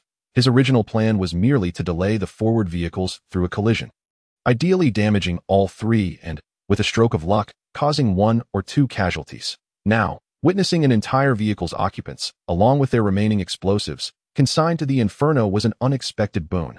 A roar, filled with rage and frustration, erupted from the brawny man Turner had surmised to be the leader, the first to approach the overturned vehicle. As he neared within 30 meters, the explosion occurred, the immense shockwave propelling him backward without inflicting any harm. The man, seething with fury, unleashed a series of enraged shouts, finally unable to restrain himself, delivering a powerful kick that snapped a tree trunk as thick as an ordinary man's thigh, sending it crashing through the air until it struck another massive tree and came to rest. Turner felt a chill in his heart. This individual was undoubtedly on par with Lieutenant Marcus, perhaps even more formidable. Thoughts of Lieutenant Marcus brought a flicker of concern to Turner's mind. Had Lei Xian managed to relay the message? As time passed unnoticed, dusk fell, signaling dinner time. Du Chen set down the book in his hands, glancing at the setting sun before picking up the internal phone and dialing Lieutenant Marcus's room. 1 minute later, Du Chen hung up the phone, his expression grim, and promptly dialed another number. After another minute, his face darkened further, as if he could wring water from it, and he slammed the phone onto the desk, transforming into a blur as he exited the office. 3 minutes later, in a concealed room that afforded a view of the 4th Battalion's barracks, Du Chen glowered at 2 unconscious soldiers sprawled on the floor, then turned his gaze toward the now empty dormitory. Suddenly, a familiar sound reached his ears, the unmistakable roar of a spaceship taking off. Du Chen dashed out of the room, only to witness a spacecraft ascending into the air, piercing through the atmosphere of planet number 6. Chapter 59 in 032 Encounter. Turner leaned against 2 branches, extracting the coagulation agent from the dark pocket of his combat uniform. He meticulously applied it to the wound on his left arm before tightly binding it with a bandage. This injury had been inflicted 5 minutes prior by an enemy scout hidden within the forest. At that moment, Turner had been racing at full speed towards the predetermined small town, intending to rendezvous with Xiaolin and his group, which had led him to lower his guard. Had it not been for the resurgence of that ominous feeling, the bullet fired by that assailant would not have merely pierced Turner's left arm, but instead would have struck his head. As retribution for that shot, the perpetrator now lay lifeless in a nearby thicket. The injury, though not grievous, merely a puncture that spared his bones, had no significant impact on Turner's mobility post-treatment. However, it did impose an unwelcome consequence. He was left unaware of how many additional scouts lurked within the dense woods, forcing him to pause his journey and remain vigilant of his surroundings. The bad news did not end there. Just as Turner finished tending to his wound and prepared to stealthily approach the town, Xiaolin communicated a more dire update via the comms. Turner, something feels off. We arrived at the outskirts of the town 15 minutes ago. Instead of immediately entering, we conducted a perimeter check, yet we have yet to encounter a single soul. Were they already anticipating our reaction to the ambush, laying in wait in that small town? Or was this merely a precautionary measure? It dawned on Turner why the previous 2 groups had made their way to the river upon entering the woods. By casting a net from the river's edge and searching through the forest towards the town, if they found no one, it would imply that their quarry had ascended the mountain. At that point, following the ascent would inevitably lead them to the group, which was being delayed by 2 women. Can we ascertain the location of our pursuers? Turner inquired. Wells is keeping an eye on them. They are less than 2 kilometers away at their current pace. They will reach the town in no more than 20 minutes, Cialan replied. Oh, that is somewhat fortuitous, Turner remarked, hastily asking, Wells, can you confirm their numbers? 10 seconds later, Wells's voice came through in a hushed tone. There are a total of 22 individuals, including the 2 armed with heavy weaponry. The remaining 10 are unaccounted for. Then, that leaves us with 9. I've just taken down 1, Turner stated. There should be 6. Kanan and I eliminated 3. Another voice interjected, belonging to Sure How, a soldier Turner had dispatched to set up a surveillance point to the southeast. While Kanan was stationed to the east. Excellent work. You 2 should regroup with Murphy in the northeast, then proceed east to rendezvous with Team 1. After hearing a piece of good news amidst the barrage of grim updates, Turner felt a measure of relief and issued his orders. Team 1, as he referred to it, was the lead vehicle helmed by Lei Xian, who, following Turner's command, continued to establish a firing position on the slope, covering a vast area of the eastern jungle. Should any individuals not belonging to their unit emerge from the woods, they would be met with immediate fire. Having arranged the scattered personnel, Turner's attention shifted back to Cialan and his group. Move up the mountain. Let us play a game of hide and seek. I'll hurry to catch up, and be extremely cautious. They have a subsequent team of 4, and their leader is amongst them, capable of taking you all out with ease. Avoid any encounters. Understood. Take care, Cialan replied tersely before disconnecting and leading his team up the mountain. Turner steadied himself and stealthily navigated through the woods. Before rejoining Cialan, he needed to accomplish one more task: eliminate the 6 remaining scouts hidden in the forest. Compared to patrolling personnel at a fixed camp, these dispersed scouts posed a far greater threat. Turner had no desire to be struck down by an energy beam from some shadowed corner while attempting to shake off his pursuers. Leading the team, Cialan remained vigilant, occasionally glancing back at the group behind him. When his gaze fell upon the 2 graceful figures in the center of the formation, a flicker of admiration surged within him. Since entering the dense forest, Jiang Chuer and Lu Xianyu had closely followed the team, exhibiting no signs of fragility or weakness. Especially Jiang Chuer, who lacked Lu Xianyu's strength, had begun to struggle with her stamina halfway through the trek. Yet she gritted her teeth, clinging to Lu Xianyu's sleeve, allowing her to pull her forward. They had traversed more than half an hour up the mountain, and Jiang Chuer was still persevering. Pulling back his thoughts, Cialan continued onward until suddenly, his comms device vibrated, indicating an incoming call that he promptly connected, and Wells's anxious voice filled his ear. Cialan, I followed that group to the town's outskirts. I just overheard their conversation. Turner mentioned those 4 individuals did not come this way, but headed straight up the mountain. You all must exercise extreme caution. Damn it, Cialan muttered under his breath. Both parties were now aware of the other's presence on the mountain, advancing like headless flies, unaware of when they might collide. As frustrating as it was, Cialan had no choice but to alert his comrades to heighten their vigilance and press forward. After another 20 minutes, a sound from behind stirred Cialan's instincts. He instinctively turned around to see Lu Xianyu, who should have been in the middle of the group, now positioned just behind him. One hand resting on his shoulder, while the other pointed toward the dense foliage on the right. In the next moment, the sound of snapping branches echoed from Lu Xianyu's indicated direction, and 4 figures emerged, making their way toward them. Miss Jiang Chuer, I've finally found you. The foremost of the figures, a burly man, completely disregarded the 9 rifles aimed at him, a bloodthirsty smile spreading across his face as he continued. And to the gentlemen of the Darwin star system, I am Chu Ziyuan, here to extend my most sincere greetings on behalf of the Kilos Federation. This Chu Ziyuan, a man of considerable build, rivaled Long Meng, with one eye seemingly blinded, leaving only a terrifying expanse of white.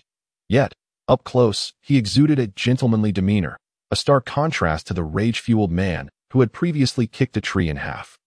Upon hearing the mention of the Kilos Federation, Cialan inhaled sharply, struggling to comprehend why terrorists from the Kilos Federation would appear on Planet 6, especially with such lavish equipment.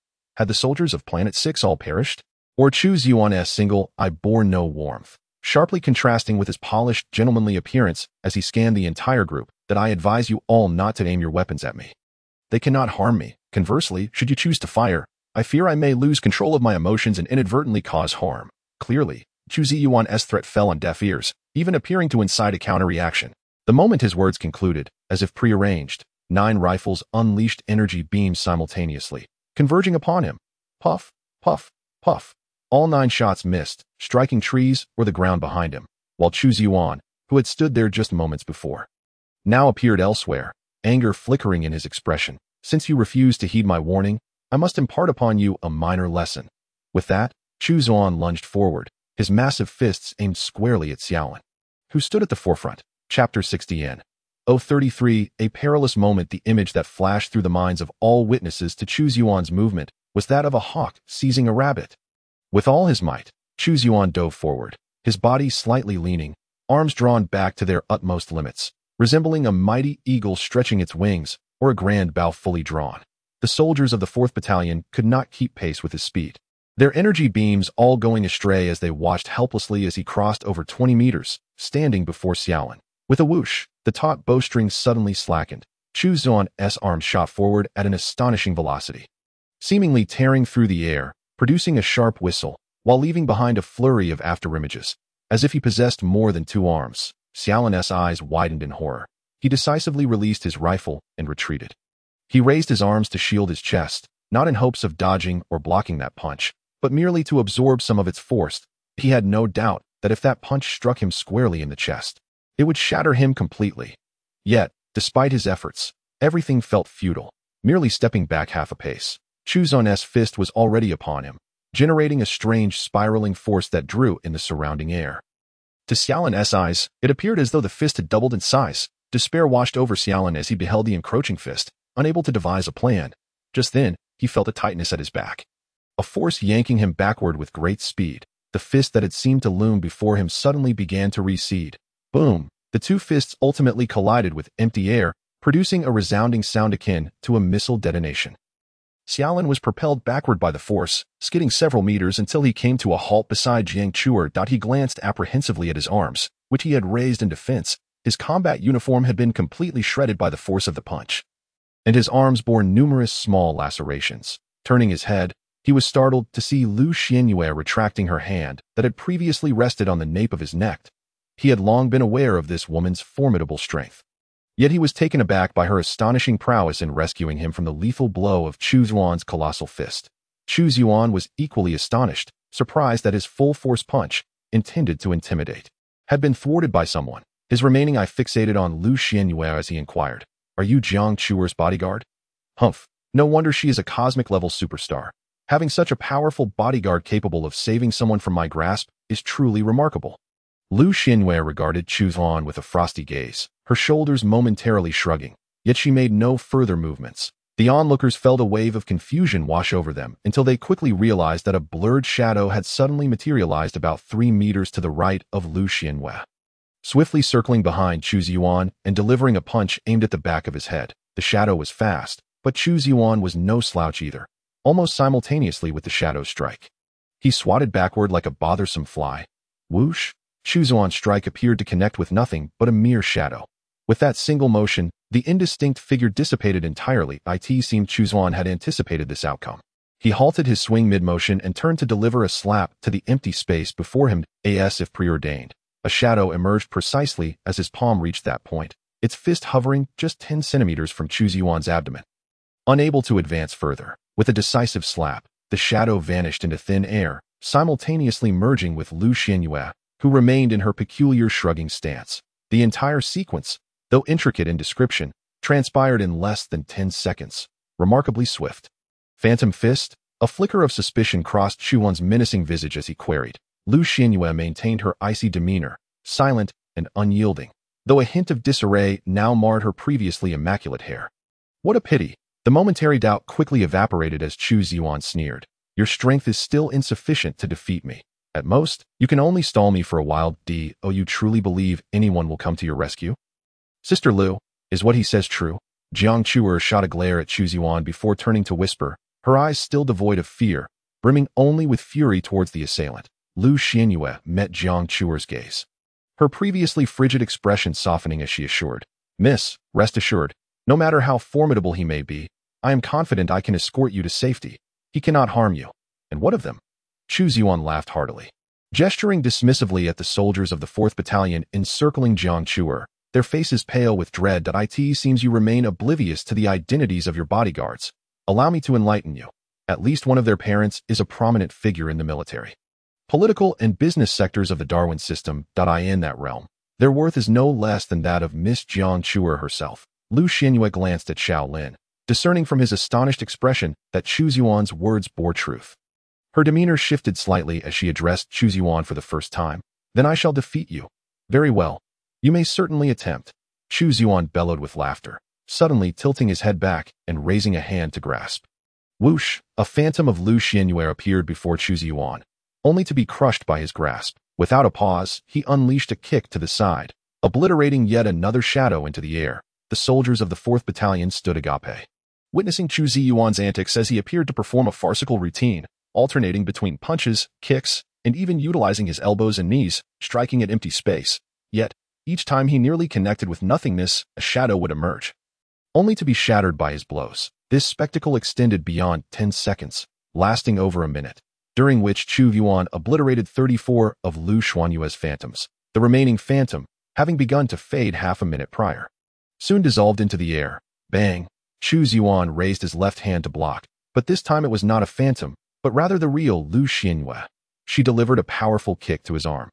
Yet it felt as though she had struck an iron pillar, unable to budge him in the slightest. Instead, the recoil sent her hurtling backward, performing a somersault before landing beside Jiang Chuer, beads of sweat now glistening on her strikingly beautiful face. What is this? Are you running low on stamina? Those who practice Phantom Fist tend to fall victim to this flaw. While their speed is commendable, their strength and endurance are utterly lacking. Chu Ziyuan brushed off his sleeves as if to rid them of the dirt from Lu Xianyue's kick and grinned wickedly. Since you lack the strength, let me take over. With that proclamation, Chu Ziyuan leapt into the air, descending upon Lu Xianyue like a thunderbolt. Swoosh! At that very moment, from a nearby thicket, a figure suddenly sprang forth. Brandishing a gleaming alloy dagger aimed straight at Chu Ziyuan, it was none other than Turner. Chapter 61. In 034 chances indeed, it was Turner. Earlier, when Wells had notified Xiao Lin, it had not been a one-way communication, but rather a message broadcasted to the entire team. Thus Turner was also informed, having just dispatched the 5th lookout in the dense forest, upon learning that the 4 had already ascended the mountain. He could no longer afford to search for the remaining lookout. Ignoring the risk of being discovered and shot at, he sprinted up the mountain with all his might. Even so, by the time Turner reached the summit, it was already after Xiao Lin had encountered Chu Ziyuan. The first scene he witnessed was Lu Xianyue pulling Xiao Lin from beneath Chu Ziyuan's iron fist. Seeing this sight, Turner's previously anxious heart suddenly calmed, allowing him to stealthily position himself in a concealed spot nearby, quietly observing the unfolding situation and searching for the opportune moment to strike. Turner's astonishment at Lu Xianyue's strength mirrored his analytical assessment based on past experiences. She possessed at least level 30 strength, having undergone 2 advancements. After utilizing the Phantom Fist, her power approached level 60 with 3 advancements. Unfortunately, her opponent, Chu Ziyuan, was a bona fide powerhouse exceeding level 60 with 3 advancements, rendering Lu Xianyue no match for him, a fact Turner had discerned during their initial encounter. Unable to win, one must be wary of retaliation, and Turner awaited that moment. Thus, as Lu Xianyue exhausted her strength and Chu Ziyuan unleashed his full might, Turner finally made his move. Unable to leap 4 meters like Chu Ziyuan, Turner opted for a grounded approach, each step firmly imprinting the ground beneath him. With every stride, he accelerated, reaching his maximum speed after 3 steps. Gripping the short handle of the alloy dagger with both hands, he aimed it directly ahead of him, a motion that appeared awkward and clumsy yet exuded a fierce determination. The dagger's point, however, targeted an empty space, specifically the spot where Chu Ziyuan would arrive in 1.3 seconds. The moment Chu Ziyuan sprang into action, Turner's mind raced, calculating height, speed, and even air resistance that he arrived at the conclusion that, with his forward momentum, the dagger would reach its target precisely as Chu Ziyuan arrived, aligning perfectly with the vulnerable spot of his neck. Without hesitation, Turner thrust the dagger forward. In midair, Chu Ziyuan, fixated on Lu Xianyue, seemingly concentrated all his energy on her, emitted a soft grunt, detecting Turner's sudden approach. Remarkably, despite appearing to exert his utmost effort, he managed an astonishing maneuver in midair. Defying the laws of physics, he came to an abrupt halt. In that instant, there was no inertia, no gravitational pull, no force could impede his uncanny pause. Whoosh! The decisive strike that should have deeply pierced Chuzon's neck merely grazed past, displacing a few strands of hair. After a moment, Chu Ziyuan landed squarely on the ground, his hand brushing against his chin as he regarded Turner with a mix of astonishment and reluctant admiration. However, Turner had no time to ponder his expression. Inspecting the alloy dagger in his hand, he felt a wave of frustration. He had never anticipated that such a seemingly ferocious lunge would result in Chuzon retaining enough energy to evade his nearly fatal thrust, thereby squandering one of his 2 chances. You two are from that extravagant battalion. Not bad. You surpass the rest. Chu Ziyuan scrutinized Turner, a predatory glint in his eyes. You must be the one responsible for the deaths of my subordinates. Correct? More like 20 plus. I've dispatched 9 of the 10 lookouts you had stationed in the woods below. Had I not hurried here to deal with you, the last one would have met a similar fate. Turner replied nonchalantly, claiming credit for the kills of Sure Hao and Kanan as well, knowing full well he could not let Chu Ziyuan discover there were others on his side. Only one remains. Should I thank you? Chu Ziyuan's gaze bore into Turner, his eyes glinting with a bloodthirsty light. Quit the chatter. If you wish to kill me, come and try.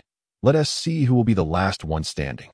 As the sentence remained unfinished, Turner acted first, swiftly drawing his dagger with a reverse grip and stepping forward 2 paces, aiming the blade upwards toward Chu Ziyuan. Chu Ziyuan made no attempt to retaliate. Merely sidestepping gracefully to avoid the strike. Unfazed, Turner pressed forward once more, altering the trajectory of the dagger mid-swing, launching a powerful thrust. Chu Ziyuan evaded again. Turner retracted the dagger to his side and lunged at Chu Ziyuan. Still, Chu Ziyuan did not block or parry, instead retreating 3 steps, allowing Turner's thrust to land harmlessly in the air. Though his physical condition was commendable, it was merely so. Initially, Turner had assumed that Chu Ziyuan would surpass the group of pampered elites significantly. But it now appeared that he was no more impressive than they, leaving Turner feeling disenchanted. Perhaps it was best to resolve this swiftly. After dodging 3 successive attacks, Chu Ziyuan glanced at Turner with disappointment, casually flicking his wrist before delivering a punch. The second opportunity, a glimmer of determination flickered in Turner's eyes as he resolutely advanced to meet Chuzon's challenge. A tremendous force. Adrenaline surged, thunderous fists. In that moment, all the skills he had previously withheld surged forth, elevating Turner's overall attributes instantaneously. With a sudden increase in speed, he executed a horizontal slash with the dagger. Chu Ziyuan emitted a soft grunt of surprise, this astonishment far exceeding the previous one that after several encounters, he thought he had discerned Turner's limits, only to discover that Turner still harbored such formidable prowess. This time, evasion would not be as effortless. He could no longer maintain his offensive stance. One hand swiftly withdrew to his side, fingers splayed like claws, reaching for Turner's wrist. Turner's expression remained unchanged, his movements unwavering, yet his speed surged once more, defiantly slicing through Chuzon's grasp. Then, at the moment of imminent contact, Turner's entire arm underwent a remarkable transformation, his shoulder, elbow, wrist, and even the joints of his fingers gripping the alloy dagger twisted and bent in a peculiar manner, causing his arm to whip around like a segmented whip, evading Chu Ziyuan's clawed grasp with astonishing agility. Thud! The dagger struck fiercely against Chu Ziyuan's neck. Boom! Crack! In the next moment, Chu Ziyuan's other fist landed heavily against Turner's ribs, sending him flying towards a large tree. Suddenly, a figure sprang forth, catching Turner midair. However, the force of Chu Ziyuan's punch was so immense that it sent both Turner and his rescuer tumbling like rolling gourds, narrowly avoiding a catastrophic collision with the tree. Ultimately, the individual serving as a cushion stood up after taking a deep breath. It was Shaolin, who had previously stood beside Jiang Chuer. After a brief adjustment, Shaolin hurriedly assisted Turner to his feet. Leaning against Shaolin, Turner's pallid face remained fixed on Chu Ziyuan, his ribs fractured in 3 places. The sharp sound of shattering bones resonated, audible to all. Yet, that was not the principal reason for his ashen complexion. The soldiers of the 4th Battalion, along with Jiang Chuer and Lu Xianyu, felt a surge of exhilaration, for Turner's strike had indeed made contact with Chu Ziyuan. However, only Turner and Chu Ziyuan themselves understood the true magnitude of that blow. Phew! After striking Turner, Chu Ziyuan maintained his punching stance, exhaling slowly, then raised his hand to extract the dagger embedded in his neck, casually toying with it before suddenly exerting force, shattering the alloy dagger into several pieces. The moment of impact, Turner's elation morphed into dread. The sensation in his hand vividly indicated that the dagger had penetrated merely an inch before being halted by an unusual force. The reason the dagger did not immediately fall from Chu Ziyuan's neck was that the muscles there gripped it tightly, akin to teeth. The second opportunity was lost as well, and a bitter smile, more akin to a grimace, appeared on Turner's face that he had exerted all his strength. Yet the outcome was merely a superficial cut upon Chu Ziyuan's neck that a wave of weakness surged within him. The adrenaline rush not yet waning. But this feeling stemmed entirely from despair. Yes, despair. In such a dire situation, who could possibly save them? Chapter 62. An unexpected savior who could save them. Turner did not know. Neither did Shaolin, Lu Xianyu, nor Jiang Chu. You are quite impressive, far superior to them, and you possess many astonishing secrets that can significantly enhance your physical prowess in an instant, even a secretive combat technique. Had it been anyone else, they might have already succumbed to your hands. Alas, you have encountered me. Chu Ziyuan regarded Turner with a mix of interest and approval, yet this was swiftly drowned by a rising tide of murderous intent. The shallow wound upon his neck, while eliciting admiration for Turner, also ignited his bloodlust. Observing Turner, who leaned against Shaolin, breathing laboriously, Lu Xianyu felt a twinge of regret that Jiang Chu's bodyguard. Her primary duty was to protect her. In this scenario, she could only forsake the soldiers. Stepping discreetly aside, she gently clasped Jiang Chu's slightly sweaty hand, a result of excitement and anxiety, preparing to flee. Suddenly, yes, suddenly, crack, crack, crack, three distinct sounds reverberated in the eerily silent atmosphere, resonating with clarity, as if someone had snapped three branches, or perhaps broken three bones, just as Chu Ziyuan was about to unleash a devastating attack. He abruptly turned around. The three soldiers who had been vigilantly following him had all succumbed to death. Two crumpled to the ground, while one remained suspended in the air, their bodies eerily similar. Heads tilted at a strange angle. Someone had snapped their necks. Those who dare to harm me should weigh their own worth. You break three of his bones, I shall break three of yours. I keep my accounts quite clear. Lieutenant Marcus casually discarded the lifeless body he had been holding and flashed a smile at Turner, one that was far from handsome, yet radiantly bright. Lieutenant Marcus had already led the 4th Battalion away from Planet 6, as the spacecraft ascended from the command center and soared into space. Not only was Commander Du Chun gazing skyward, but so too was Turner, concealed within the forest. Turner bore no resentment towards his comrades for abandoning him. Rather, as he beheld the familiar ship soaring into the heavens, he smiled joyfully. The message from Lei Xian had arrived. The 4th Battalion had departed. The scenario from his previous life, where hundreds of high-ranking officials had defected, would not repeat. Thus, after squandering the only two opportunities to assassinate Chu Ziyuan, Turner found himself enveloped in despair. For he understood that he had no support left on this planet. Yet now, Lieutenant Marcus, who had been drifting in space with the ship, appeared in this small grove, displaying an overwhelming demeanor as he snapped three bones and dispatched three individuals. Standing resolutely before Chu Ziyuan. "Who are you?" Chu Ziyuan inquired, intrigued, surveying Lieutenant Marcus, while he paid no heed to the three subordinates whose necks Marcus had broken, as if they were mere strangers to "I am but a humble lieutenant of the Konar Federation. However, dealing with a foolish Kylo such as you is well within my capabilities." Lieutenant Marcus gazed at Chu Ziyuan with unabashed arrogance, though he was nearly a head shorter than Chu Ziyuan. In terms of audacity, he towered several stories above him. Konar's foolish dog, Kylo's imbecile. This moniker has persisted for centuries, has it not? Do you believe that such words alone can provoke me?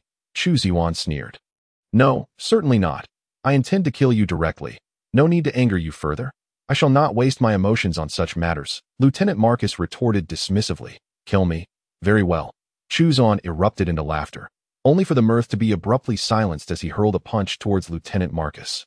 Is this the extent of your power? Lieutenant Marcus maintained his disdainful demeanor, retaliating with a punch of his own. Bang! A tremendous crash resounded as their fists collided, the force of their strikes creating gusts that swirled fallen leaves and withered grass around them, infusing the scene with an unexpected poetic essence. Step, step, step. Lieutenant Marcus retreated 2 paces amidst the swirling foliage, while Chu Ziyuan had retreated 1 step further. Ah, not bad. Let us do it again. Lieutenant Marcus feigned appreciation with a smirk, stepping forward effortlessly, crossing several meters to stand before Chu Ziyuan, delivering another punch. Chu Ziyuan, steadfast and unyielding, mirrored Marcus' earlier actions, meeting the blow with a punch of his own. Bang! Lieutenant Marcus stumbled back 2 steps, while Chu Ziyuan, after retreating a 3rd step, evidently exerted himself to halt his motion, but ultimately could not fully stabilize, slipping back a half step. Well, It seems I overestimated you. You still fall short. Lieutenant Marcus sighed dramatically. Roar. Finally incensed by Lieutenant Marcus' taunts, Chu Zuan let out a furious roar, his hair standing on end as he lunged at Marcus like an enraged tiger. Are you capable of roaring? Let us see. As Chu Zuan charged forth with terrifying ferocity, Lieutenant Marcus stood his ground, slamming his fist against his chest and roaring in response. The two abandoned all combat techniques, clashing purely on primal strength. Again and again, like two true beasts, tigers and silverback gorillas, each king of the jungle determined to ascertain who would reign supreme within this thicket. Turner gazed in astonishment at the fierce clash between the two beast kings. His mouth slightly agape, rendered speechless. Lieutenant Marcus was undeniably formidable, a fact Turner had long recognized on the very day he arrived at planet number 5. During a conflict in the cafeteria, Lieutenant Marcus had intervened, saving Lin Hu from a lethal strike, sending Turner flying. From that moment, Turner understood Marcus's strength, yet he had always believed that Marcus possessed only the prowess of a level 50 character with 2 promotions. However, the current display of Marcus shattered all of Turner's assumptions. This man was at least a level 70 monster with 3 promotions. It was even conceivable that he could be at level 80. Similarly, Chu Zuan, who also had 3 promotions, appeared as a famished tiger before the silverback gorilla. After an initial exchange of blows that seemed evenly matched, he soon fell into a disadvantageous position. Could this truly be just a lieutenant? Turner muttered to himself, watching the two combatants engage with fervor, grass and leaves swirling around them. Of course he is a lieutenant. What else could he be? Xiao Lin, supporting Turner, remarked casually, since the moment Lieutenant Marcus had appeared. The tension that had gripped him had dissipated, allowing him to observe the titanic struggle with an appreciative gazed eye. In the brief span of their conversation, the battle had already reached a decisive conclusion. Bang! The two fists collided for the 41st time, and this time, one party could no longer endure. With a powerful, thunderous blow, Lieutenant Marcus sent Chu Ziyuan reeling, his trembling fists unable to withstand the force. Crashing heavily into Chu Ziyuan's face. Crack! Lieutenant Marcus's full-force punch was no trivial matter. Chu Ziyuan was sent sliding across the ground for a full 15 meters before coming to a halt. As soon as he stopped, Chu Ziyuan struggled to rise. But the immense exertion from their previous battle had drained him of nearly all his strength. The heavy blow weighed down on him, defying his brain's commands, leaving his body only able to twitch slightly, unable to perform any further actions. Disdainfully, Lieutenant Marcus spat at Chu Ziyuan, a globule of phlegm landing at his feet, yet he made no further move. Simply standing still, awaiting Chu Ziyuan's recovery. After 3 long minutes, Chu Ziyuan finally regained a modicum of strength, gathering his breath and pushing himself into a sitting position, though he lacked the energy to stand. Fixating his ferocious gaze upon Lieutenant Marcus, it was only then that others truly grasped the horror of Marcus's punch. Half of Chu Ziyuan's face had been completely pulverized, caving in grotesquely.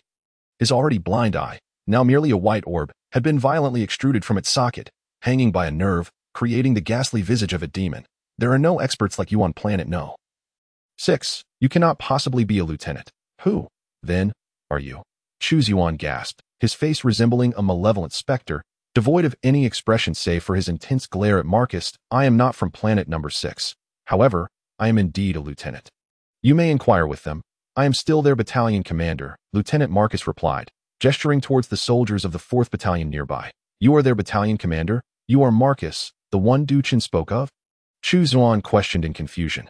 Indeed, I am the Marcus that Du Chen mentioned, Marcus affirmed, emphasizing Du Chen's name with palpable ire, as he had developed murderous intent towards that seemingly gentle traitor.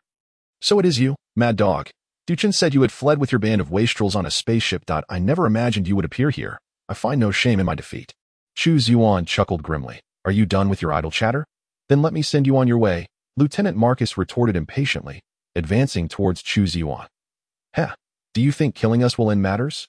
You shall die soon, and your subordinates will meet the same fate. And that cosmic superstar will also perish, very soon. As Marcus approached, Chu Ziyuan suddenly shouted, Du Chen, did you hear that? I have failed, and you have been exposed. Hurry, quickly, smack. With a heavy blow, Lieutenant Marcus struck, Chu Ziyuan's head exploding like a watermelon, brain matter and blood splattering everywhere. The once ferocious Chu Ziyuan, who had seemed like a demonic figure just moments ago, was thus dispatched by Lieutenant Marcus. Good day, sir. The soldiers of the 4th Battalion saluted instinctively as Lieutenant Marcus, now splattered with blood and brain matter, approached. You all did well. Marcus commended, evidently pleased with their performance. His gaze then shifted as he scanned the area. Turner prepared to speak, but Marcus's attention bypassed him entirely, landing instead upon Jiang Chuer, who he addressed with a flattering tone. Miss Jiang Chuer, are you unharmed? My subordinates are rather clumsy and may have startled you. Jiang Chuer exhibited a different demeanor, unperturbed by the previous gruesome scene, and with a polite smile, she replied, not at all. Had they not been here, I would have been captured by those villains. That is what they are meant to do, Marcus responded with a grin. Such a shameless scoundrel, Turner thought, struggling to suppress the impulse to hurl Shaolin's dagger at Marcus. And inquired, Sir, what shall we do next? Marcus, irritated by the interruption of his conversation with the starlet, shot a fierce glare at Turner and snapped, what else is there to do? Go down to the town and clean up the remaining riffraff. Then return to Gaosan City to tend to your wounds, and finally seek out Du Chun to see what that traitor has planned. No need to look. Another voice interjected suddenly. Lei Xian, who had stealthily returned to Gaosan City, emerged from a nearby thicket, his face pale as he pointed skyward. His plan has already arrived at the highest level of the military headquarters in the capital city of Darwin Planet. All personnel had entered a state of combat readiness. Report on the status of each fleet. A deep, resonant voice commanded from the central command podium. The man, possessing a square, angular face with a perpetually furrowed brow that formed a prominent indentation, seemed as though he had sprouted a third eye upon his forehead. He stood at an average height, his build somewhat slender, yet exuding an undeniable authority. He was none other than the chief of defense for the Darwin system, the iron-willed General Du Duanqing. As he spoke, the command center buzzed with activity, a rapid series of reports echoing in an orderly fashion. The first fleet is currently traversing the outer space of planet No. 5, expected to reach the atmosphere of planet number 6 in 5 hours and 39 minutes. The second fleet is 8 hours and 11 minutes away from planet number 6. But the third fleet has just received orders to depart from planet No. 3, anticipated to arrive at the atmosphere of planet number 6 in 16 hours and 8 minutes. 5 hours and 39 minutes is somewhat slow, Du Duanqing remarked. Tell them not to worry about energy consumption. Increase the speed to maximum. Upon reaching planet number 6, do not linger in the atmosphere. Descend directly. Following the arrival of the second fleet at planet number 6, they are to form a formation outside the atmosphere. Disregarding any occurrences on the planet, the orders were swiftly disseminated. The officer stationed to Du Duanqing's left hesitated before speaking.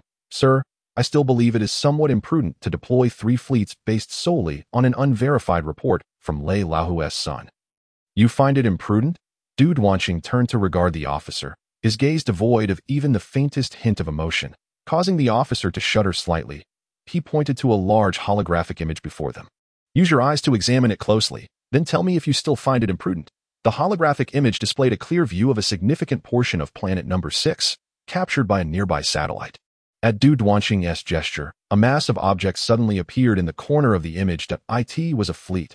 Turner, Lieutenant Marcus, everyone followed Lei Xian's pointing finger skyward, witnessing a vast array of objects suddenly blotting out the sun like ominous clouds. It was indeed a fleet. At the headquarters of the 3rd Infantry Division, Du Chun was also gazing at the sky, murmuring, Ah, Marcus, you could never have anticipated that my countermeasure would be a fleet concealed in the asteroid belt for an entire week. Traitor, who informed you that I am a traitor? I, Du Chun, have been a citizen of the Quilua's Federation since the day I was born. Chapter 64 N. 037 War commences certainly. It was not only Du Duanqing and Turner who beheld the massive fleet. On planet number 6, all military forces and various army system departments quickly became aware of the incoming invaders, and even those who had not noticed were soon alerted by urgent notifications. In a moment, the gaze of the entire military system within the Darwin star system fixated upon the Kuya Alliance fleet that seemed to have arrived in an instant at the opposite end of the planet. Within the headquarters of the 1st Armored Division stationed on Planet 6, Colonel Lin Ziwen, the commander of the division, along with others, wore a grave expression as they observed the overwhelming fleet cluster displayed in the holographic projection. Turning to his adjutant, he inquired, Has the landing site been confirmed? Yes, it has, replied the adjutant, placing a handheld computer before Lin Ziwen. It is located not far from Gaosan City. Here is the specific position. Here, Lin Ziwen's expression stiffened as he examined the map on the handheld device. Isn't this the headquarters of the 3rd Infantry Division? Contact Commander Du Chun immediately. The adjutant hesitated, responding, after confirming the fleet's landing site. We attempted to reach the 3rd Infantry Division headquarters, but there was no response. Moreover what? Lin Ziwen pressed. The 3rd Infantry Division is currently not at their headquarters. They are conducting field training. Lin Ziwen was momentarily taken aback. Then realization washed over him. This was a tradition among the garrison on Planet 6, where the 3 infantry divisions and 1 armored division would engage in long-distance field training every 3 months, rotating in a cycle that perfectly spanned a year. This time, it was supposed to be the 1st Armored Division's turn to go out for training, but Commander Du Chun had personally arranged to swap the training schedules of the 2 divisions with Lin Ziwen. Do you know where the 3rd Infantry Division is conducting their training? Lin Ziwen inquired urgently. It is said to be in the Ramagan Desert, the adjutant replied. How could Du Chun choose such a place? Lin Ziwen exclaimed, slamming his palm on the table, producing a loud noise that startled the adjutant. After a moment of silence, he continued, How prepared is the entire division? Everything is ready and awaiting your orders. Commander, the adjutant reported. Very well. Lin Ziwen nodded, gesturing with his hand. The holographic projection before him instantly transformed into a 3-dimensional map of Planet 6. He pointed to a location on the map and stated, This is Carlin City, the headquarters of the 2nd Infantry Division, and currently the closest unit to Gaosan City. Assuming all goes as planned, they should have already set out for Gaosan City. Our task is to reach there promptly. Fill the defensive gap left by the departure of the 2nd Infantry Division, and then respond accordingly based on the situation. Understood. The adjutant stood at attention and promptly turned to issue orders. Supported by Xiao Lin, Turner advanced slowly, his fractured bones having been temporarily stabilized, alleviating some of the earlier pain. Lei Xian led the team, carefully observing their surroundings. 2nd Lieutenant Marcus had already hastened down the mountain towards the small town that Wells was monitoring. Confident that within 20 minutes, there would be no living soul left in the town. A team of over 10 advanced silently, instinctively avoiding eye contact, as the colossal fleet drew nearer in the sky, instilling immense pressure upon them. It felt as though merely glancing up would result in their immediate demise. Upon reaching the base of the mountain, they found 2nd Lieutenant Marcus waiting by a small river, accompanied by Wells, Hao, and all members of Lei Xian's 1st squad, alongside 2 light armored vehicles.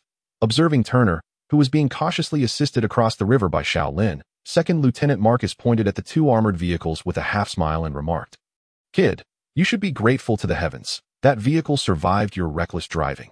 Otherwise, you would have to walk back to the city, and those bones of yours wouldn't heal properly. Recalling the series of collisions and explosions caused by his desperate attempts to control the vehicle with a corpse, Turner managed an awkward yet proud smile, suppressing the sharp pain in his ribs as he climbed aboard the armored vehicle. The 2 vehicles emerged from the dense forest onto the highway, racing swiftly towards Gaosan City. The fleet's descent was remarkably swift. As the 2 armored vehicles entered the outskirts of Gaosan City, they could clearly discern the emblems of the Kuya Federation and the Agus Empire emblazoned on the smallest spacecraft in the fleet. Regardless of the circumstances, the presence of 2 clearly military light armored vehicles entering the city should have immediately attracted attention. Under normal conditions, without prior notification, police or even military personnel would have intercepted them. Yet at that moment, under the shadow of war, Gaosan City had descended into complete chaos. Police officers either fled for their lives or attempted to direct the panicked crowds, utterly disregarding the vehicles. The 2 vehicles successfully reached a building, where everyone disembarked and entered. They took the elevator to the lowest level, then, under Lei Xian's guidance, navigated through a series of hidden stairways and secret doors, ultimately arriving at a concealed underground club, the very place Lei Xian had visited upon his return to Gaosan City. Inside the club, there were only a few remaining staff members, despite the imminent landing of the enemy fleet outside. Everything appeared normal here, except for the faint expressions of fear etched on their faces. Young master, upon seeing Lei Xian, a middle-aged man promptly approached him, his face reflecting a mix of relief and concern. You have finally returned. I was truly worried sick. I'm fine, Uncle Luo. However, one of my comrades is injured. He has several broken bones. Can you find a doctor? Lei Xian gestured towards Turner. There is a doctor here, specifically brought in for the underground boxing matches. They are quite adept at treating such injuries. Uncle Luo replied, glancing anxiously at the hidden doors behind them. Young master, I hope you do not have any other comrades trailing behind.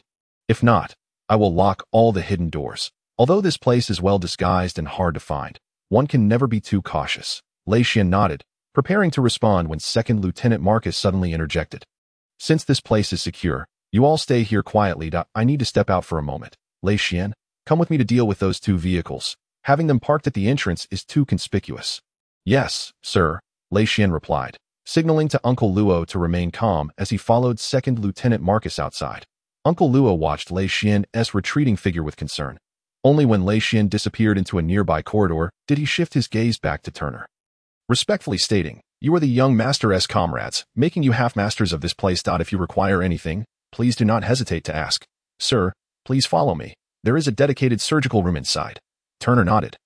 Following Uncle Luo with Xiao Lin's assistance, just a few steps in, the ground suddenly trembled noticeably. Turner and Xiao Lin's expressions darkened instantly. They both understood the significance of the tremor. It was not an earthquake, but rather the landing of the Kuya Alliance fleet. This also signified the commencement of war. Chapter 65. In 038 confusion, the seismic tremors persisted for nearly 20 minutes before finally subsiding, indicating that the Kuya Alliance had successfully completed their landing. Upon Lei Xian's return, Turner learned from him that the landing site of the Kuya Alliance was precisely the headquarters of the 3rd Infantry Division, where he had stayed just the previous night. Additionally, the direction that 2nd Lieutenant Marcus had taken with the armored vehicle was also towards the 3rd Infantry Division headquarters. That Marcus's objective was evident. Everyone understood it and secretly wished to eliminate the traitor Du Chun. However, the 3rd Infantry Division headquarters had now become a veritable den of danger, and Marcus's unwavering determination to proceed there bordered on folly. Yet, under the current circumstances, no one would dare to criticize 2nd Lieutenant Marcus. They could only hope for his safe return. Turner soon succumbed to a deep slumber, the effect of the anesthetic taking hold. Following a medical examination, it became apparent that his injuries were far more severe than merely 3 broken ribs. One of the fractured bones had penetrated a lung lobe, and apart from some difficulty in breathing, he had been completely unaware of the severity of his condition. Uncle Luo had not exaggerated. The doctor, specially brought in for the underground boxing matches, was highly skilled in treating such injuries, given the war situation. The opportunity to take refuge in this underground club for protection and treatment was being pursued with utmost diligence. Time passed, and eventually, the tightening sensation in his chest and abdomen roused Turner from his slumber. Shaking his head to dispel the lingering fog in his mind, he attempted to move, discovering that the surgery had been a success, and the bandaging was quite effective. The difficulty in breathing had subsided, and the pain had lessened significantly. The current twinge of discomfort was negligible for someone with Turner's extraordinary resilience. Turning his head to assess his surroundings, he unexpectedly locked eyes with a pair of large, beautiful eyes possessing deep black irises, which were gazing at him curiously and unabashedly. "That you're awake." Jiang Chuer smiled gently, her demeanor warm and inviting. "Duh. What are you doing here?" Whereas everyone else, the intensity of her gaze, particularly that of such a strikingly beautiful woman, left Turner feeling somewhat flustered. "I was worried about you. Since the others are absent, I decided to stay here and keep watch. Once you wake up, at least there would be someone to greet you." The girl gently lifted her head, her expression reminiscent, and spoke. "Brother Lei Xian and Brother Xiao Lin received a message from Brother Marcus 2 hours ago and took everyone out with them. Sister Xian, you went along as well, but only to find a way to contact the company I work for. An artist traversing the universe. Such situations are not unfamiliar to me. There are always ways to extricate oneself from a predicament." Lieutenant Marcus contacted them? Turner pondered, uncertain of how long he had been asleep. In this underground environment, it was impossible to gauge the time by the light of day. Yet he could surmise that, at this moment, Gaosan City had likely fallen into the hands of the Kuya Alliance. Given these circumstances, Marcus must have called Lei Xian and the others out only after ensuring there was no danger.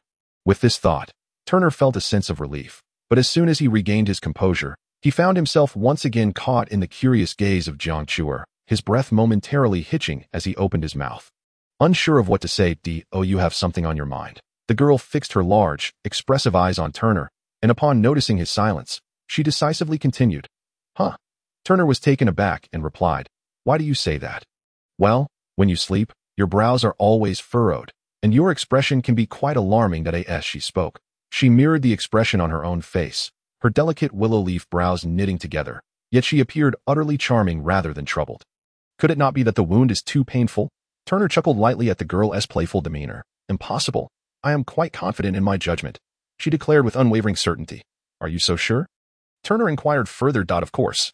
It's a woman's sixth sense." The girl tossed her hair with a flourish, her shoulder-length black locks bouncing playfully, enhancing her charm. "A woman's sixth sense." Turner was momentarily taken aback, unsure of how to respond. Puffed. Turner's awkwardness elicited another bright laugh from the girl, her laughter radiating warmth, in stark contrast to the forced smiles he remembered from celebrities. which always seemed standard and stilted.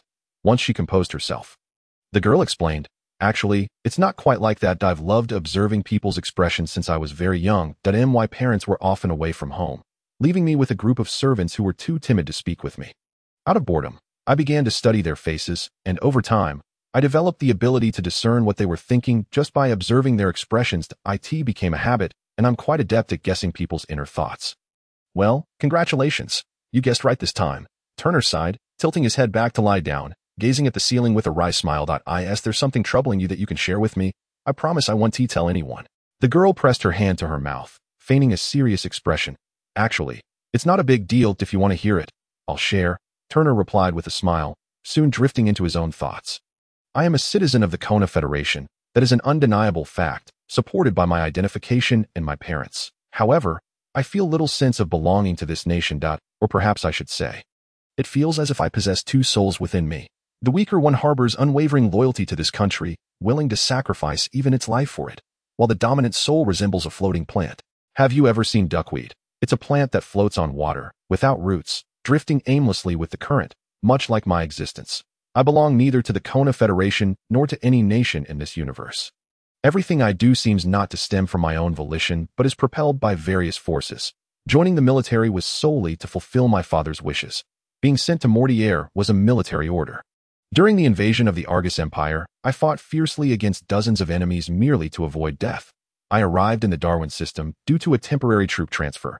My presence here is simply a result of a twist of fate that landed me in a camp filled with spoiled aristocrats, while the enemy's schemes were aimed solely at them, leaving me as an afterthought." As soon as he finished speaking, Turner felt a gentle grip on his hand, two delicate little hands clasping his tightly. Turning to face her once more, he found himself gazing into her expressive eyes, glistening as if tears were about to spill. Turner awkwardly sniffed, feeling somewhat embarrassed. Was his confusion about his present and future truly so touching?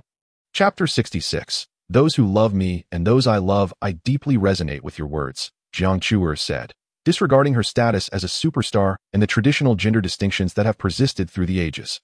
Holding Turner's hand tightly, faced with the girl's earnest expression, Turner could only manage a wry smile. "When you first see me, what comes to your mind?" the girl suddenly asked.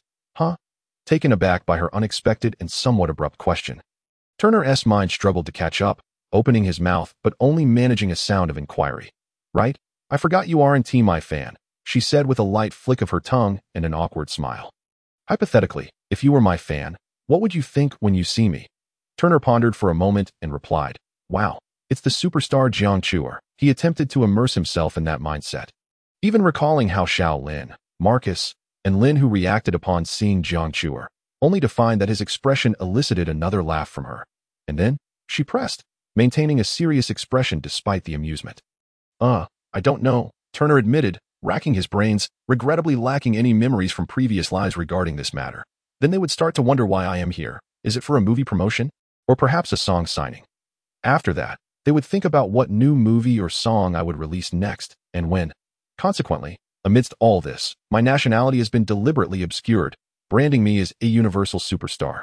I have produced one classic movie after another, sung countless popular songs, yet I can no longer engage in activities I truly enjoy. My favorite color shifted from purple to blue, for it represents the sky, symbolizing purity and innocence. My preferred food transformed from hamburgers and pizzas to medium-rare lamb chops, embodying elegance and health. My leisure pursuits evolved from playing basketball to reading, signifying tranquility and a thirst for knowledge. Yet, I have never felt lost, nor have I grown weary, for I understand that everything I do, although not for myself, is for those who love me and whom I love, my parents, my friends, and those fans who cherish me. Therefore, despite the challenges, I remain willing to persevere. For those who love me and whom I love, Turner mused, somewhat lost in thought, murmuring, "Do I have such people? Of course, everyone does," Jiang Chuer affirmed, nodding vigorously. That's so?" Turner closed his eyes, and a figure appeared in his mind.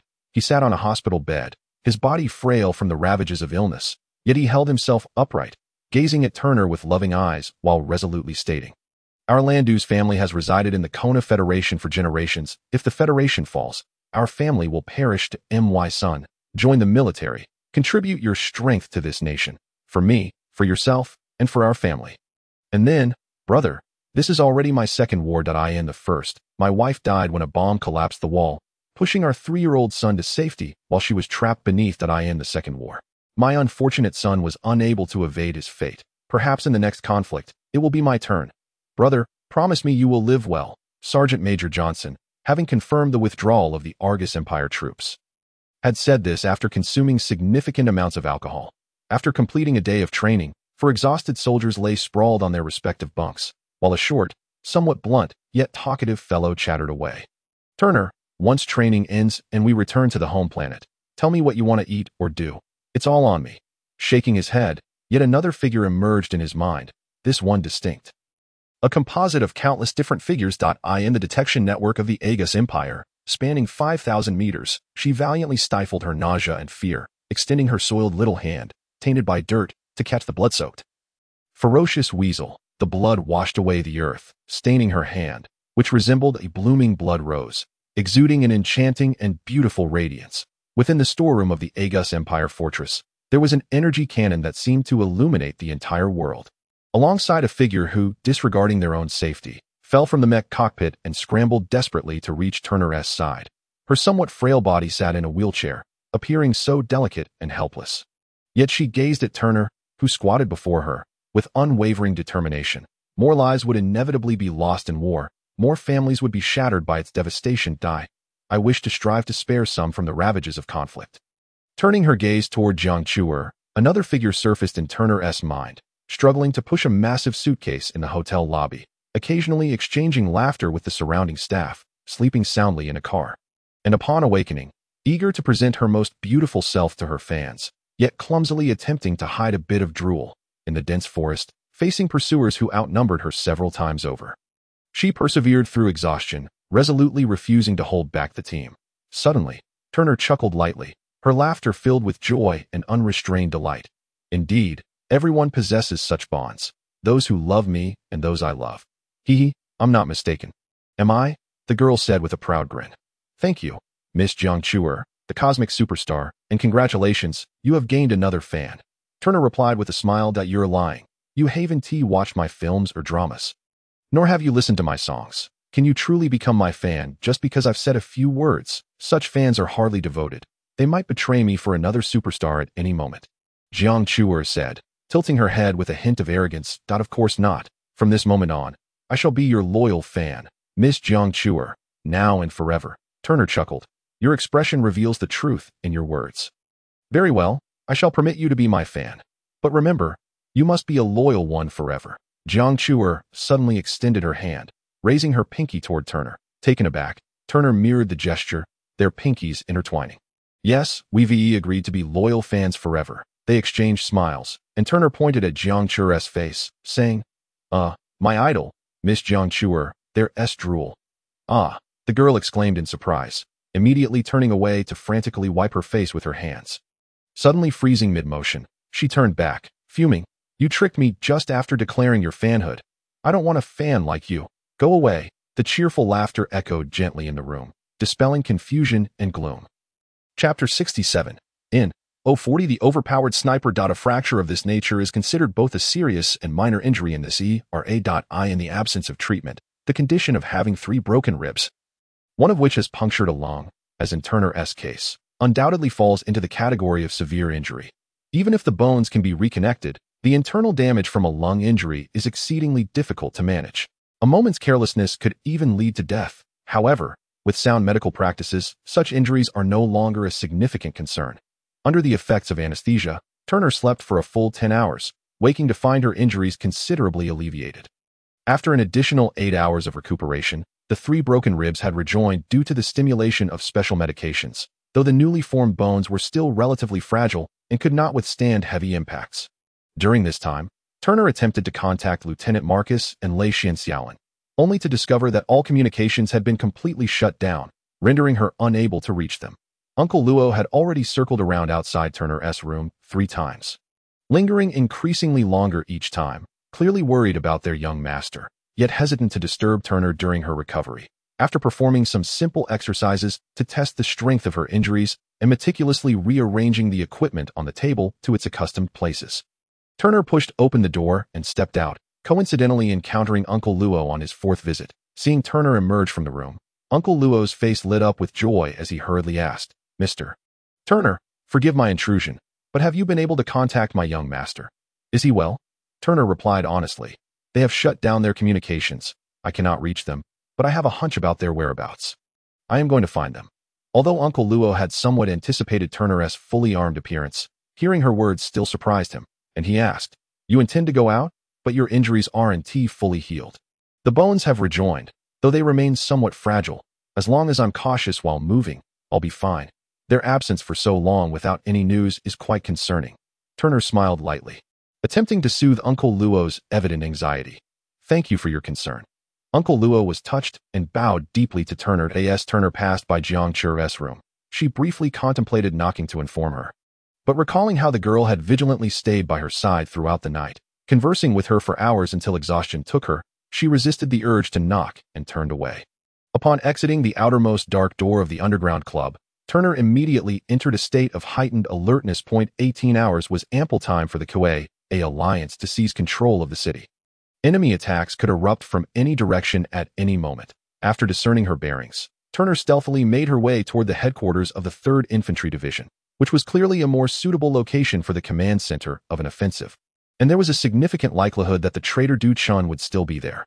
Marcus, leading 19 soldiers from the 4th Battalion, posed little threat to a large force, hence their target was solely Du Chun.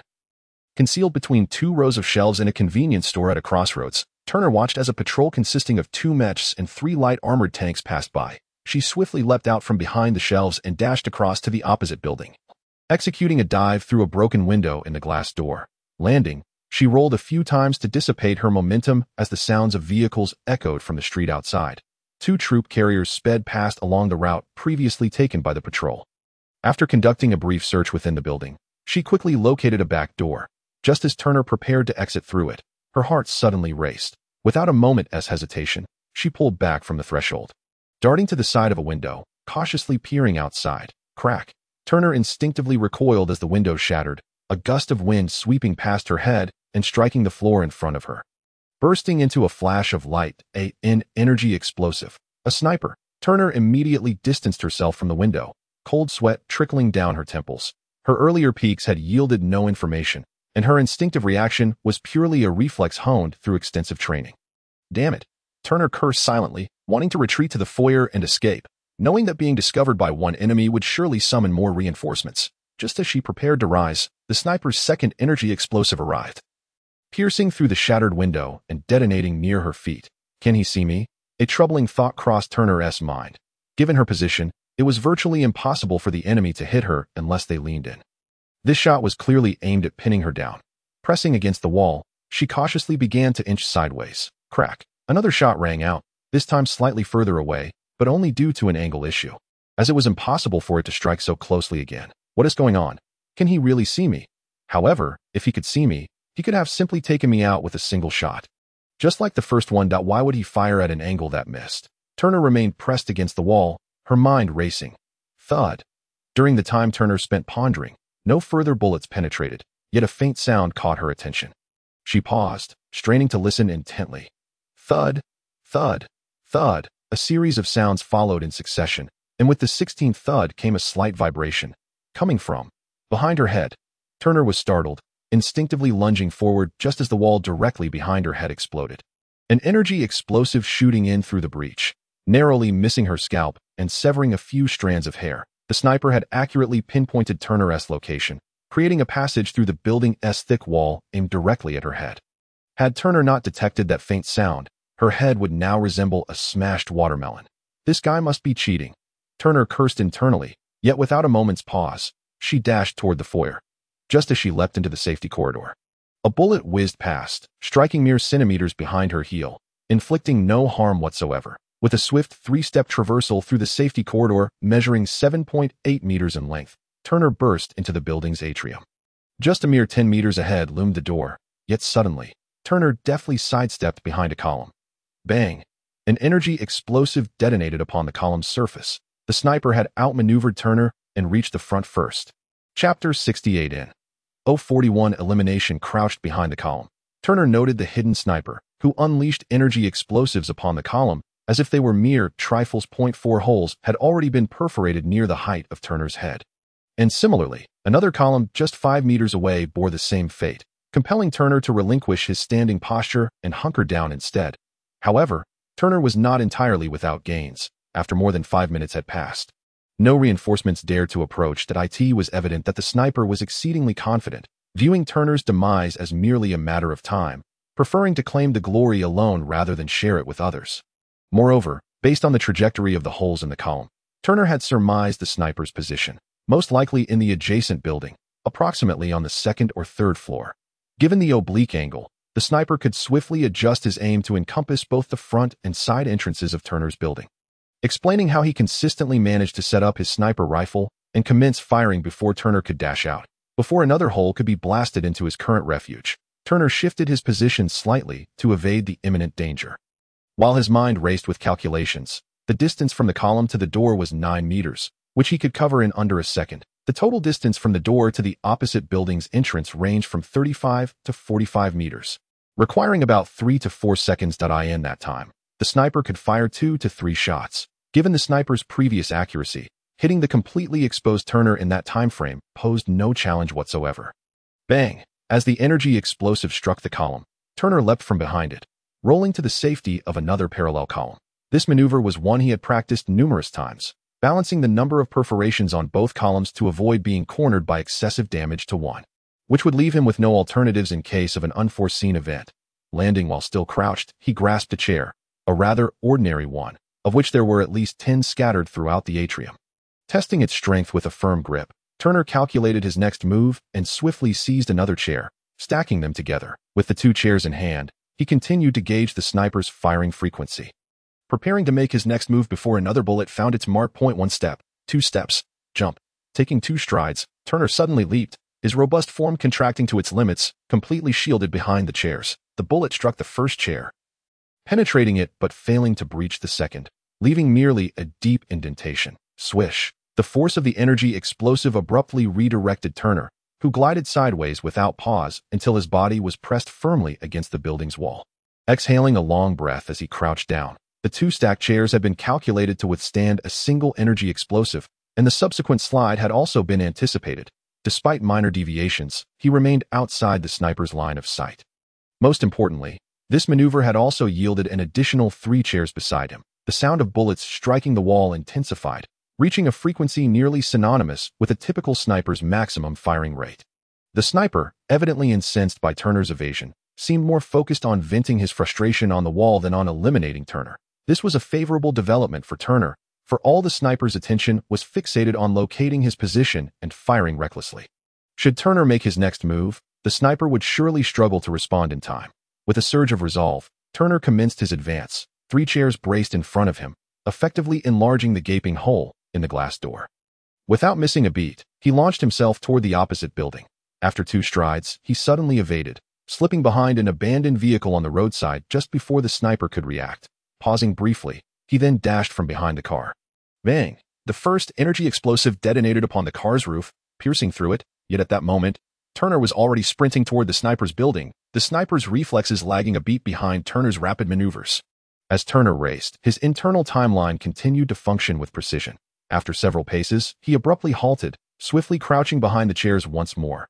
Bang! The energy explosive struck, shattering the first chair in the very instant the explosive collided with the chair. Turner rose again, bracing himself against the force of the explosion as he pressed onward. Now across the street, the chairs were no longer necessary, and he discarded them without hesitation. Behold, the sniper's building entrance loomed just ahead. Yet Turner did not rush toward it immediately. Instead, he veered toward a nearby vehicle. With a swift step, he leapt into the air, legs forward and body retracted, nearly parallel to the ground. Crash! He shattered the car window with a kick and, like an arrow, shot into the vehicle's interior, bracing himself against the seat, propelling himself further as he broke through the opposite window by the time the third energy explosive penetrated the car roof. He had already burst forth from the other side. This time, the sniper was too late to fire a 4th shot. As the sniper hastily adjusted his aim, Turner had already surged into the building. Inside, he maintained his pace, for time was of the essence. The sniper, cut off from his advantageous position, would likely attempt to call for backup at the first opportunity. Turner needed to eliminate him before he could request aid. Or at the very least, before reinforcements arrived. Ascending the stairs to the second floor, Turner finally slowed his pace. From the last few shots, particularly the one that struck the chair, he had deduced that the sniper was indeed on the second floor. Given the spacious environment, there remained a chance for the sniper to mount an attack. Crouching low, he stealthily maneuvered through the rows of half-height cubicle partitions, inching toward the previously determined sniper's position. His speed was remarkable. It took him merely seconds to reach the second floor, in such a brief span. The sniper could not possibly traverse the considerable distance to the stairwell without being detected. And Turner heard no footsteps, confirming that the sniper must still be on this level. Creeping along the partitions, as he rounded a corner, a figure suddenly materialized before him. Indeed, it was the sniper. The distance between them was less than a meter. The sniper's rifle lay nearby, and he had already swapped it for a combat knife, clearly lying in wait to ambush Turner. In the split second Turner turned, the knife was thrust forward, as if the sniper had anticipated Turner's arrival at that precise moment. This individual had a distinct advantage.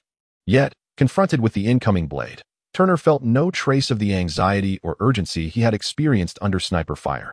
With that single thrust, he had discerned the sniper's general attributes. This was a man whose skills were predominantly aligned with marksmanship, rendering him utterly deficient in close-quarters combat. With a cold smirk, Turner evaded the stab, lunging at the sniper like a tiger pouncing on its prey. Chapter 69 in 042 The legendary equipment, as Turner had anticipated. The sniper's melee skills were woefully inadequate. However, his ability to evade and escape was commendable. After inflicting 42 damage with one strike and 69 damage with another, it was only on the third attempt that Turner finally pierced the sniper's vital area. Gazing into the sniper's mismatched eyes, filled with disbelief and venomous hatred, Turner felt a surge of indignation. Cursing, "You cheating scoundrel! How dare you look at me like that?" He then dealt a finishing blow to the sniper's neck. Eyeing the sniper's rifle resting nearby, Turner considered his next move, approaching to grasp the hefty weapon. Just as he was about to depart, he suddenly turned, fixating intently on the sniper's unyielding gaze, a flicker of intrigue crossing his face. He stepped closer and gently prodded one of the sniper's eyes. A thin, transparent film appeared at his fingertip. Was it a contact lens? Turner quickly dismissed that notion. He had never seen a contact lens that shimmered with metallic luster. Stowing the film safely, Turner thoroughly searched the sniper's person for any other unusual items, finding none, before promptly departing. 2 minutes later, when the reinforcements arrived, they found only a lifeless body, the blood having begun to congeal. While Turner had already taken refuge in a building a block away, ascending to the 8th floor of that building, Turner confirmed through the window that no pursuers were in sight before he could finally relax. Finding a relatively secluded room, he retrieved the film and began to examine it.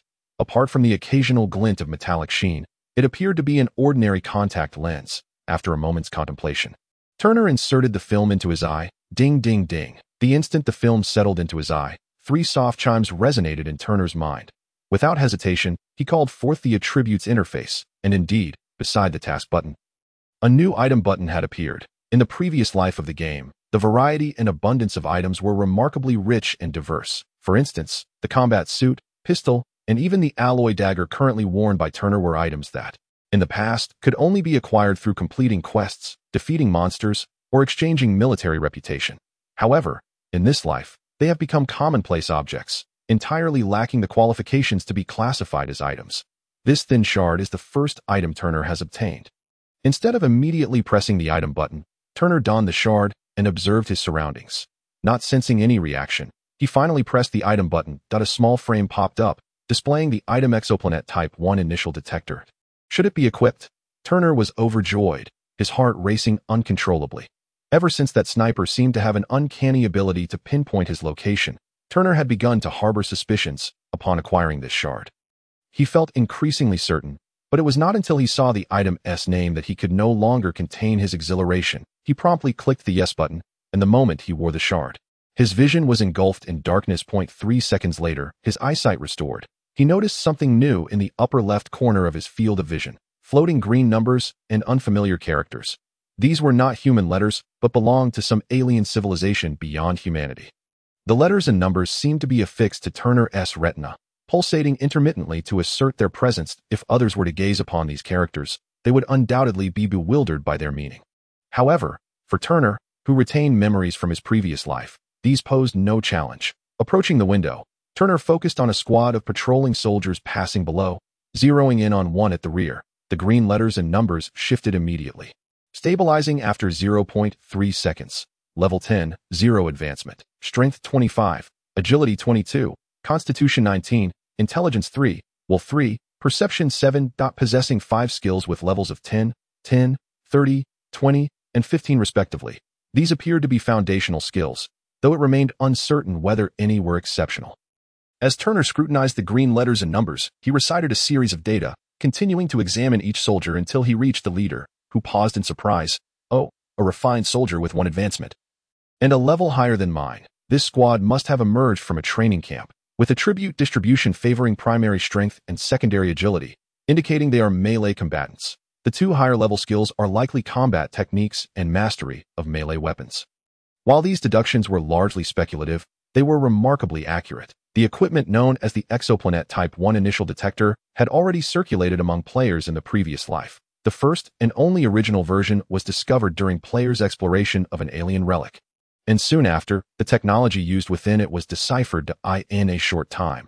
The efforts of players led to complete understanding of this alien civilization, resulting in the emergence of the Exoplanet Type 1 Second-Generation Detector and the Exoplanet Type 1 Third-Generation Detector. The text on these detectors had been replaced with universally comprehensible human script, and their detection range expanded significantly. By the time the 4th-generation detector was developed, it could even detect special skills and the attributes of equipment worn by individuals, proving more effective than the reconnaissance skills unique to advanced scouts. Such equipment was not rare in the previous life, but was classified as restricted-level gear, strictly controlled by players, with none ever flowing into the hands of NPCs. The reason was simple. The functionality of this equipment presented entirely different outcomes between players and NPCs.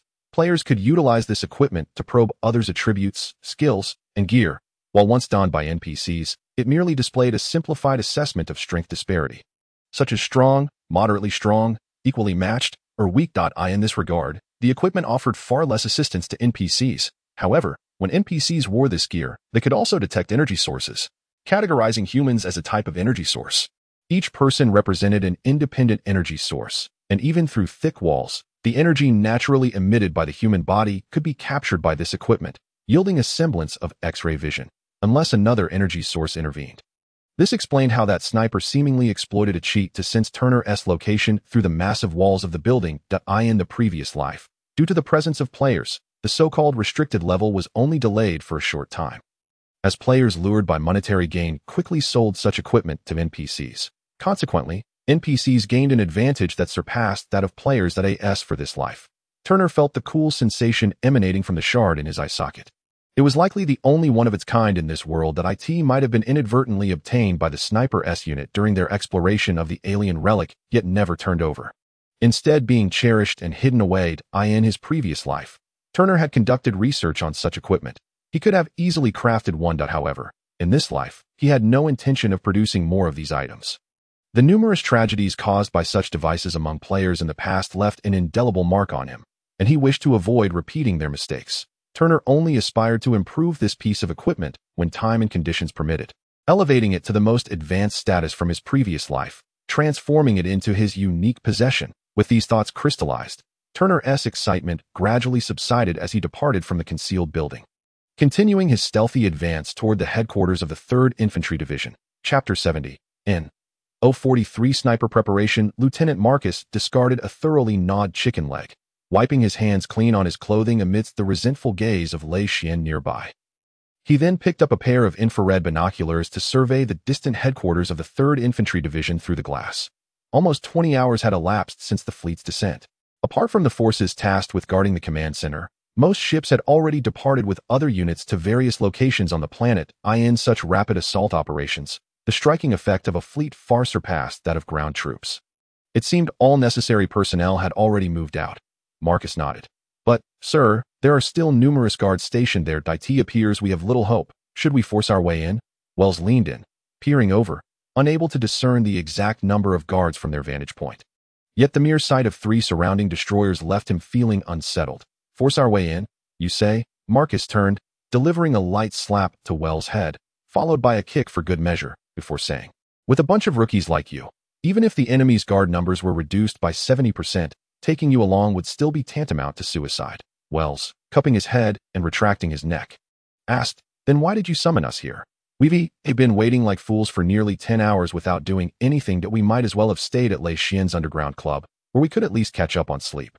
Seeing Marcus' hand rise once more, he quickly retreated a few steps, distancing himself from Marcus' reach. Marcus raised his hand. Observing that Wells had escaped and lost interest in pursuing him, he cast another glance at the distant military camp, stating, "I'm waiting for Du Qin to leave that place." "Leave?" Shaolin approached, inquiring. As a traitor, he should be hiding in the enemy's camp, fearing insufficient guards, right? Under normal circumstances, that would be the case. However, regrettably, his new master would surely not permit such a thing. "Remember, the 3rd Infantry Division is currently conducting training exercises in the vast desert," Marcus replied. "Isn't that what Du Qin set up to facilitate the enemy's landing?" Lei Xian asked, "That don't you think that's a bit redundant?" Marcus countered, prompting everyone to pause in confusion. He continued, "You've all seen the enemy fleet. Estimate how many troops it likely possesses." Lei Xian furrowed his brow, recalling the fleet's appearance, and responded, "Probably 5 to 6 divisions." Wells shot a disdainful glance at Lei Xian, saying, "Add 2 to your estimate, and you're about right." Being the most numerically astute among them, his confidence suggested that his estimate was indeed accurate. Marcus nodded, querying, "A massive fleet comprised of 7 divisions descending from the sky, while below stands merely 1 infantry division. What impact could that possibly have?" Everyone nodded in agreement. Marcus was correct. It wasn't simply a matter of calculating a 7-to-1 ratio. Under the overwhelming firepower of such a formidable fleet, 1 infantry division, especially not an armored division, lacking adequate anti-air capabilities, would be obliterated before even having the chance to retaliate. "Sir, do you mean?" Shaolin's face lit up with a moment of realization. Marcus waved his hand, signaling him to continue. Shaolin organized his thoughts slightly before stating, "It's evident that this fleet has concealed itself near Planet 6 with Du Qin's assistance. To avoid detection, it must be hidden within the airspace controlled by Du Qin's 3rd Infantry Division. In this context, they clearly possess the opportunity to instantly annihilate the 3rd Infantry Division and effectively reduce the forces on Planet 6. Yet they allowed Du Qin to lure the 3rd Infantry Division away. This indicates that Du Qin's control over the 3rd Infantry Division has reached a certain level, leading them to perceive a chance to subvert the enemy, which is why they refrained from destroying the 3rd Infantry Division. Now, having successfully landed, there are only 4 divisions on Planet 6, with an absolute advantage in troop numbers. Even if the attempt to subvert the 3rd Infantry Division fails, they still possess sufficient strength to eliminate the opposition. Therefore, this is the optimal moment for Du Qin to attempt to sway the enemy. Indeed, young man, your analysis is astute that if you choose to remain in the military, a senior advisor position will undoubtedly be yours, Lieutenant Marcus said, slapping Shaolin on the shoulder with exuberance, his enthusiasm betraying him as he inadvertently sent Shaolin stumbling. "Thank you for the compliment, sir," Shaolin replied with a fawning smile. Having spent ample time with Turner, not only he but also Wu Guoqing and Brat learned this art of flattery, and I'm going to take a short rest. Keep a close watch, and if a single spacecraft takes off, be sure to call me immediately. I didn't go through so much trouble to acquire such a substantial asset just to watch it. Lieutenant Marcus pointed at a rocket launcher positioned behind them before settling onto a nearby sofa to rest his eyes. The others exchanged glances at the rocket launcher and the 3 missiles beside it. A wave of silence enveloping them. These were all procured by Lieutenant Marcus before summoning them, and no one knew how he had managed it. Nearby, Kanan swallowed the last bite of his meal and leaned in to inquire, "Sir, did you call us here just to act as sentinels? What do you think?" Lei Xian retorted, clearly displeased. Given our status, would he dare to take us into the lion's den? If he wasn't absolutely sure of the safety here, he probably wouldn't have summoned us. Kanan shrugged and fell silent. 3 hours passed, with the watch changing from Lei Xian to Sure Hao and then to Shaolin. Just as Shaolin was about to turn and call Wells for the next shift, he noticed a sudden change through the infrared telescope. A spacecraft ignited its thrusters and was preparing to leave the ground. "Sir, we have a sighting," Shaolin exclaimed urgently, and before he could finish, Lieutenant Marcus was already beside him, seizing the telescope to gaze into the distance. Last, Du Qin, it is time for you to face the consequences. You all stay here. Regardless of what happens, do not venture outside. With that, Lieutenant Marcus vanished from the room, along with the rocket launcher and the 3 missiles, simultaneously. In a hotel building on the outskirts of Gaosan City, Turner crouched by the window, observing the movements of the Allied forces below. The closer he got to the 3rd Infantry Division's headquarters, the more frequently he spotted enemy troops, complicating infiltration, especially since Turner was armed with a significant weapon. After a while, confirming that there was no immediate opportunity to advance, he reclined against the wall with a pillow, pondering. Lieutenant Marcus, along with Xiao Lin and their 20 men, had no other mission but to eliminate Du Chun. But how would they accomplish that? Would they charge in directly? That would be tantamount to suicide. They likely wouldn't even have the chance to infiltrate. Even if they did manage to enter, locating and eliminating Du Chun in his own territory would be an insurmountable challenge. At that moment, Chapter 71, No Mercy, unfolded. Lieutenant Marcus was indeed correct. At that very moment, Du Chun was aboard the solitary spacecraft that had just taken off from the 3rd Infantry Division's headquarters, seated in the cockpit. He gazed out the window at the diminishing headquarters below and let out a gentle sigh. What troubles you? Are you lacking faith in your former subordinates? A voice interjected. It was Valabic, a colonel from the Kairos Federation who had accompanied Du Chun on this subversive mission. Though of the same rank, he was a legitimate colonel who had graduated from the Kairos Federation's premier military academy and risen through the ranks, casting an implicit shadow over Du Chun, who had spent decades as an undercover operative. To be honest, my confidence is rather limited, Du Chun replied with his characteristic gentle smile.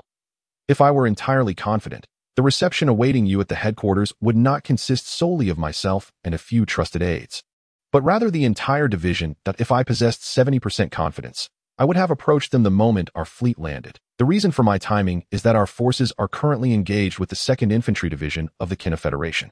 By the time I reached the desert, the outcome of the battle should have been revealed. Armed with the report of the 2nd Infantry Division's defeat in one hand and our promotion orders in the other, I would then have the confidence to compel their surrender. Your considerations are quite thorough. It is no wonder the military command chose you for this task.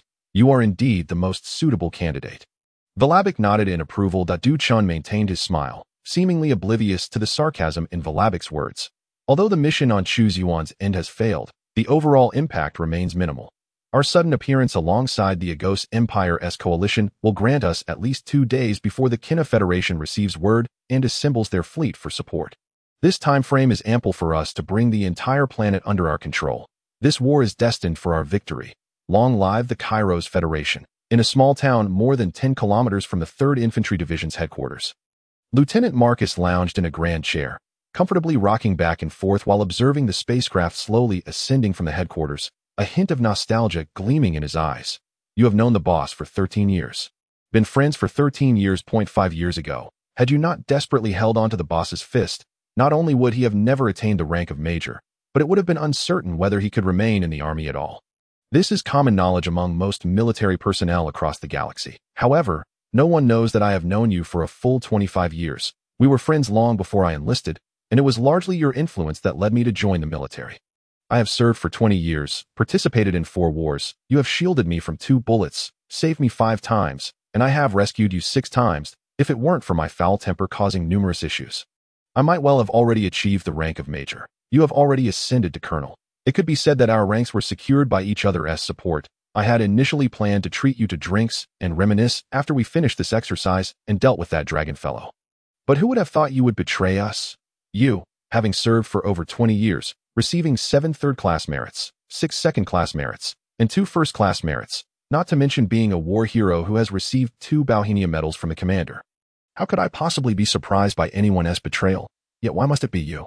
I don't know how you feel, but I believe that the one most deserving to see you off is none other than myself. So let me accompany you on your journey. Once you descend, do take it slow and wait for me, so we may keep each other company. He watched the spacecraft complete its ascent and begin to accelerate. Lieutenant Marcus rose from the grand chair, kicked the glass in front of him, and hoisted the rocket launcher fitted with a missile onto his shoulder, aiming it at the spacecraft. Yawn, Valabic stretched languidly. Lamenting, we can't go to the front lines to fight, and instead, we're sent to act as negotiators. Old Du, aren't you bored? How about we place a bet on how long it will take for us to win the ongoing battle? I wager an hour and a half that you'd best not underestimate them, Du Chun replied, glancing at Valabic, a fleeting glimmer of something unusual flashing in his eyes. Planet 6 is the closest planet to the Kairos Federation.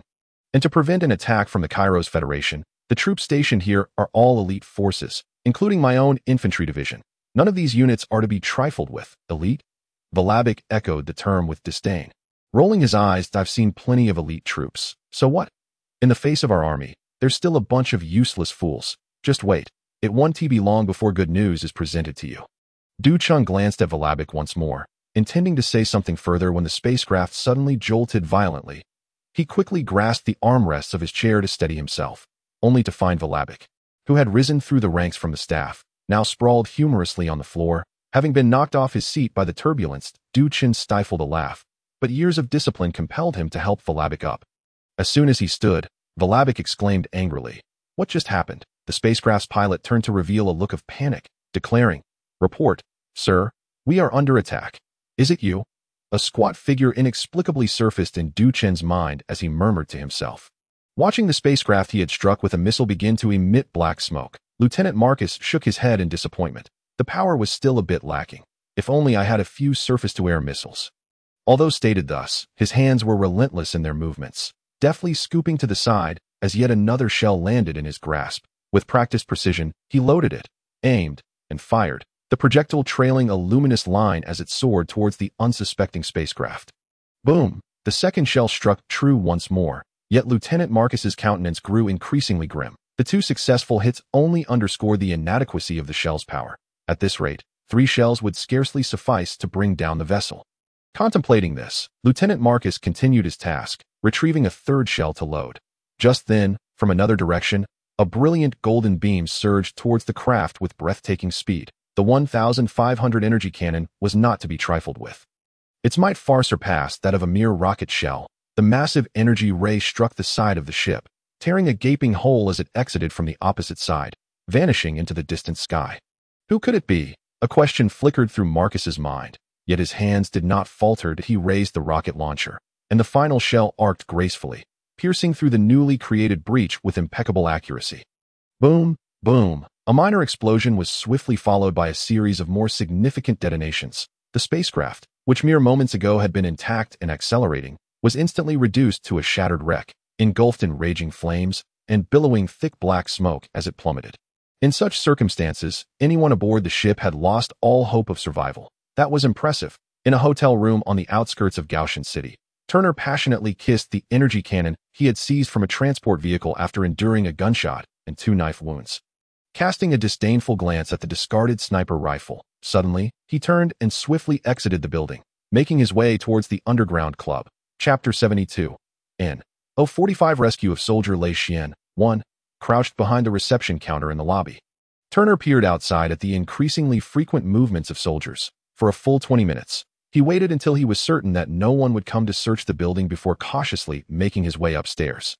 After ascending several floors, he entered one of the rooms on this level, kicking open a small compartment within, and said, "All right, no one is chasing us, so stop hiding like a turtle." As he spoke, a cupboard opened, and a figure emerged, grumbling, "Damn it, it was too cramped in there.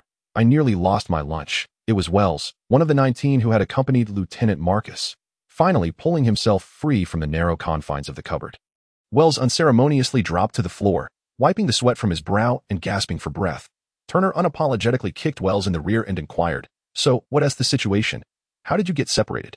And why were you being chased like a dog?" Wells chuckled. "Did you see that explosion a little while ago? It was something, wasn't it? I saw it. What was that you're doing?" Turner replied casually, though inwardly he chuckled. Thinking that without his friend's cannon, it was uncertain whether the spacecraft would have been destroyed. "Not quite," Wells said with an awkward smile. "That IT was that silverback gorilla's doing that we were called out just to act as scouts. By the way, do you know who was on that ship? Who else could it be but Du Chun?" Turner scoffed, casting a disdainful glance at Wells for asking such a foolish question. "If it were only Du Chun, they likely wouldn't have been frantically pursuing them." Wells grinned with pride, saying, "Rumor has it that besides Du Chun, there was also a legitimate colonel from the Queros Federation aboard. They hadn't made any progress in the earlier battles. And with 2 colonels already dead, how could they not be frantic? Another one." Turner was somewhat astonished. .4 cannon shots had already claimed the lives of 2 colonels. That was indeed an impressive feat. Suddenly, clarity struck him, and he slapped Wells on the head, exclaiming, "What is there to be happy about? Our team has been scattered, and we don't even know what has happened to the others. Is this really a time to celebrate? Calm down, calm down." Wells, entirely unfazed by Turner's slap, maintained a cheerful demeanor. "The only ones who got separated were Lei Xian and me. He led the pursuing soldiers away while I followed him. The others have probably already made it back to Lei Xian's underground club. And what about Lei Xian? Turner asked. Lieutenant Marcus went to find him. Wells replied with a bitter smile that I was leading a large group of enemies around the city when Lieutenant Marcus arrived just as I was about to be caught. Dealt with the nearest pursuers, and then took me to a safer location before going after Lei Xian again. That I thought I was safe for a while, but as soon as I tried to sneak back to the underground club, I was spotted again. Thankfully, you appeared just in time. Otherwise, my life would have been forfeit. So, Lieutenant Marcus and Lei Xian might not be together after all? Turner inquired. Yes, Wells nodded, troubled. I'm worried about that too. I only pointed out the general direction Lieutenant Marcus was headed when he separated from Lei Xian. That I in such a vast city. Who knows if he can find him? After a moment's thought, Turner kicked Wells in the rear again, saying, Get up, hurry. What's wrong? Are they coming after us again? Wells exclaimed, startled, springing to his feet like a frightened rabbit, peering out the door to survey the surroundings. In the next moment, Turner's foot landed once more on Wells's backside, sending him stumbling out the door. Turner followed him out, irritatedly stating, No one is chasing us. Take me to find Lei Xian. The more people we have searching, the better our chances. Not a single soul from our 4th Battalion can perish. Wells's expression turned serious as he replied, Exactly. Not a single one from our 4th Battalion can die. Let us go. With that, he led the way downstairs. As Turner kicked Wells again, he looked at him with a frown, saying, Try to act a bit stealthy. You're strutting around like that. No wonder you keep getting chased. Don't go around claiming your reconnaissance skills are the best in the 4th Battalion. Hey, I was just a bit anxious, Wells replied sheepishly, shrinking his posture and warily descending the stairs, vigilant of his surroundings. The mobilization of troops within Gaussian City had increased to more than triple the previous frequency, making their progress arduous. After narrowly avoiding 4 patrols, they realized they had only covered more than half a street. Huddled inside a vehicle, they adjusted the rearview mirror to observe a crucial intersection on their route to find Lei Xian. 8 soldiers stood guard there, and the greatest concern was the presence of a mech nearby. An ambush would easily take out those 8. But how do we deal with that mech? Wells lamented. Is the mech really that troublesome? Turner asked calmly. Of course, with just these 2 pathetic handguns, we couldn't even scratch the mech's exterior. Unless Lieutenant Marcus brought that rocket launcher here, what can we do? Wells retorted, exasperated. How about we make a bet? Turner suggested nonchalantly. You distract those 8 for a minute, and I'll take care of the mech. Are you joking? That's not even remotely funny. Damn it. Wells's suppressed scream was cut short as Turner kicked him out of the vehicle. He saw the 8 Quero soldiers notice him and converge. Wells awkwardly chuckled.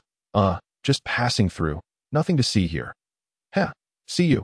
Before they could raise their weapons, he dashed into a nearby building. Is he an idiot? One of the soldiers remarked, watching Wells disappear into the building. Who cares? We'll deal with it later. We just received orders from above to capture any enemy soldier we can. It'll earn us double the merit, another soldier replied, turning to the mech. Brother, you can stay here guarding. We don't need you for a small catch. Don't worry, you'll definitely get your share of the credit. Upon hearing this, the mech, which had just prepared to engage, relaxed back into a state of alertness. The 8 soldiers confidently approached the building Wells had fled into, completely ignoring the vehicle he had just exited, moving decisively to commence their search. The mech operator's gaze lingered on the building for a moment before disinterestedly shifting to other intersections. Entirely oblivious to a figure slipping out from the same vehicle like a slippery eel, stealthily approaching him, surrounded by 4 paths, the mech remained vigilant, turning every 20 seconds, just as it pivoted once more. A series of knocking sounds abruptly echoed. The mech operator froze, still processing what had occurred when, with a whoosh, the cockpit door was flung open from the outside, revealing a grinning face before him. Hi there. Turner raised a hand in greeting to the utterly stunned operator. Then, with his other hand, he pulled the trigger.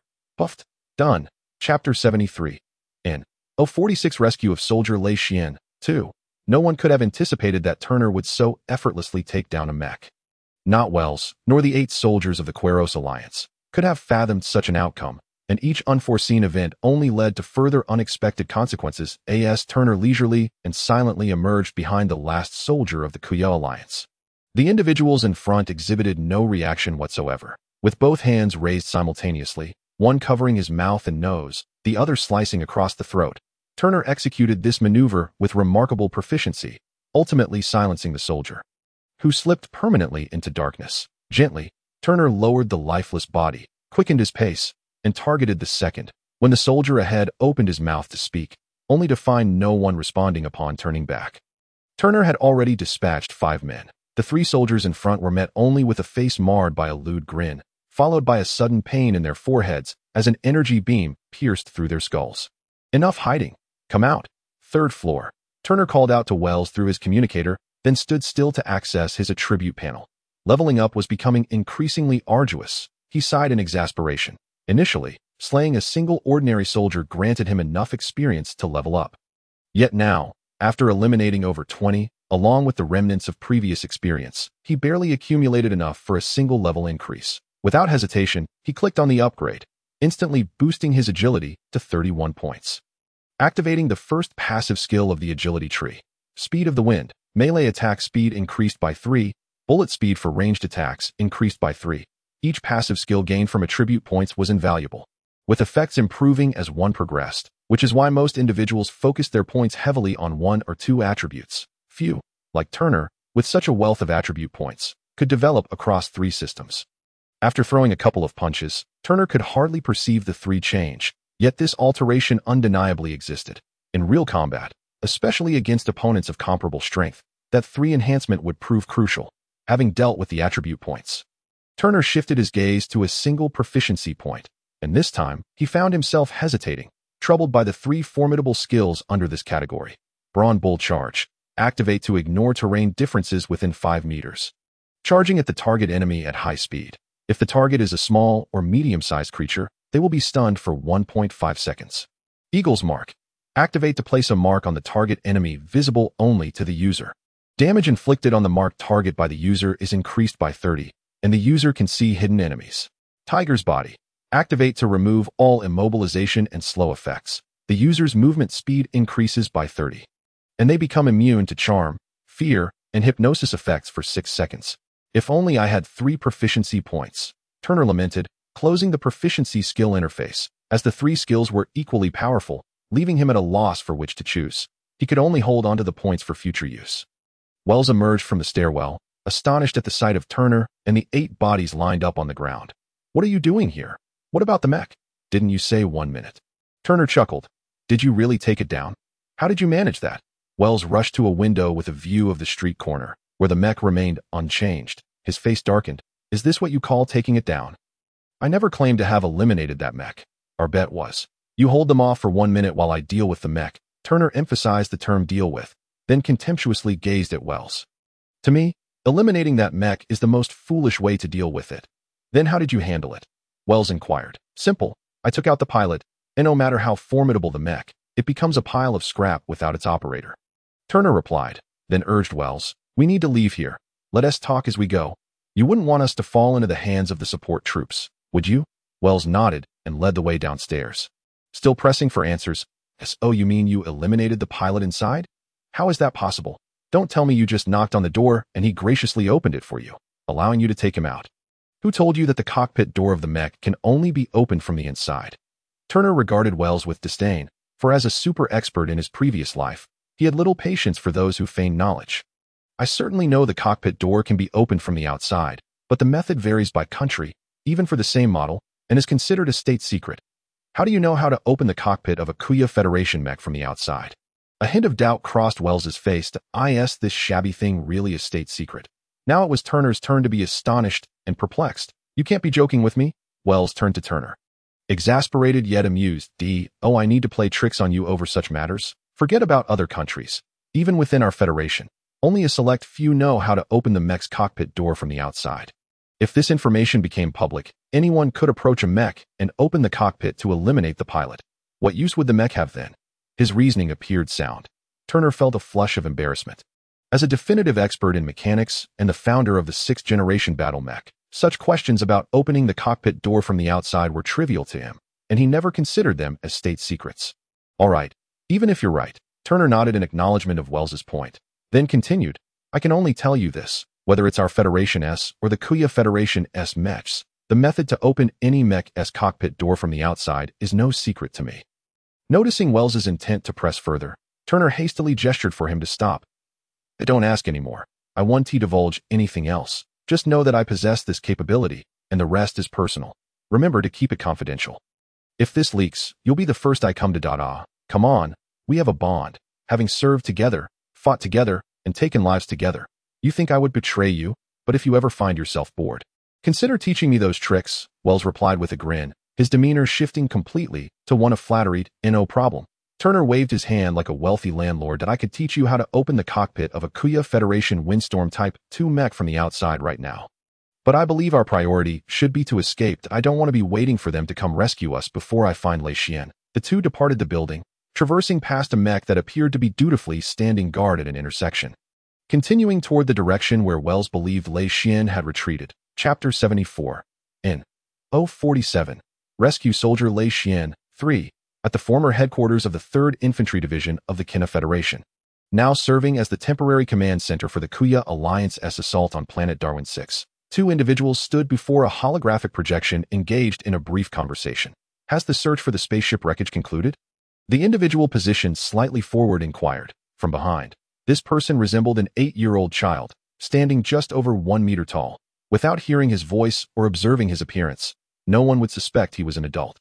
The holographic display was adjusted low to accommodate his height. Disregarding the presence of others of normal stature, IT has concluded. A total of 23 bodies were recovered, and it has been confirmed that no one survived. The person behind replied, raising a hand to gesture in midair, causing the holographic display to rise to a level where he could view it comfortably. Suddenly, the dwarf spun around, his eyes glowing with a predatory green glare as he glared at the other man. However, this expression lasted less than a second before vanishing completely, replaced by a calm and indifferent demeanor. That fool Valabic is dead, but it's a pity about Du Chun. He was personally chosen by Marshal Li and had been undercover in the Qin Federation for decades without incident, only to die just as he was about to reclaim his identity. It is said that Marshal Li had already prepared a Major General's uniform and the Eagle Medal for him. Now rendered useless, the individual behind, undeterred by the terrifying gaze, displayed no fear, but a flicker of caution crossed his face as he asked, "Who do you think did this? Materazzi, are you challenging my intelligence? You must have your suspicions as well, so why bother asking?" The dwarf responded with a cold chuckle. "That I have some theories, but who knows if they align with yours? When have our thoughts ever been in sync?" Materazzi, a master of disguise, swiftly masked his vigilance, speaking casually. "However, I believe our theories should align this time." Materazzi paused, continuing. The message from Du Chen indicated that Chu's on and their plan failed. Even Chu was dealt with by a fellow named Marcus.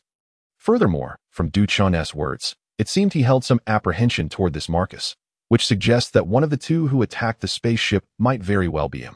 This is likely why you captured him but chose not to kill him. Correct? Lure him to come for rescue using Marcus's subordinate. If my guess is correct, you have already devised a plan to brutally eliminate this poor wretch before Marcus. Haven to you. Such a heinous act could only be executed by a perverse individual like Ramos. This dwarf is none other than the infamous trickster Ramos, who later gained immense notoriety during the Cosmic Wars, even earning a place among the top 100 in the annals of legendary commanders. It is said that his physical deformity led to his psychological aberration, yet it was that twisted heart that birthed countless bizarre and extraordinary tactics, hence the moniker of trickster. More infamous than his peculiar strategies are his grotesque behaviors.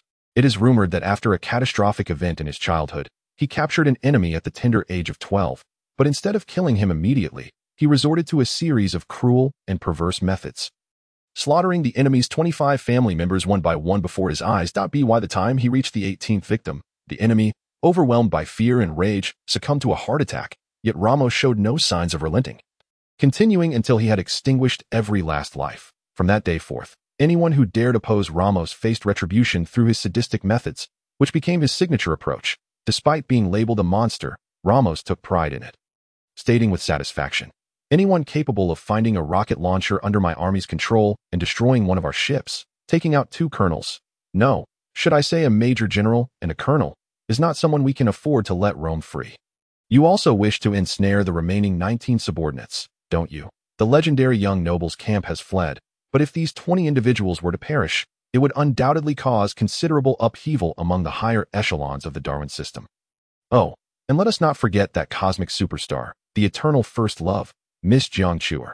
I hear you are still her fan. Alas, considering your physique, it remains uncertain whether the little brother can stand up or adequately serve her. This remark dripped with malice. Any normal man would find it hard to endure, yet Ramos seemed oblivious, turning back with a hand gesture that conveyed both pity and disdain, addressing the holographic image with a voice laced with compassion. "Poor soul. You might as well pray that your commander arrives a little later to rescue you. That way, you can draw a few more breaths of fresh AI or I in the sealed room of the holographic projection. A despondent figure sat on the floor. It was none other than Lei Xian, the very person Turner and Wells were desperately seeking. Of course, Turner and Wells had no inkling that Lei Xian had already become a prisoner of the Kia Alliance. As they continued their journey toward the location where Lei Xian had separated from his team, after evading over 20 patrols and being misdirected by Wells 3 times, the two finally arrived at their destination. After 10 minutes of ensuring that no one would patrol this alleyway, Turner and Wells emerged from a nearby CF. Even after several hours had passed, the traces of their pursuit remained starkly evident, particularly the visible scars on the walls and ground from energy beams striking their marks, pointing like signposts in the direction of Lei Xian's escape. How many were pursuing you at that time? Turner inquired, taking a sharp breath as he surveyed the bullet marks scattered everywhere. Come on, at that point, we were just focused on fleeing. Who had the time to count how many were on our tail? From a quick glance, there were probably several hundred, Wells replied after a moment of thought. So you mean to say that we, just the two of us, were racing against a group of over 100 people? And there's a significant chance we might encounter them? Turner pressed on. Indeed, you are correct, but fret not. It's merely a trivial matter. Did you not see how Second Lieutenant Marcus rescued me from hundreds of enemies? Wells reassured Turner with a calm demeanor. Oh, please, Second Lieutenant Marcus, a seasoned warrior around level 70 after 3 promotions, is certainly not someone I, having barely reached level 15 after 1 promotion, can compare with. Let alone you, a novice with no promotions at all. Turner inwardly lamented, though he could not voice his thoughts aloud. Very well, let it be as you say. However, you must promise me one thing. Should we encounter a large enemy force, I will distract or lead them away, and you must escape immediately back to the underground club. After all, you are far more important than I am, Turner stated earnestly, turning to Wells. Turner instinctively wanted to object. But under the unwavering gaze of Turner, he found the words caught in his throat. Understanding the gravity of the situation, after a moment of contemplation, he finally nodded in agreement. All right, I will do as you say. Now, are you satisfied? Turner nodded, refraining from further words, and led the way down the alley.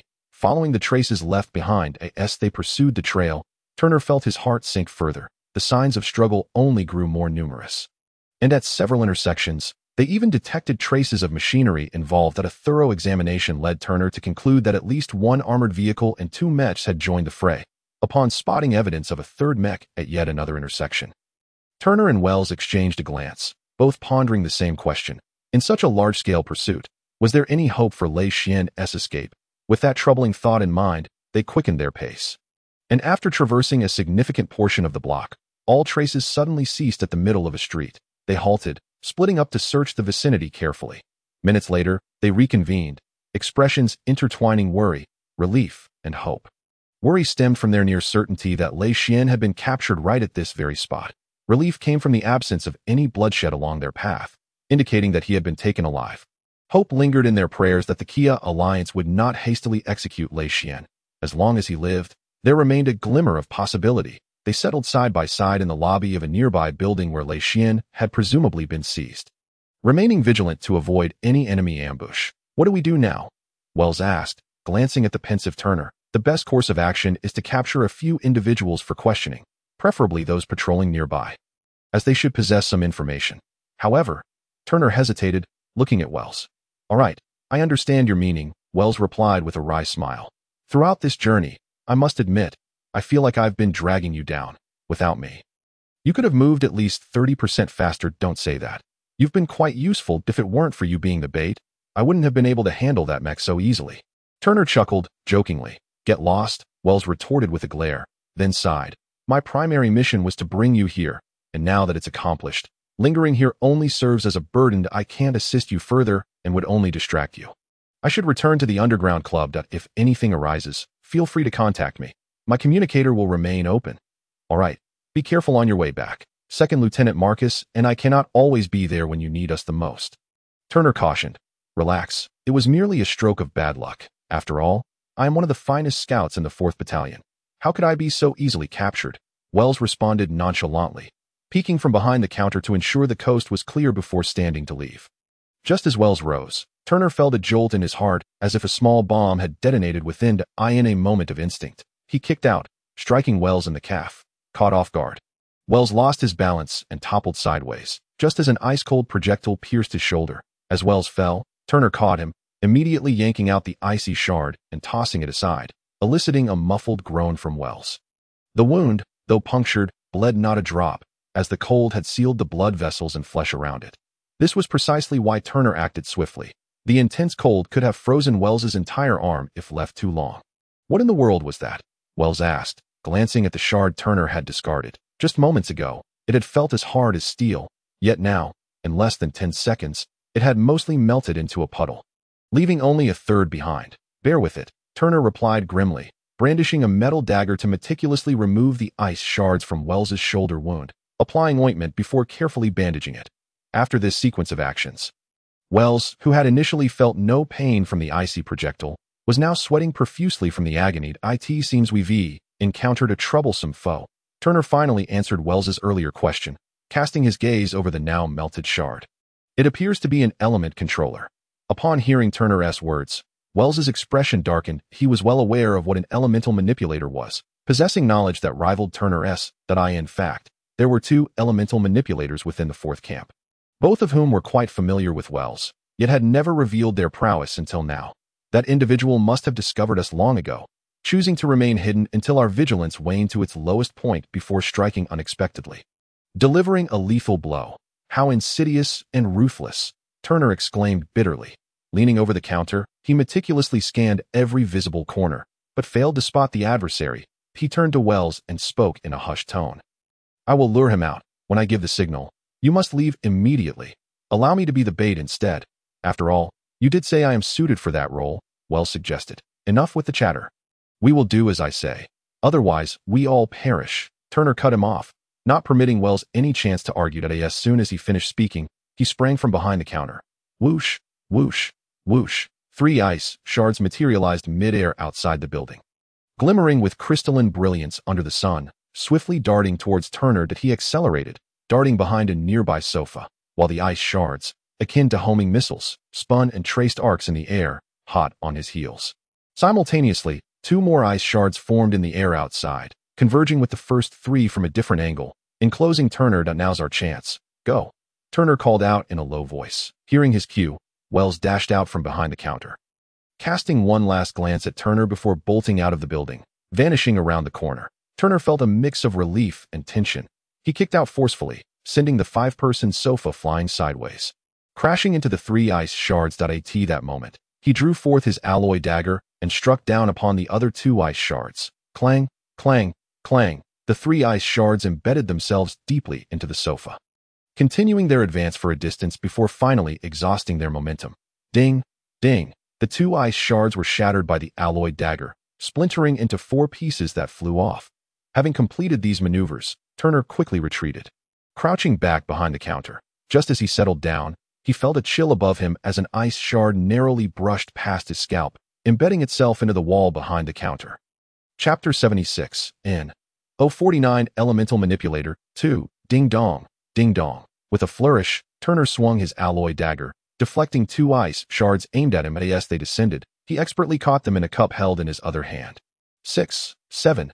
As he caught them, he counted aloud, then lifted the cup, shaking it to hasten the melting of the 2 newly acquired ice shards. Observing that the water had reached 2/3 of the cup's height, he gulped it down. After all that dodging and running, a glass of ice water feels absolutely refreshing.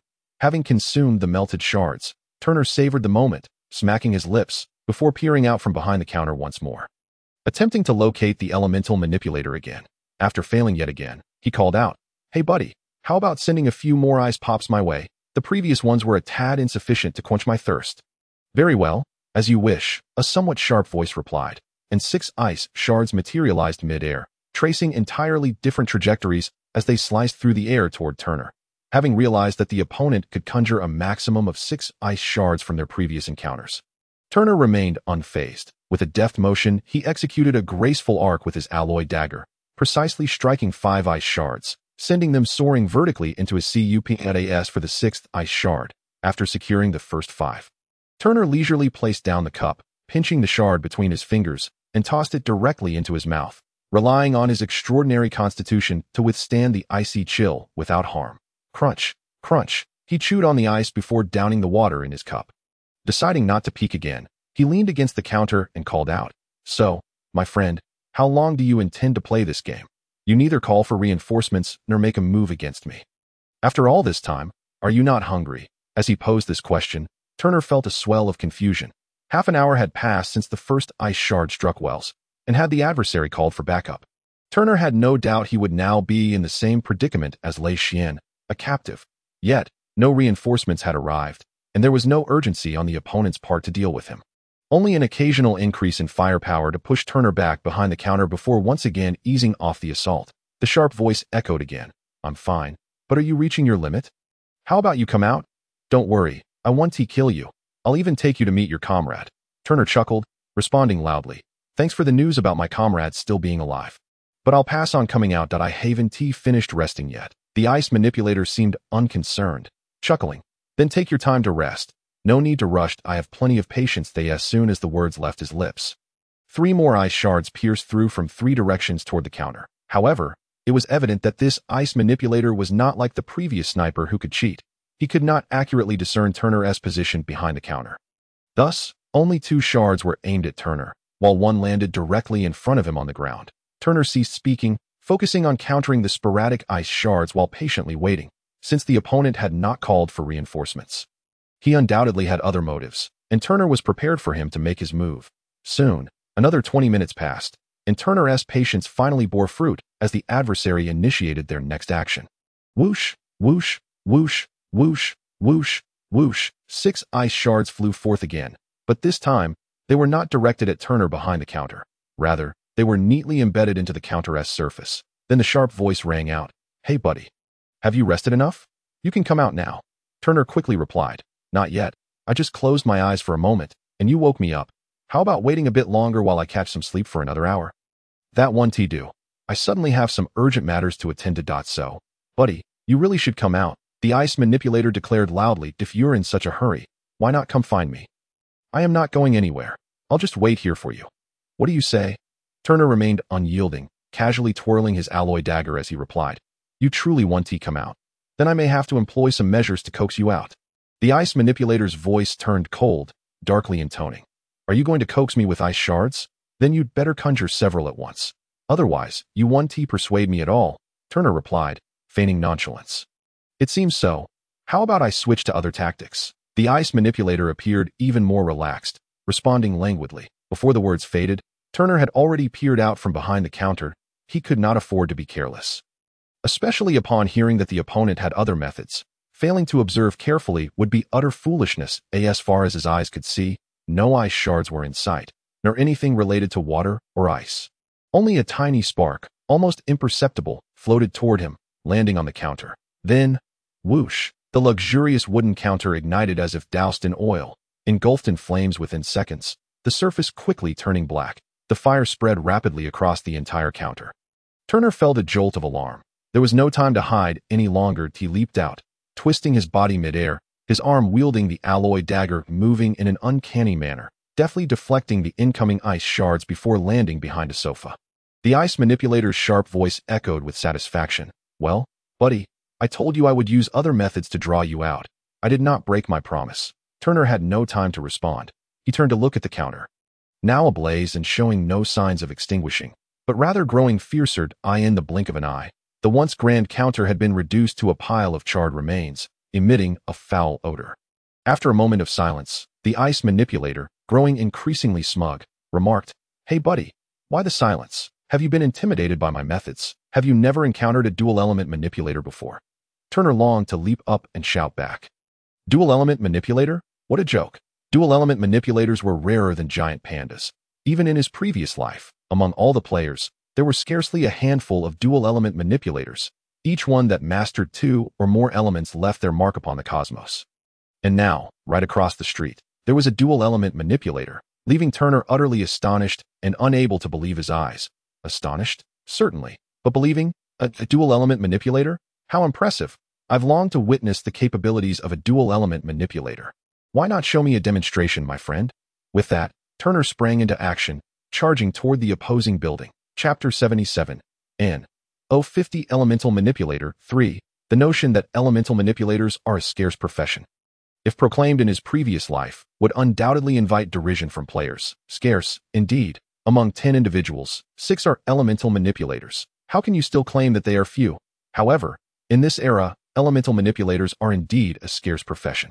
Even within the military regulations, Turner has encountered specific provisions tailored for elemental manipulators. During wartime, each elemental manipulator must be accompanied by a protective detail of no fewer than 6 members, and if necessary, they may even request mechs for their safeguarding, all for the purpose of ensuring the safety of elemental manipulators. At this moment, the elemental manipulator situated in a building across from him is. Apart from the 2 high-ranking elemental manipulators in the Belia fortress, the first Turner has ever seen, as several ice spikes and 2 fireballs the size of ping-pong balls whizzed by, Turner refrained from immediately dashing into the building. Instead, he swiftly took cover behind a vehicle, peeking out cautiously. Turner was probing. At least 5 buildings had a clear line of sight to the counter where he had previously concealed himself, leaving him unable to ascertain which building his opponent occupied. Thus, he resorted to this somewhat reckless method of testing the waters. After a few seconds of peeking, he withdrew and dismissed the 2 buildings on his left. He then moved to the other side and cautiously peered out again. Whoosh! An ice spike enveloped in flames soared over Turner's head. Fortunately, he ducked just in time. Otherwise, he would have certainly acquired a new orifice atop his skull. Even so, a tuft of his hair was singed away, instantly charred by the flames and subsequently frozen by the frigid air, falling to the ground in shattered fragments. While a cold sweat broke out on Turner, he sprang forth like a leopard, targeting the building on the far right. This was the outcome Turner had achieved at the cost of a few strands of hair. Whoosh! Bang! Crack! Ice spikes and fireballs were interspersed with several energy beams. Yet his opponent evidently underestimated Turner's maximum speed. All attacks landed behind him as he leaped into the building. Upon entering, Turner immediately darted sideways, landing and rolling behind a pillar several times. He had just discerned that his opponent was indeed within this building, but remained oblivious to their precise location, necessitating further caution. Indeed, as he crouched, 2 ice spikes appeared on either side of him, silently aiming for his ribs. With a deft flick of his alloy dagger, he deflected the 2 ice spikes. But Turner did not rush out immediately. Instead, he remained in place, listening intently as hurried footsteps ascended the stairs, swiftly fading away. After confirming there were no ambushes, Turner emerged from behind the pillar and cautiously ascended the staircase, room by room. Until reaching the 2nd floor, he encountered no attacks, and after ensuring there were no ambushes on this level either, Turner returned to the staircase. Just as he prepared to continue upwards, a sudden thought struck him. He entered a room, carefully opened a window, and leaped out, climbing silently to the edge of the 3rd floor window. Using solely the strength of his arms, Turner stealthily maneuvered from window to window, cautiously peering in. By the 6th room, his efforts finally bore fruit. It was a small chamber, crowded with 9 individuals. 6 soldiers were aiming their rifles at the door, while the remaining 3 consisted of 2 soldiers guarding a man in an ancient robe, who stood in a corner with his hands clasped before him, intermittently emanating a white, cold glimmer. There truly only one. Turner could not suppress his astonishment. He had previously dismissed the notion of a dual-element manipulator. He had assumed there were 2, 1 ice and 1 fire. Yet the current situation indicated that there was indeed only one. While he was still in a daze, footsteps suddenly erupted in the room as a soldier turned and approached the window. Clearly having noticed this unconventional entry point, the soldier neared the window. Turner clenched his teeth and propelled himself forward. Crash! The window shattered upon impact, creating a tremendous noise and scattering shards of glass, which distracted the occupants. With a swift horizontal slash of his alloy dagger, Turner severed the throat of the soldier who had approached the window that he landed, then immediately launched himself towards the elemental manipulator with all his might. Facing 9 adversaries, and with his actions taken in haste, the best strategy was to capture the leader first. By seizing the elemental manipulator, the others would hesitate to act against him. Moreover, according to the readings from the Alien Type 1 prototype detector, the elemental manipulator belonged to the traditional category, an ice-type manipulator at level 18, possessing a meager strength, agility, and constitution of merely 9 points, making him the easiest target among them. Halfway through his charge, Turner suddenly felt his legs weaken and knelt down, yet his momentum did not wane. He then looked up. Whoosh! Whoosh! The 2 military knives aimed at his chest missed entirely, gliding past his face, avoiding the 2 blades. Turner summoned all his strength to rise, thrusting his dagger forward. He was now less than 2 meters from the elemental manipulator, whose hands were rapidly shifting through hand signs, vapor gathering in front of him. Moments away from solidifying into ice spikes as he neared his target, Turner's spirit soared, but just then, a wave of scorching heat surged from his left side. Alarmed, he could no longer thrust the dagger forward. With a swift twist of his waist, he evaded a fireball the size of a ping-pong ball that narrowly missed him, crashing into the wall beside him and melting a deep crater into it. Leaving a charred mark, he truly was not a dual-element manipulator. There was indeed another person. This thought flashed through Turner's mind, and the previously established plan of capturing the leader was no longer viable. The idea of apprehending one elemental manipulator to exchange for Lei Xian became increasingly daunting. With no time to ponder further, Turner rapidly retreated. The powerful strike activated, he forcefully crashed into a soldier behind him. Driving his dagger deep into the soldier's abdomen, he then swiftly spun around to the soldier's rear. Stab, stab, stab. 3 ice spikes pierced the soldier's chest and abdomen, almost instantaneously encasing him in a thin layer of ice, rendering him crystalline. Turner did not relinquish his grip on the lifeless body, but instead used it as a shield, discarding his dagger and drawing an energy pistol. Firing 4 precise shots. 4 energy beams created 4 holes in the heads of the remaining soldiers. A feat not attributed to his meager 35 points in firearms proficiency, but rather to the exceptional control his extraordinary brain exerted over his body. In an instant, more than half of the enemies in the room had fallen, leaving only 3. 1 soldier, 1 ice-type elemental manipulator, and another individual disguised as a regular soldier, whose hands were alight with flames, revealing him to be the fire-type elemental manipulator who had disrupted Turner's plans. Damn it, Turner cursed inwardly. The readings from the Alien Type 1 prototype detector were still in alien script, and he could only rely on his previous life's knowledge to decipher the displayed information. Hence, upon seeing the elemental manipulator, he instinctively mistook him for a dual-element manipulator. Moreover, with the soldier approaching the window, he had no time to probe the remaining individuals and thus failed to identify the fire-type elemental manipulator. The corpse shielding him could not intimidate the remaining 3. The ice and fire manipulator began preparing their next skills, while the soldier aimed his weapon at the body and unleashed a barrage of energy beams. To hell with it. In a split second, Turner powered his shoulder, forcefully pushing the corpse towards the soldier, simultaneously lunging towards the ice-type elemental manipulator. The speed of the ice spikes is never slow. Otherwise, they would not have been able to injure Wells even under Turner's vigilant assistance, which also cost Turner several tufts of hair. Thus, at such close range, even with Turner's physical prowess, evading them would be quite arduous. Furthermore, with a flame projectile nearby, though not particularly swift, it possesses significant power. Once Turner attempts to dodge, it would become increasingly difficult for him to advance towards the ice element controller. If evasion proves too challenging, then he shall not evade. He keeps his steps steady, tilting his head back, his body forming an angle with the ground, while his shoulders twist in an unusual manner. Puff, puff. 2 ice spikes, moving at remarkable speed towards Turner's shoulders, slightly deviated from their original trajectory due to the evident, physics-defying twisting of his shoulders. 1 grazed past his left armpit, tearing away a piece of fabric and a small patch of flesh, while the other, 2, failed to pierce into Turner's shoulder, instead embedding itself into the slightly lower region of his upper arm. The frigid aura, which the ice element controller primarily relied upon as a means of inflicting harm, had no effect on Turner, whose extraordinary physique boasted a staggering 51 points. The residual damage inflicted upon Turner was negligible as his body continued to lean back, forming a 45-degree angle with the ground. The flame projectile, now devoid of any threat to Turner, caused the fire element controller to relinquish control over it. With a swift motion of his hands, he conjured 2 more flame projectiles. Bang!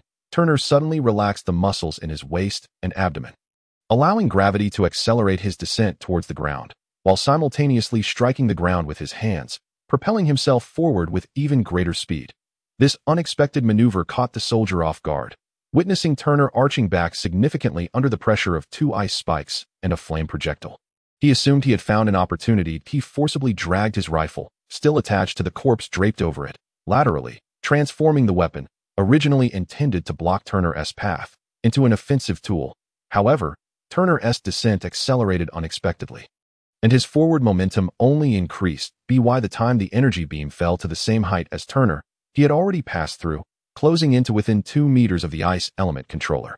With both hands raised high, Turner slammed them onto the ground, engaging his chest, abdomen, waist, hips, and thighs with force, propelling himself upright. His hands shielded his chest as he lunged forward, colliding with the ice element controller, who was still reeling from the recent assault. Puff! The ice sword grazed Turner's body, carving a deep gash into his right rib, before breaking free from the ice element controller's grasp and shattering upon impact with the ground. Remarkably, Turner appeared oblivious to his injury. His right hand shot up to grasp the opponent's shoulder, and with a powerful heave, he sent the ice element controller staggering towards the last soldier. The soldier, unable to fire his weapon, stood paralyzed before the corpse of his comrade. Yet faced with an element controller, he lacked the courage to pull the trigger. Releasing his weapon, the soldier reached out to catch the ice element controller, who had just formed 3 ice spikes that ultimately failed to harm Turner, only to have them thrust violently into his own chest. Under the dual assault of the ice and the chilling air, blood uncontrollably gushed from his mouth. Although the soldier hesitated to fire, it did not imply that Turner would hesitate. He forcefully flung the 3 ice spikes, which had just pierced the ice element controller's chest, to block an incoming flame projectile. Simultaneously, he executed a swift roll to evade another flame projectile while retrieving a rifle and unleashing a barrage of energy beams. Puff, puff, puff, puff. The ice element controller and the soldier supporting him trembled violently, multiple small holes appearing on their bodies, 2 of which punctured the foreheads, resembling a third eye on their brows. After executing this series of actions, Turner did not immediately rise, but instead discarded his rifle. Slapping his palm against the upper thigh, whoosh, there, unbeknownst to him, a minuscule ember had adhered itself, ready to ignite fiercely, only to be extinguished by Turner's swift hand. With another roll, he evaded 2 small embers. Leaping from the ground, his alloy dagger aimed at the fire element controller, coldly stating, "You would best cease all movement. Otherwise, I cannot guarantee where this dagger will pierce your body in 1 second." The fire element controller paused at Turner's words, then, with a wry smile, complied, raising his hands motionless. The 2 small embers, now fully formed, erupted into a faint glow before dissipating into the air. A wise choice indeed. Observing the opponent's actions, Turner nodded slightly, exhaling a sigh of relief as the pain from his wounds intensified, particularly from the recent series of vigorous movements, causing his not yet fully healed ribs to emit a painful groan. If the adversary continued to fight desperately, Turner could assure a kill, but he would also exacerbate his own injuries, making the rescue of Lei Xian considerably more challenging. Taking a deep breath, he suppressed the excruciating pain that began to cloud his thoughts. Approaching the remaining fire element controller. Chapter 79. The Rescue of Soldier Lei Xian. 4. Turner removed his combat uniform, exposing his upper body as he inspected his wounds, applying medicine and bandaging. After tending to the wounds on both shoulders, beneath his right rib, thigh, and back, he was almost entirely wrapped in bandages, resembling a mummy. After a brief test of his mobility to ensure the wounds were securely fixed and would not impede his movement, he meticulously stored the remaining medical supplies before finally recalling the presence of the fire element controller in the room. The long robe of the ice element controller had been torn into strips by Turner and was now binding the fire element controller tightly. Resembling a dumpling to prevent him from utilizing his abilities, Turner had also tied his arms and the 2 rifles together, forcing them outward, with his fingers forcibly clenched into fists, rendering him utterly immobile. After completing this elaborate binding, Turner discarded him into a corner against the wall and turned his attention back to his wounds. Only now did he glance toward the fire element controller once more. "Speak. I have merely restrained your person, not your voice," he said to the fire element controller with a hint of mockery. "Given the circumstances, he is dead, and I have fallen into your hands. What more can I say? Plead for mercy. In the midst of battle, what use is a plea for mercy?" responded the fire element controller with a bitter smile. "Pleading for mercy is certainly futile, but might we engage in a transaction? Perhaps you could divulge your army's marching routes, troop deployments, and such," Turner suggested, coaxing. "Or perhaps you could inform me where your comrade is being held, or better yet, take me there directly," the fire element controller scoffed, bluntly exposing Turner's intentions. "Certainly, that would be ideal. Truth be told, you wish for me to use you to barter for my comrade, do you not? At least that way, you might cling to a shred of life." Unfazed by the condescending tone, Turner replied matter-of-factly, "Humph, you might as well kill me." The fire element controller retorted with a resolute scoff. "May I interpret that as a jest? Or does your loyalty to your country indeed surpass your own life? If it is the latter, then when I pointed my dagger at you and commanded you to cease, you would not have hesitated. Instead, you would have fought to the bitter end. Hence, I believe you are merely jesting. However, this is not a time for humor, and I grant you one opportunity. Should I perceive any further jesting, your death will be exceedingly grim. Believe me, it will not be a form of demise you can fathom. Turner fixed his icy gaze upon him. Am I jesting? Do you believe I am jesting? That is because you are unaware of who commands my unit. Had you known, you would not harbor such thoughts. Do you think I would barter myself for your comrade?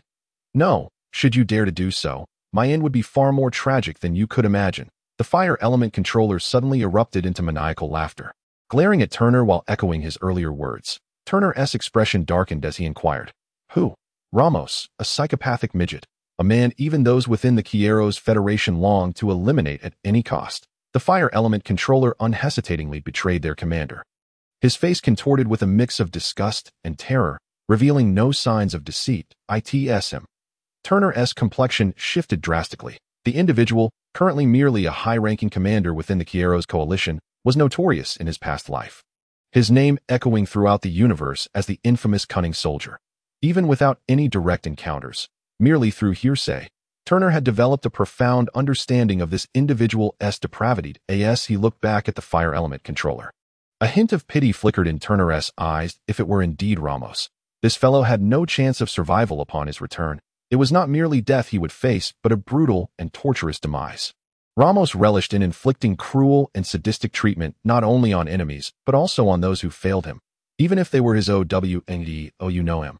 The master of the fire element unexpectedly cast a glance at Turner, then grimaced with a bitter smile. "Since you know him, you must be aware that I speak the truth. When it comes to perverse methods of killing, can you rival him? There are hardly a few individuals in the entire universe who can." Turner nodded, then regarded the master of the fire element, and said, "It remains a transaction. Inform me of my comrade's whereabouts, and I shall ensure you meet a dignified end without suffering." "Agreed." The master of the fire element nodded emphatically. 5 minutes later, having obtained the desired information, Turner left the building and headed southwest. The transaction was remarkably successful. Both parties were exceedingly forthright. The master of the fire element readily divulged the location where Lei Xian was imprisoned, while Turner, with a swift and decisive motion, plunged a knife into his heart. The master of the fire element did not even feel the pain before permanently closing his eyes. The place where Lei Xian was held captive was not far from the location of his capture, merely 3.5 blocks away, within a large 3-story shopping mall situated at a prominent intersection, which had now been repurposed into a temporary command center for the area. According to the master of the fire element, Lei Xian was confined in a room on the 2nd floor, while Ramos was located on the 3rd floor. As Turner sped towards the mall, someone had already arrived before him. Lieutenant Marcus leaned against a window, taking a bite of roasted meat in his left hand while savoring a glass of red wine in his right. Casting a glance outside, anyone witnessing this scene would assume he was on vacation, utterly unaware that he was surveilling the large shopping mall not far away, and even less aware that just next door, in the adjacent room, 3 soldiers of the Quia were present. This state of affairs had persisted for nearly an hour. During this time, Lieutenant Marcus had left the room twice on his first exit. He returned with a bag of steaming, aromatic roasted meat, having also discerned the number of soldiers and their patrol patterns in the northern section of the mall. After a few bites of the meat, feeling something was amiss, he left once more, returning with a bottle of red wine, having gathered all the information on the situation in the southeastern direction that was not visible from his vantage point. Finishing off the roasted meat, Lieutenant Marcus gazed longingly at the bag, realizing there was only one piece left. Reluctantly retracting his hand, he chuckled to himself.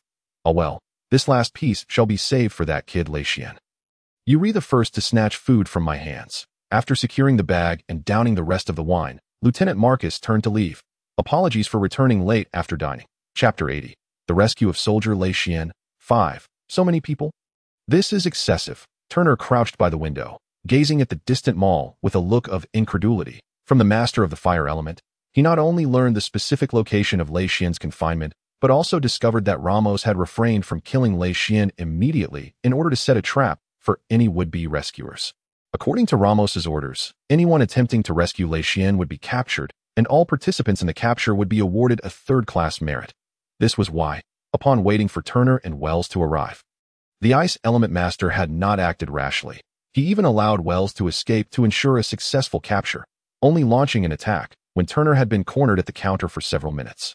awaiting the arrival of his comrade, the master of the fire element. The outcome, however, was their complete annihilation. Yet now, gazing at them all, it appeared devoid of any traps. It resembled an immense fortress, just on the side visible to Turner. Disregarding the dense defenses outside, he could see that patrol soldiers passed by every few seconds through the various doors and windows. The same was true for all 3 floors, with even mechs present on the 3rd floor. Were it anyone else, upon witnessing such a situation, they would have turned away instantly. Who would dare to storm such a heavily fortified place to rescue someone? Ramos had already received information about his group from Duchun. The realization struck Turner. He could not help but smile wryly, somewhat admiring Ramos. This unseen adversary, a pervert, he possessed an acute understanding of human psychology. After capturing Lei Xian, he immediately exploited him to the fullest. Turner even suspected that, without the master of the fire element, Ramos could have inadvertently gleaned the location from several patrolling enemy soldiers. Lei Xian's role was merely as bait, and as bait. How could one expect the fish to be ignorant of its nature? When the fish, lured by the bait, approached the vicinity, a fortress-like defense would send another signal. I understand the high value of this bait. And I know you must rescue him, so I have set up an ironclad trap. Come, try to save him. Such audacity was undeniable, yet rendered them utterly helpless, for it was not an ordinary soldier they held captive. But Lei Xian, the prodigal son from the 4th Battalion, faced with such an impenetrable defense, how could one enter? Turner was at a loss, his mind racing with thoughts of how to proceed. In a sinister corner, the tip of a gun slowly emerged, locking onto a soldier of the Kuai stationed at the mall entrance. Swish, swish, swish. 3 energy beams shot forth. After firing these 3 shots, Turner did not even glance at the results. He swiftly retreated. The 3 shots pierced 2 heads and an ear. Among the 3 targeted, only 1 soldier reacted swiftly enough to evade, albeit at the cost of an ear. The other soldiers stationed at the mall entrance were taken aback, 2 rushing to attend to the injured, while the rest immediately pursued the source of the energy beams. However, they halted abruptly after a short distance, casting a furious glance at the site of the ambush before returning to their positions. Resuming vigilance, not pursuing? I've exposed my location to you, and you won't chase? Having not strayed too far, Turner, concealed in another corner, observed the scene, nearly spitting out his drink in laughter. He had intended to lure the enemy guards out to eliminate them one by one before finding an opportunity to infiltrate them all. But the enemy commander, a dwarf watching everything unfold from the 3rd floor through holographic imagery, was completely unfooled. Such an ambush could only be attempted once. With the enemy as heightened vigilance, any further probing would lead to a trap.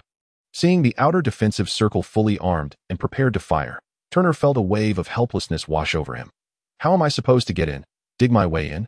Fly in? Become invisible and sneak in? In the course of his musings, several seemingly outrageous plans began to form in his mind. Glancing at the nearby manhole cover, he promptly dismissed this idea. As an advanced city, the underground pipeline system of Gaosan City was exceedingly complex. He did not believe that descending from here would allow him to accurately crawl out of some exit within the mall, especially with such tight security. Surely someone would be watching the sewer exits?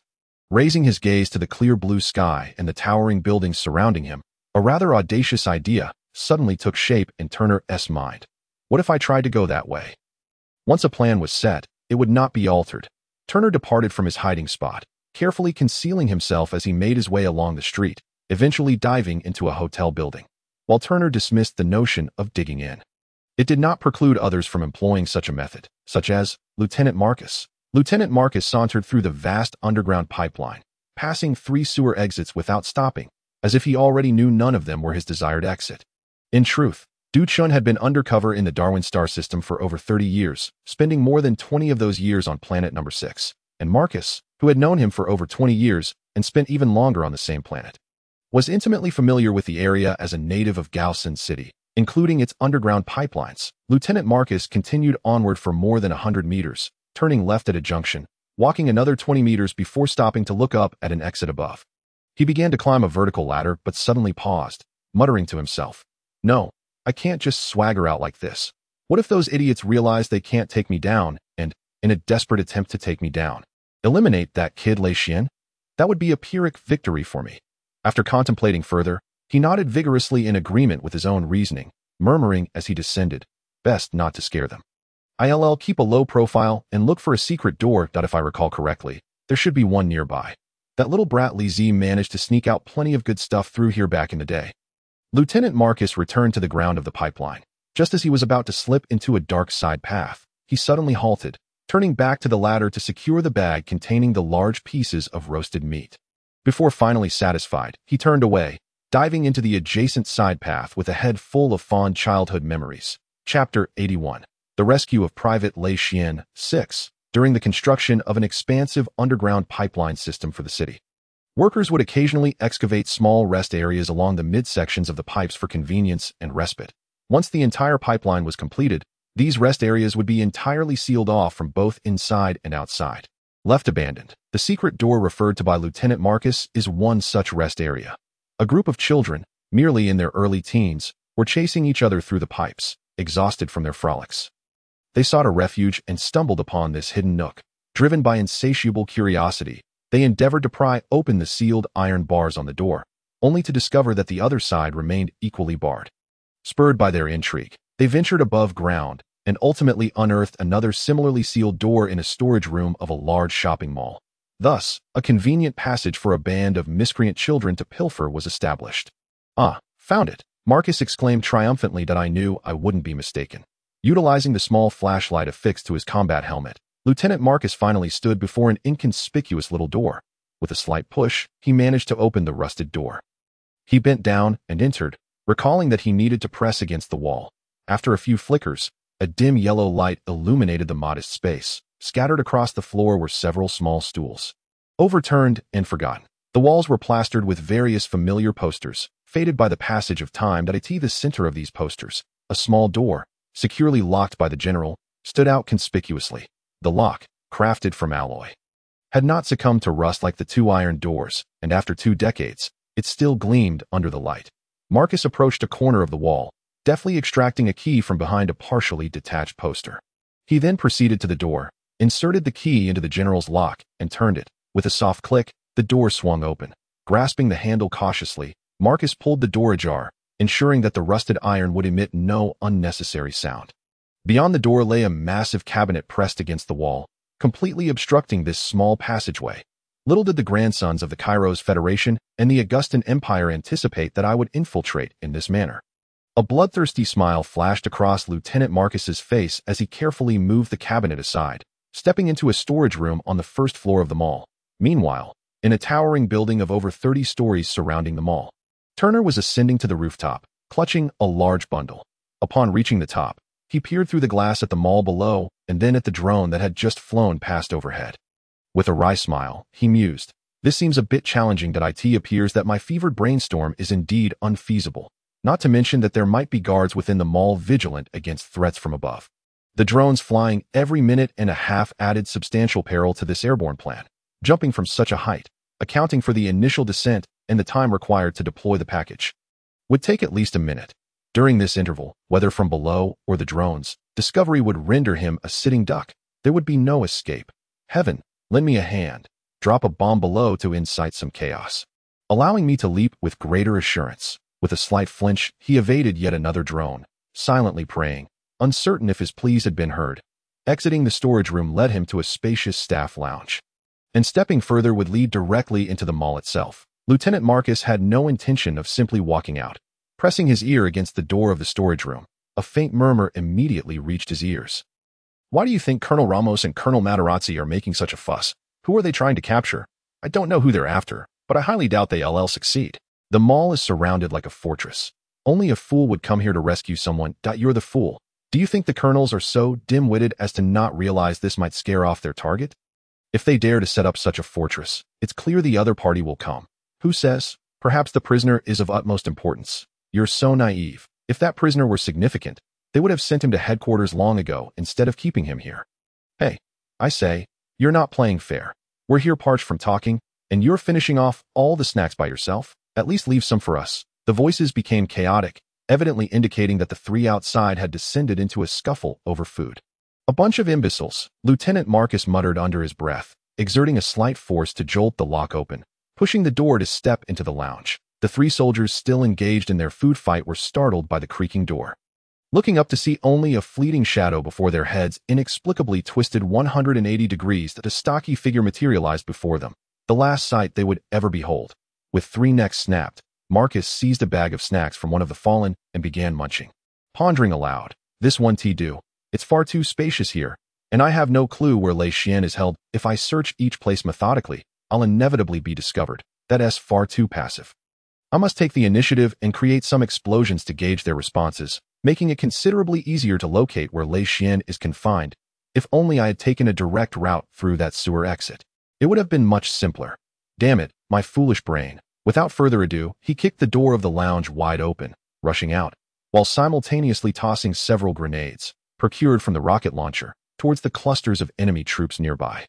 Aside from a few squads stationed by the sewer exit, the majority of the soldiers were focused outside the mall, utterly unaware that an enemy had managed to infiltrate the interior under such heavy defense. Thus, boom, boom, boom, boom, a series of explosions erupted within the mall, catching the Coalition soldiers completely off guard, and Lieutenant Marcus seized this opportunity to lunge towards a squad of soldiers who had noticed him. What is it like for an individual who has advanced thrice to confront a disorganized group of soldiers who have advanced at most once? To the Coalition soldiers, bewildered and panicked by the explosions, Lieutenant Marcus appeared as an insurmountable boss, and now, the boss was on the offensive, ready to annihilate this band of rookies. My goodness, did heaven truly heed my prayers? Turner gaped in astonishment at the explosions that suddenly erupted in the mall below, spitting out a mouthful of saliva. However, he wasted no time, darting up the staircase to the rooftop, gathering speed, and leaping. He glided towards the mall, and halfway down, he forcefully shook the bundle he had tightly clasped in his hands. Rustle, a makeshift parachute fashioned from a bedsheet unfurled behind Turner, significantly diminishing his descent, allowing him to land slowly, yet accurately atop the mall's roof. Upon landing, he rolled to dissipate the remaining momentum, then quickly yanked the parachute over himself. Phew! Above, a drone appeared from behind a tall building, only to swiftly vanish behind another, having detected nothing. Chapter 82. The Rescue of Private Lei Xian, 7. Just because he evaded detection by the drone doesn't mean he was safe. Which Turner himself found hard to believe. The sudden explosions within the mall had drawn the attention of all enemy soldiers in the vicinity, but that did not guarantee they would never look his way. The enemies concealed in the surrounding buildings, after recovering from their astonishment, would undoubtedly fulfill their duty to monitor and secure the mall's rooftop. The moment the drone vanished from sight, Turner sprang from the ground, discarding the bedsheet parachute, and dashed towards the staircase leading into the mall. Despite his haste, a single energy beam from a building struck his leg, leaving a crimson mark. The initial shots seemed to rouse soldiers concealed in other buildings. And as the next wave of fire descended, it came from 4 directions, dozens of energy beams weaving a net above him, and no longer able to press forward. Turner abruptly halted, dove to the side, and rolled to evade the volley, springing back to his feet to continue his wild dash toward the staircase. Yet, scarcely a second later, another barrage descended, forcing him to retreat once more, diving aside in a mere 3 seconds. He had made no progress, even being pushed back 2 steps. If this momentum continued, he would surely be spotted by the approaching drone within a minute. At that point, the assault would not just involve energy rifles, but also heavy machine guns and possibly light energy cannons. Yet, Turner remained undeterred, his expression shifting to one of mild surprise as he glanced sideways at the building, then crouched low and lunged forward. Though he suffered 3 holes in his armored suit, he narrowly evaded the 3rd wave of fire, his body parallel to the ground, moving forward without a moment's pause. Pressing against the floor, he accelerated, swiftly returning to his feet to continue his relentless pursuit. Casting another puzzled glance upward in merely 3 steps, with reflexes as swift as Turner's, he managed to move just that distance before the 4th volley of fire arrived. Yet this time, Turner did not halt or change direction. Instead, he surged forward, executing a gymnastic-like somersault.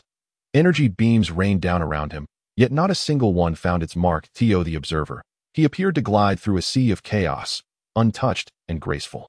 Starkly contrasting his previous frantic and perilous evasions, his ability to perform such a feat was not born from recklessness, but rather stemmed from an unwavering confidence, faced with relentless barrages of fire every second. Turner meticulously noted every detail during his desperate dodges. That he keenly observed that during the 2nd wave of attacks, one of the firing points in a certain direction had gone silent. While surprised, he did not afford it much thought until the 3rd wave, when he noted that in the same direction, 2 additional firing points had also ceased fire, leaving only the first one operational. By the time the 4th wave approached, Turner took a fraction of a second to survey that direction, and as he had hoped, no shots were fired, with a significant section of the crossfire net now absent. A substantial gap emerged, and Turner seized that opportunity with precision. As his somersault concluded, he found himself less than 10 meters from the stairwell. Upon landing, he forcefully propelled himself forward, akin to a spring. The sounds of energy beams striking the ground echoed densely, and amidst the barrage, Turner shot into the stairwell like a projectile. In the room that had spared him from death, two middle-aged men, one black and one white, stood with their hands clasped behind their backs, observing the scene unfold from the window. This lad has quite the quick reflexes, though his strength leaves much to be desired, remarked the black man, watching Turner disappear into the stairwell. What? Are you considering taking him on as an apprentice? I must say, your choices so far have been rather dismal if you truly value that boy. I doubt he would not be the fourth failure, the white man retorted with a mocking laugh. Heh, let us not dwell on this. The lady sent us to assist him, and now that our task is complete, can we leave? The black man suggested. Are you sure? The white man asked, pointing down towards the mall. There are hundreds, possibly thousands of soldiers and dozens of mechs waiting for him down there. Have we truly fulfilled our mission? The black man shot him a disdainful glance and replied curtly, the lady instructed us to assist him to the best of our abilities. You've seen the situation down there. Can two of us really make a difference? Absolutely not. Thus, our mission is complete, and the rest is solely up to that lad. You make a valid point, the white man conceded, his earlier righteous demeanor evaporating as he nodded in agreement that so. Can we leave now? Of course, let us go. As soon as the words left his mouth, the two men stood still in silence. That a minute later, a ripple of energy surged from their bodies, growing stronger until they vanished from sight. Leaving behind the already cooling corpses of several Kia Alliance soldiers, Turner found himself in a precarious situation.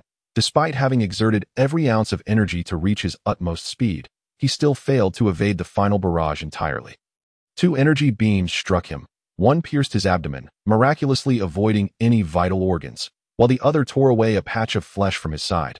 Furthermore, due to the sheer force of his dash, he could not halt upon entering the angled stairwell, sliding down each step with agonizing friction. Despite his efforts to protect his chin with his hands, the continuous impacts to his torso left him feeling nauseous. Nearly on the brink of vomiting blood, it was not until he had slid down a considerable distance that the friction finally lessened, granting him the opportunity to push against the stairs with both hands and extricate himself. The two soldiers stationed at the entrance to the mall were clearly taken aback by Turner's dramatic entrance. In their moment of astonishment, he surged forth like a cannonball, colliding heavily with one of them. Crack! The soldier was slammed against the wall, his chest and abdomen shattered by the immense force. A weak cough escaped him, spewing forth a mixture of blood and fragments of unknown organs, signaling the end was near. Meanwhile, thanks to the cushioning effect of the human impact, Turner experienced minimal backlash. He quickly adjusted his stance, and with a swift flick of his wrist, unleashed an energy beam that pierced the skull of the second soldier, who had just begun to raise his weapon. At last, a semblance of safety had been achieved. Chapter 83. The Rescue of Soldier Lei Xian. 8. Boom! A heavy punch landed squarely on a soldier's chest. Accompanied by the sound of shattering bones, the soldier gasped as he expelled a mouthful of dark blood mixed with shattered organs, his body uncontrollably flying backward to collide with another soldier. The sound of broken bones echoed again as the two soldiers tumbled together, sliding over 20 meters and toppling several counters before finally coming to a halt, lifeless. Withdrawing his fist, Second Lieutenant Marcus slouched, recoiling as a metal dagger aimed at him grazed his shoulder, striking nothing but air. Before he could recover, Second Lieutenant Marcus was already pressed against his foe, his elbow retracting slightly before a nearly imperceptible motion sent the soldier soaring as if struck by a battering ram. Boom! The blood that erupted from the soldier painted a vivid arc in the air. His body, devoid of sensation, soared upward before crashing down among a group of soldiers, causing chaos among those poised to fire upon Second Lieutenant Marcus. As the disoriented soldiers struggled to regain their composure and lift their weapons once more, they found the elusive figure of Second Lieutenant Marcus had vanished. Here, a voice suddenly called from above. A soldier, kneeling instinctively glanced up, only to see an enormous military boot, clearly larger than size 45, descending towards him, growing ever larger. The boot landed on his chest with an overwhelming force that sent him sprawling backward. Lying on the ground, yet still the pressure did not relent. Crack! The sound of bones fracturing echoed as the soldier's chest caved in beneath the weight of that foot, completely unconcerned by the gore beneath his feet. Second Lieutenant Marcus stood firm, his hands darting out like lightning to seize the necks of two soldiers, applying just enough pressure. The eyes of the captured soldiers widened, pupils constricting to pinpricks before expanding in terror. Their heads drooped lifelessly, contorting into grotesque shapes. Releasing his grip, Second Lieutenant Marcus exerted force with his foot, launching the nearly crushed corpse into the air, blood, flesh, and shattered bones exploding from the gaping hole left by his size 45 boot, obscuring the vision of the remaining three soldiers. Once again, Second Lieutenant Marcus slipped from their sight. In their terror, the remaining three soldiers' mental states shifted dramatically. They no longer sought to eliminate this intruder, but instead pondered how to escape his grasp. One soldier, positioned to the side, turned halfway when a sudden gust of wind whipped up beside him. He scarcely glimpsed Second Lieutenant Marcus before feeling a tight grip around his neck, as if ensnared by an iron-like arm, which propelled him uncontrollably backward. A jarring impact against another soldier followed, yet the grip around his neck remained unyielding, forcing the two pressed together to advance further, before he could comprehend the situation. The figure restraining them halted abruptly, and with it, they came to a sudden stop as well, the discomfort of inertia jolting their senses. Before they could process the sensation, the arm tightening around their necks constricted suddenly. The arms encircled the two men on either side, locking together, and with a powerful yank, the three were left gasping for air, tongues lolling out. Releasing his hold, Second Lieutenant Marcus examined the three grotesquely elongated and emaciated necks, devoid of all function. Before stepping back and allowing the corpses to tumble to the ground, he surveyed his surroundings. The grenades had performed admirably, causing not only their own explosions but triggering several others, especially one that detonated outside a mech's weapon compartment, resulting in a series of massive chain explosions. To AT present, aside from the groups he had dispatched, the rest remained oblivious to his presence. Still reeling from the blasts, disinterested in these worthless foes, he turned and ascended the stairs toward the second floor. After climbing a few steps, Second Lieutenant Marcus's expression shifted. His ears twitched furiously. In the next moment, he darted to the side of the stairs, concealing himself in the shadows beneath. Just as four mechs appeared at the other end, descending the staircase, Lieutenant Marcus cautiously poked his head out. His expression clouded with frustration as he observed several mechs joining other defenders and beginning to pacify their comrades. Resigned to the futility of confronting these mechs, he executed a swift maneuver, vaulting up the staircase and quickly ascending to the opposite end. With a deft turn, he entered the second floor of the shopping mall. Such formidable prowess, such brazen skill. Matrozzi and Ramos stood before the holographic display, witnessing Marcus's previous actions unfold before their eyes. Matrozzi let out a long sigh, but made no move to alert the soldiers on the first floor. According to Ramos's plan, it was imperative for Marcus to reach the second floor. If he could not ascend and confront Lei Xian, how could Ramos satisfy his twisted desire to eliminate Lei Xian in his presence? What they did not anticipate was that Marcus had not forcefully breached the outer defenses.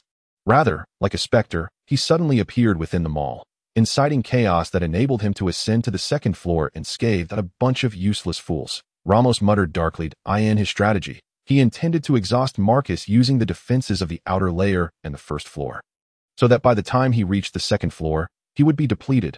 Thus, when he arrived at the chamber where Lei Xian was imprisoned, he would be powerless to intervene, merely a witness to Lei Xian's demise, a despair that Ramos yearned to witness. However, the current circumstances evidently fell short of fulfilling this twisted desire. Send the third company down. This guy's strength is even more exaggerated than Duchin claimed. The personnel on the second floor may not be able to contain him, Ramos remarked, his gaze fixed on the holographic display that had lost sight of Marcus. Those old men were so afraid you'd be eliminated that they specifically dispatched a special operations company for you. Are you certain you want them to go down? I'm not responsible for your safety. You know that in fact, if someone does come to kill you, I'd be more than happy to stand by and watch.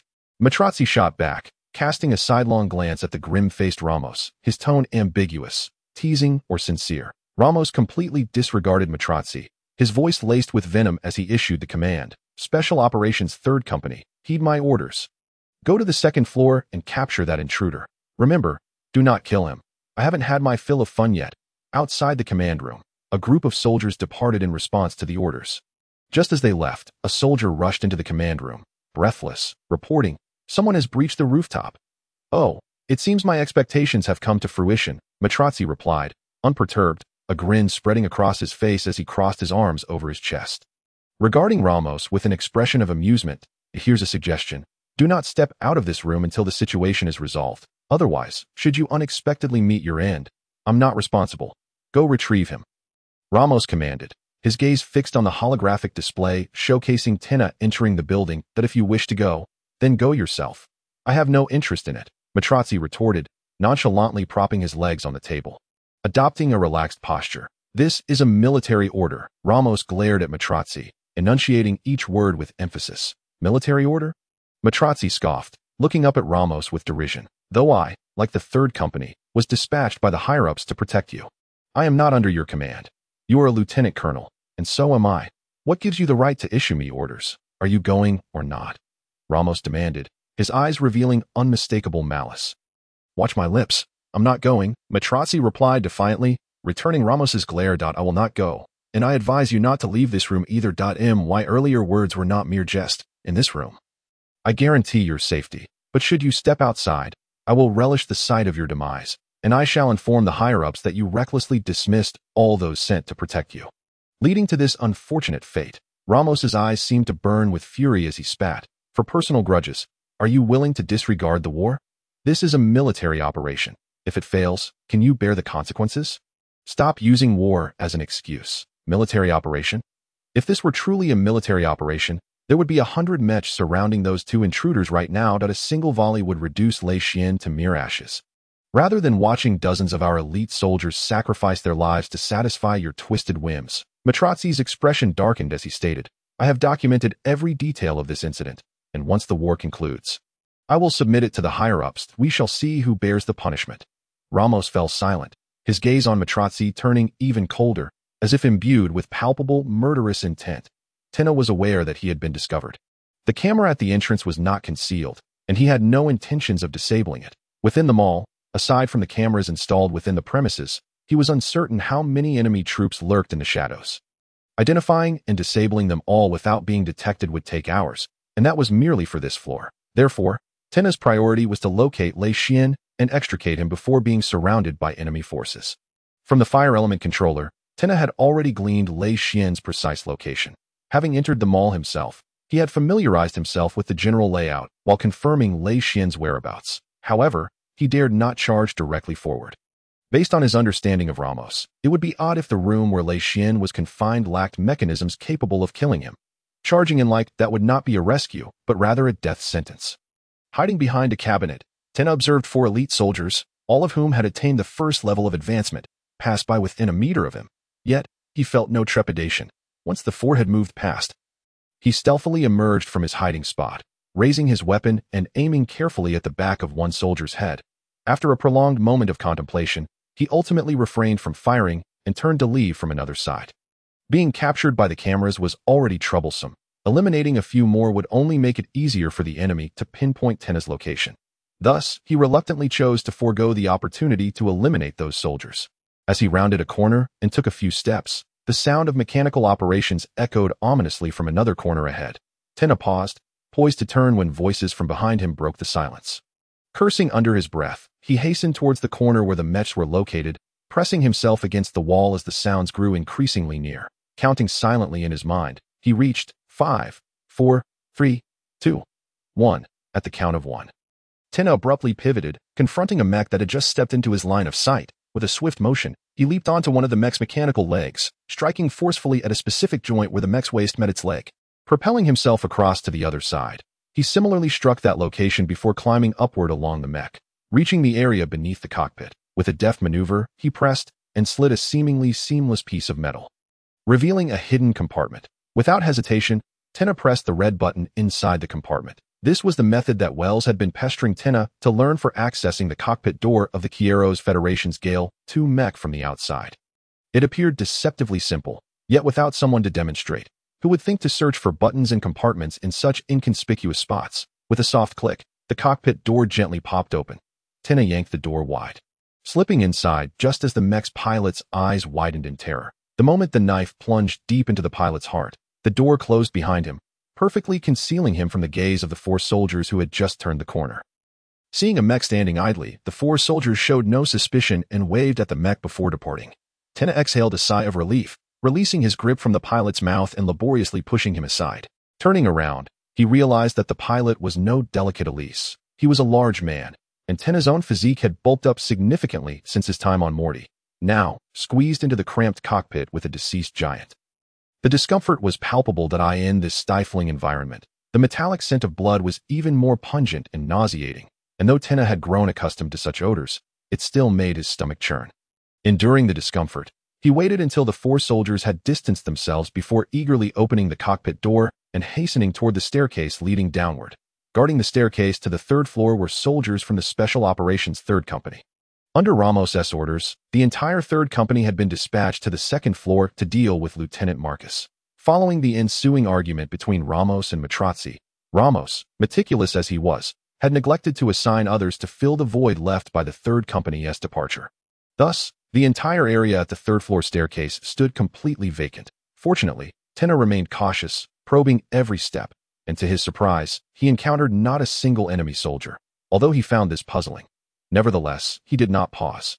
Continuing his descent down the staircase, at the entrance of the staircase on the 2nd floor, there were similarly no guards present. A few individuals stationed there had been swiftly eliminated by Lieutenant Marcus through his formidable methods. The remaining personnel had pursued Lieutenant Marcus into the depths, where the unmistakable sounds of battle resonated. After a moment of contemplation, Turner descended the staircase, reaching the 1st floor.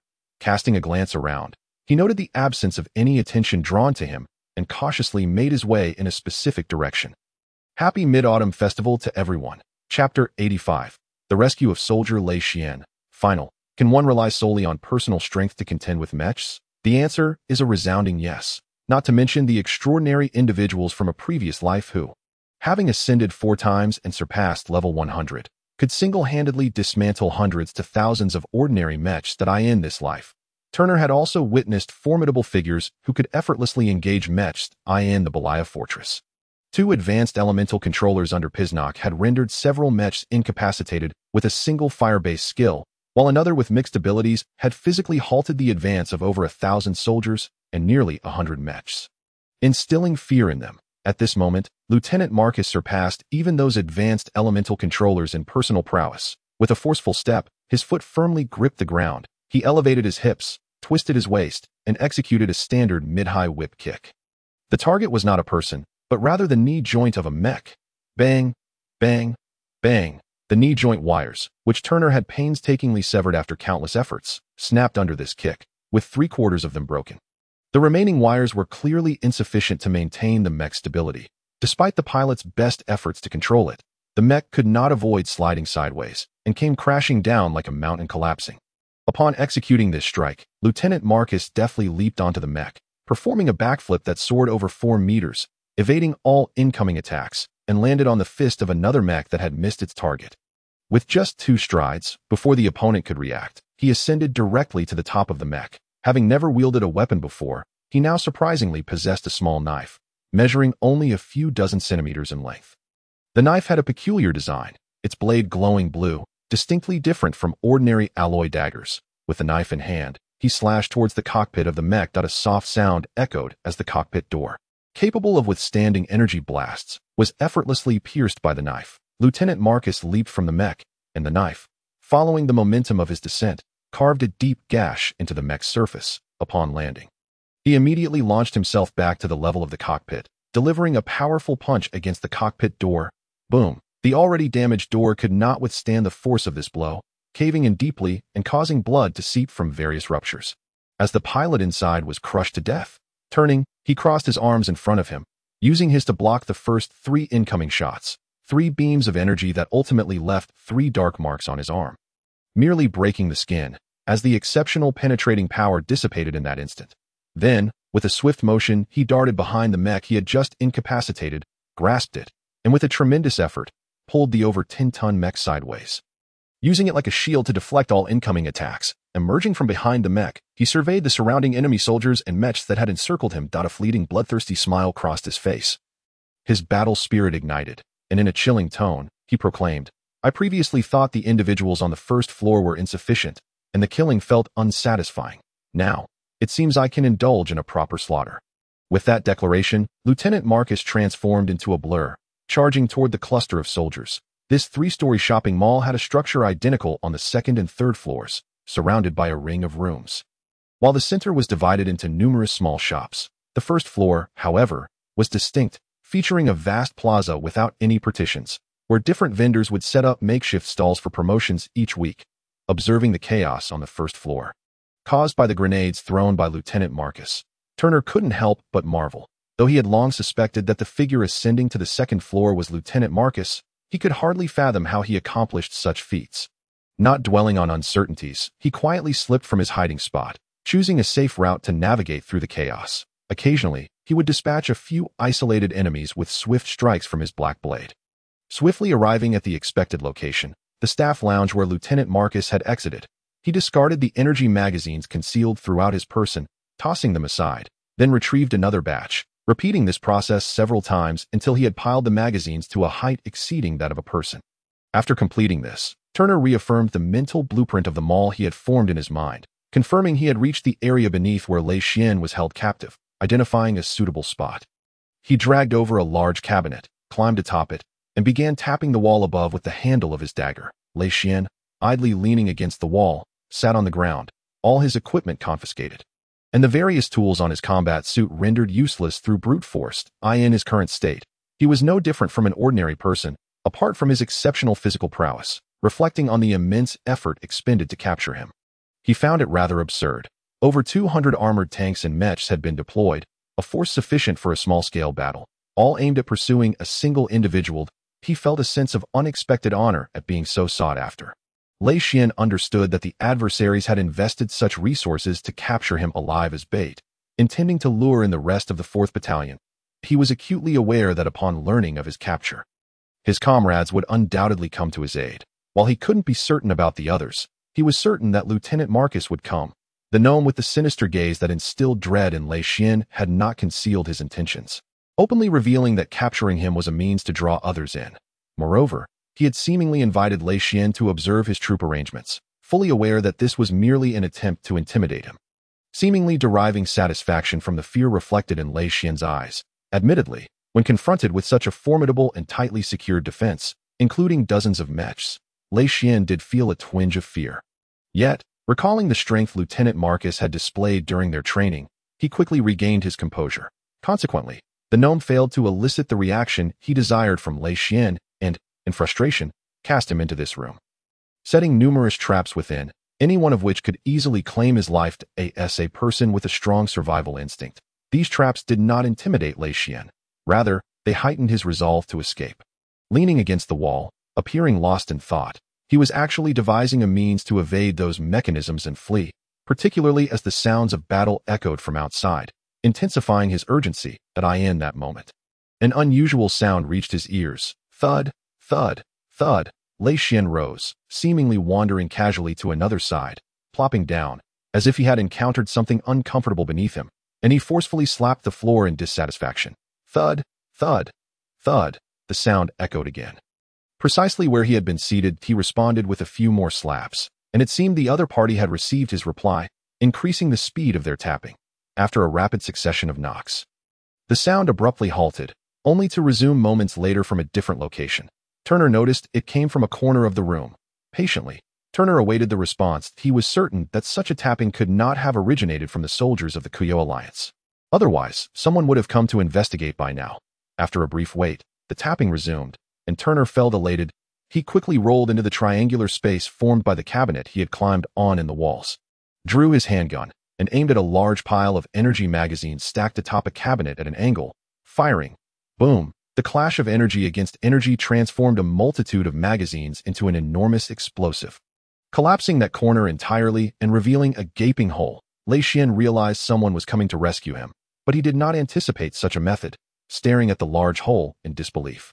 He heard a familiar voice call from below. Why are you still hesitating? Hurry up and jump down, or you'll be waiting for your demise. Without further delay, Lei Xian leaped into the hole. Chapter 86. Successful escape. The explosion caused by the detonation of hundreds of energy magazines clearly exceeded Turner's expectations, aside from the massive hole that occupied much of the room between the first and second floors. The two walls adjacent to the magazines had also collapsed entirely. The tremendous blast startled nearly everyone. The soldiers on the first, second, and third floors, as well as Ramos and Lieutenant Marcus, Ramos swiftly turned. And without needing to issue commands, the soldiers had already switched the holographic projection to that room. The internal camera had been destroyed by the shockwave from the explosion, and the current footage was relayed from a slightly distant camera, focused on the enormous cloud of dust billowing from the opening. This did not deter Ramos from activating his mechanism, slamming his palm down on the button. Instantly, numerous spray guns emerged from the areas of the room that had not been affected by the explosion. The first wave unleashed a torrent of strong acid, the terrifying substance eroding the ground into a deep pit. Just as the acid ceased, a wave of gasoline followed, and with the slightest spark, the entire room was engulfed in flames. Captured by Turner and swiftly pulled to safety, Lei Xian observed the unfolding scene. Unable to restrain a torrent of profanities, the room, not just 2 floors deep, was besieged by a deluge of corrosive acid and incendiary oil cascading from the gaping hole above, mere meters away from them. The consequences sent shivers down their spines. Had Lei Xian delayed his leap, or if Turner had failed to retreat promptly after catching him, the ramifications would have been unimaginable. Also witnessing this was Lieutenant Marcus, who, with a fierce punch, unleashed the blade concealed between his fingers, effortlessly piercing a soldier's chest. His momentum unabated, he drove through that man, allowing him to dangle from his arm, and proceeded to dispatch a second and a third, ultimately halting his fist within the chest of a fourth. 4 bodies, each pressed against the other, dangled from Marcus's arm. With a casual flick, as though discarding shattered dolls, he cast them aside, darting toward a nearby mech. Just as he prepared to employ the same lethal technique against it, an explosion erupted. Without hesitation, Marcus retracted the knife he had thrust halfway, pivoted, and charged toward the source of the blast. His stout frame barreled through 2 soldiers who attempted to impede him, and then collided with a burly soldier from the Special Third Company, who let out a pained howl as he was sent flying. While Marcus barely faltered, he then launched a powerful kick, forcing a mech attempting to intercept him to stagger back 2 steps, before transforming into a blur, breaking free from the encirclement and vanishing around a corner, leaving behind a stunned group of enemies, including those from the Special Third Company. After navigating 2 corners, a room with a massive breach came into view. Out of the corner of his eye, he caught a fleeting glimpse of Lei Xian diving into the opening. Thrilled, he readied himself to pursue, only to witness the ensuing chaos as acid and incendiary oil poured forth, instantly transforming the already ravaged room into a hell's cape. In that moment, Lieutenant Marcus felt a chill sweep over him, his hairs standing on end, until the absence of Lei Xian's anguished cries instilled a modicum of relief. Realizing he could not follow into the caustic inferno below, he called out, "Lei Xian, can you hear me?"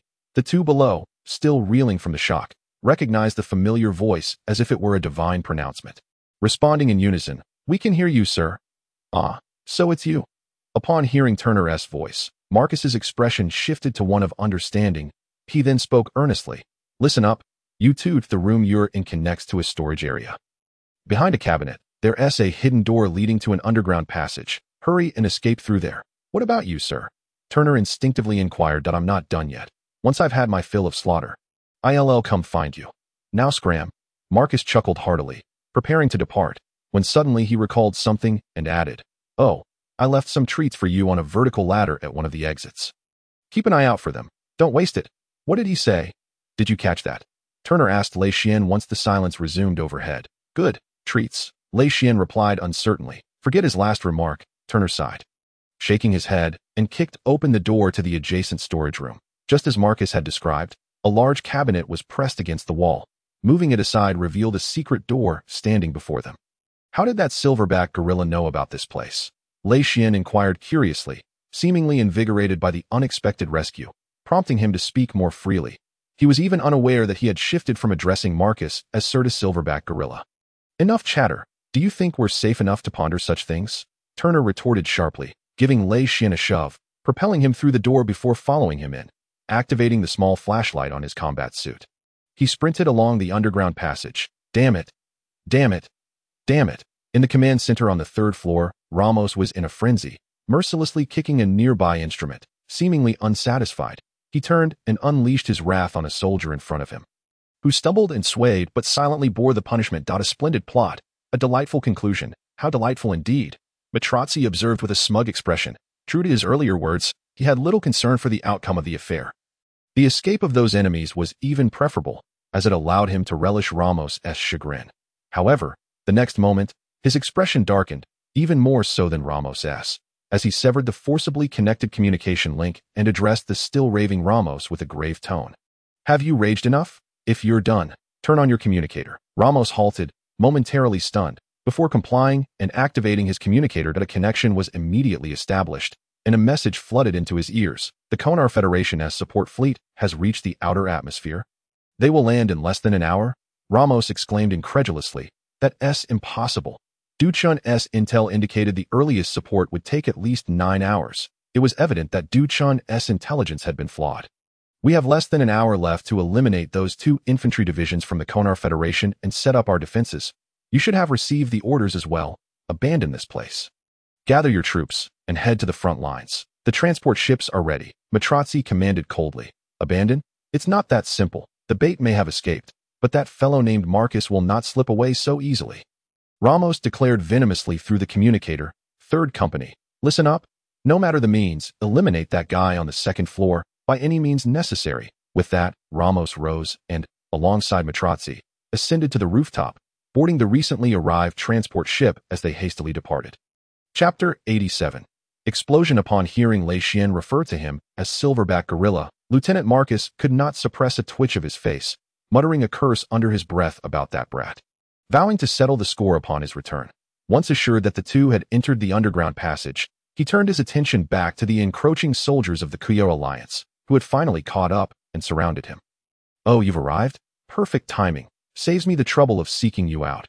Marcus surveyed the encircling enemies, suddenly pausing as he pointed at a hulking figure being supported by comrades, a hint of surprise in his voice. "Weren't you the one I sent flying? You're still standing? Impressive, coming from a special forces unit," he remarked, "but you're in no state to fight. Why not find somewhere to rest, given that you could withstand my full force?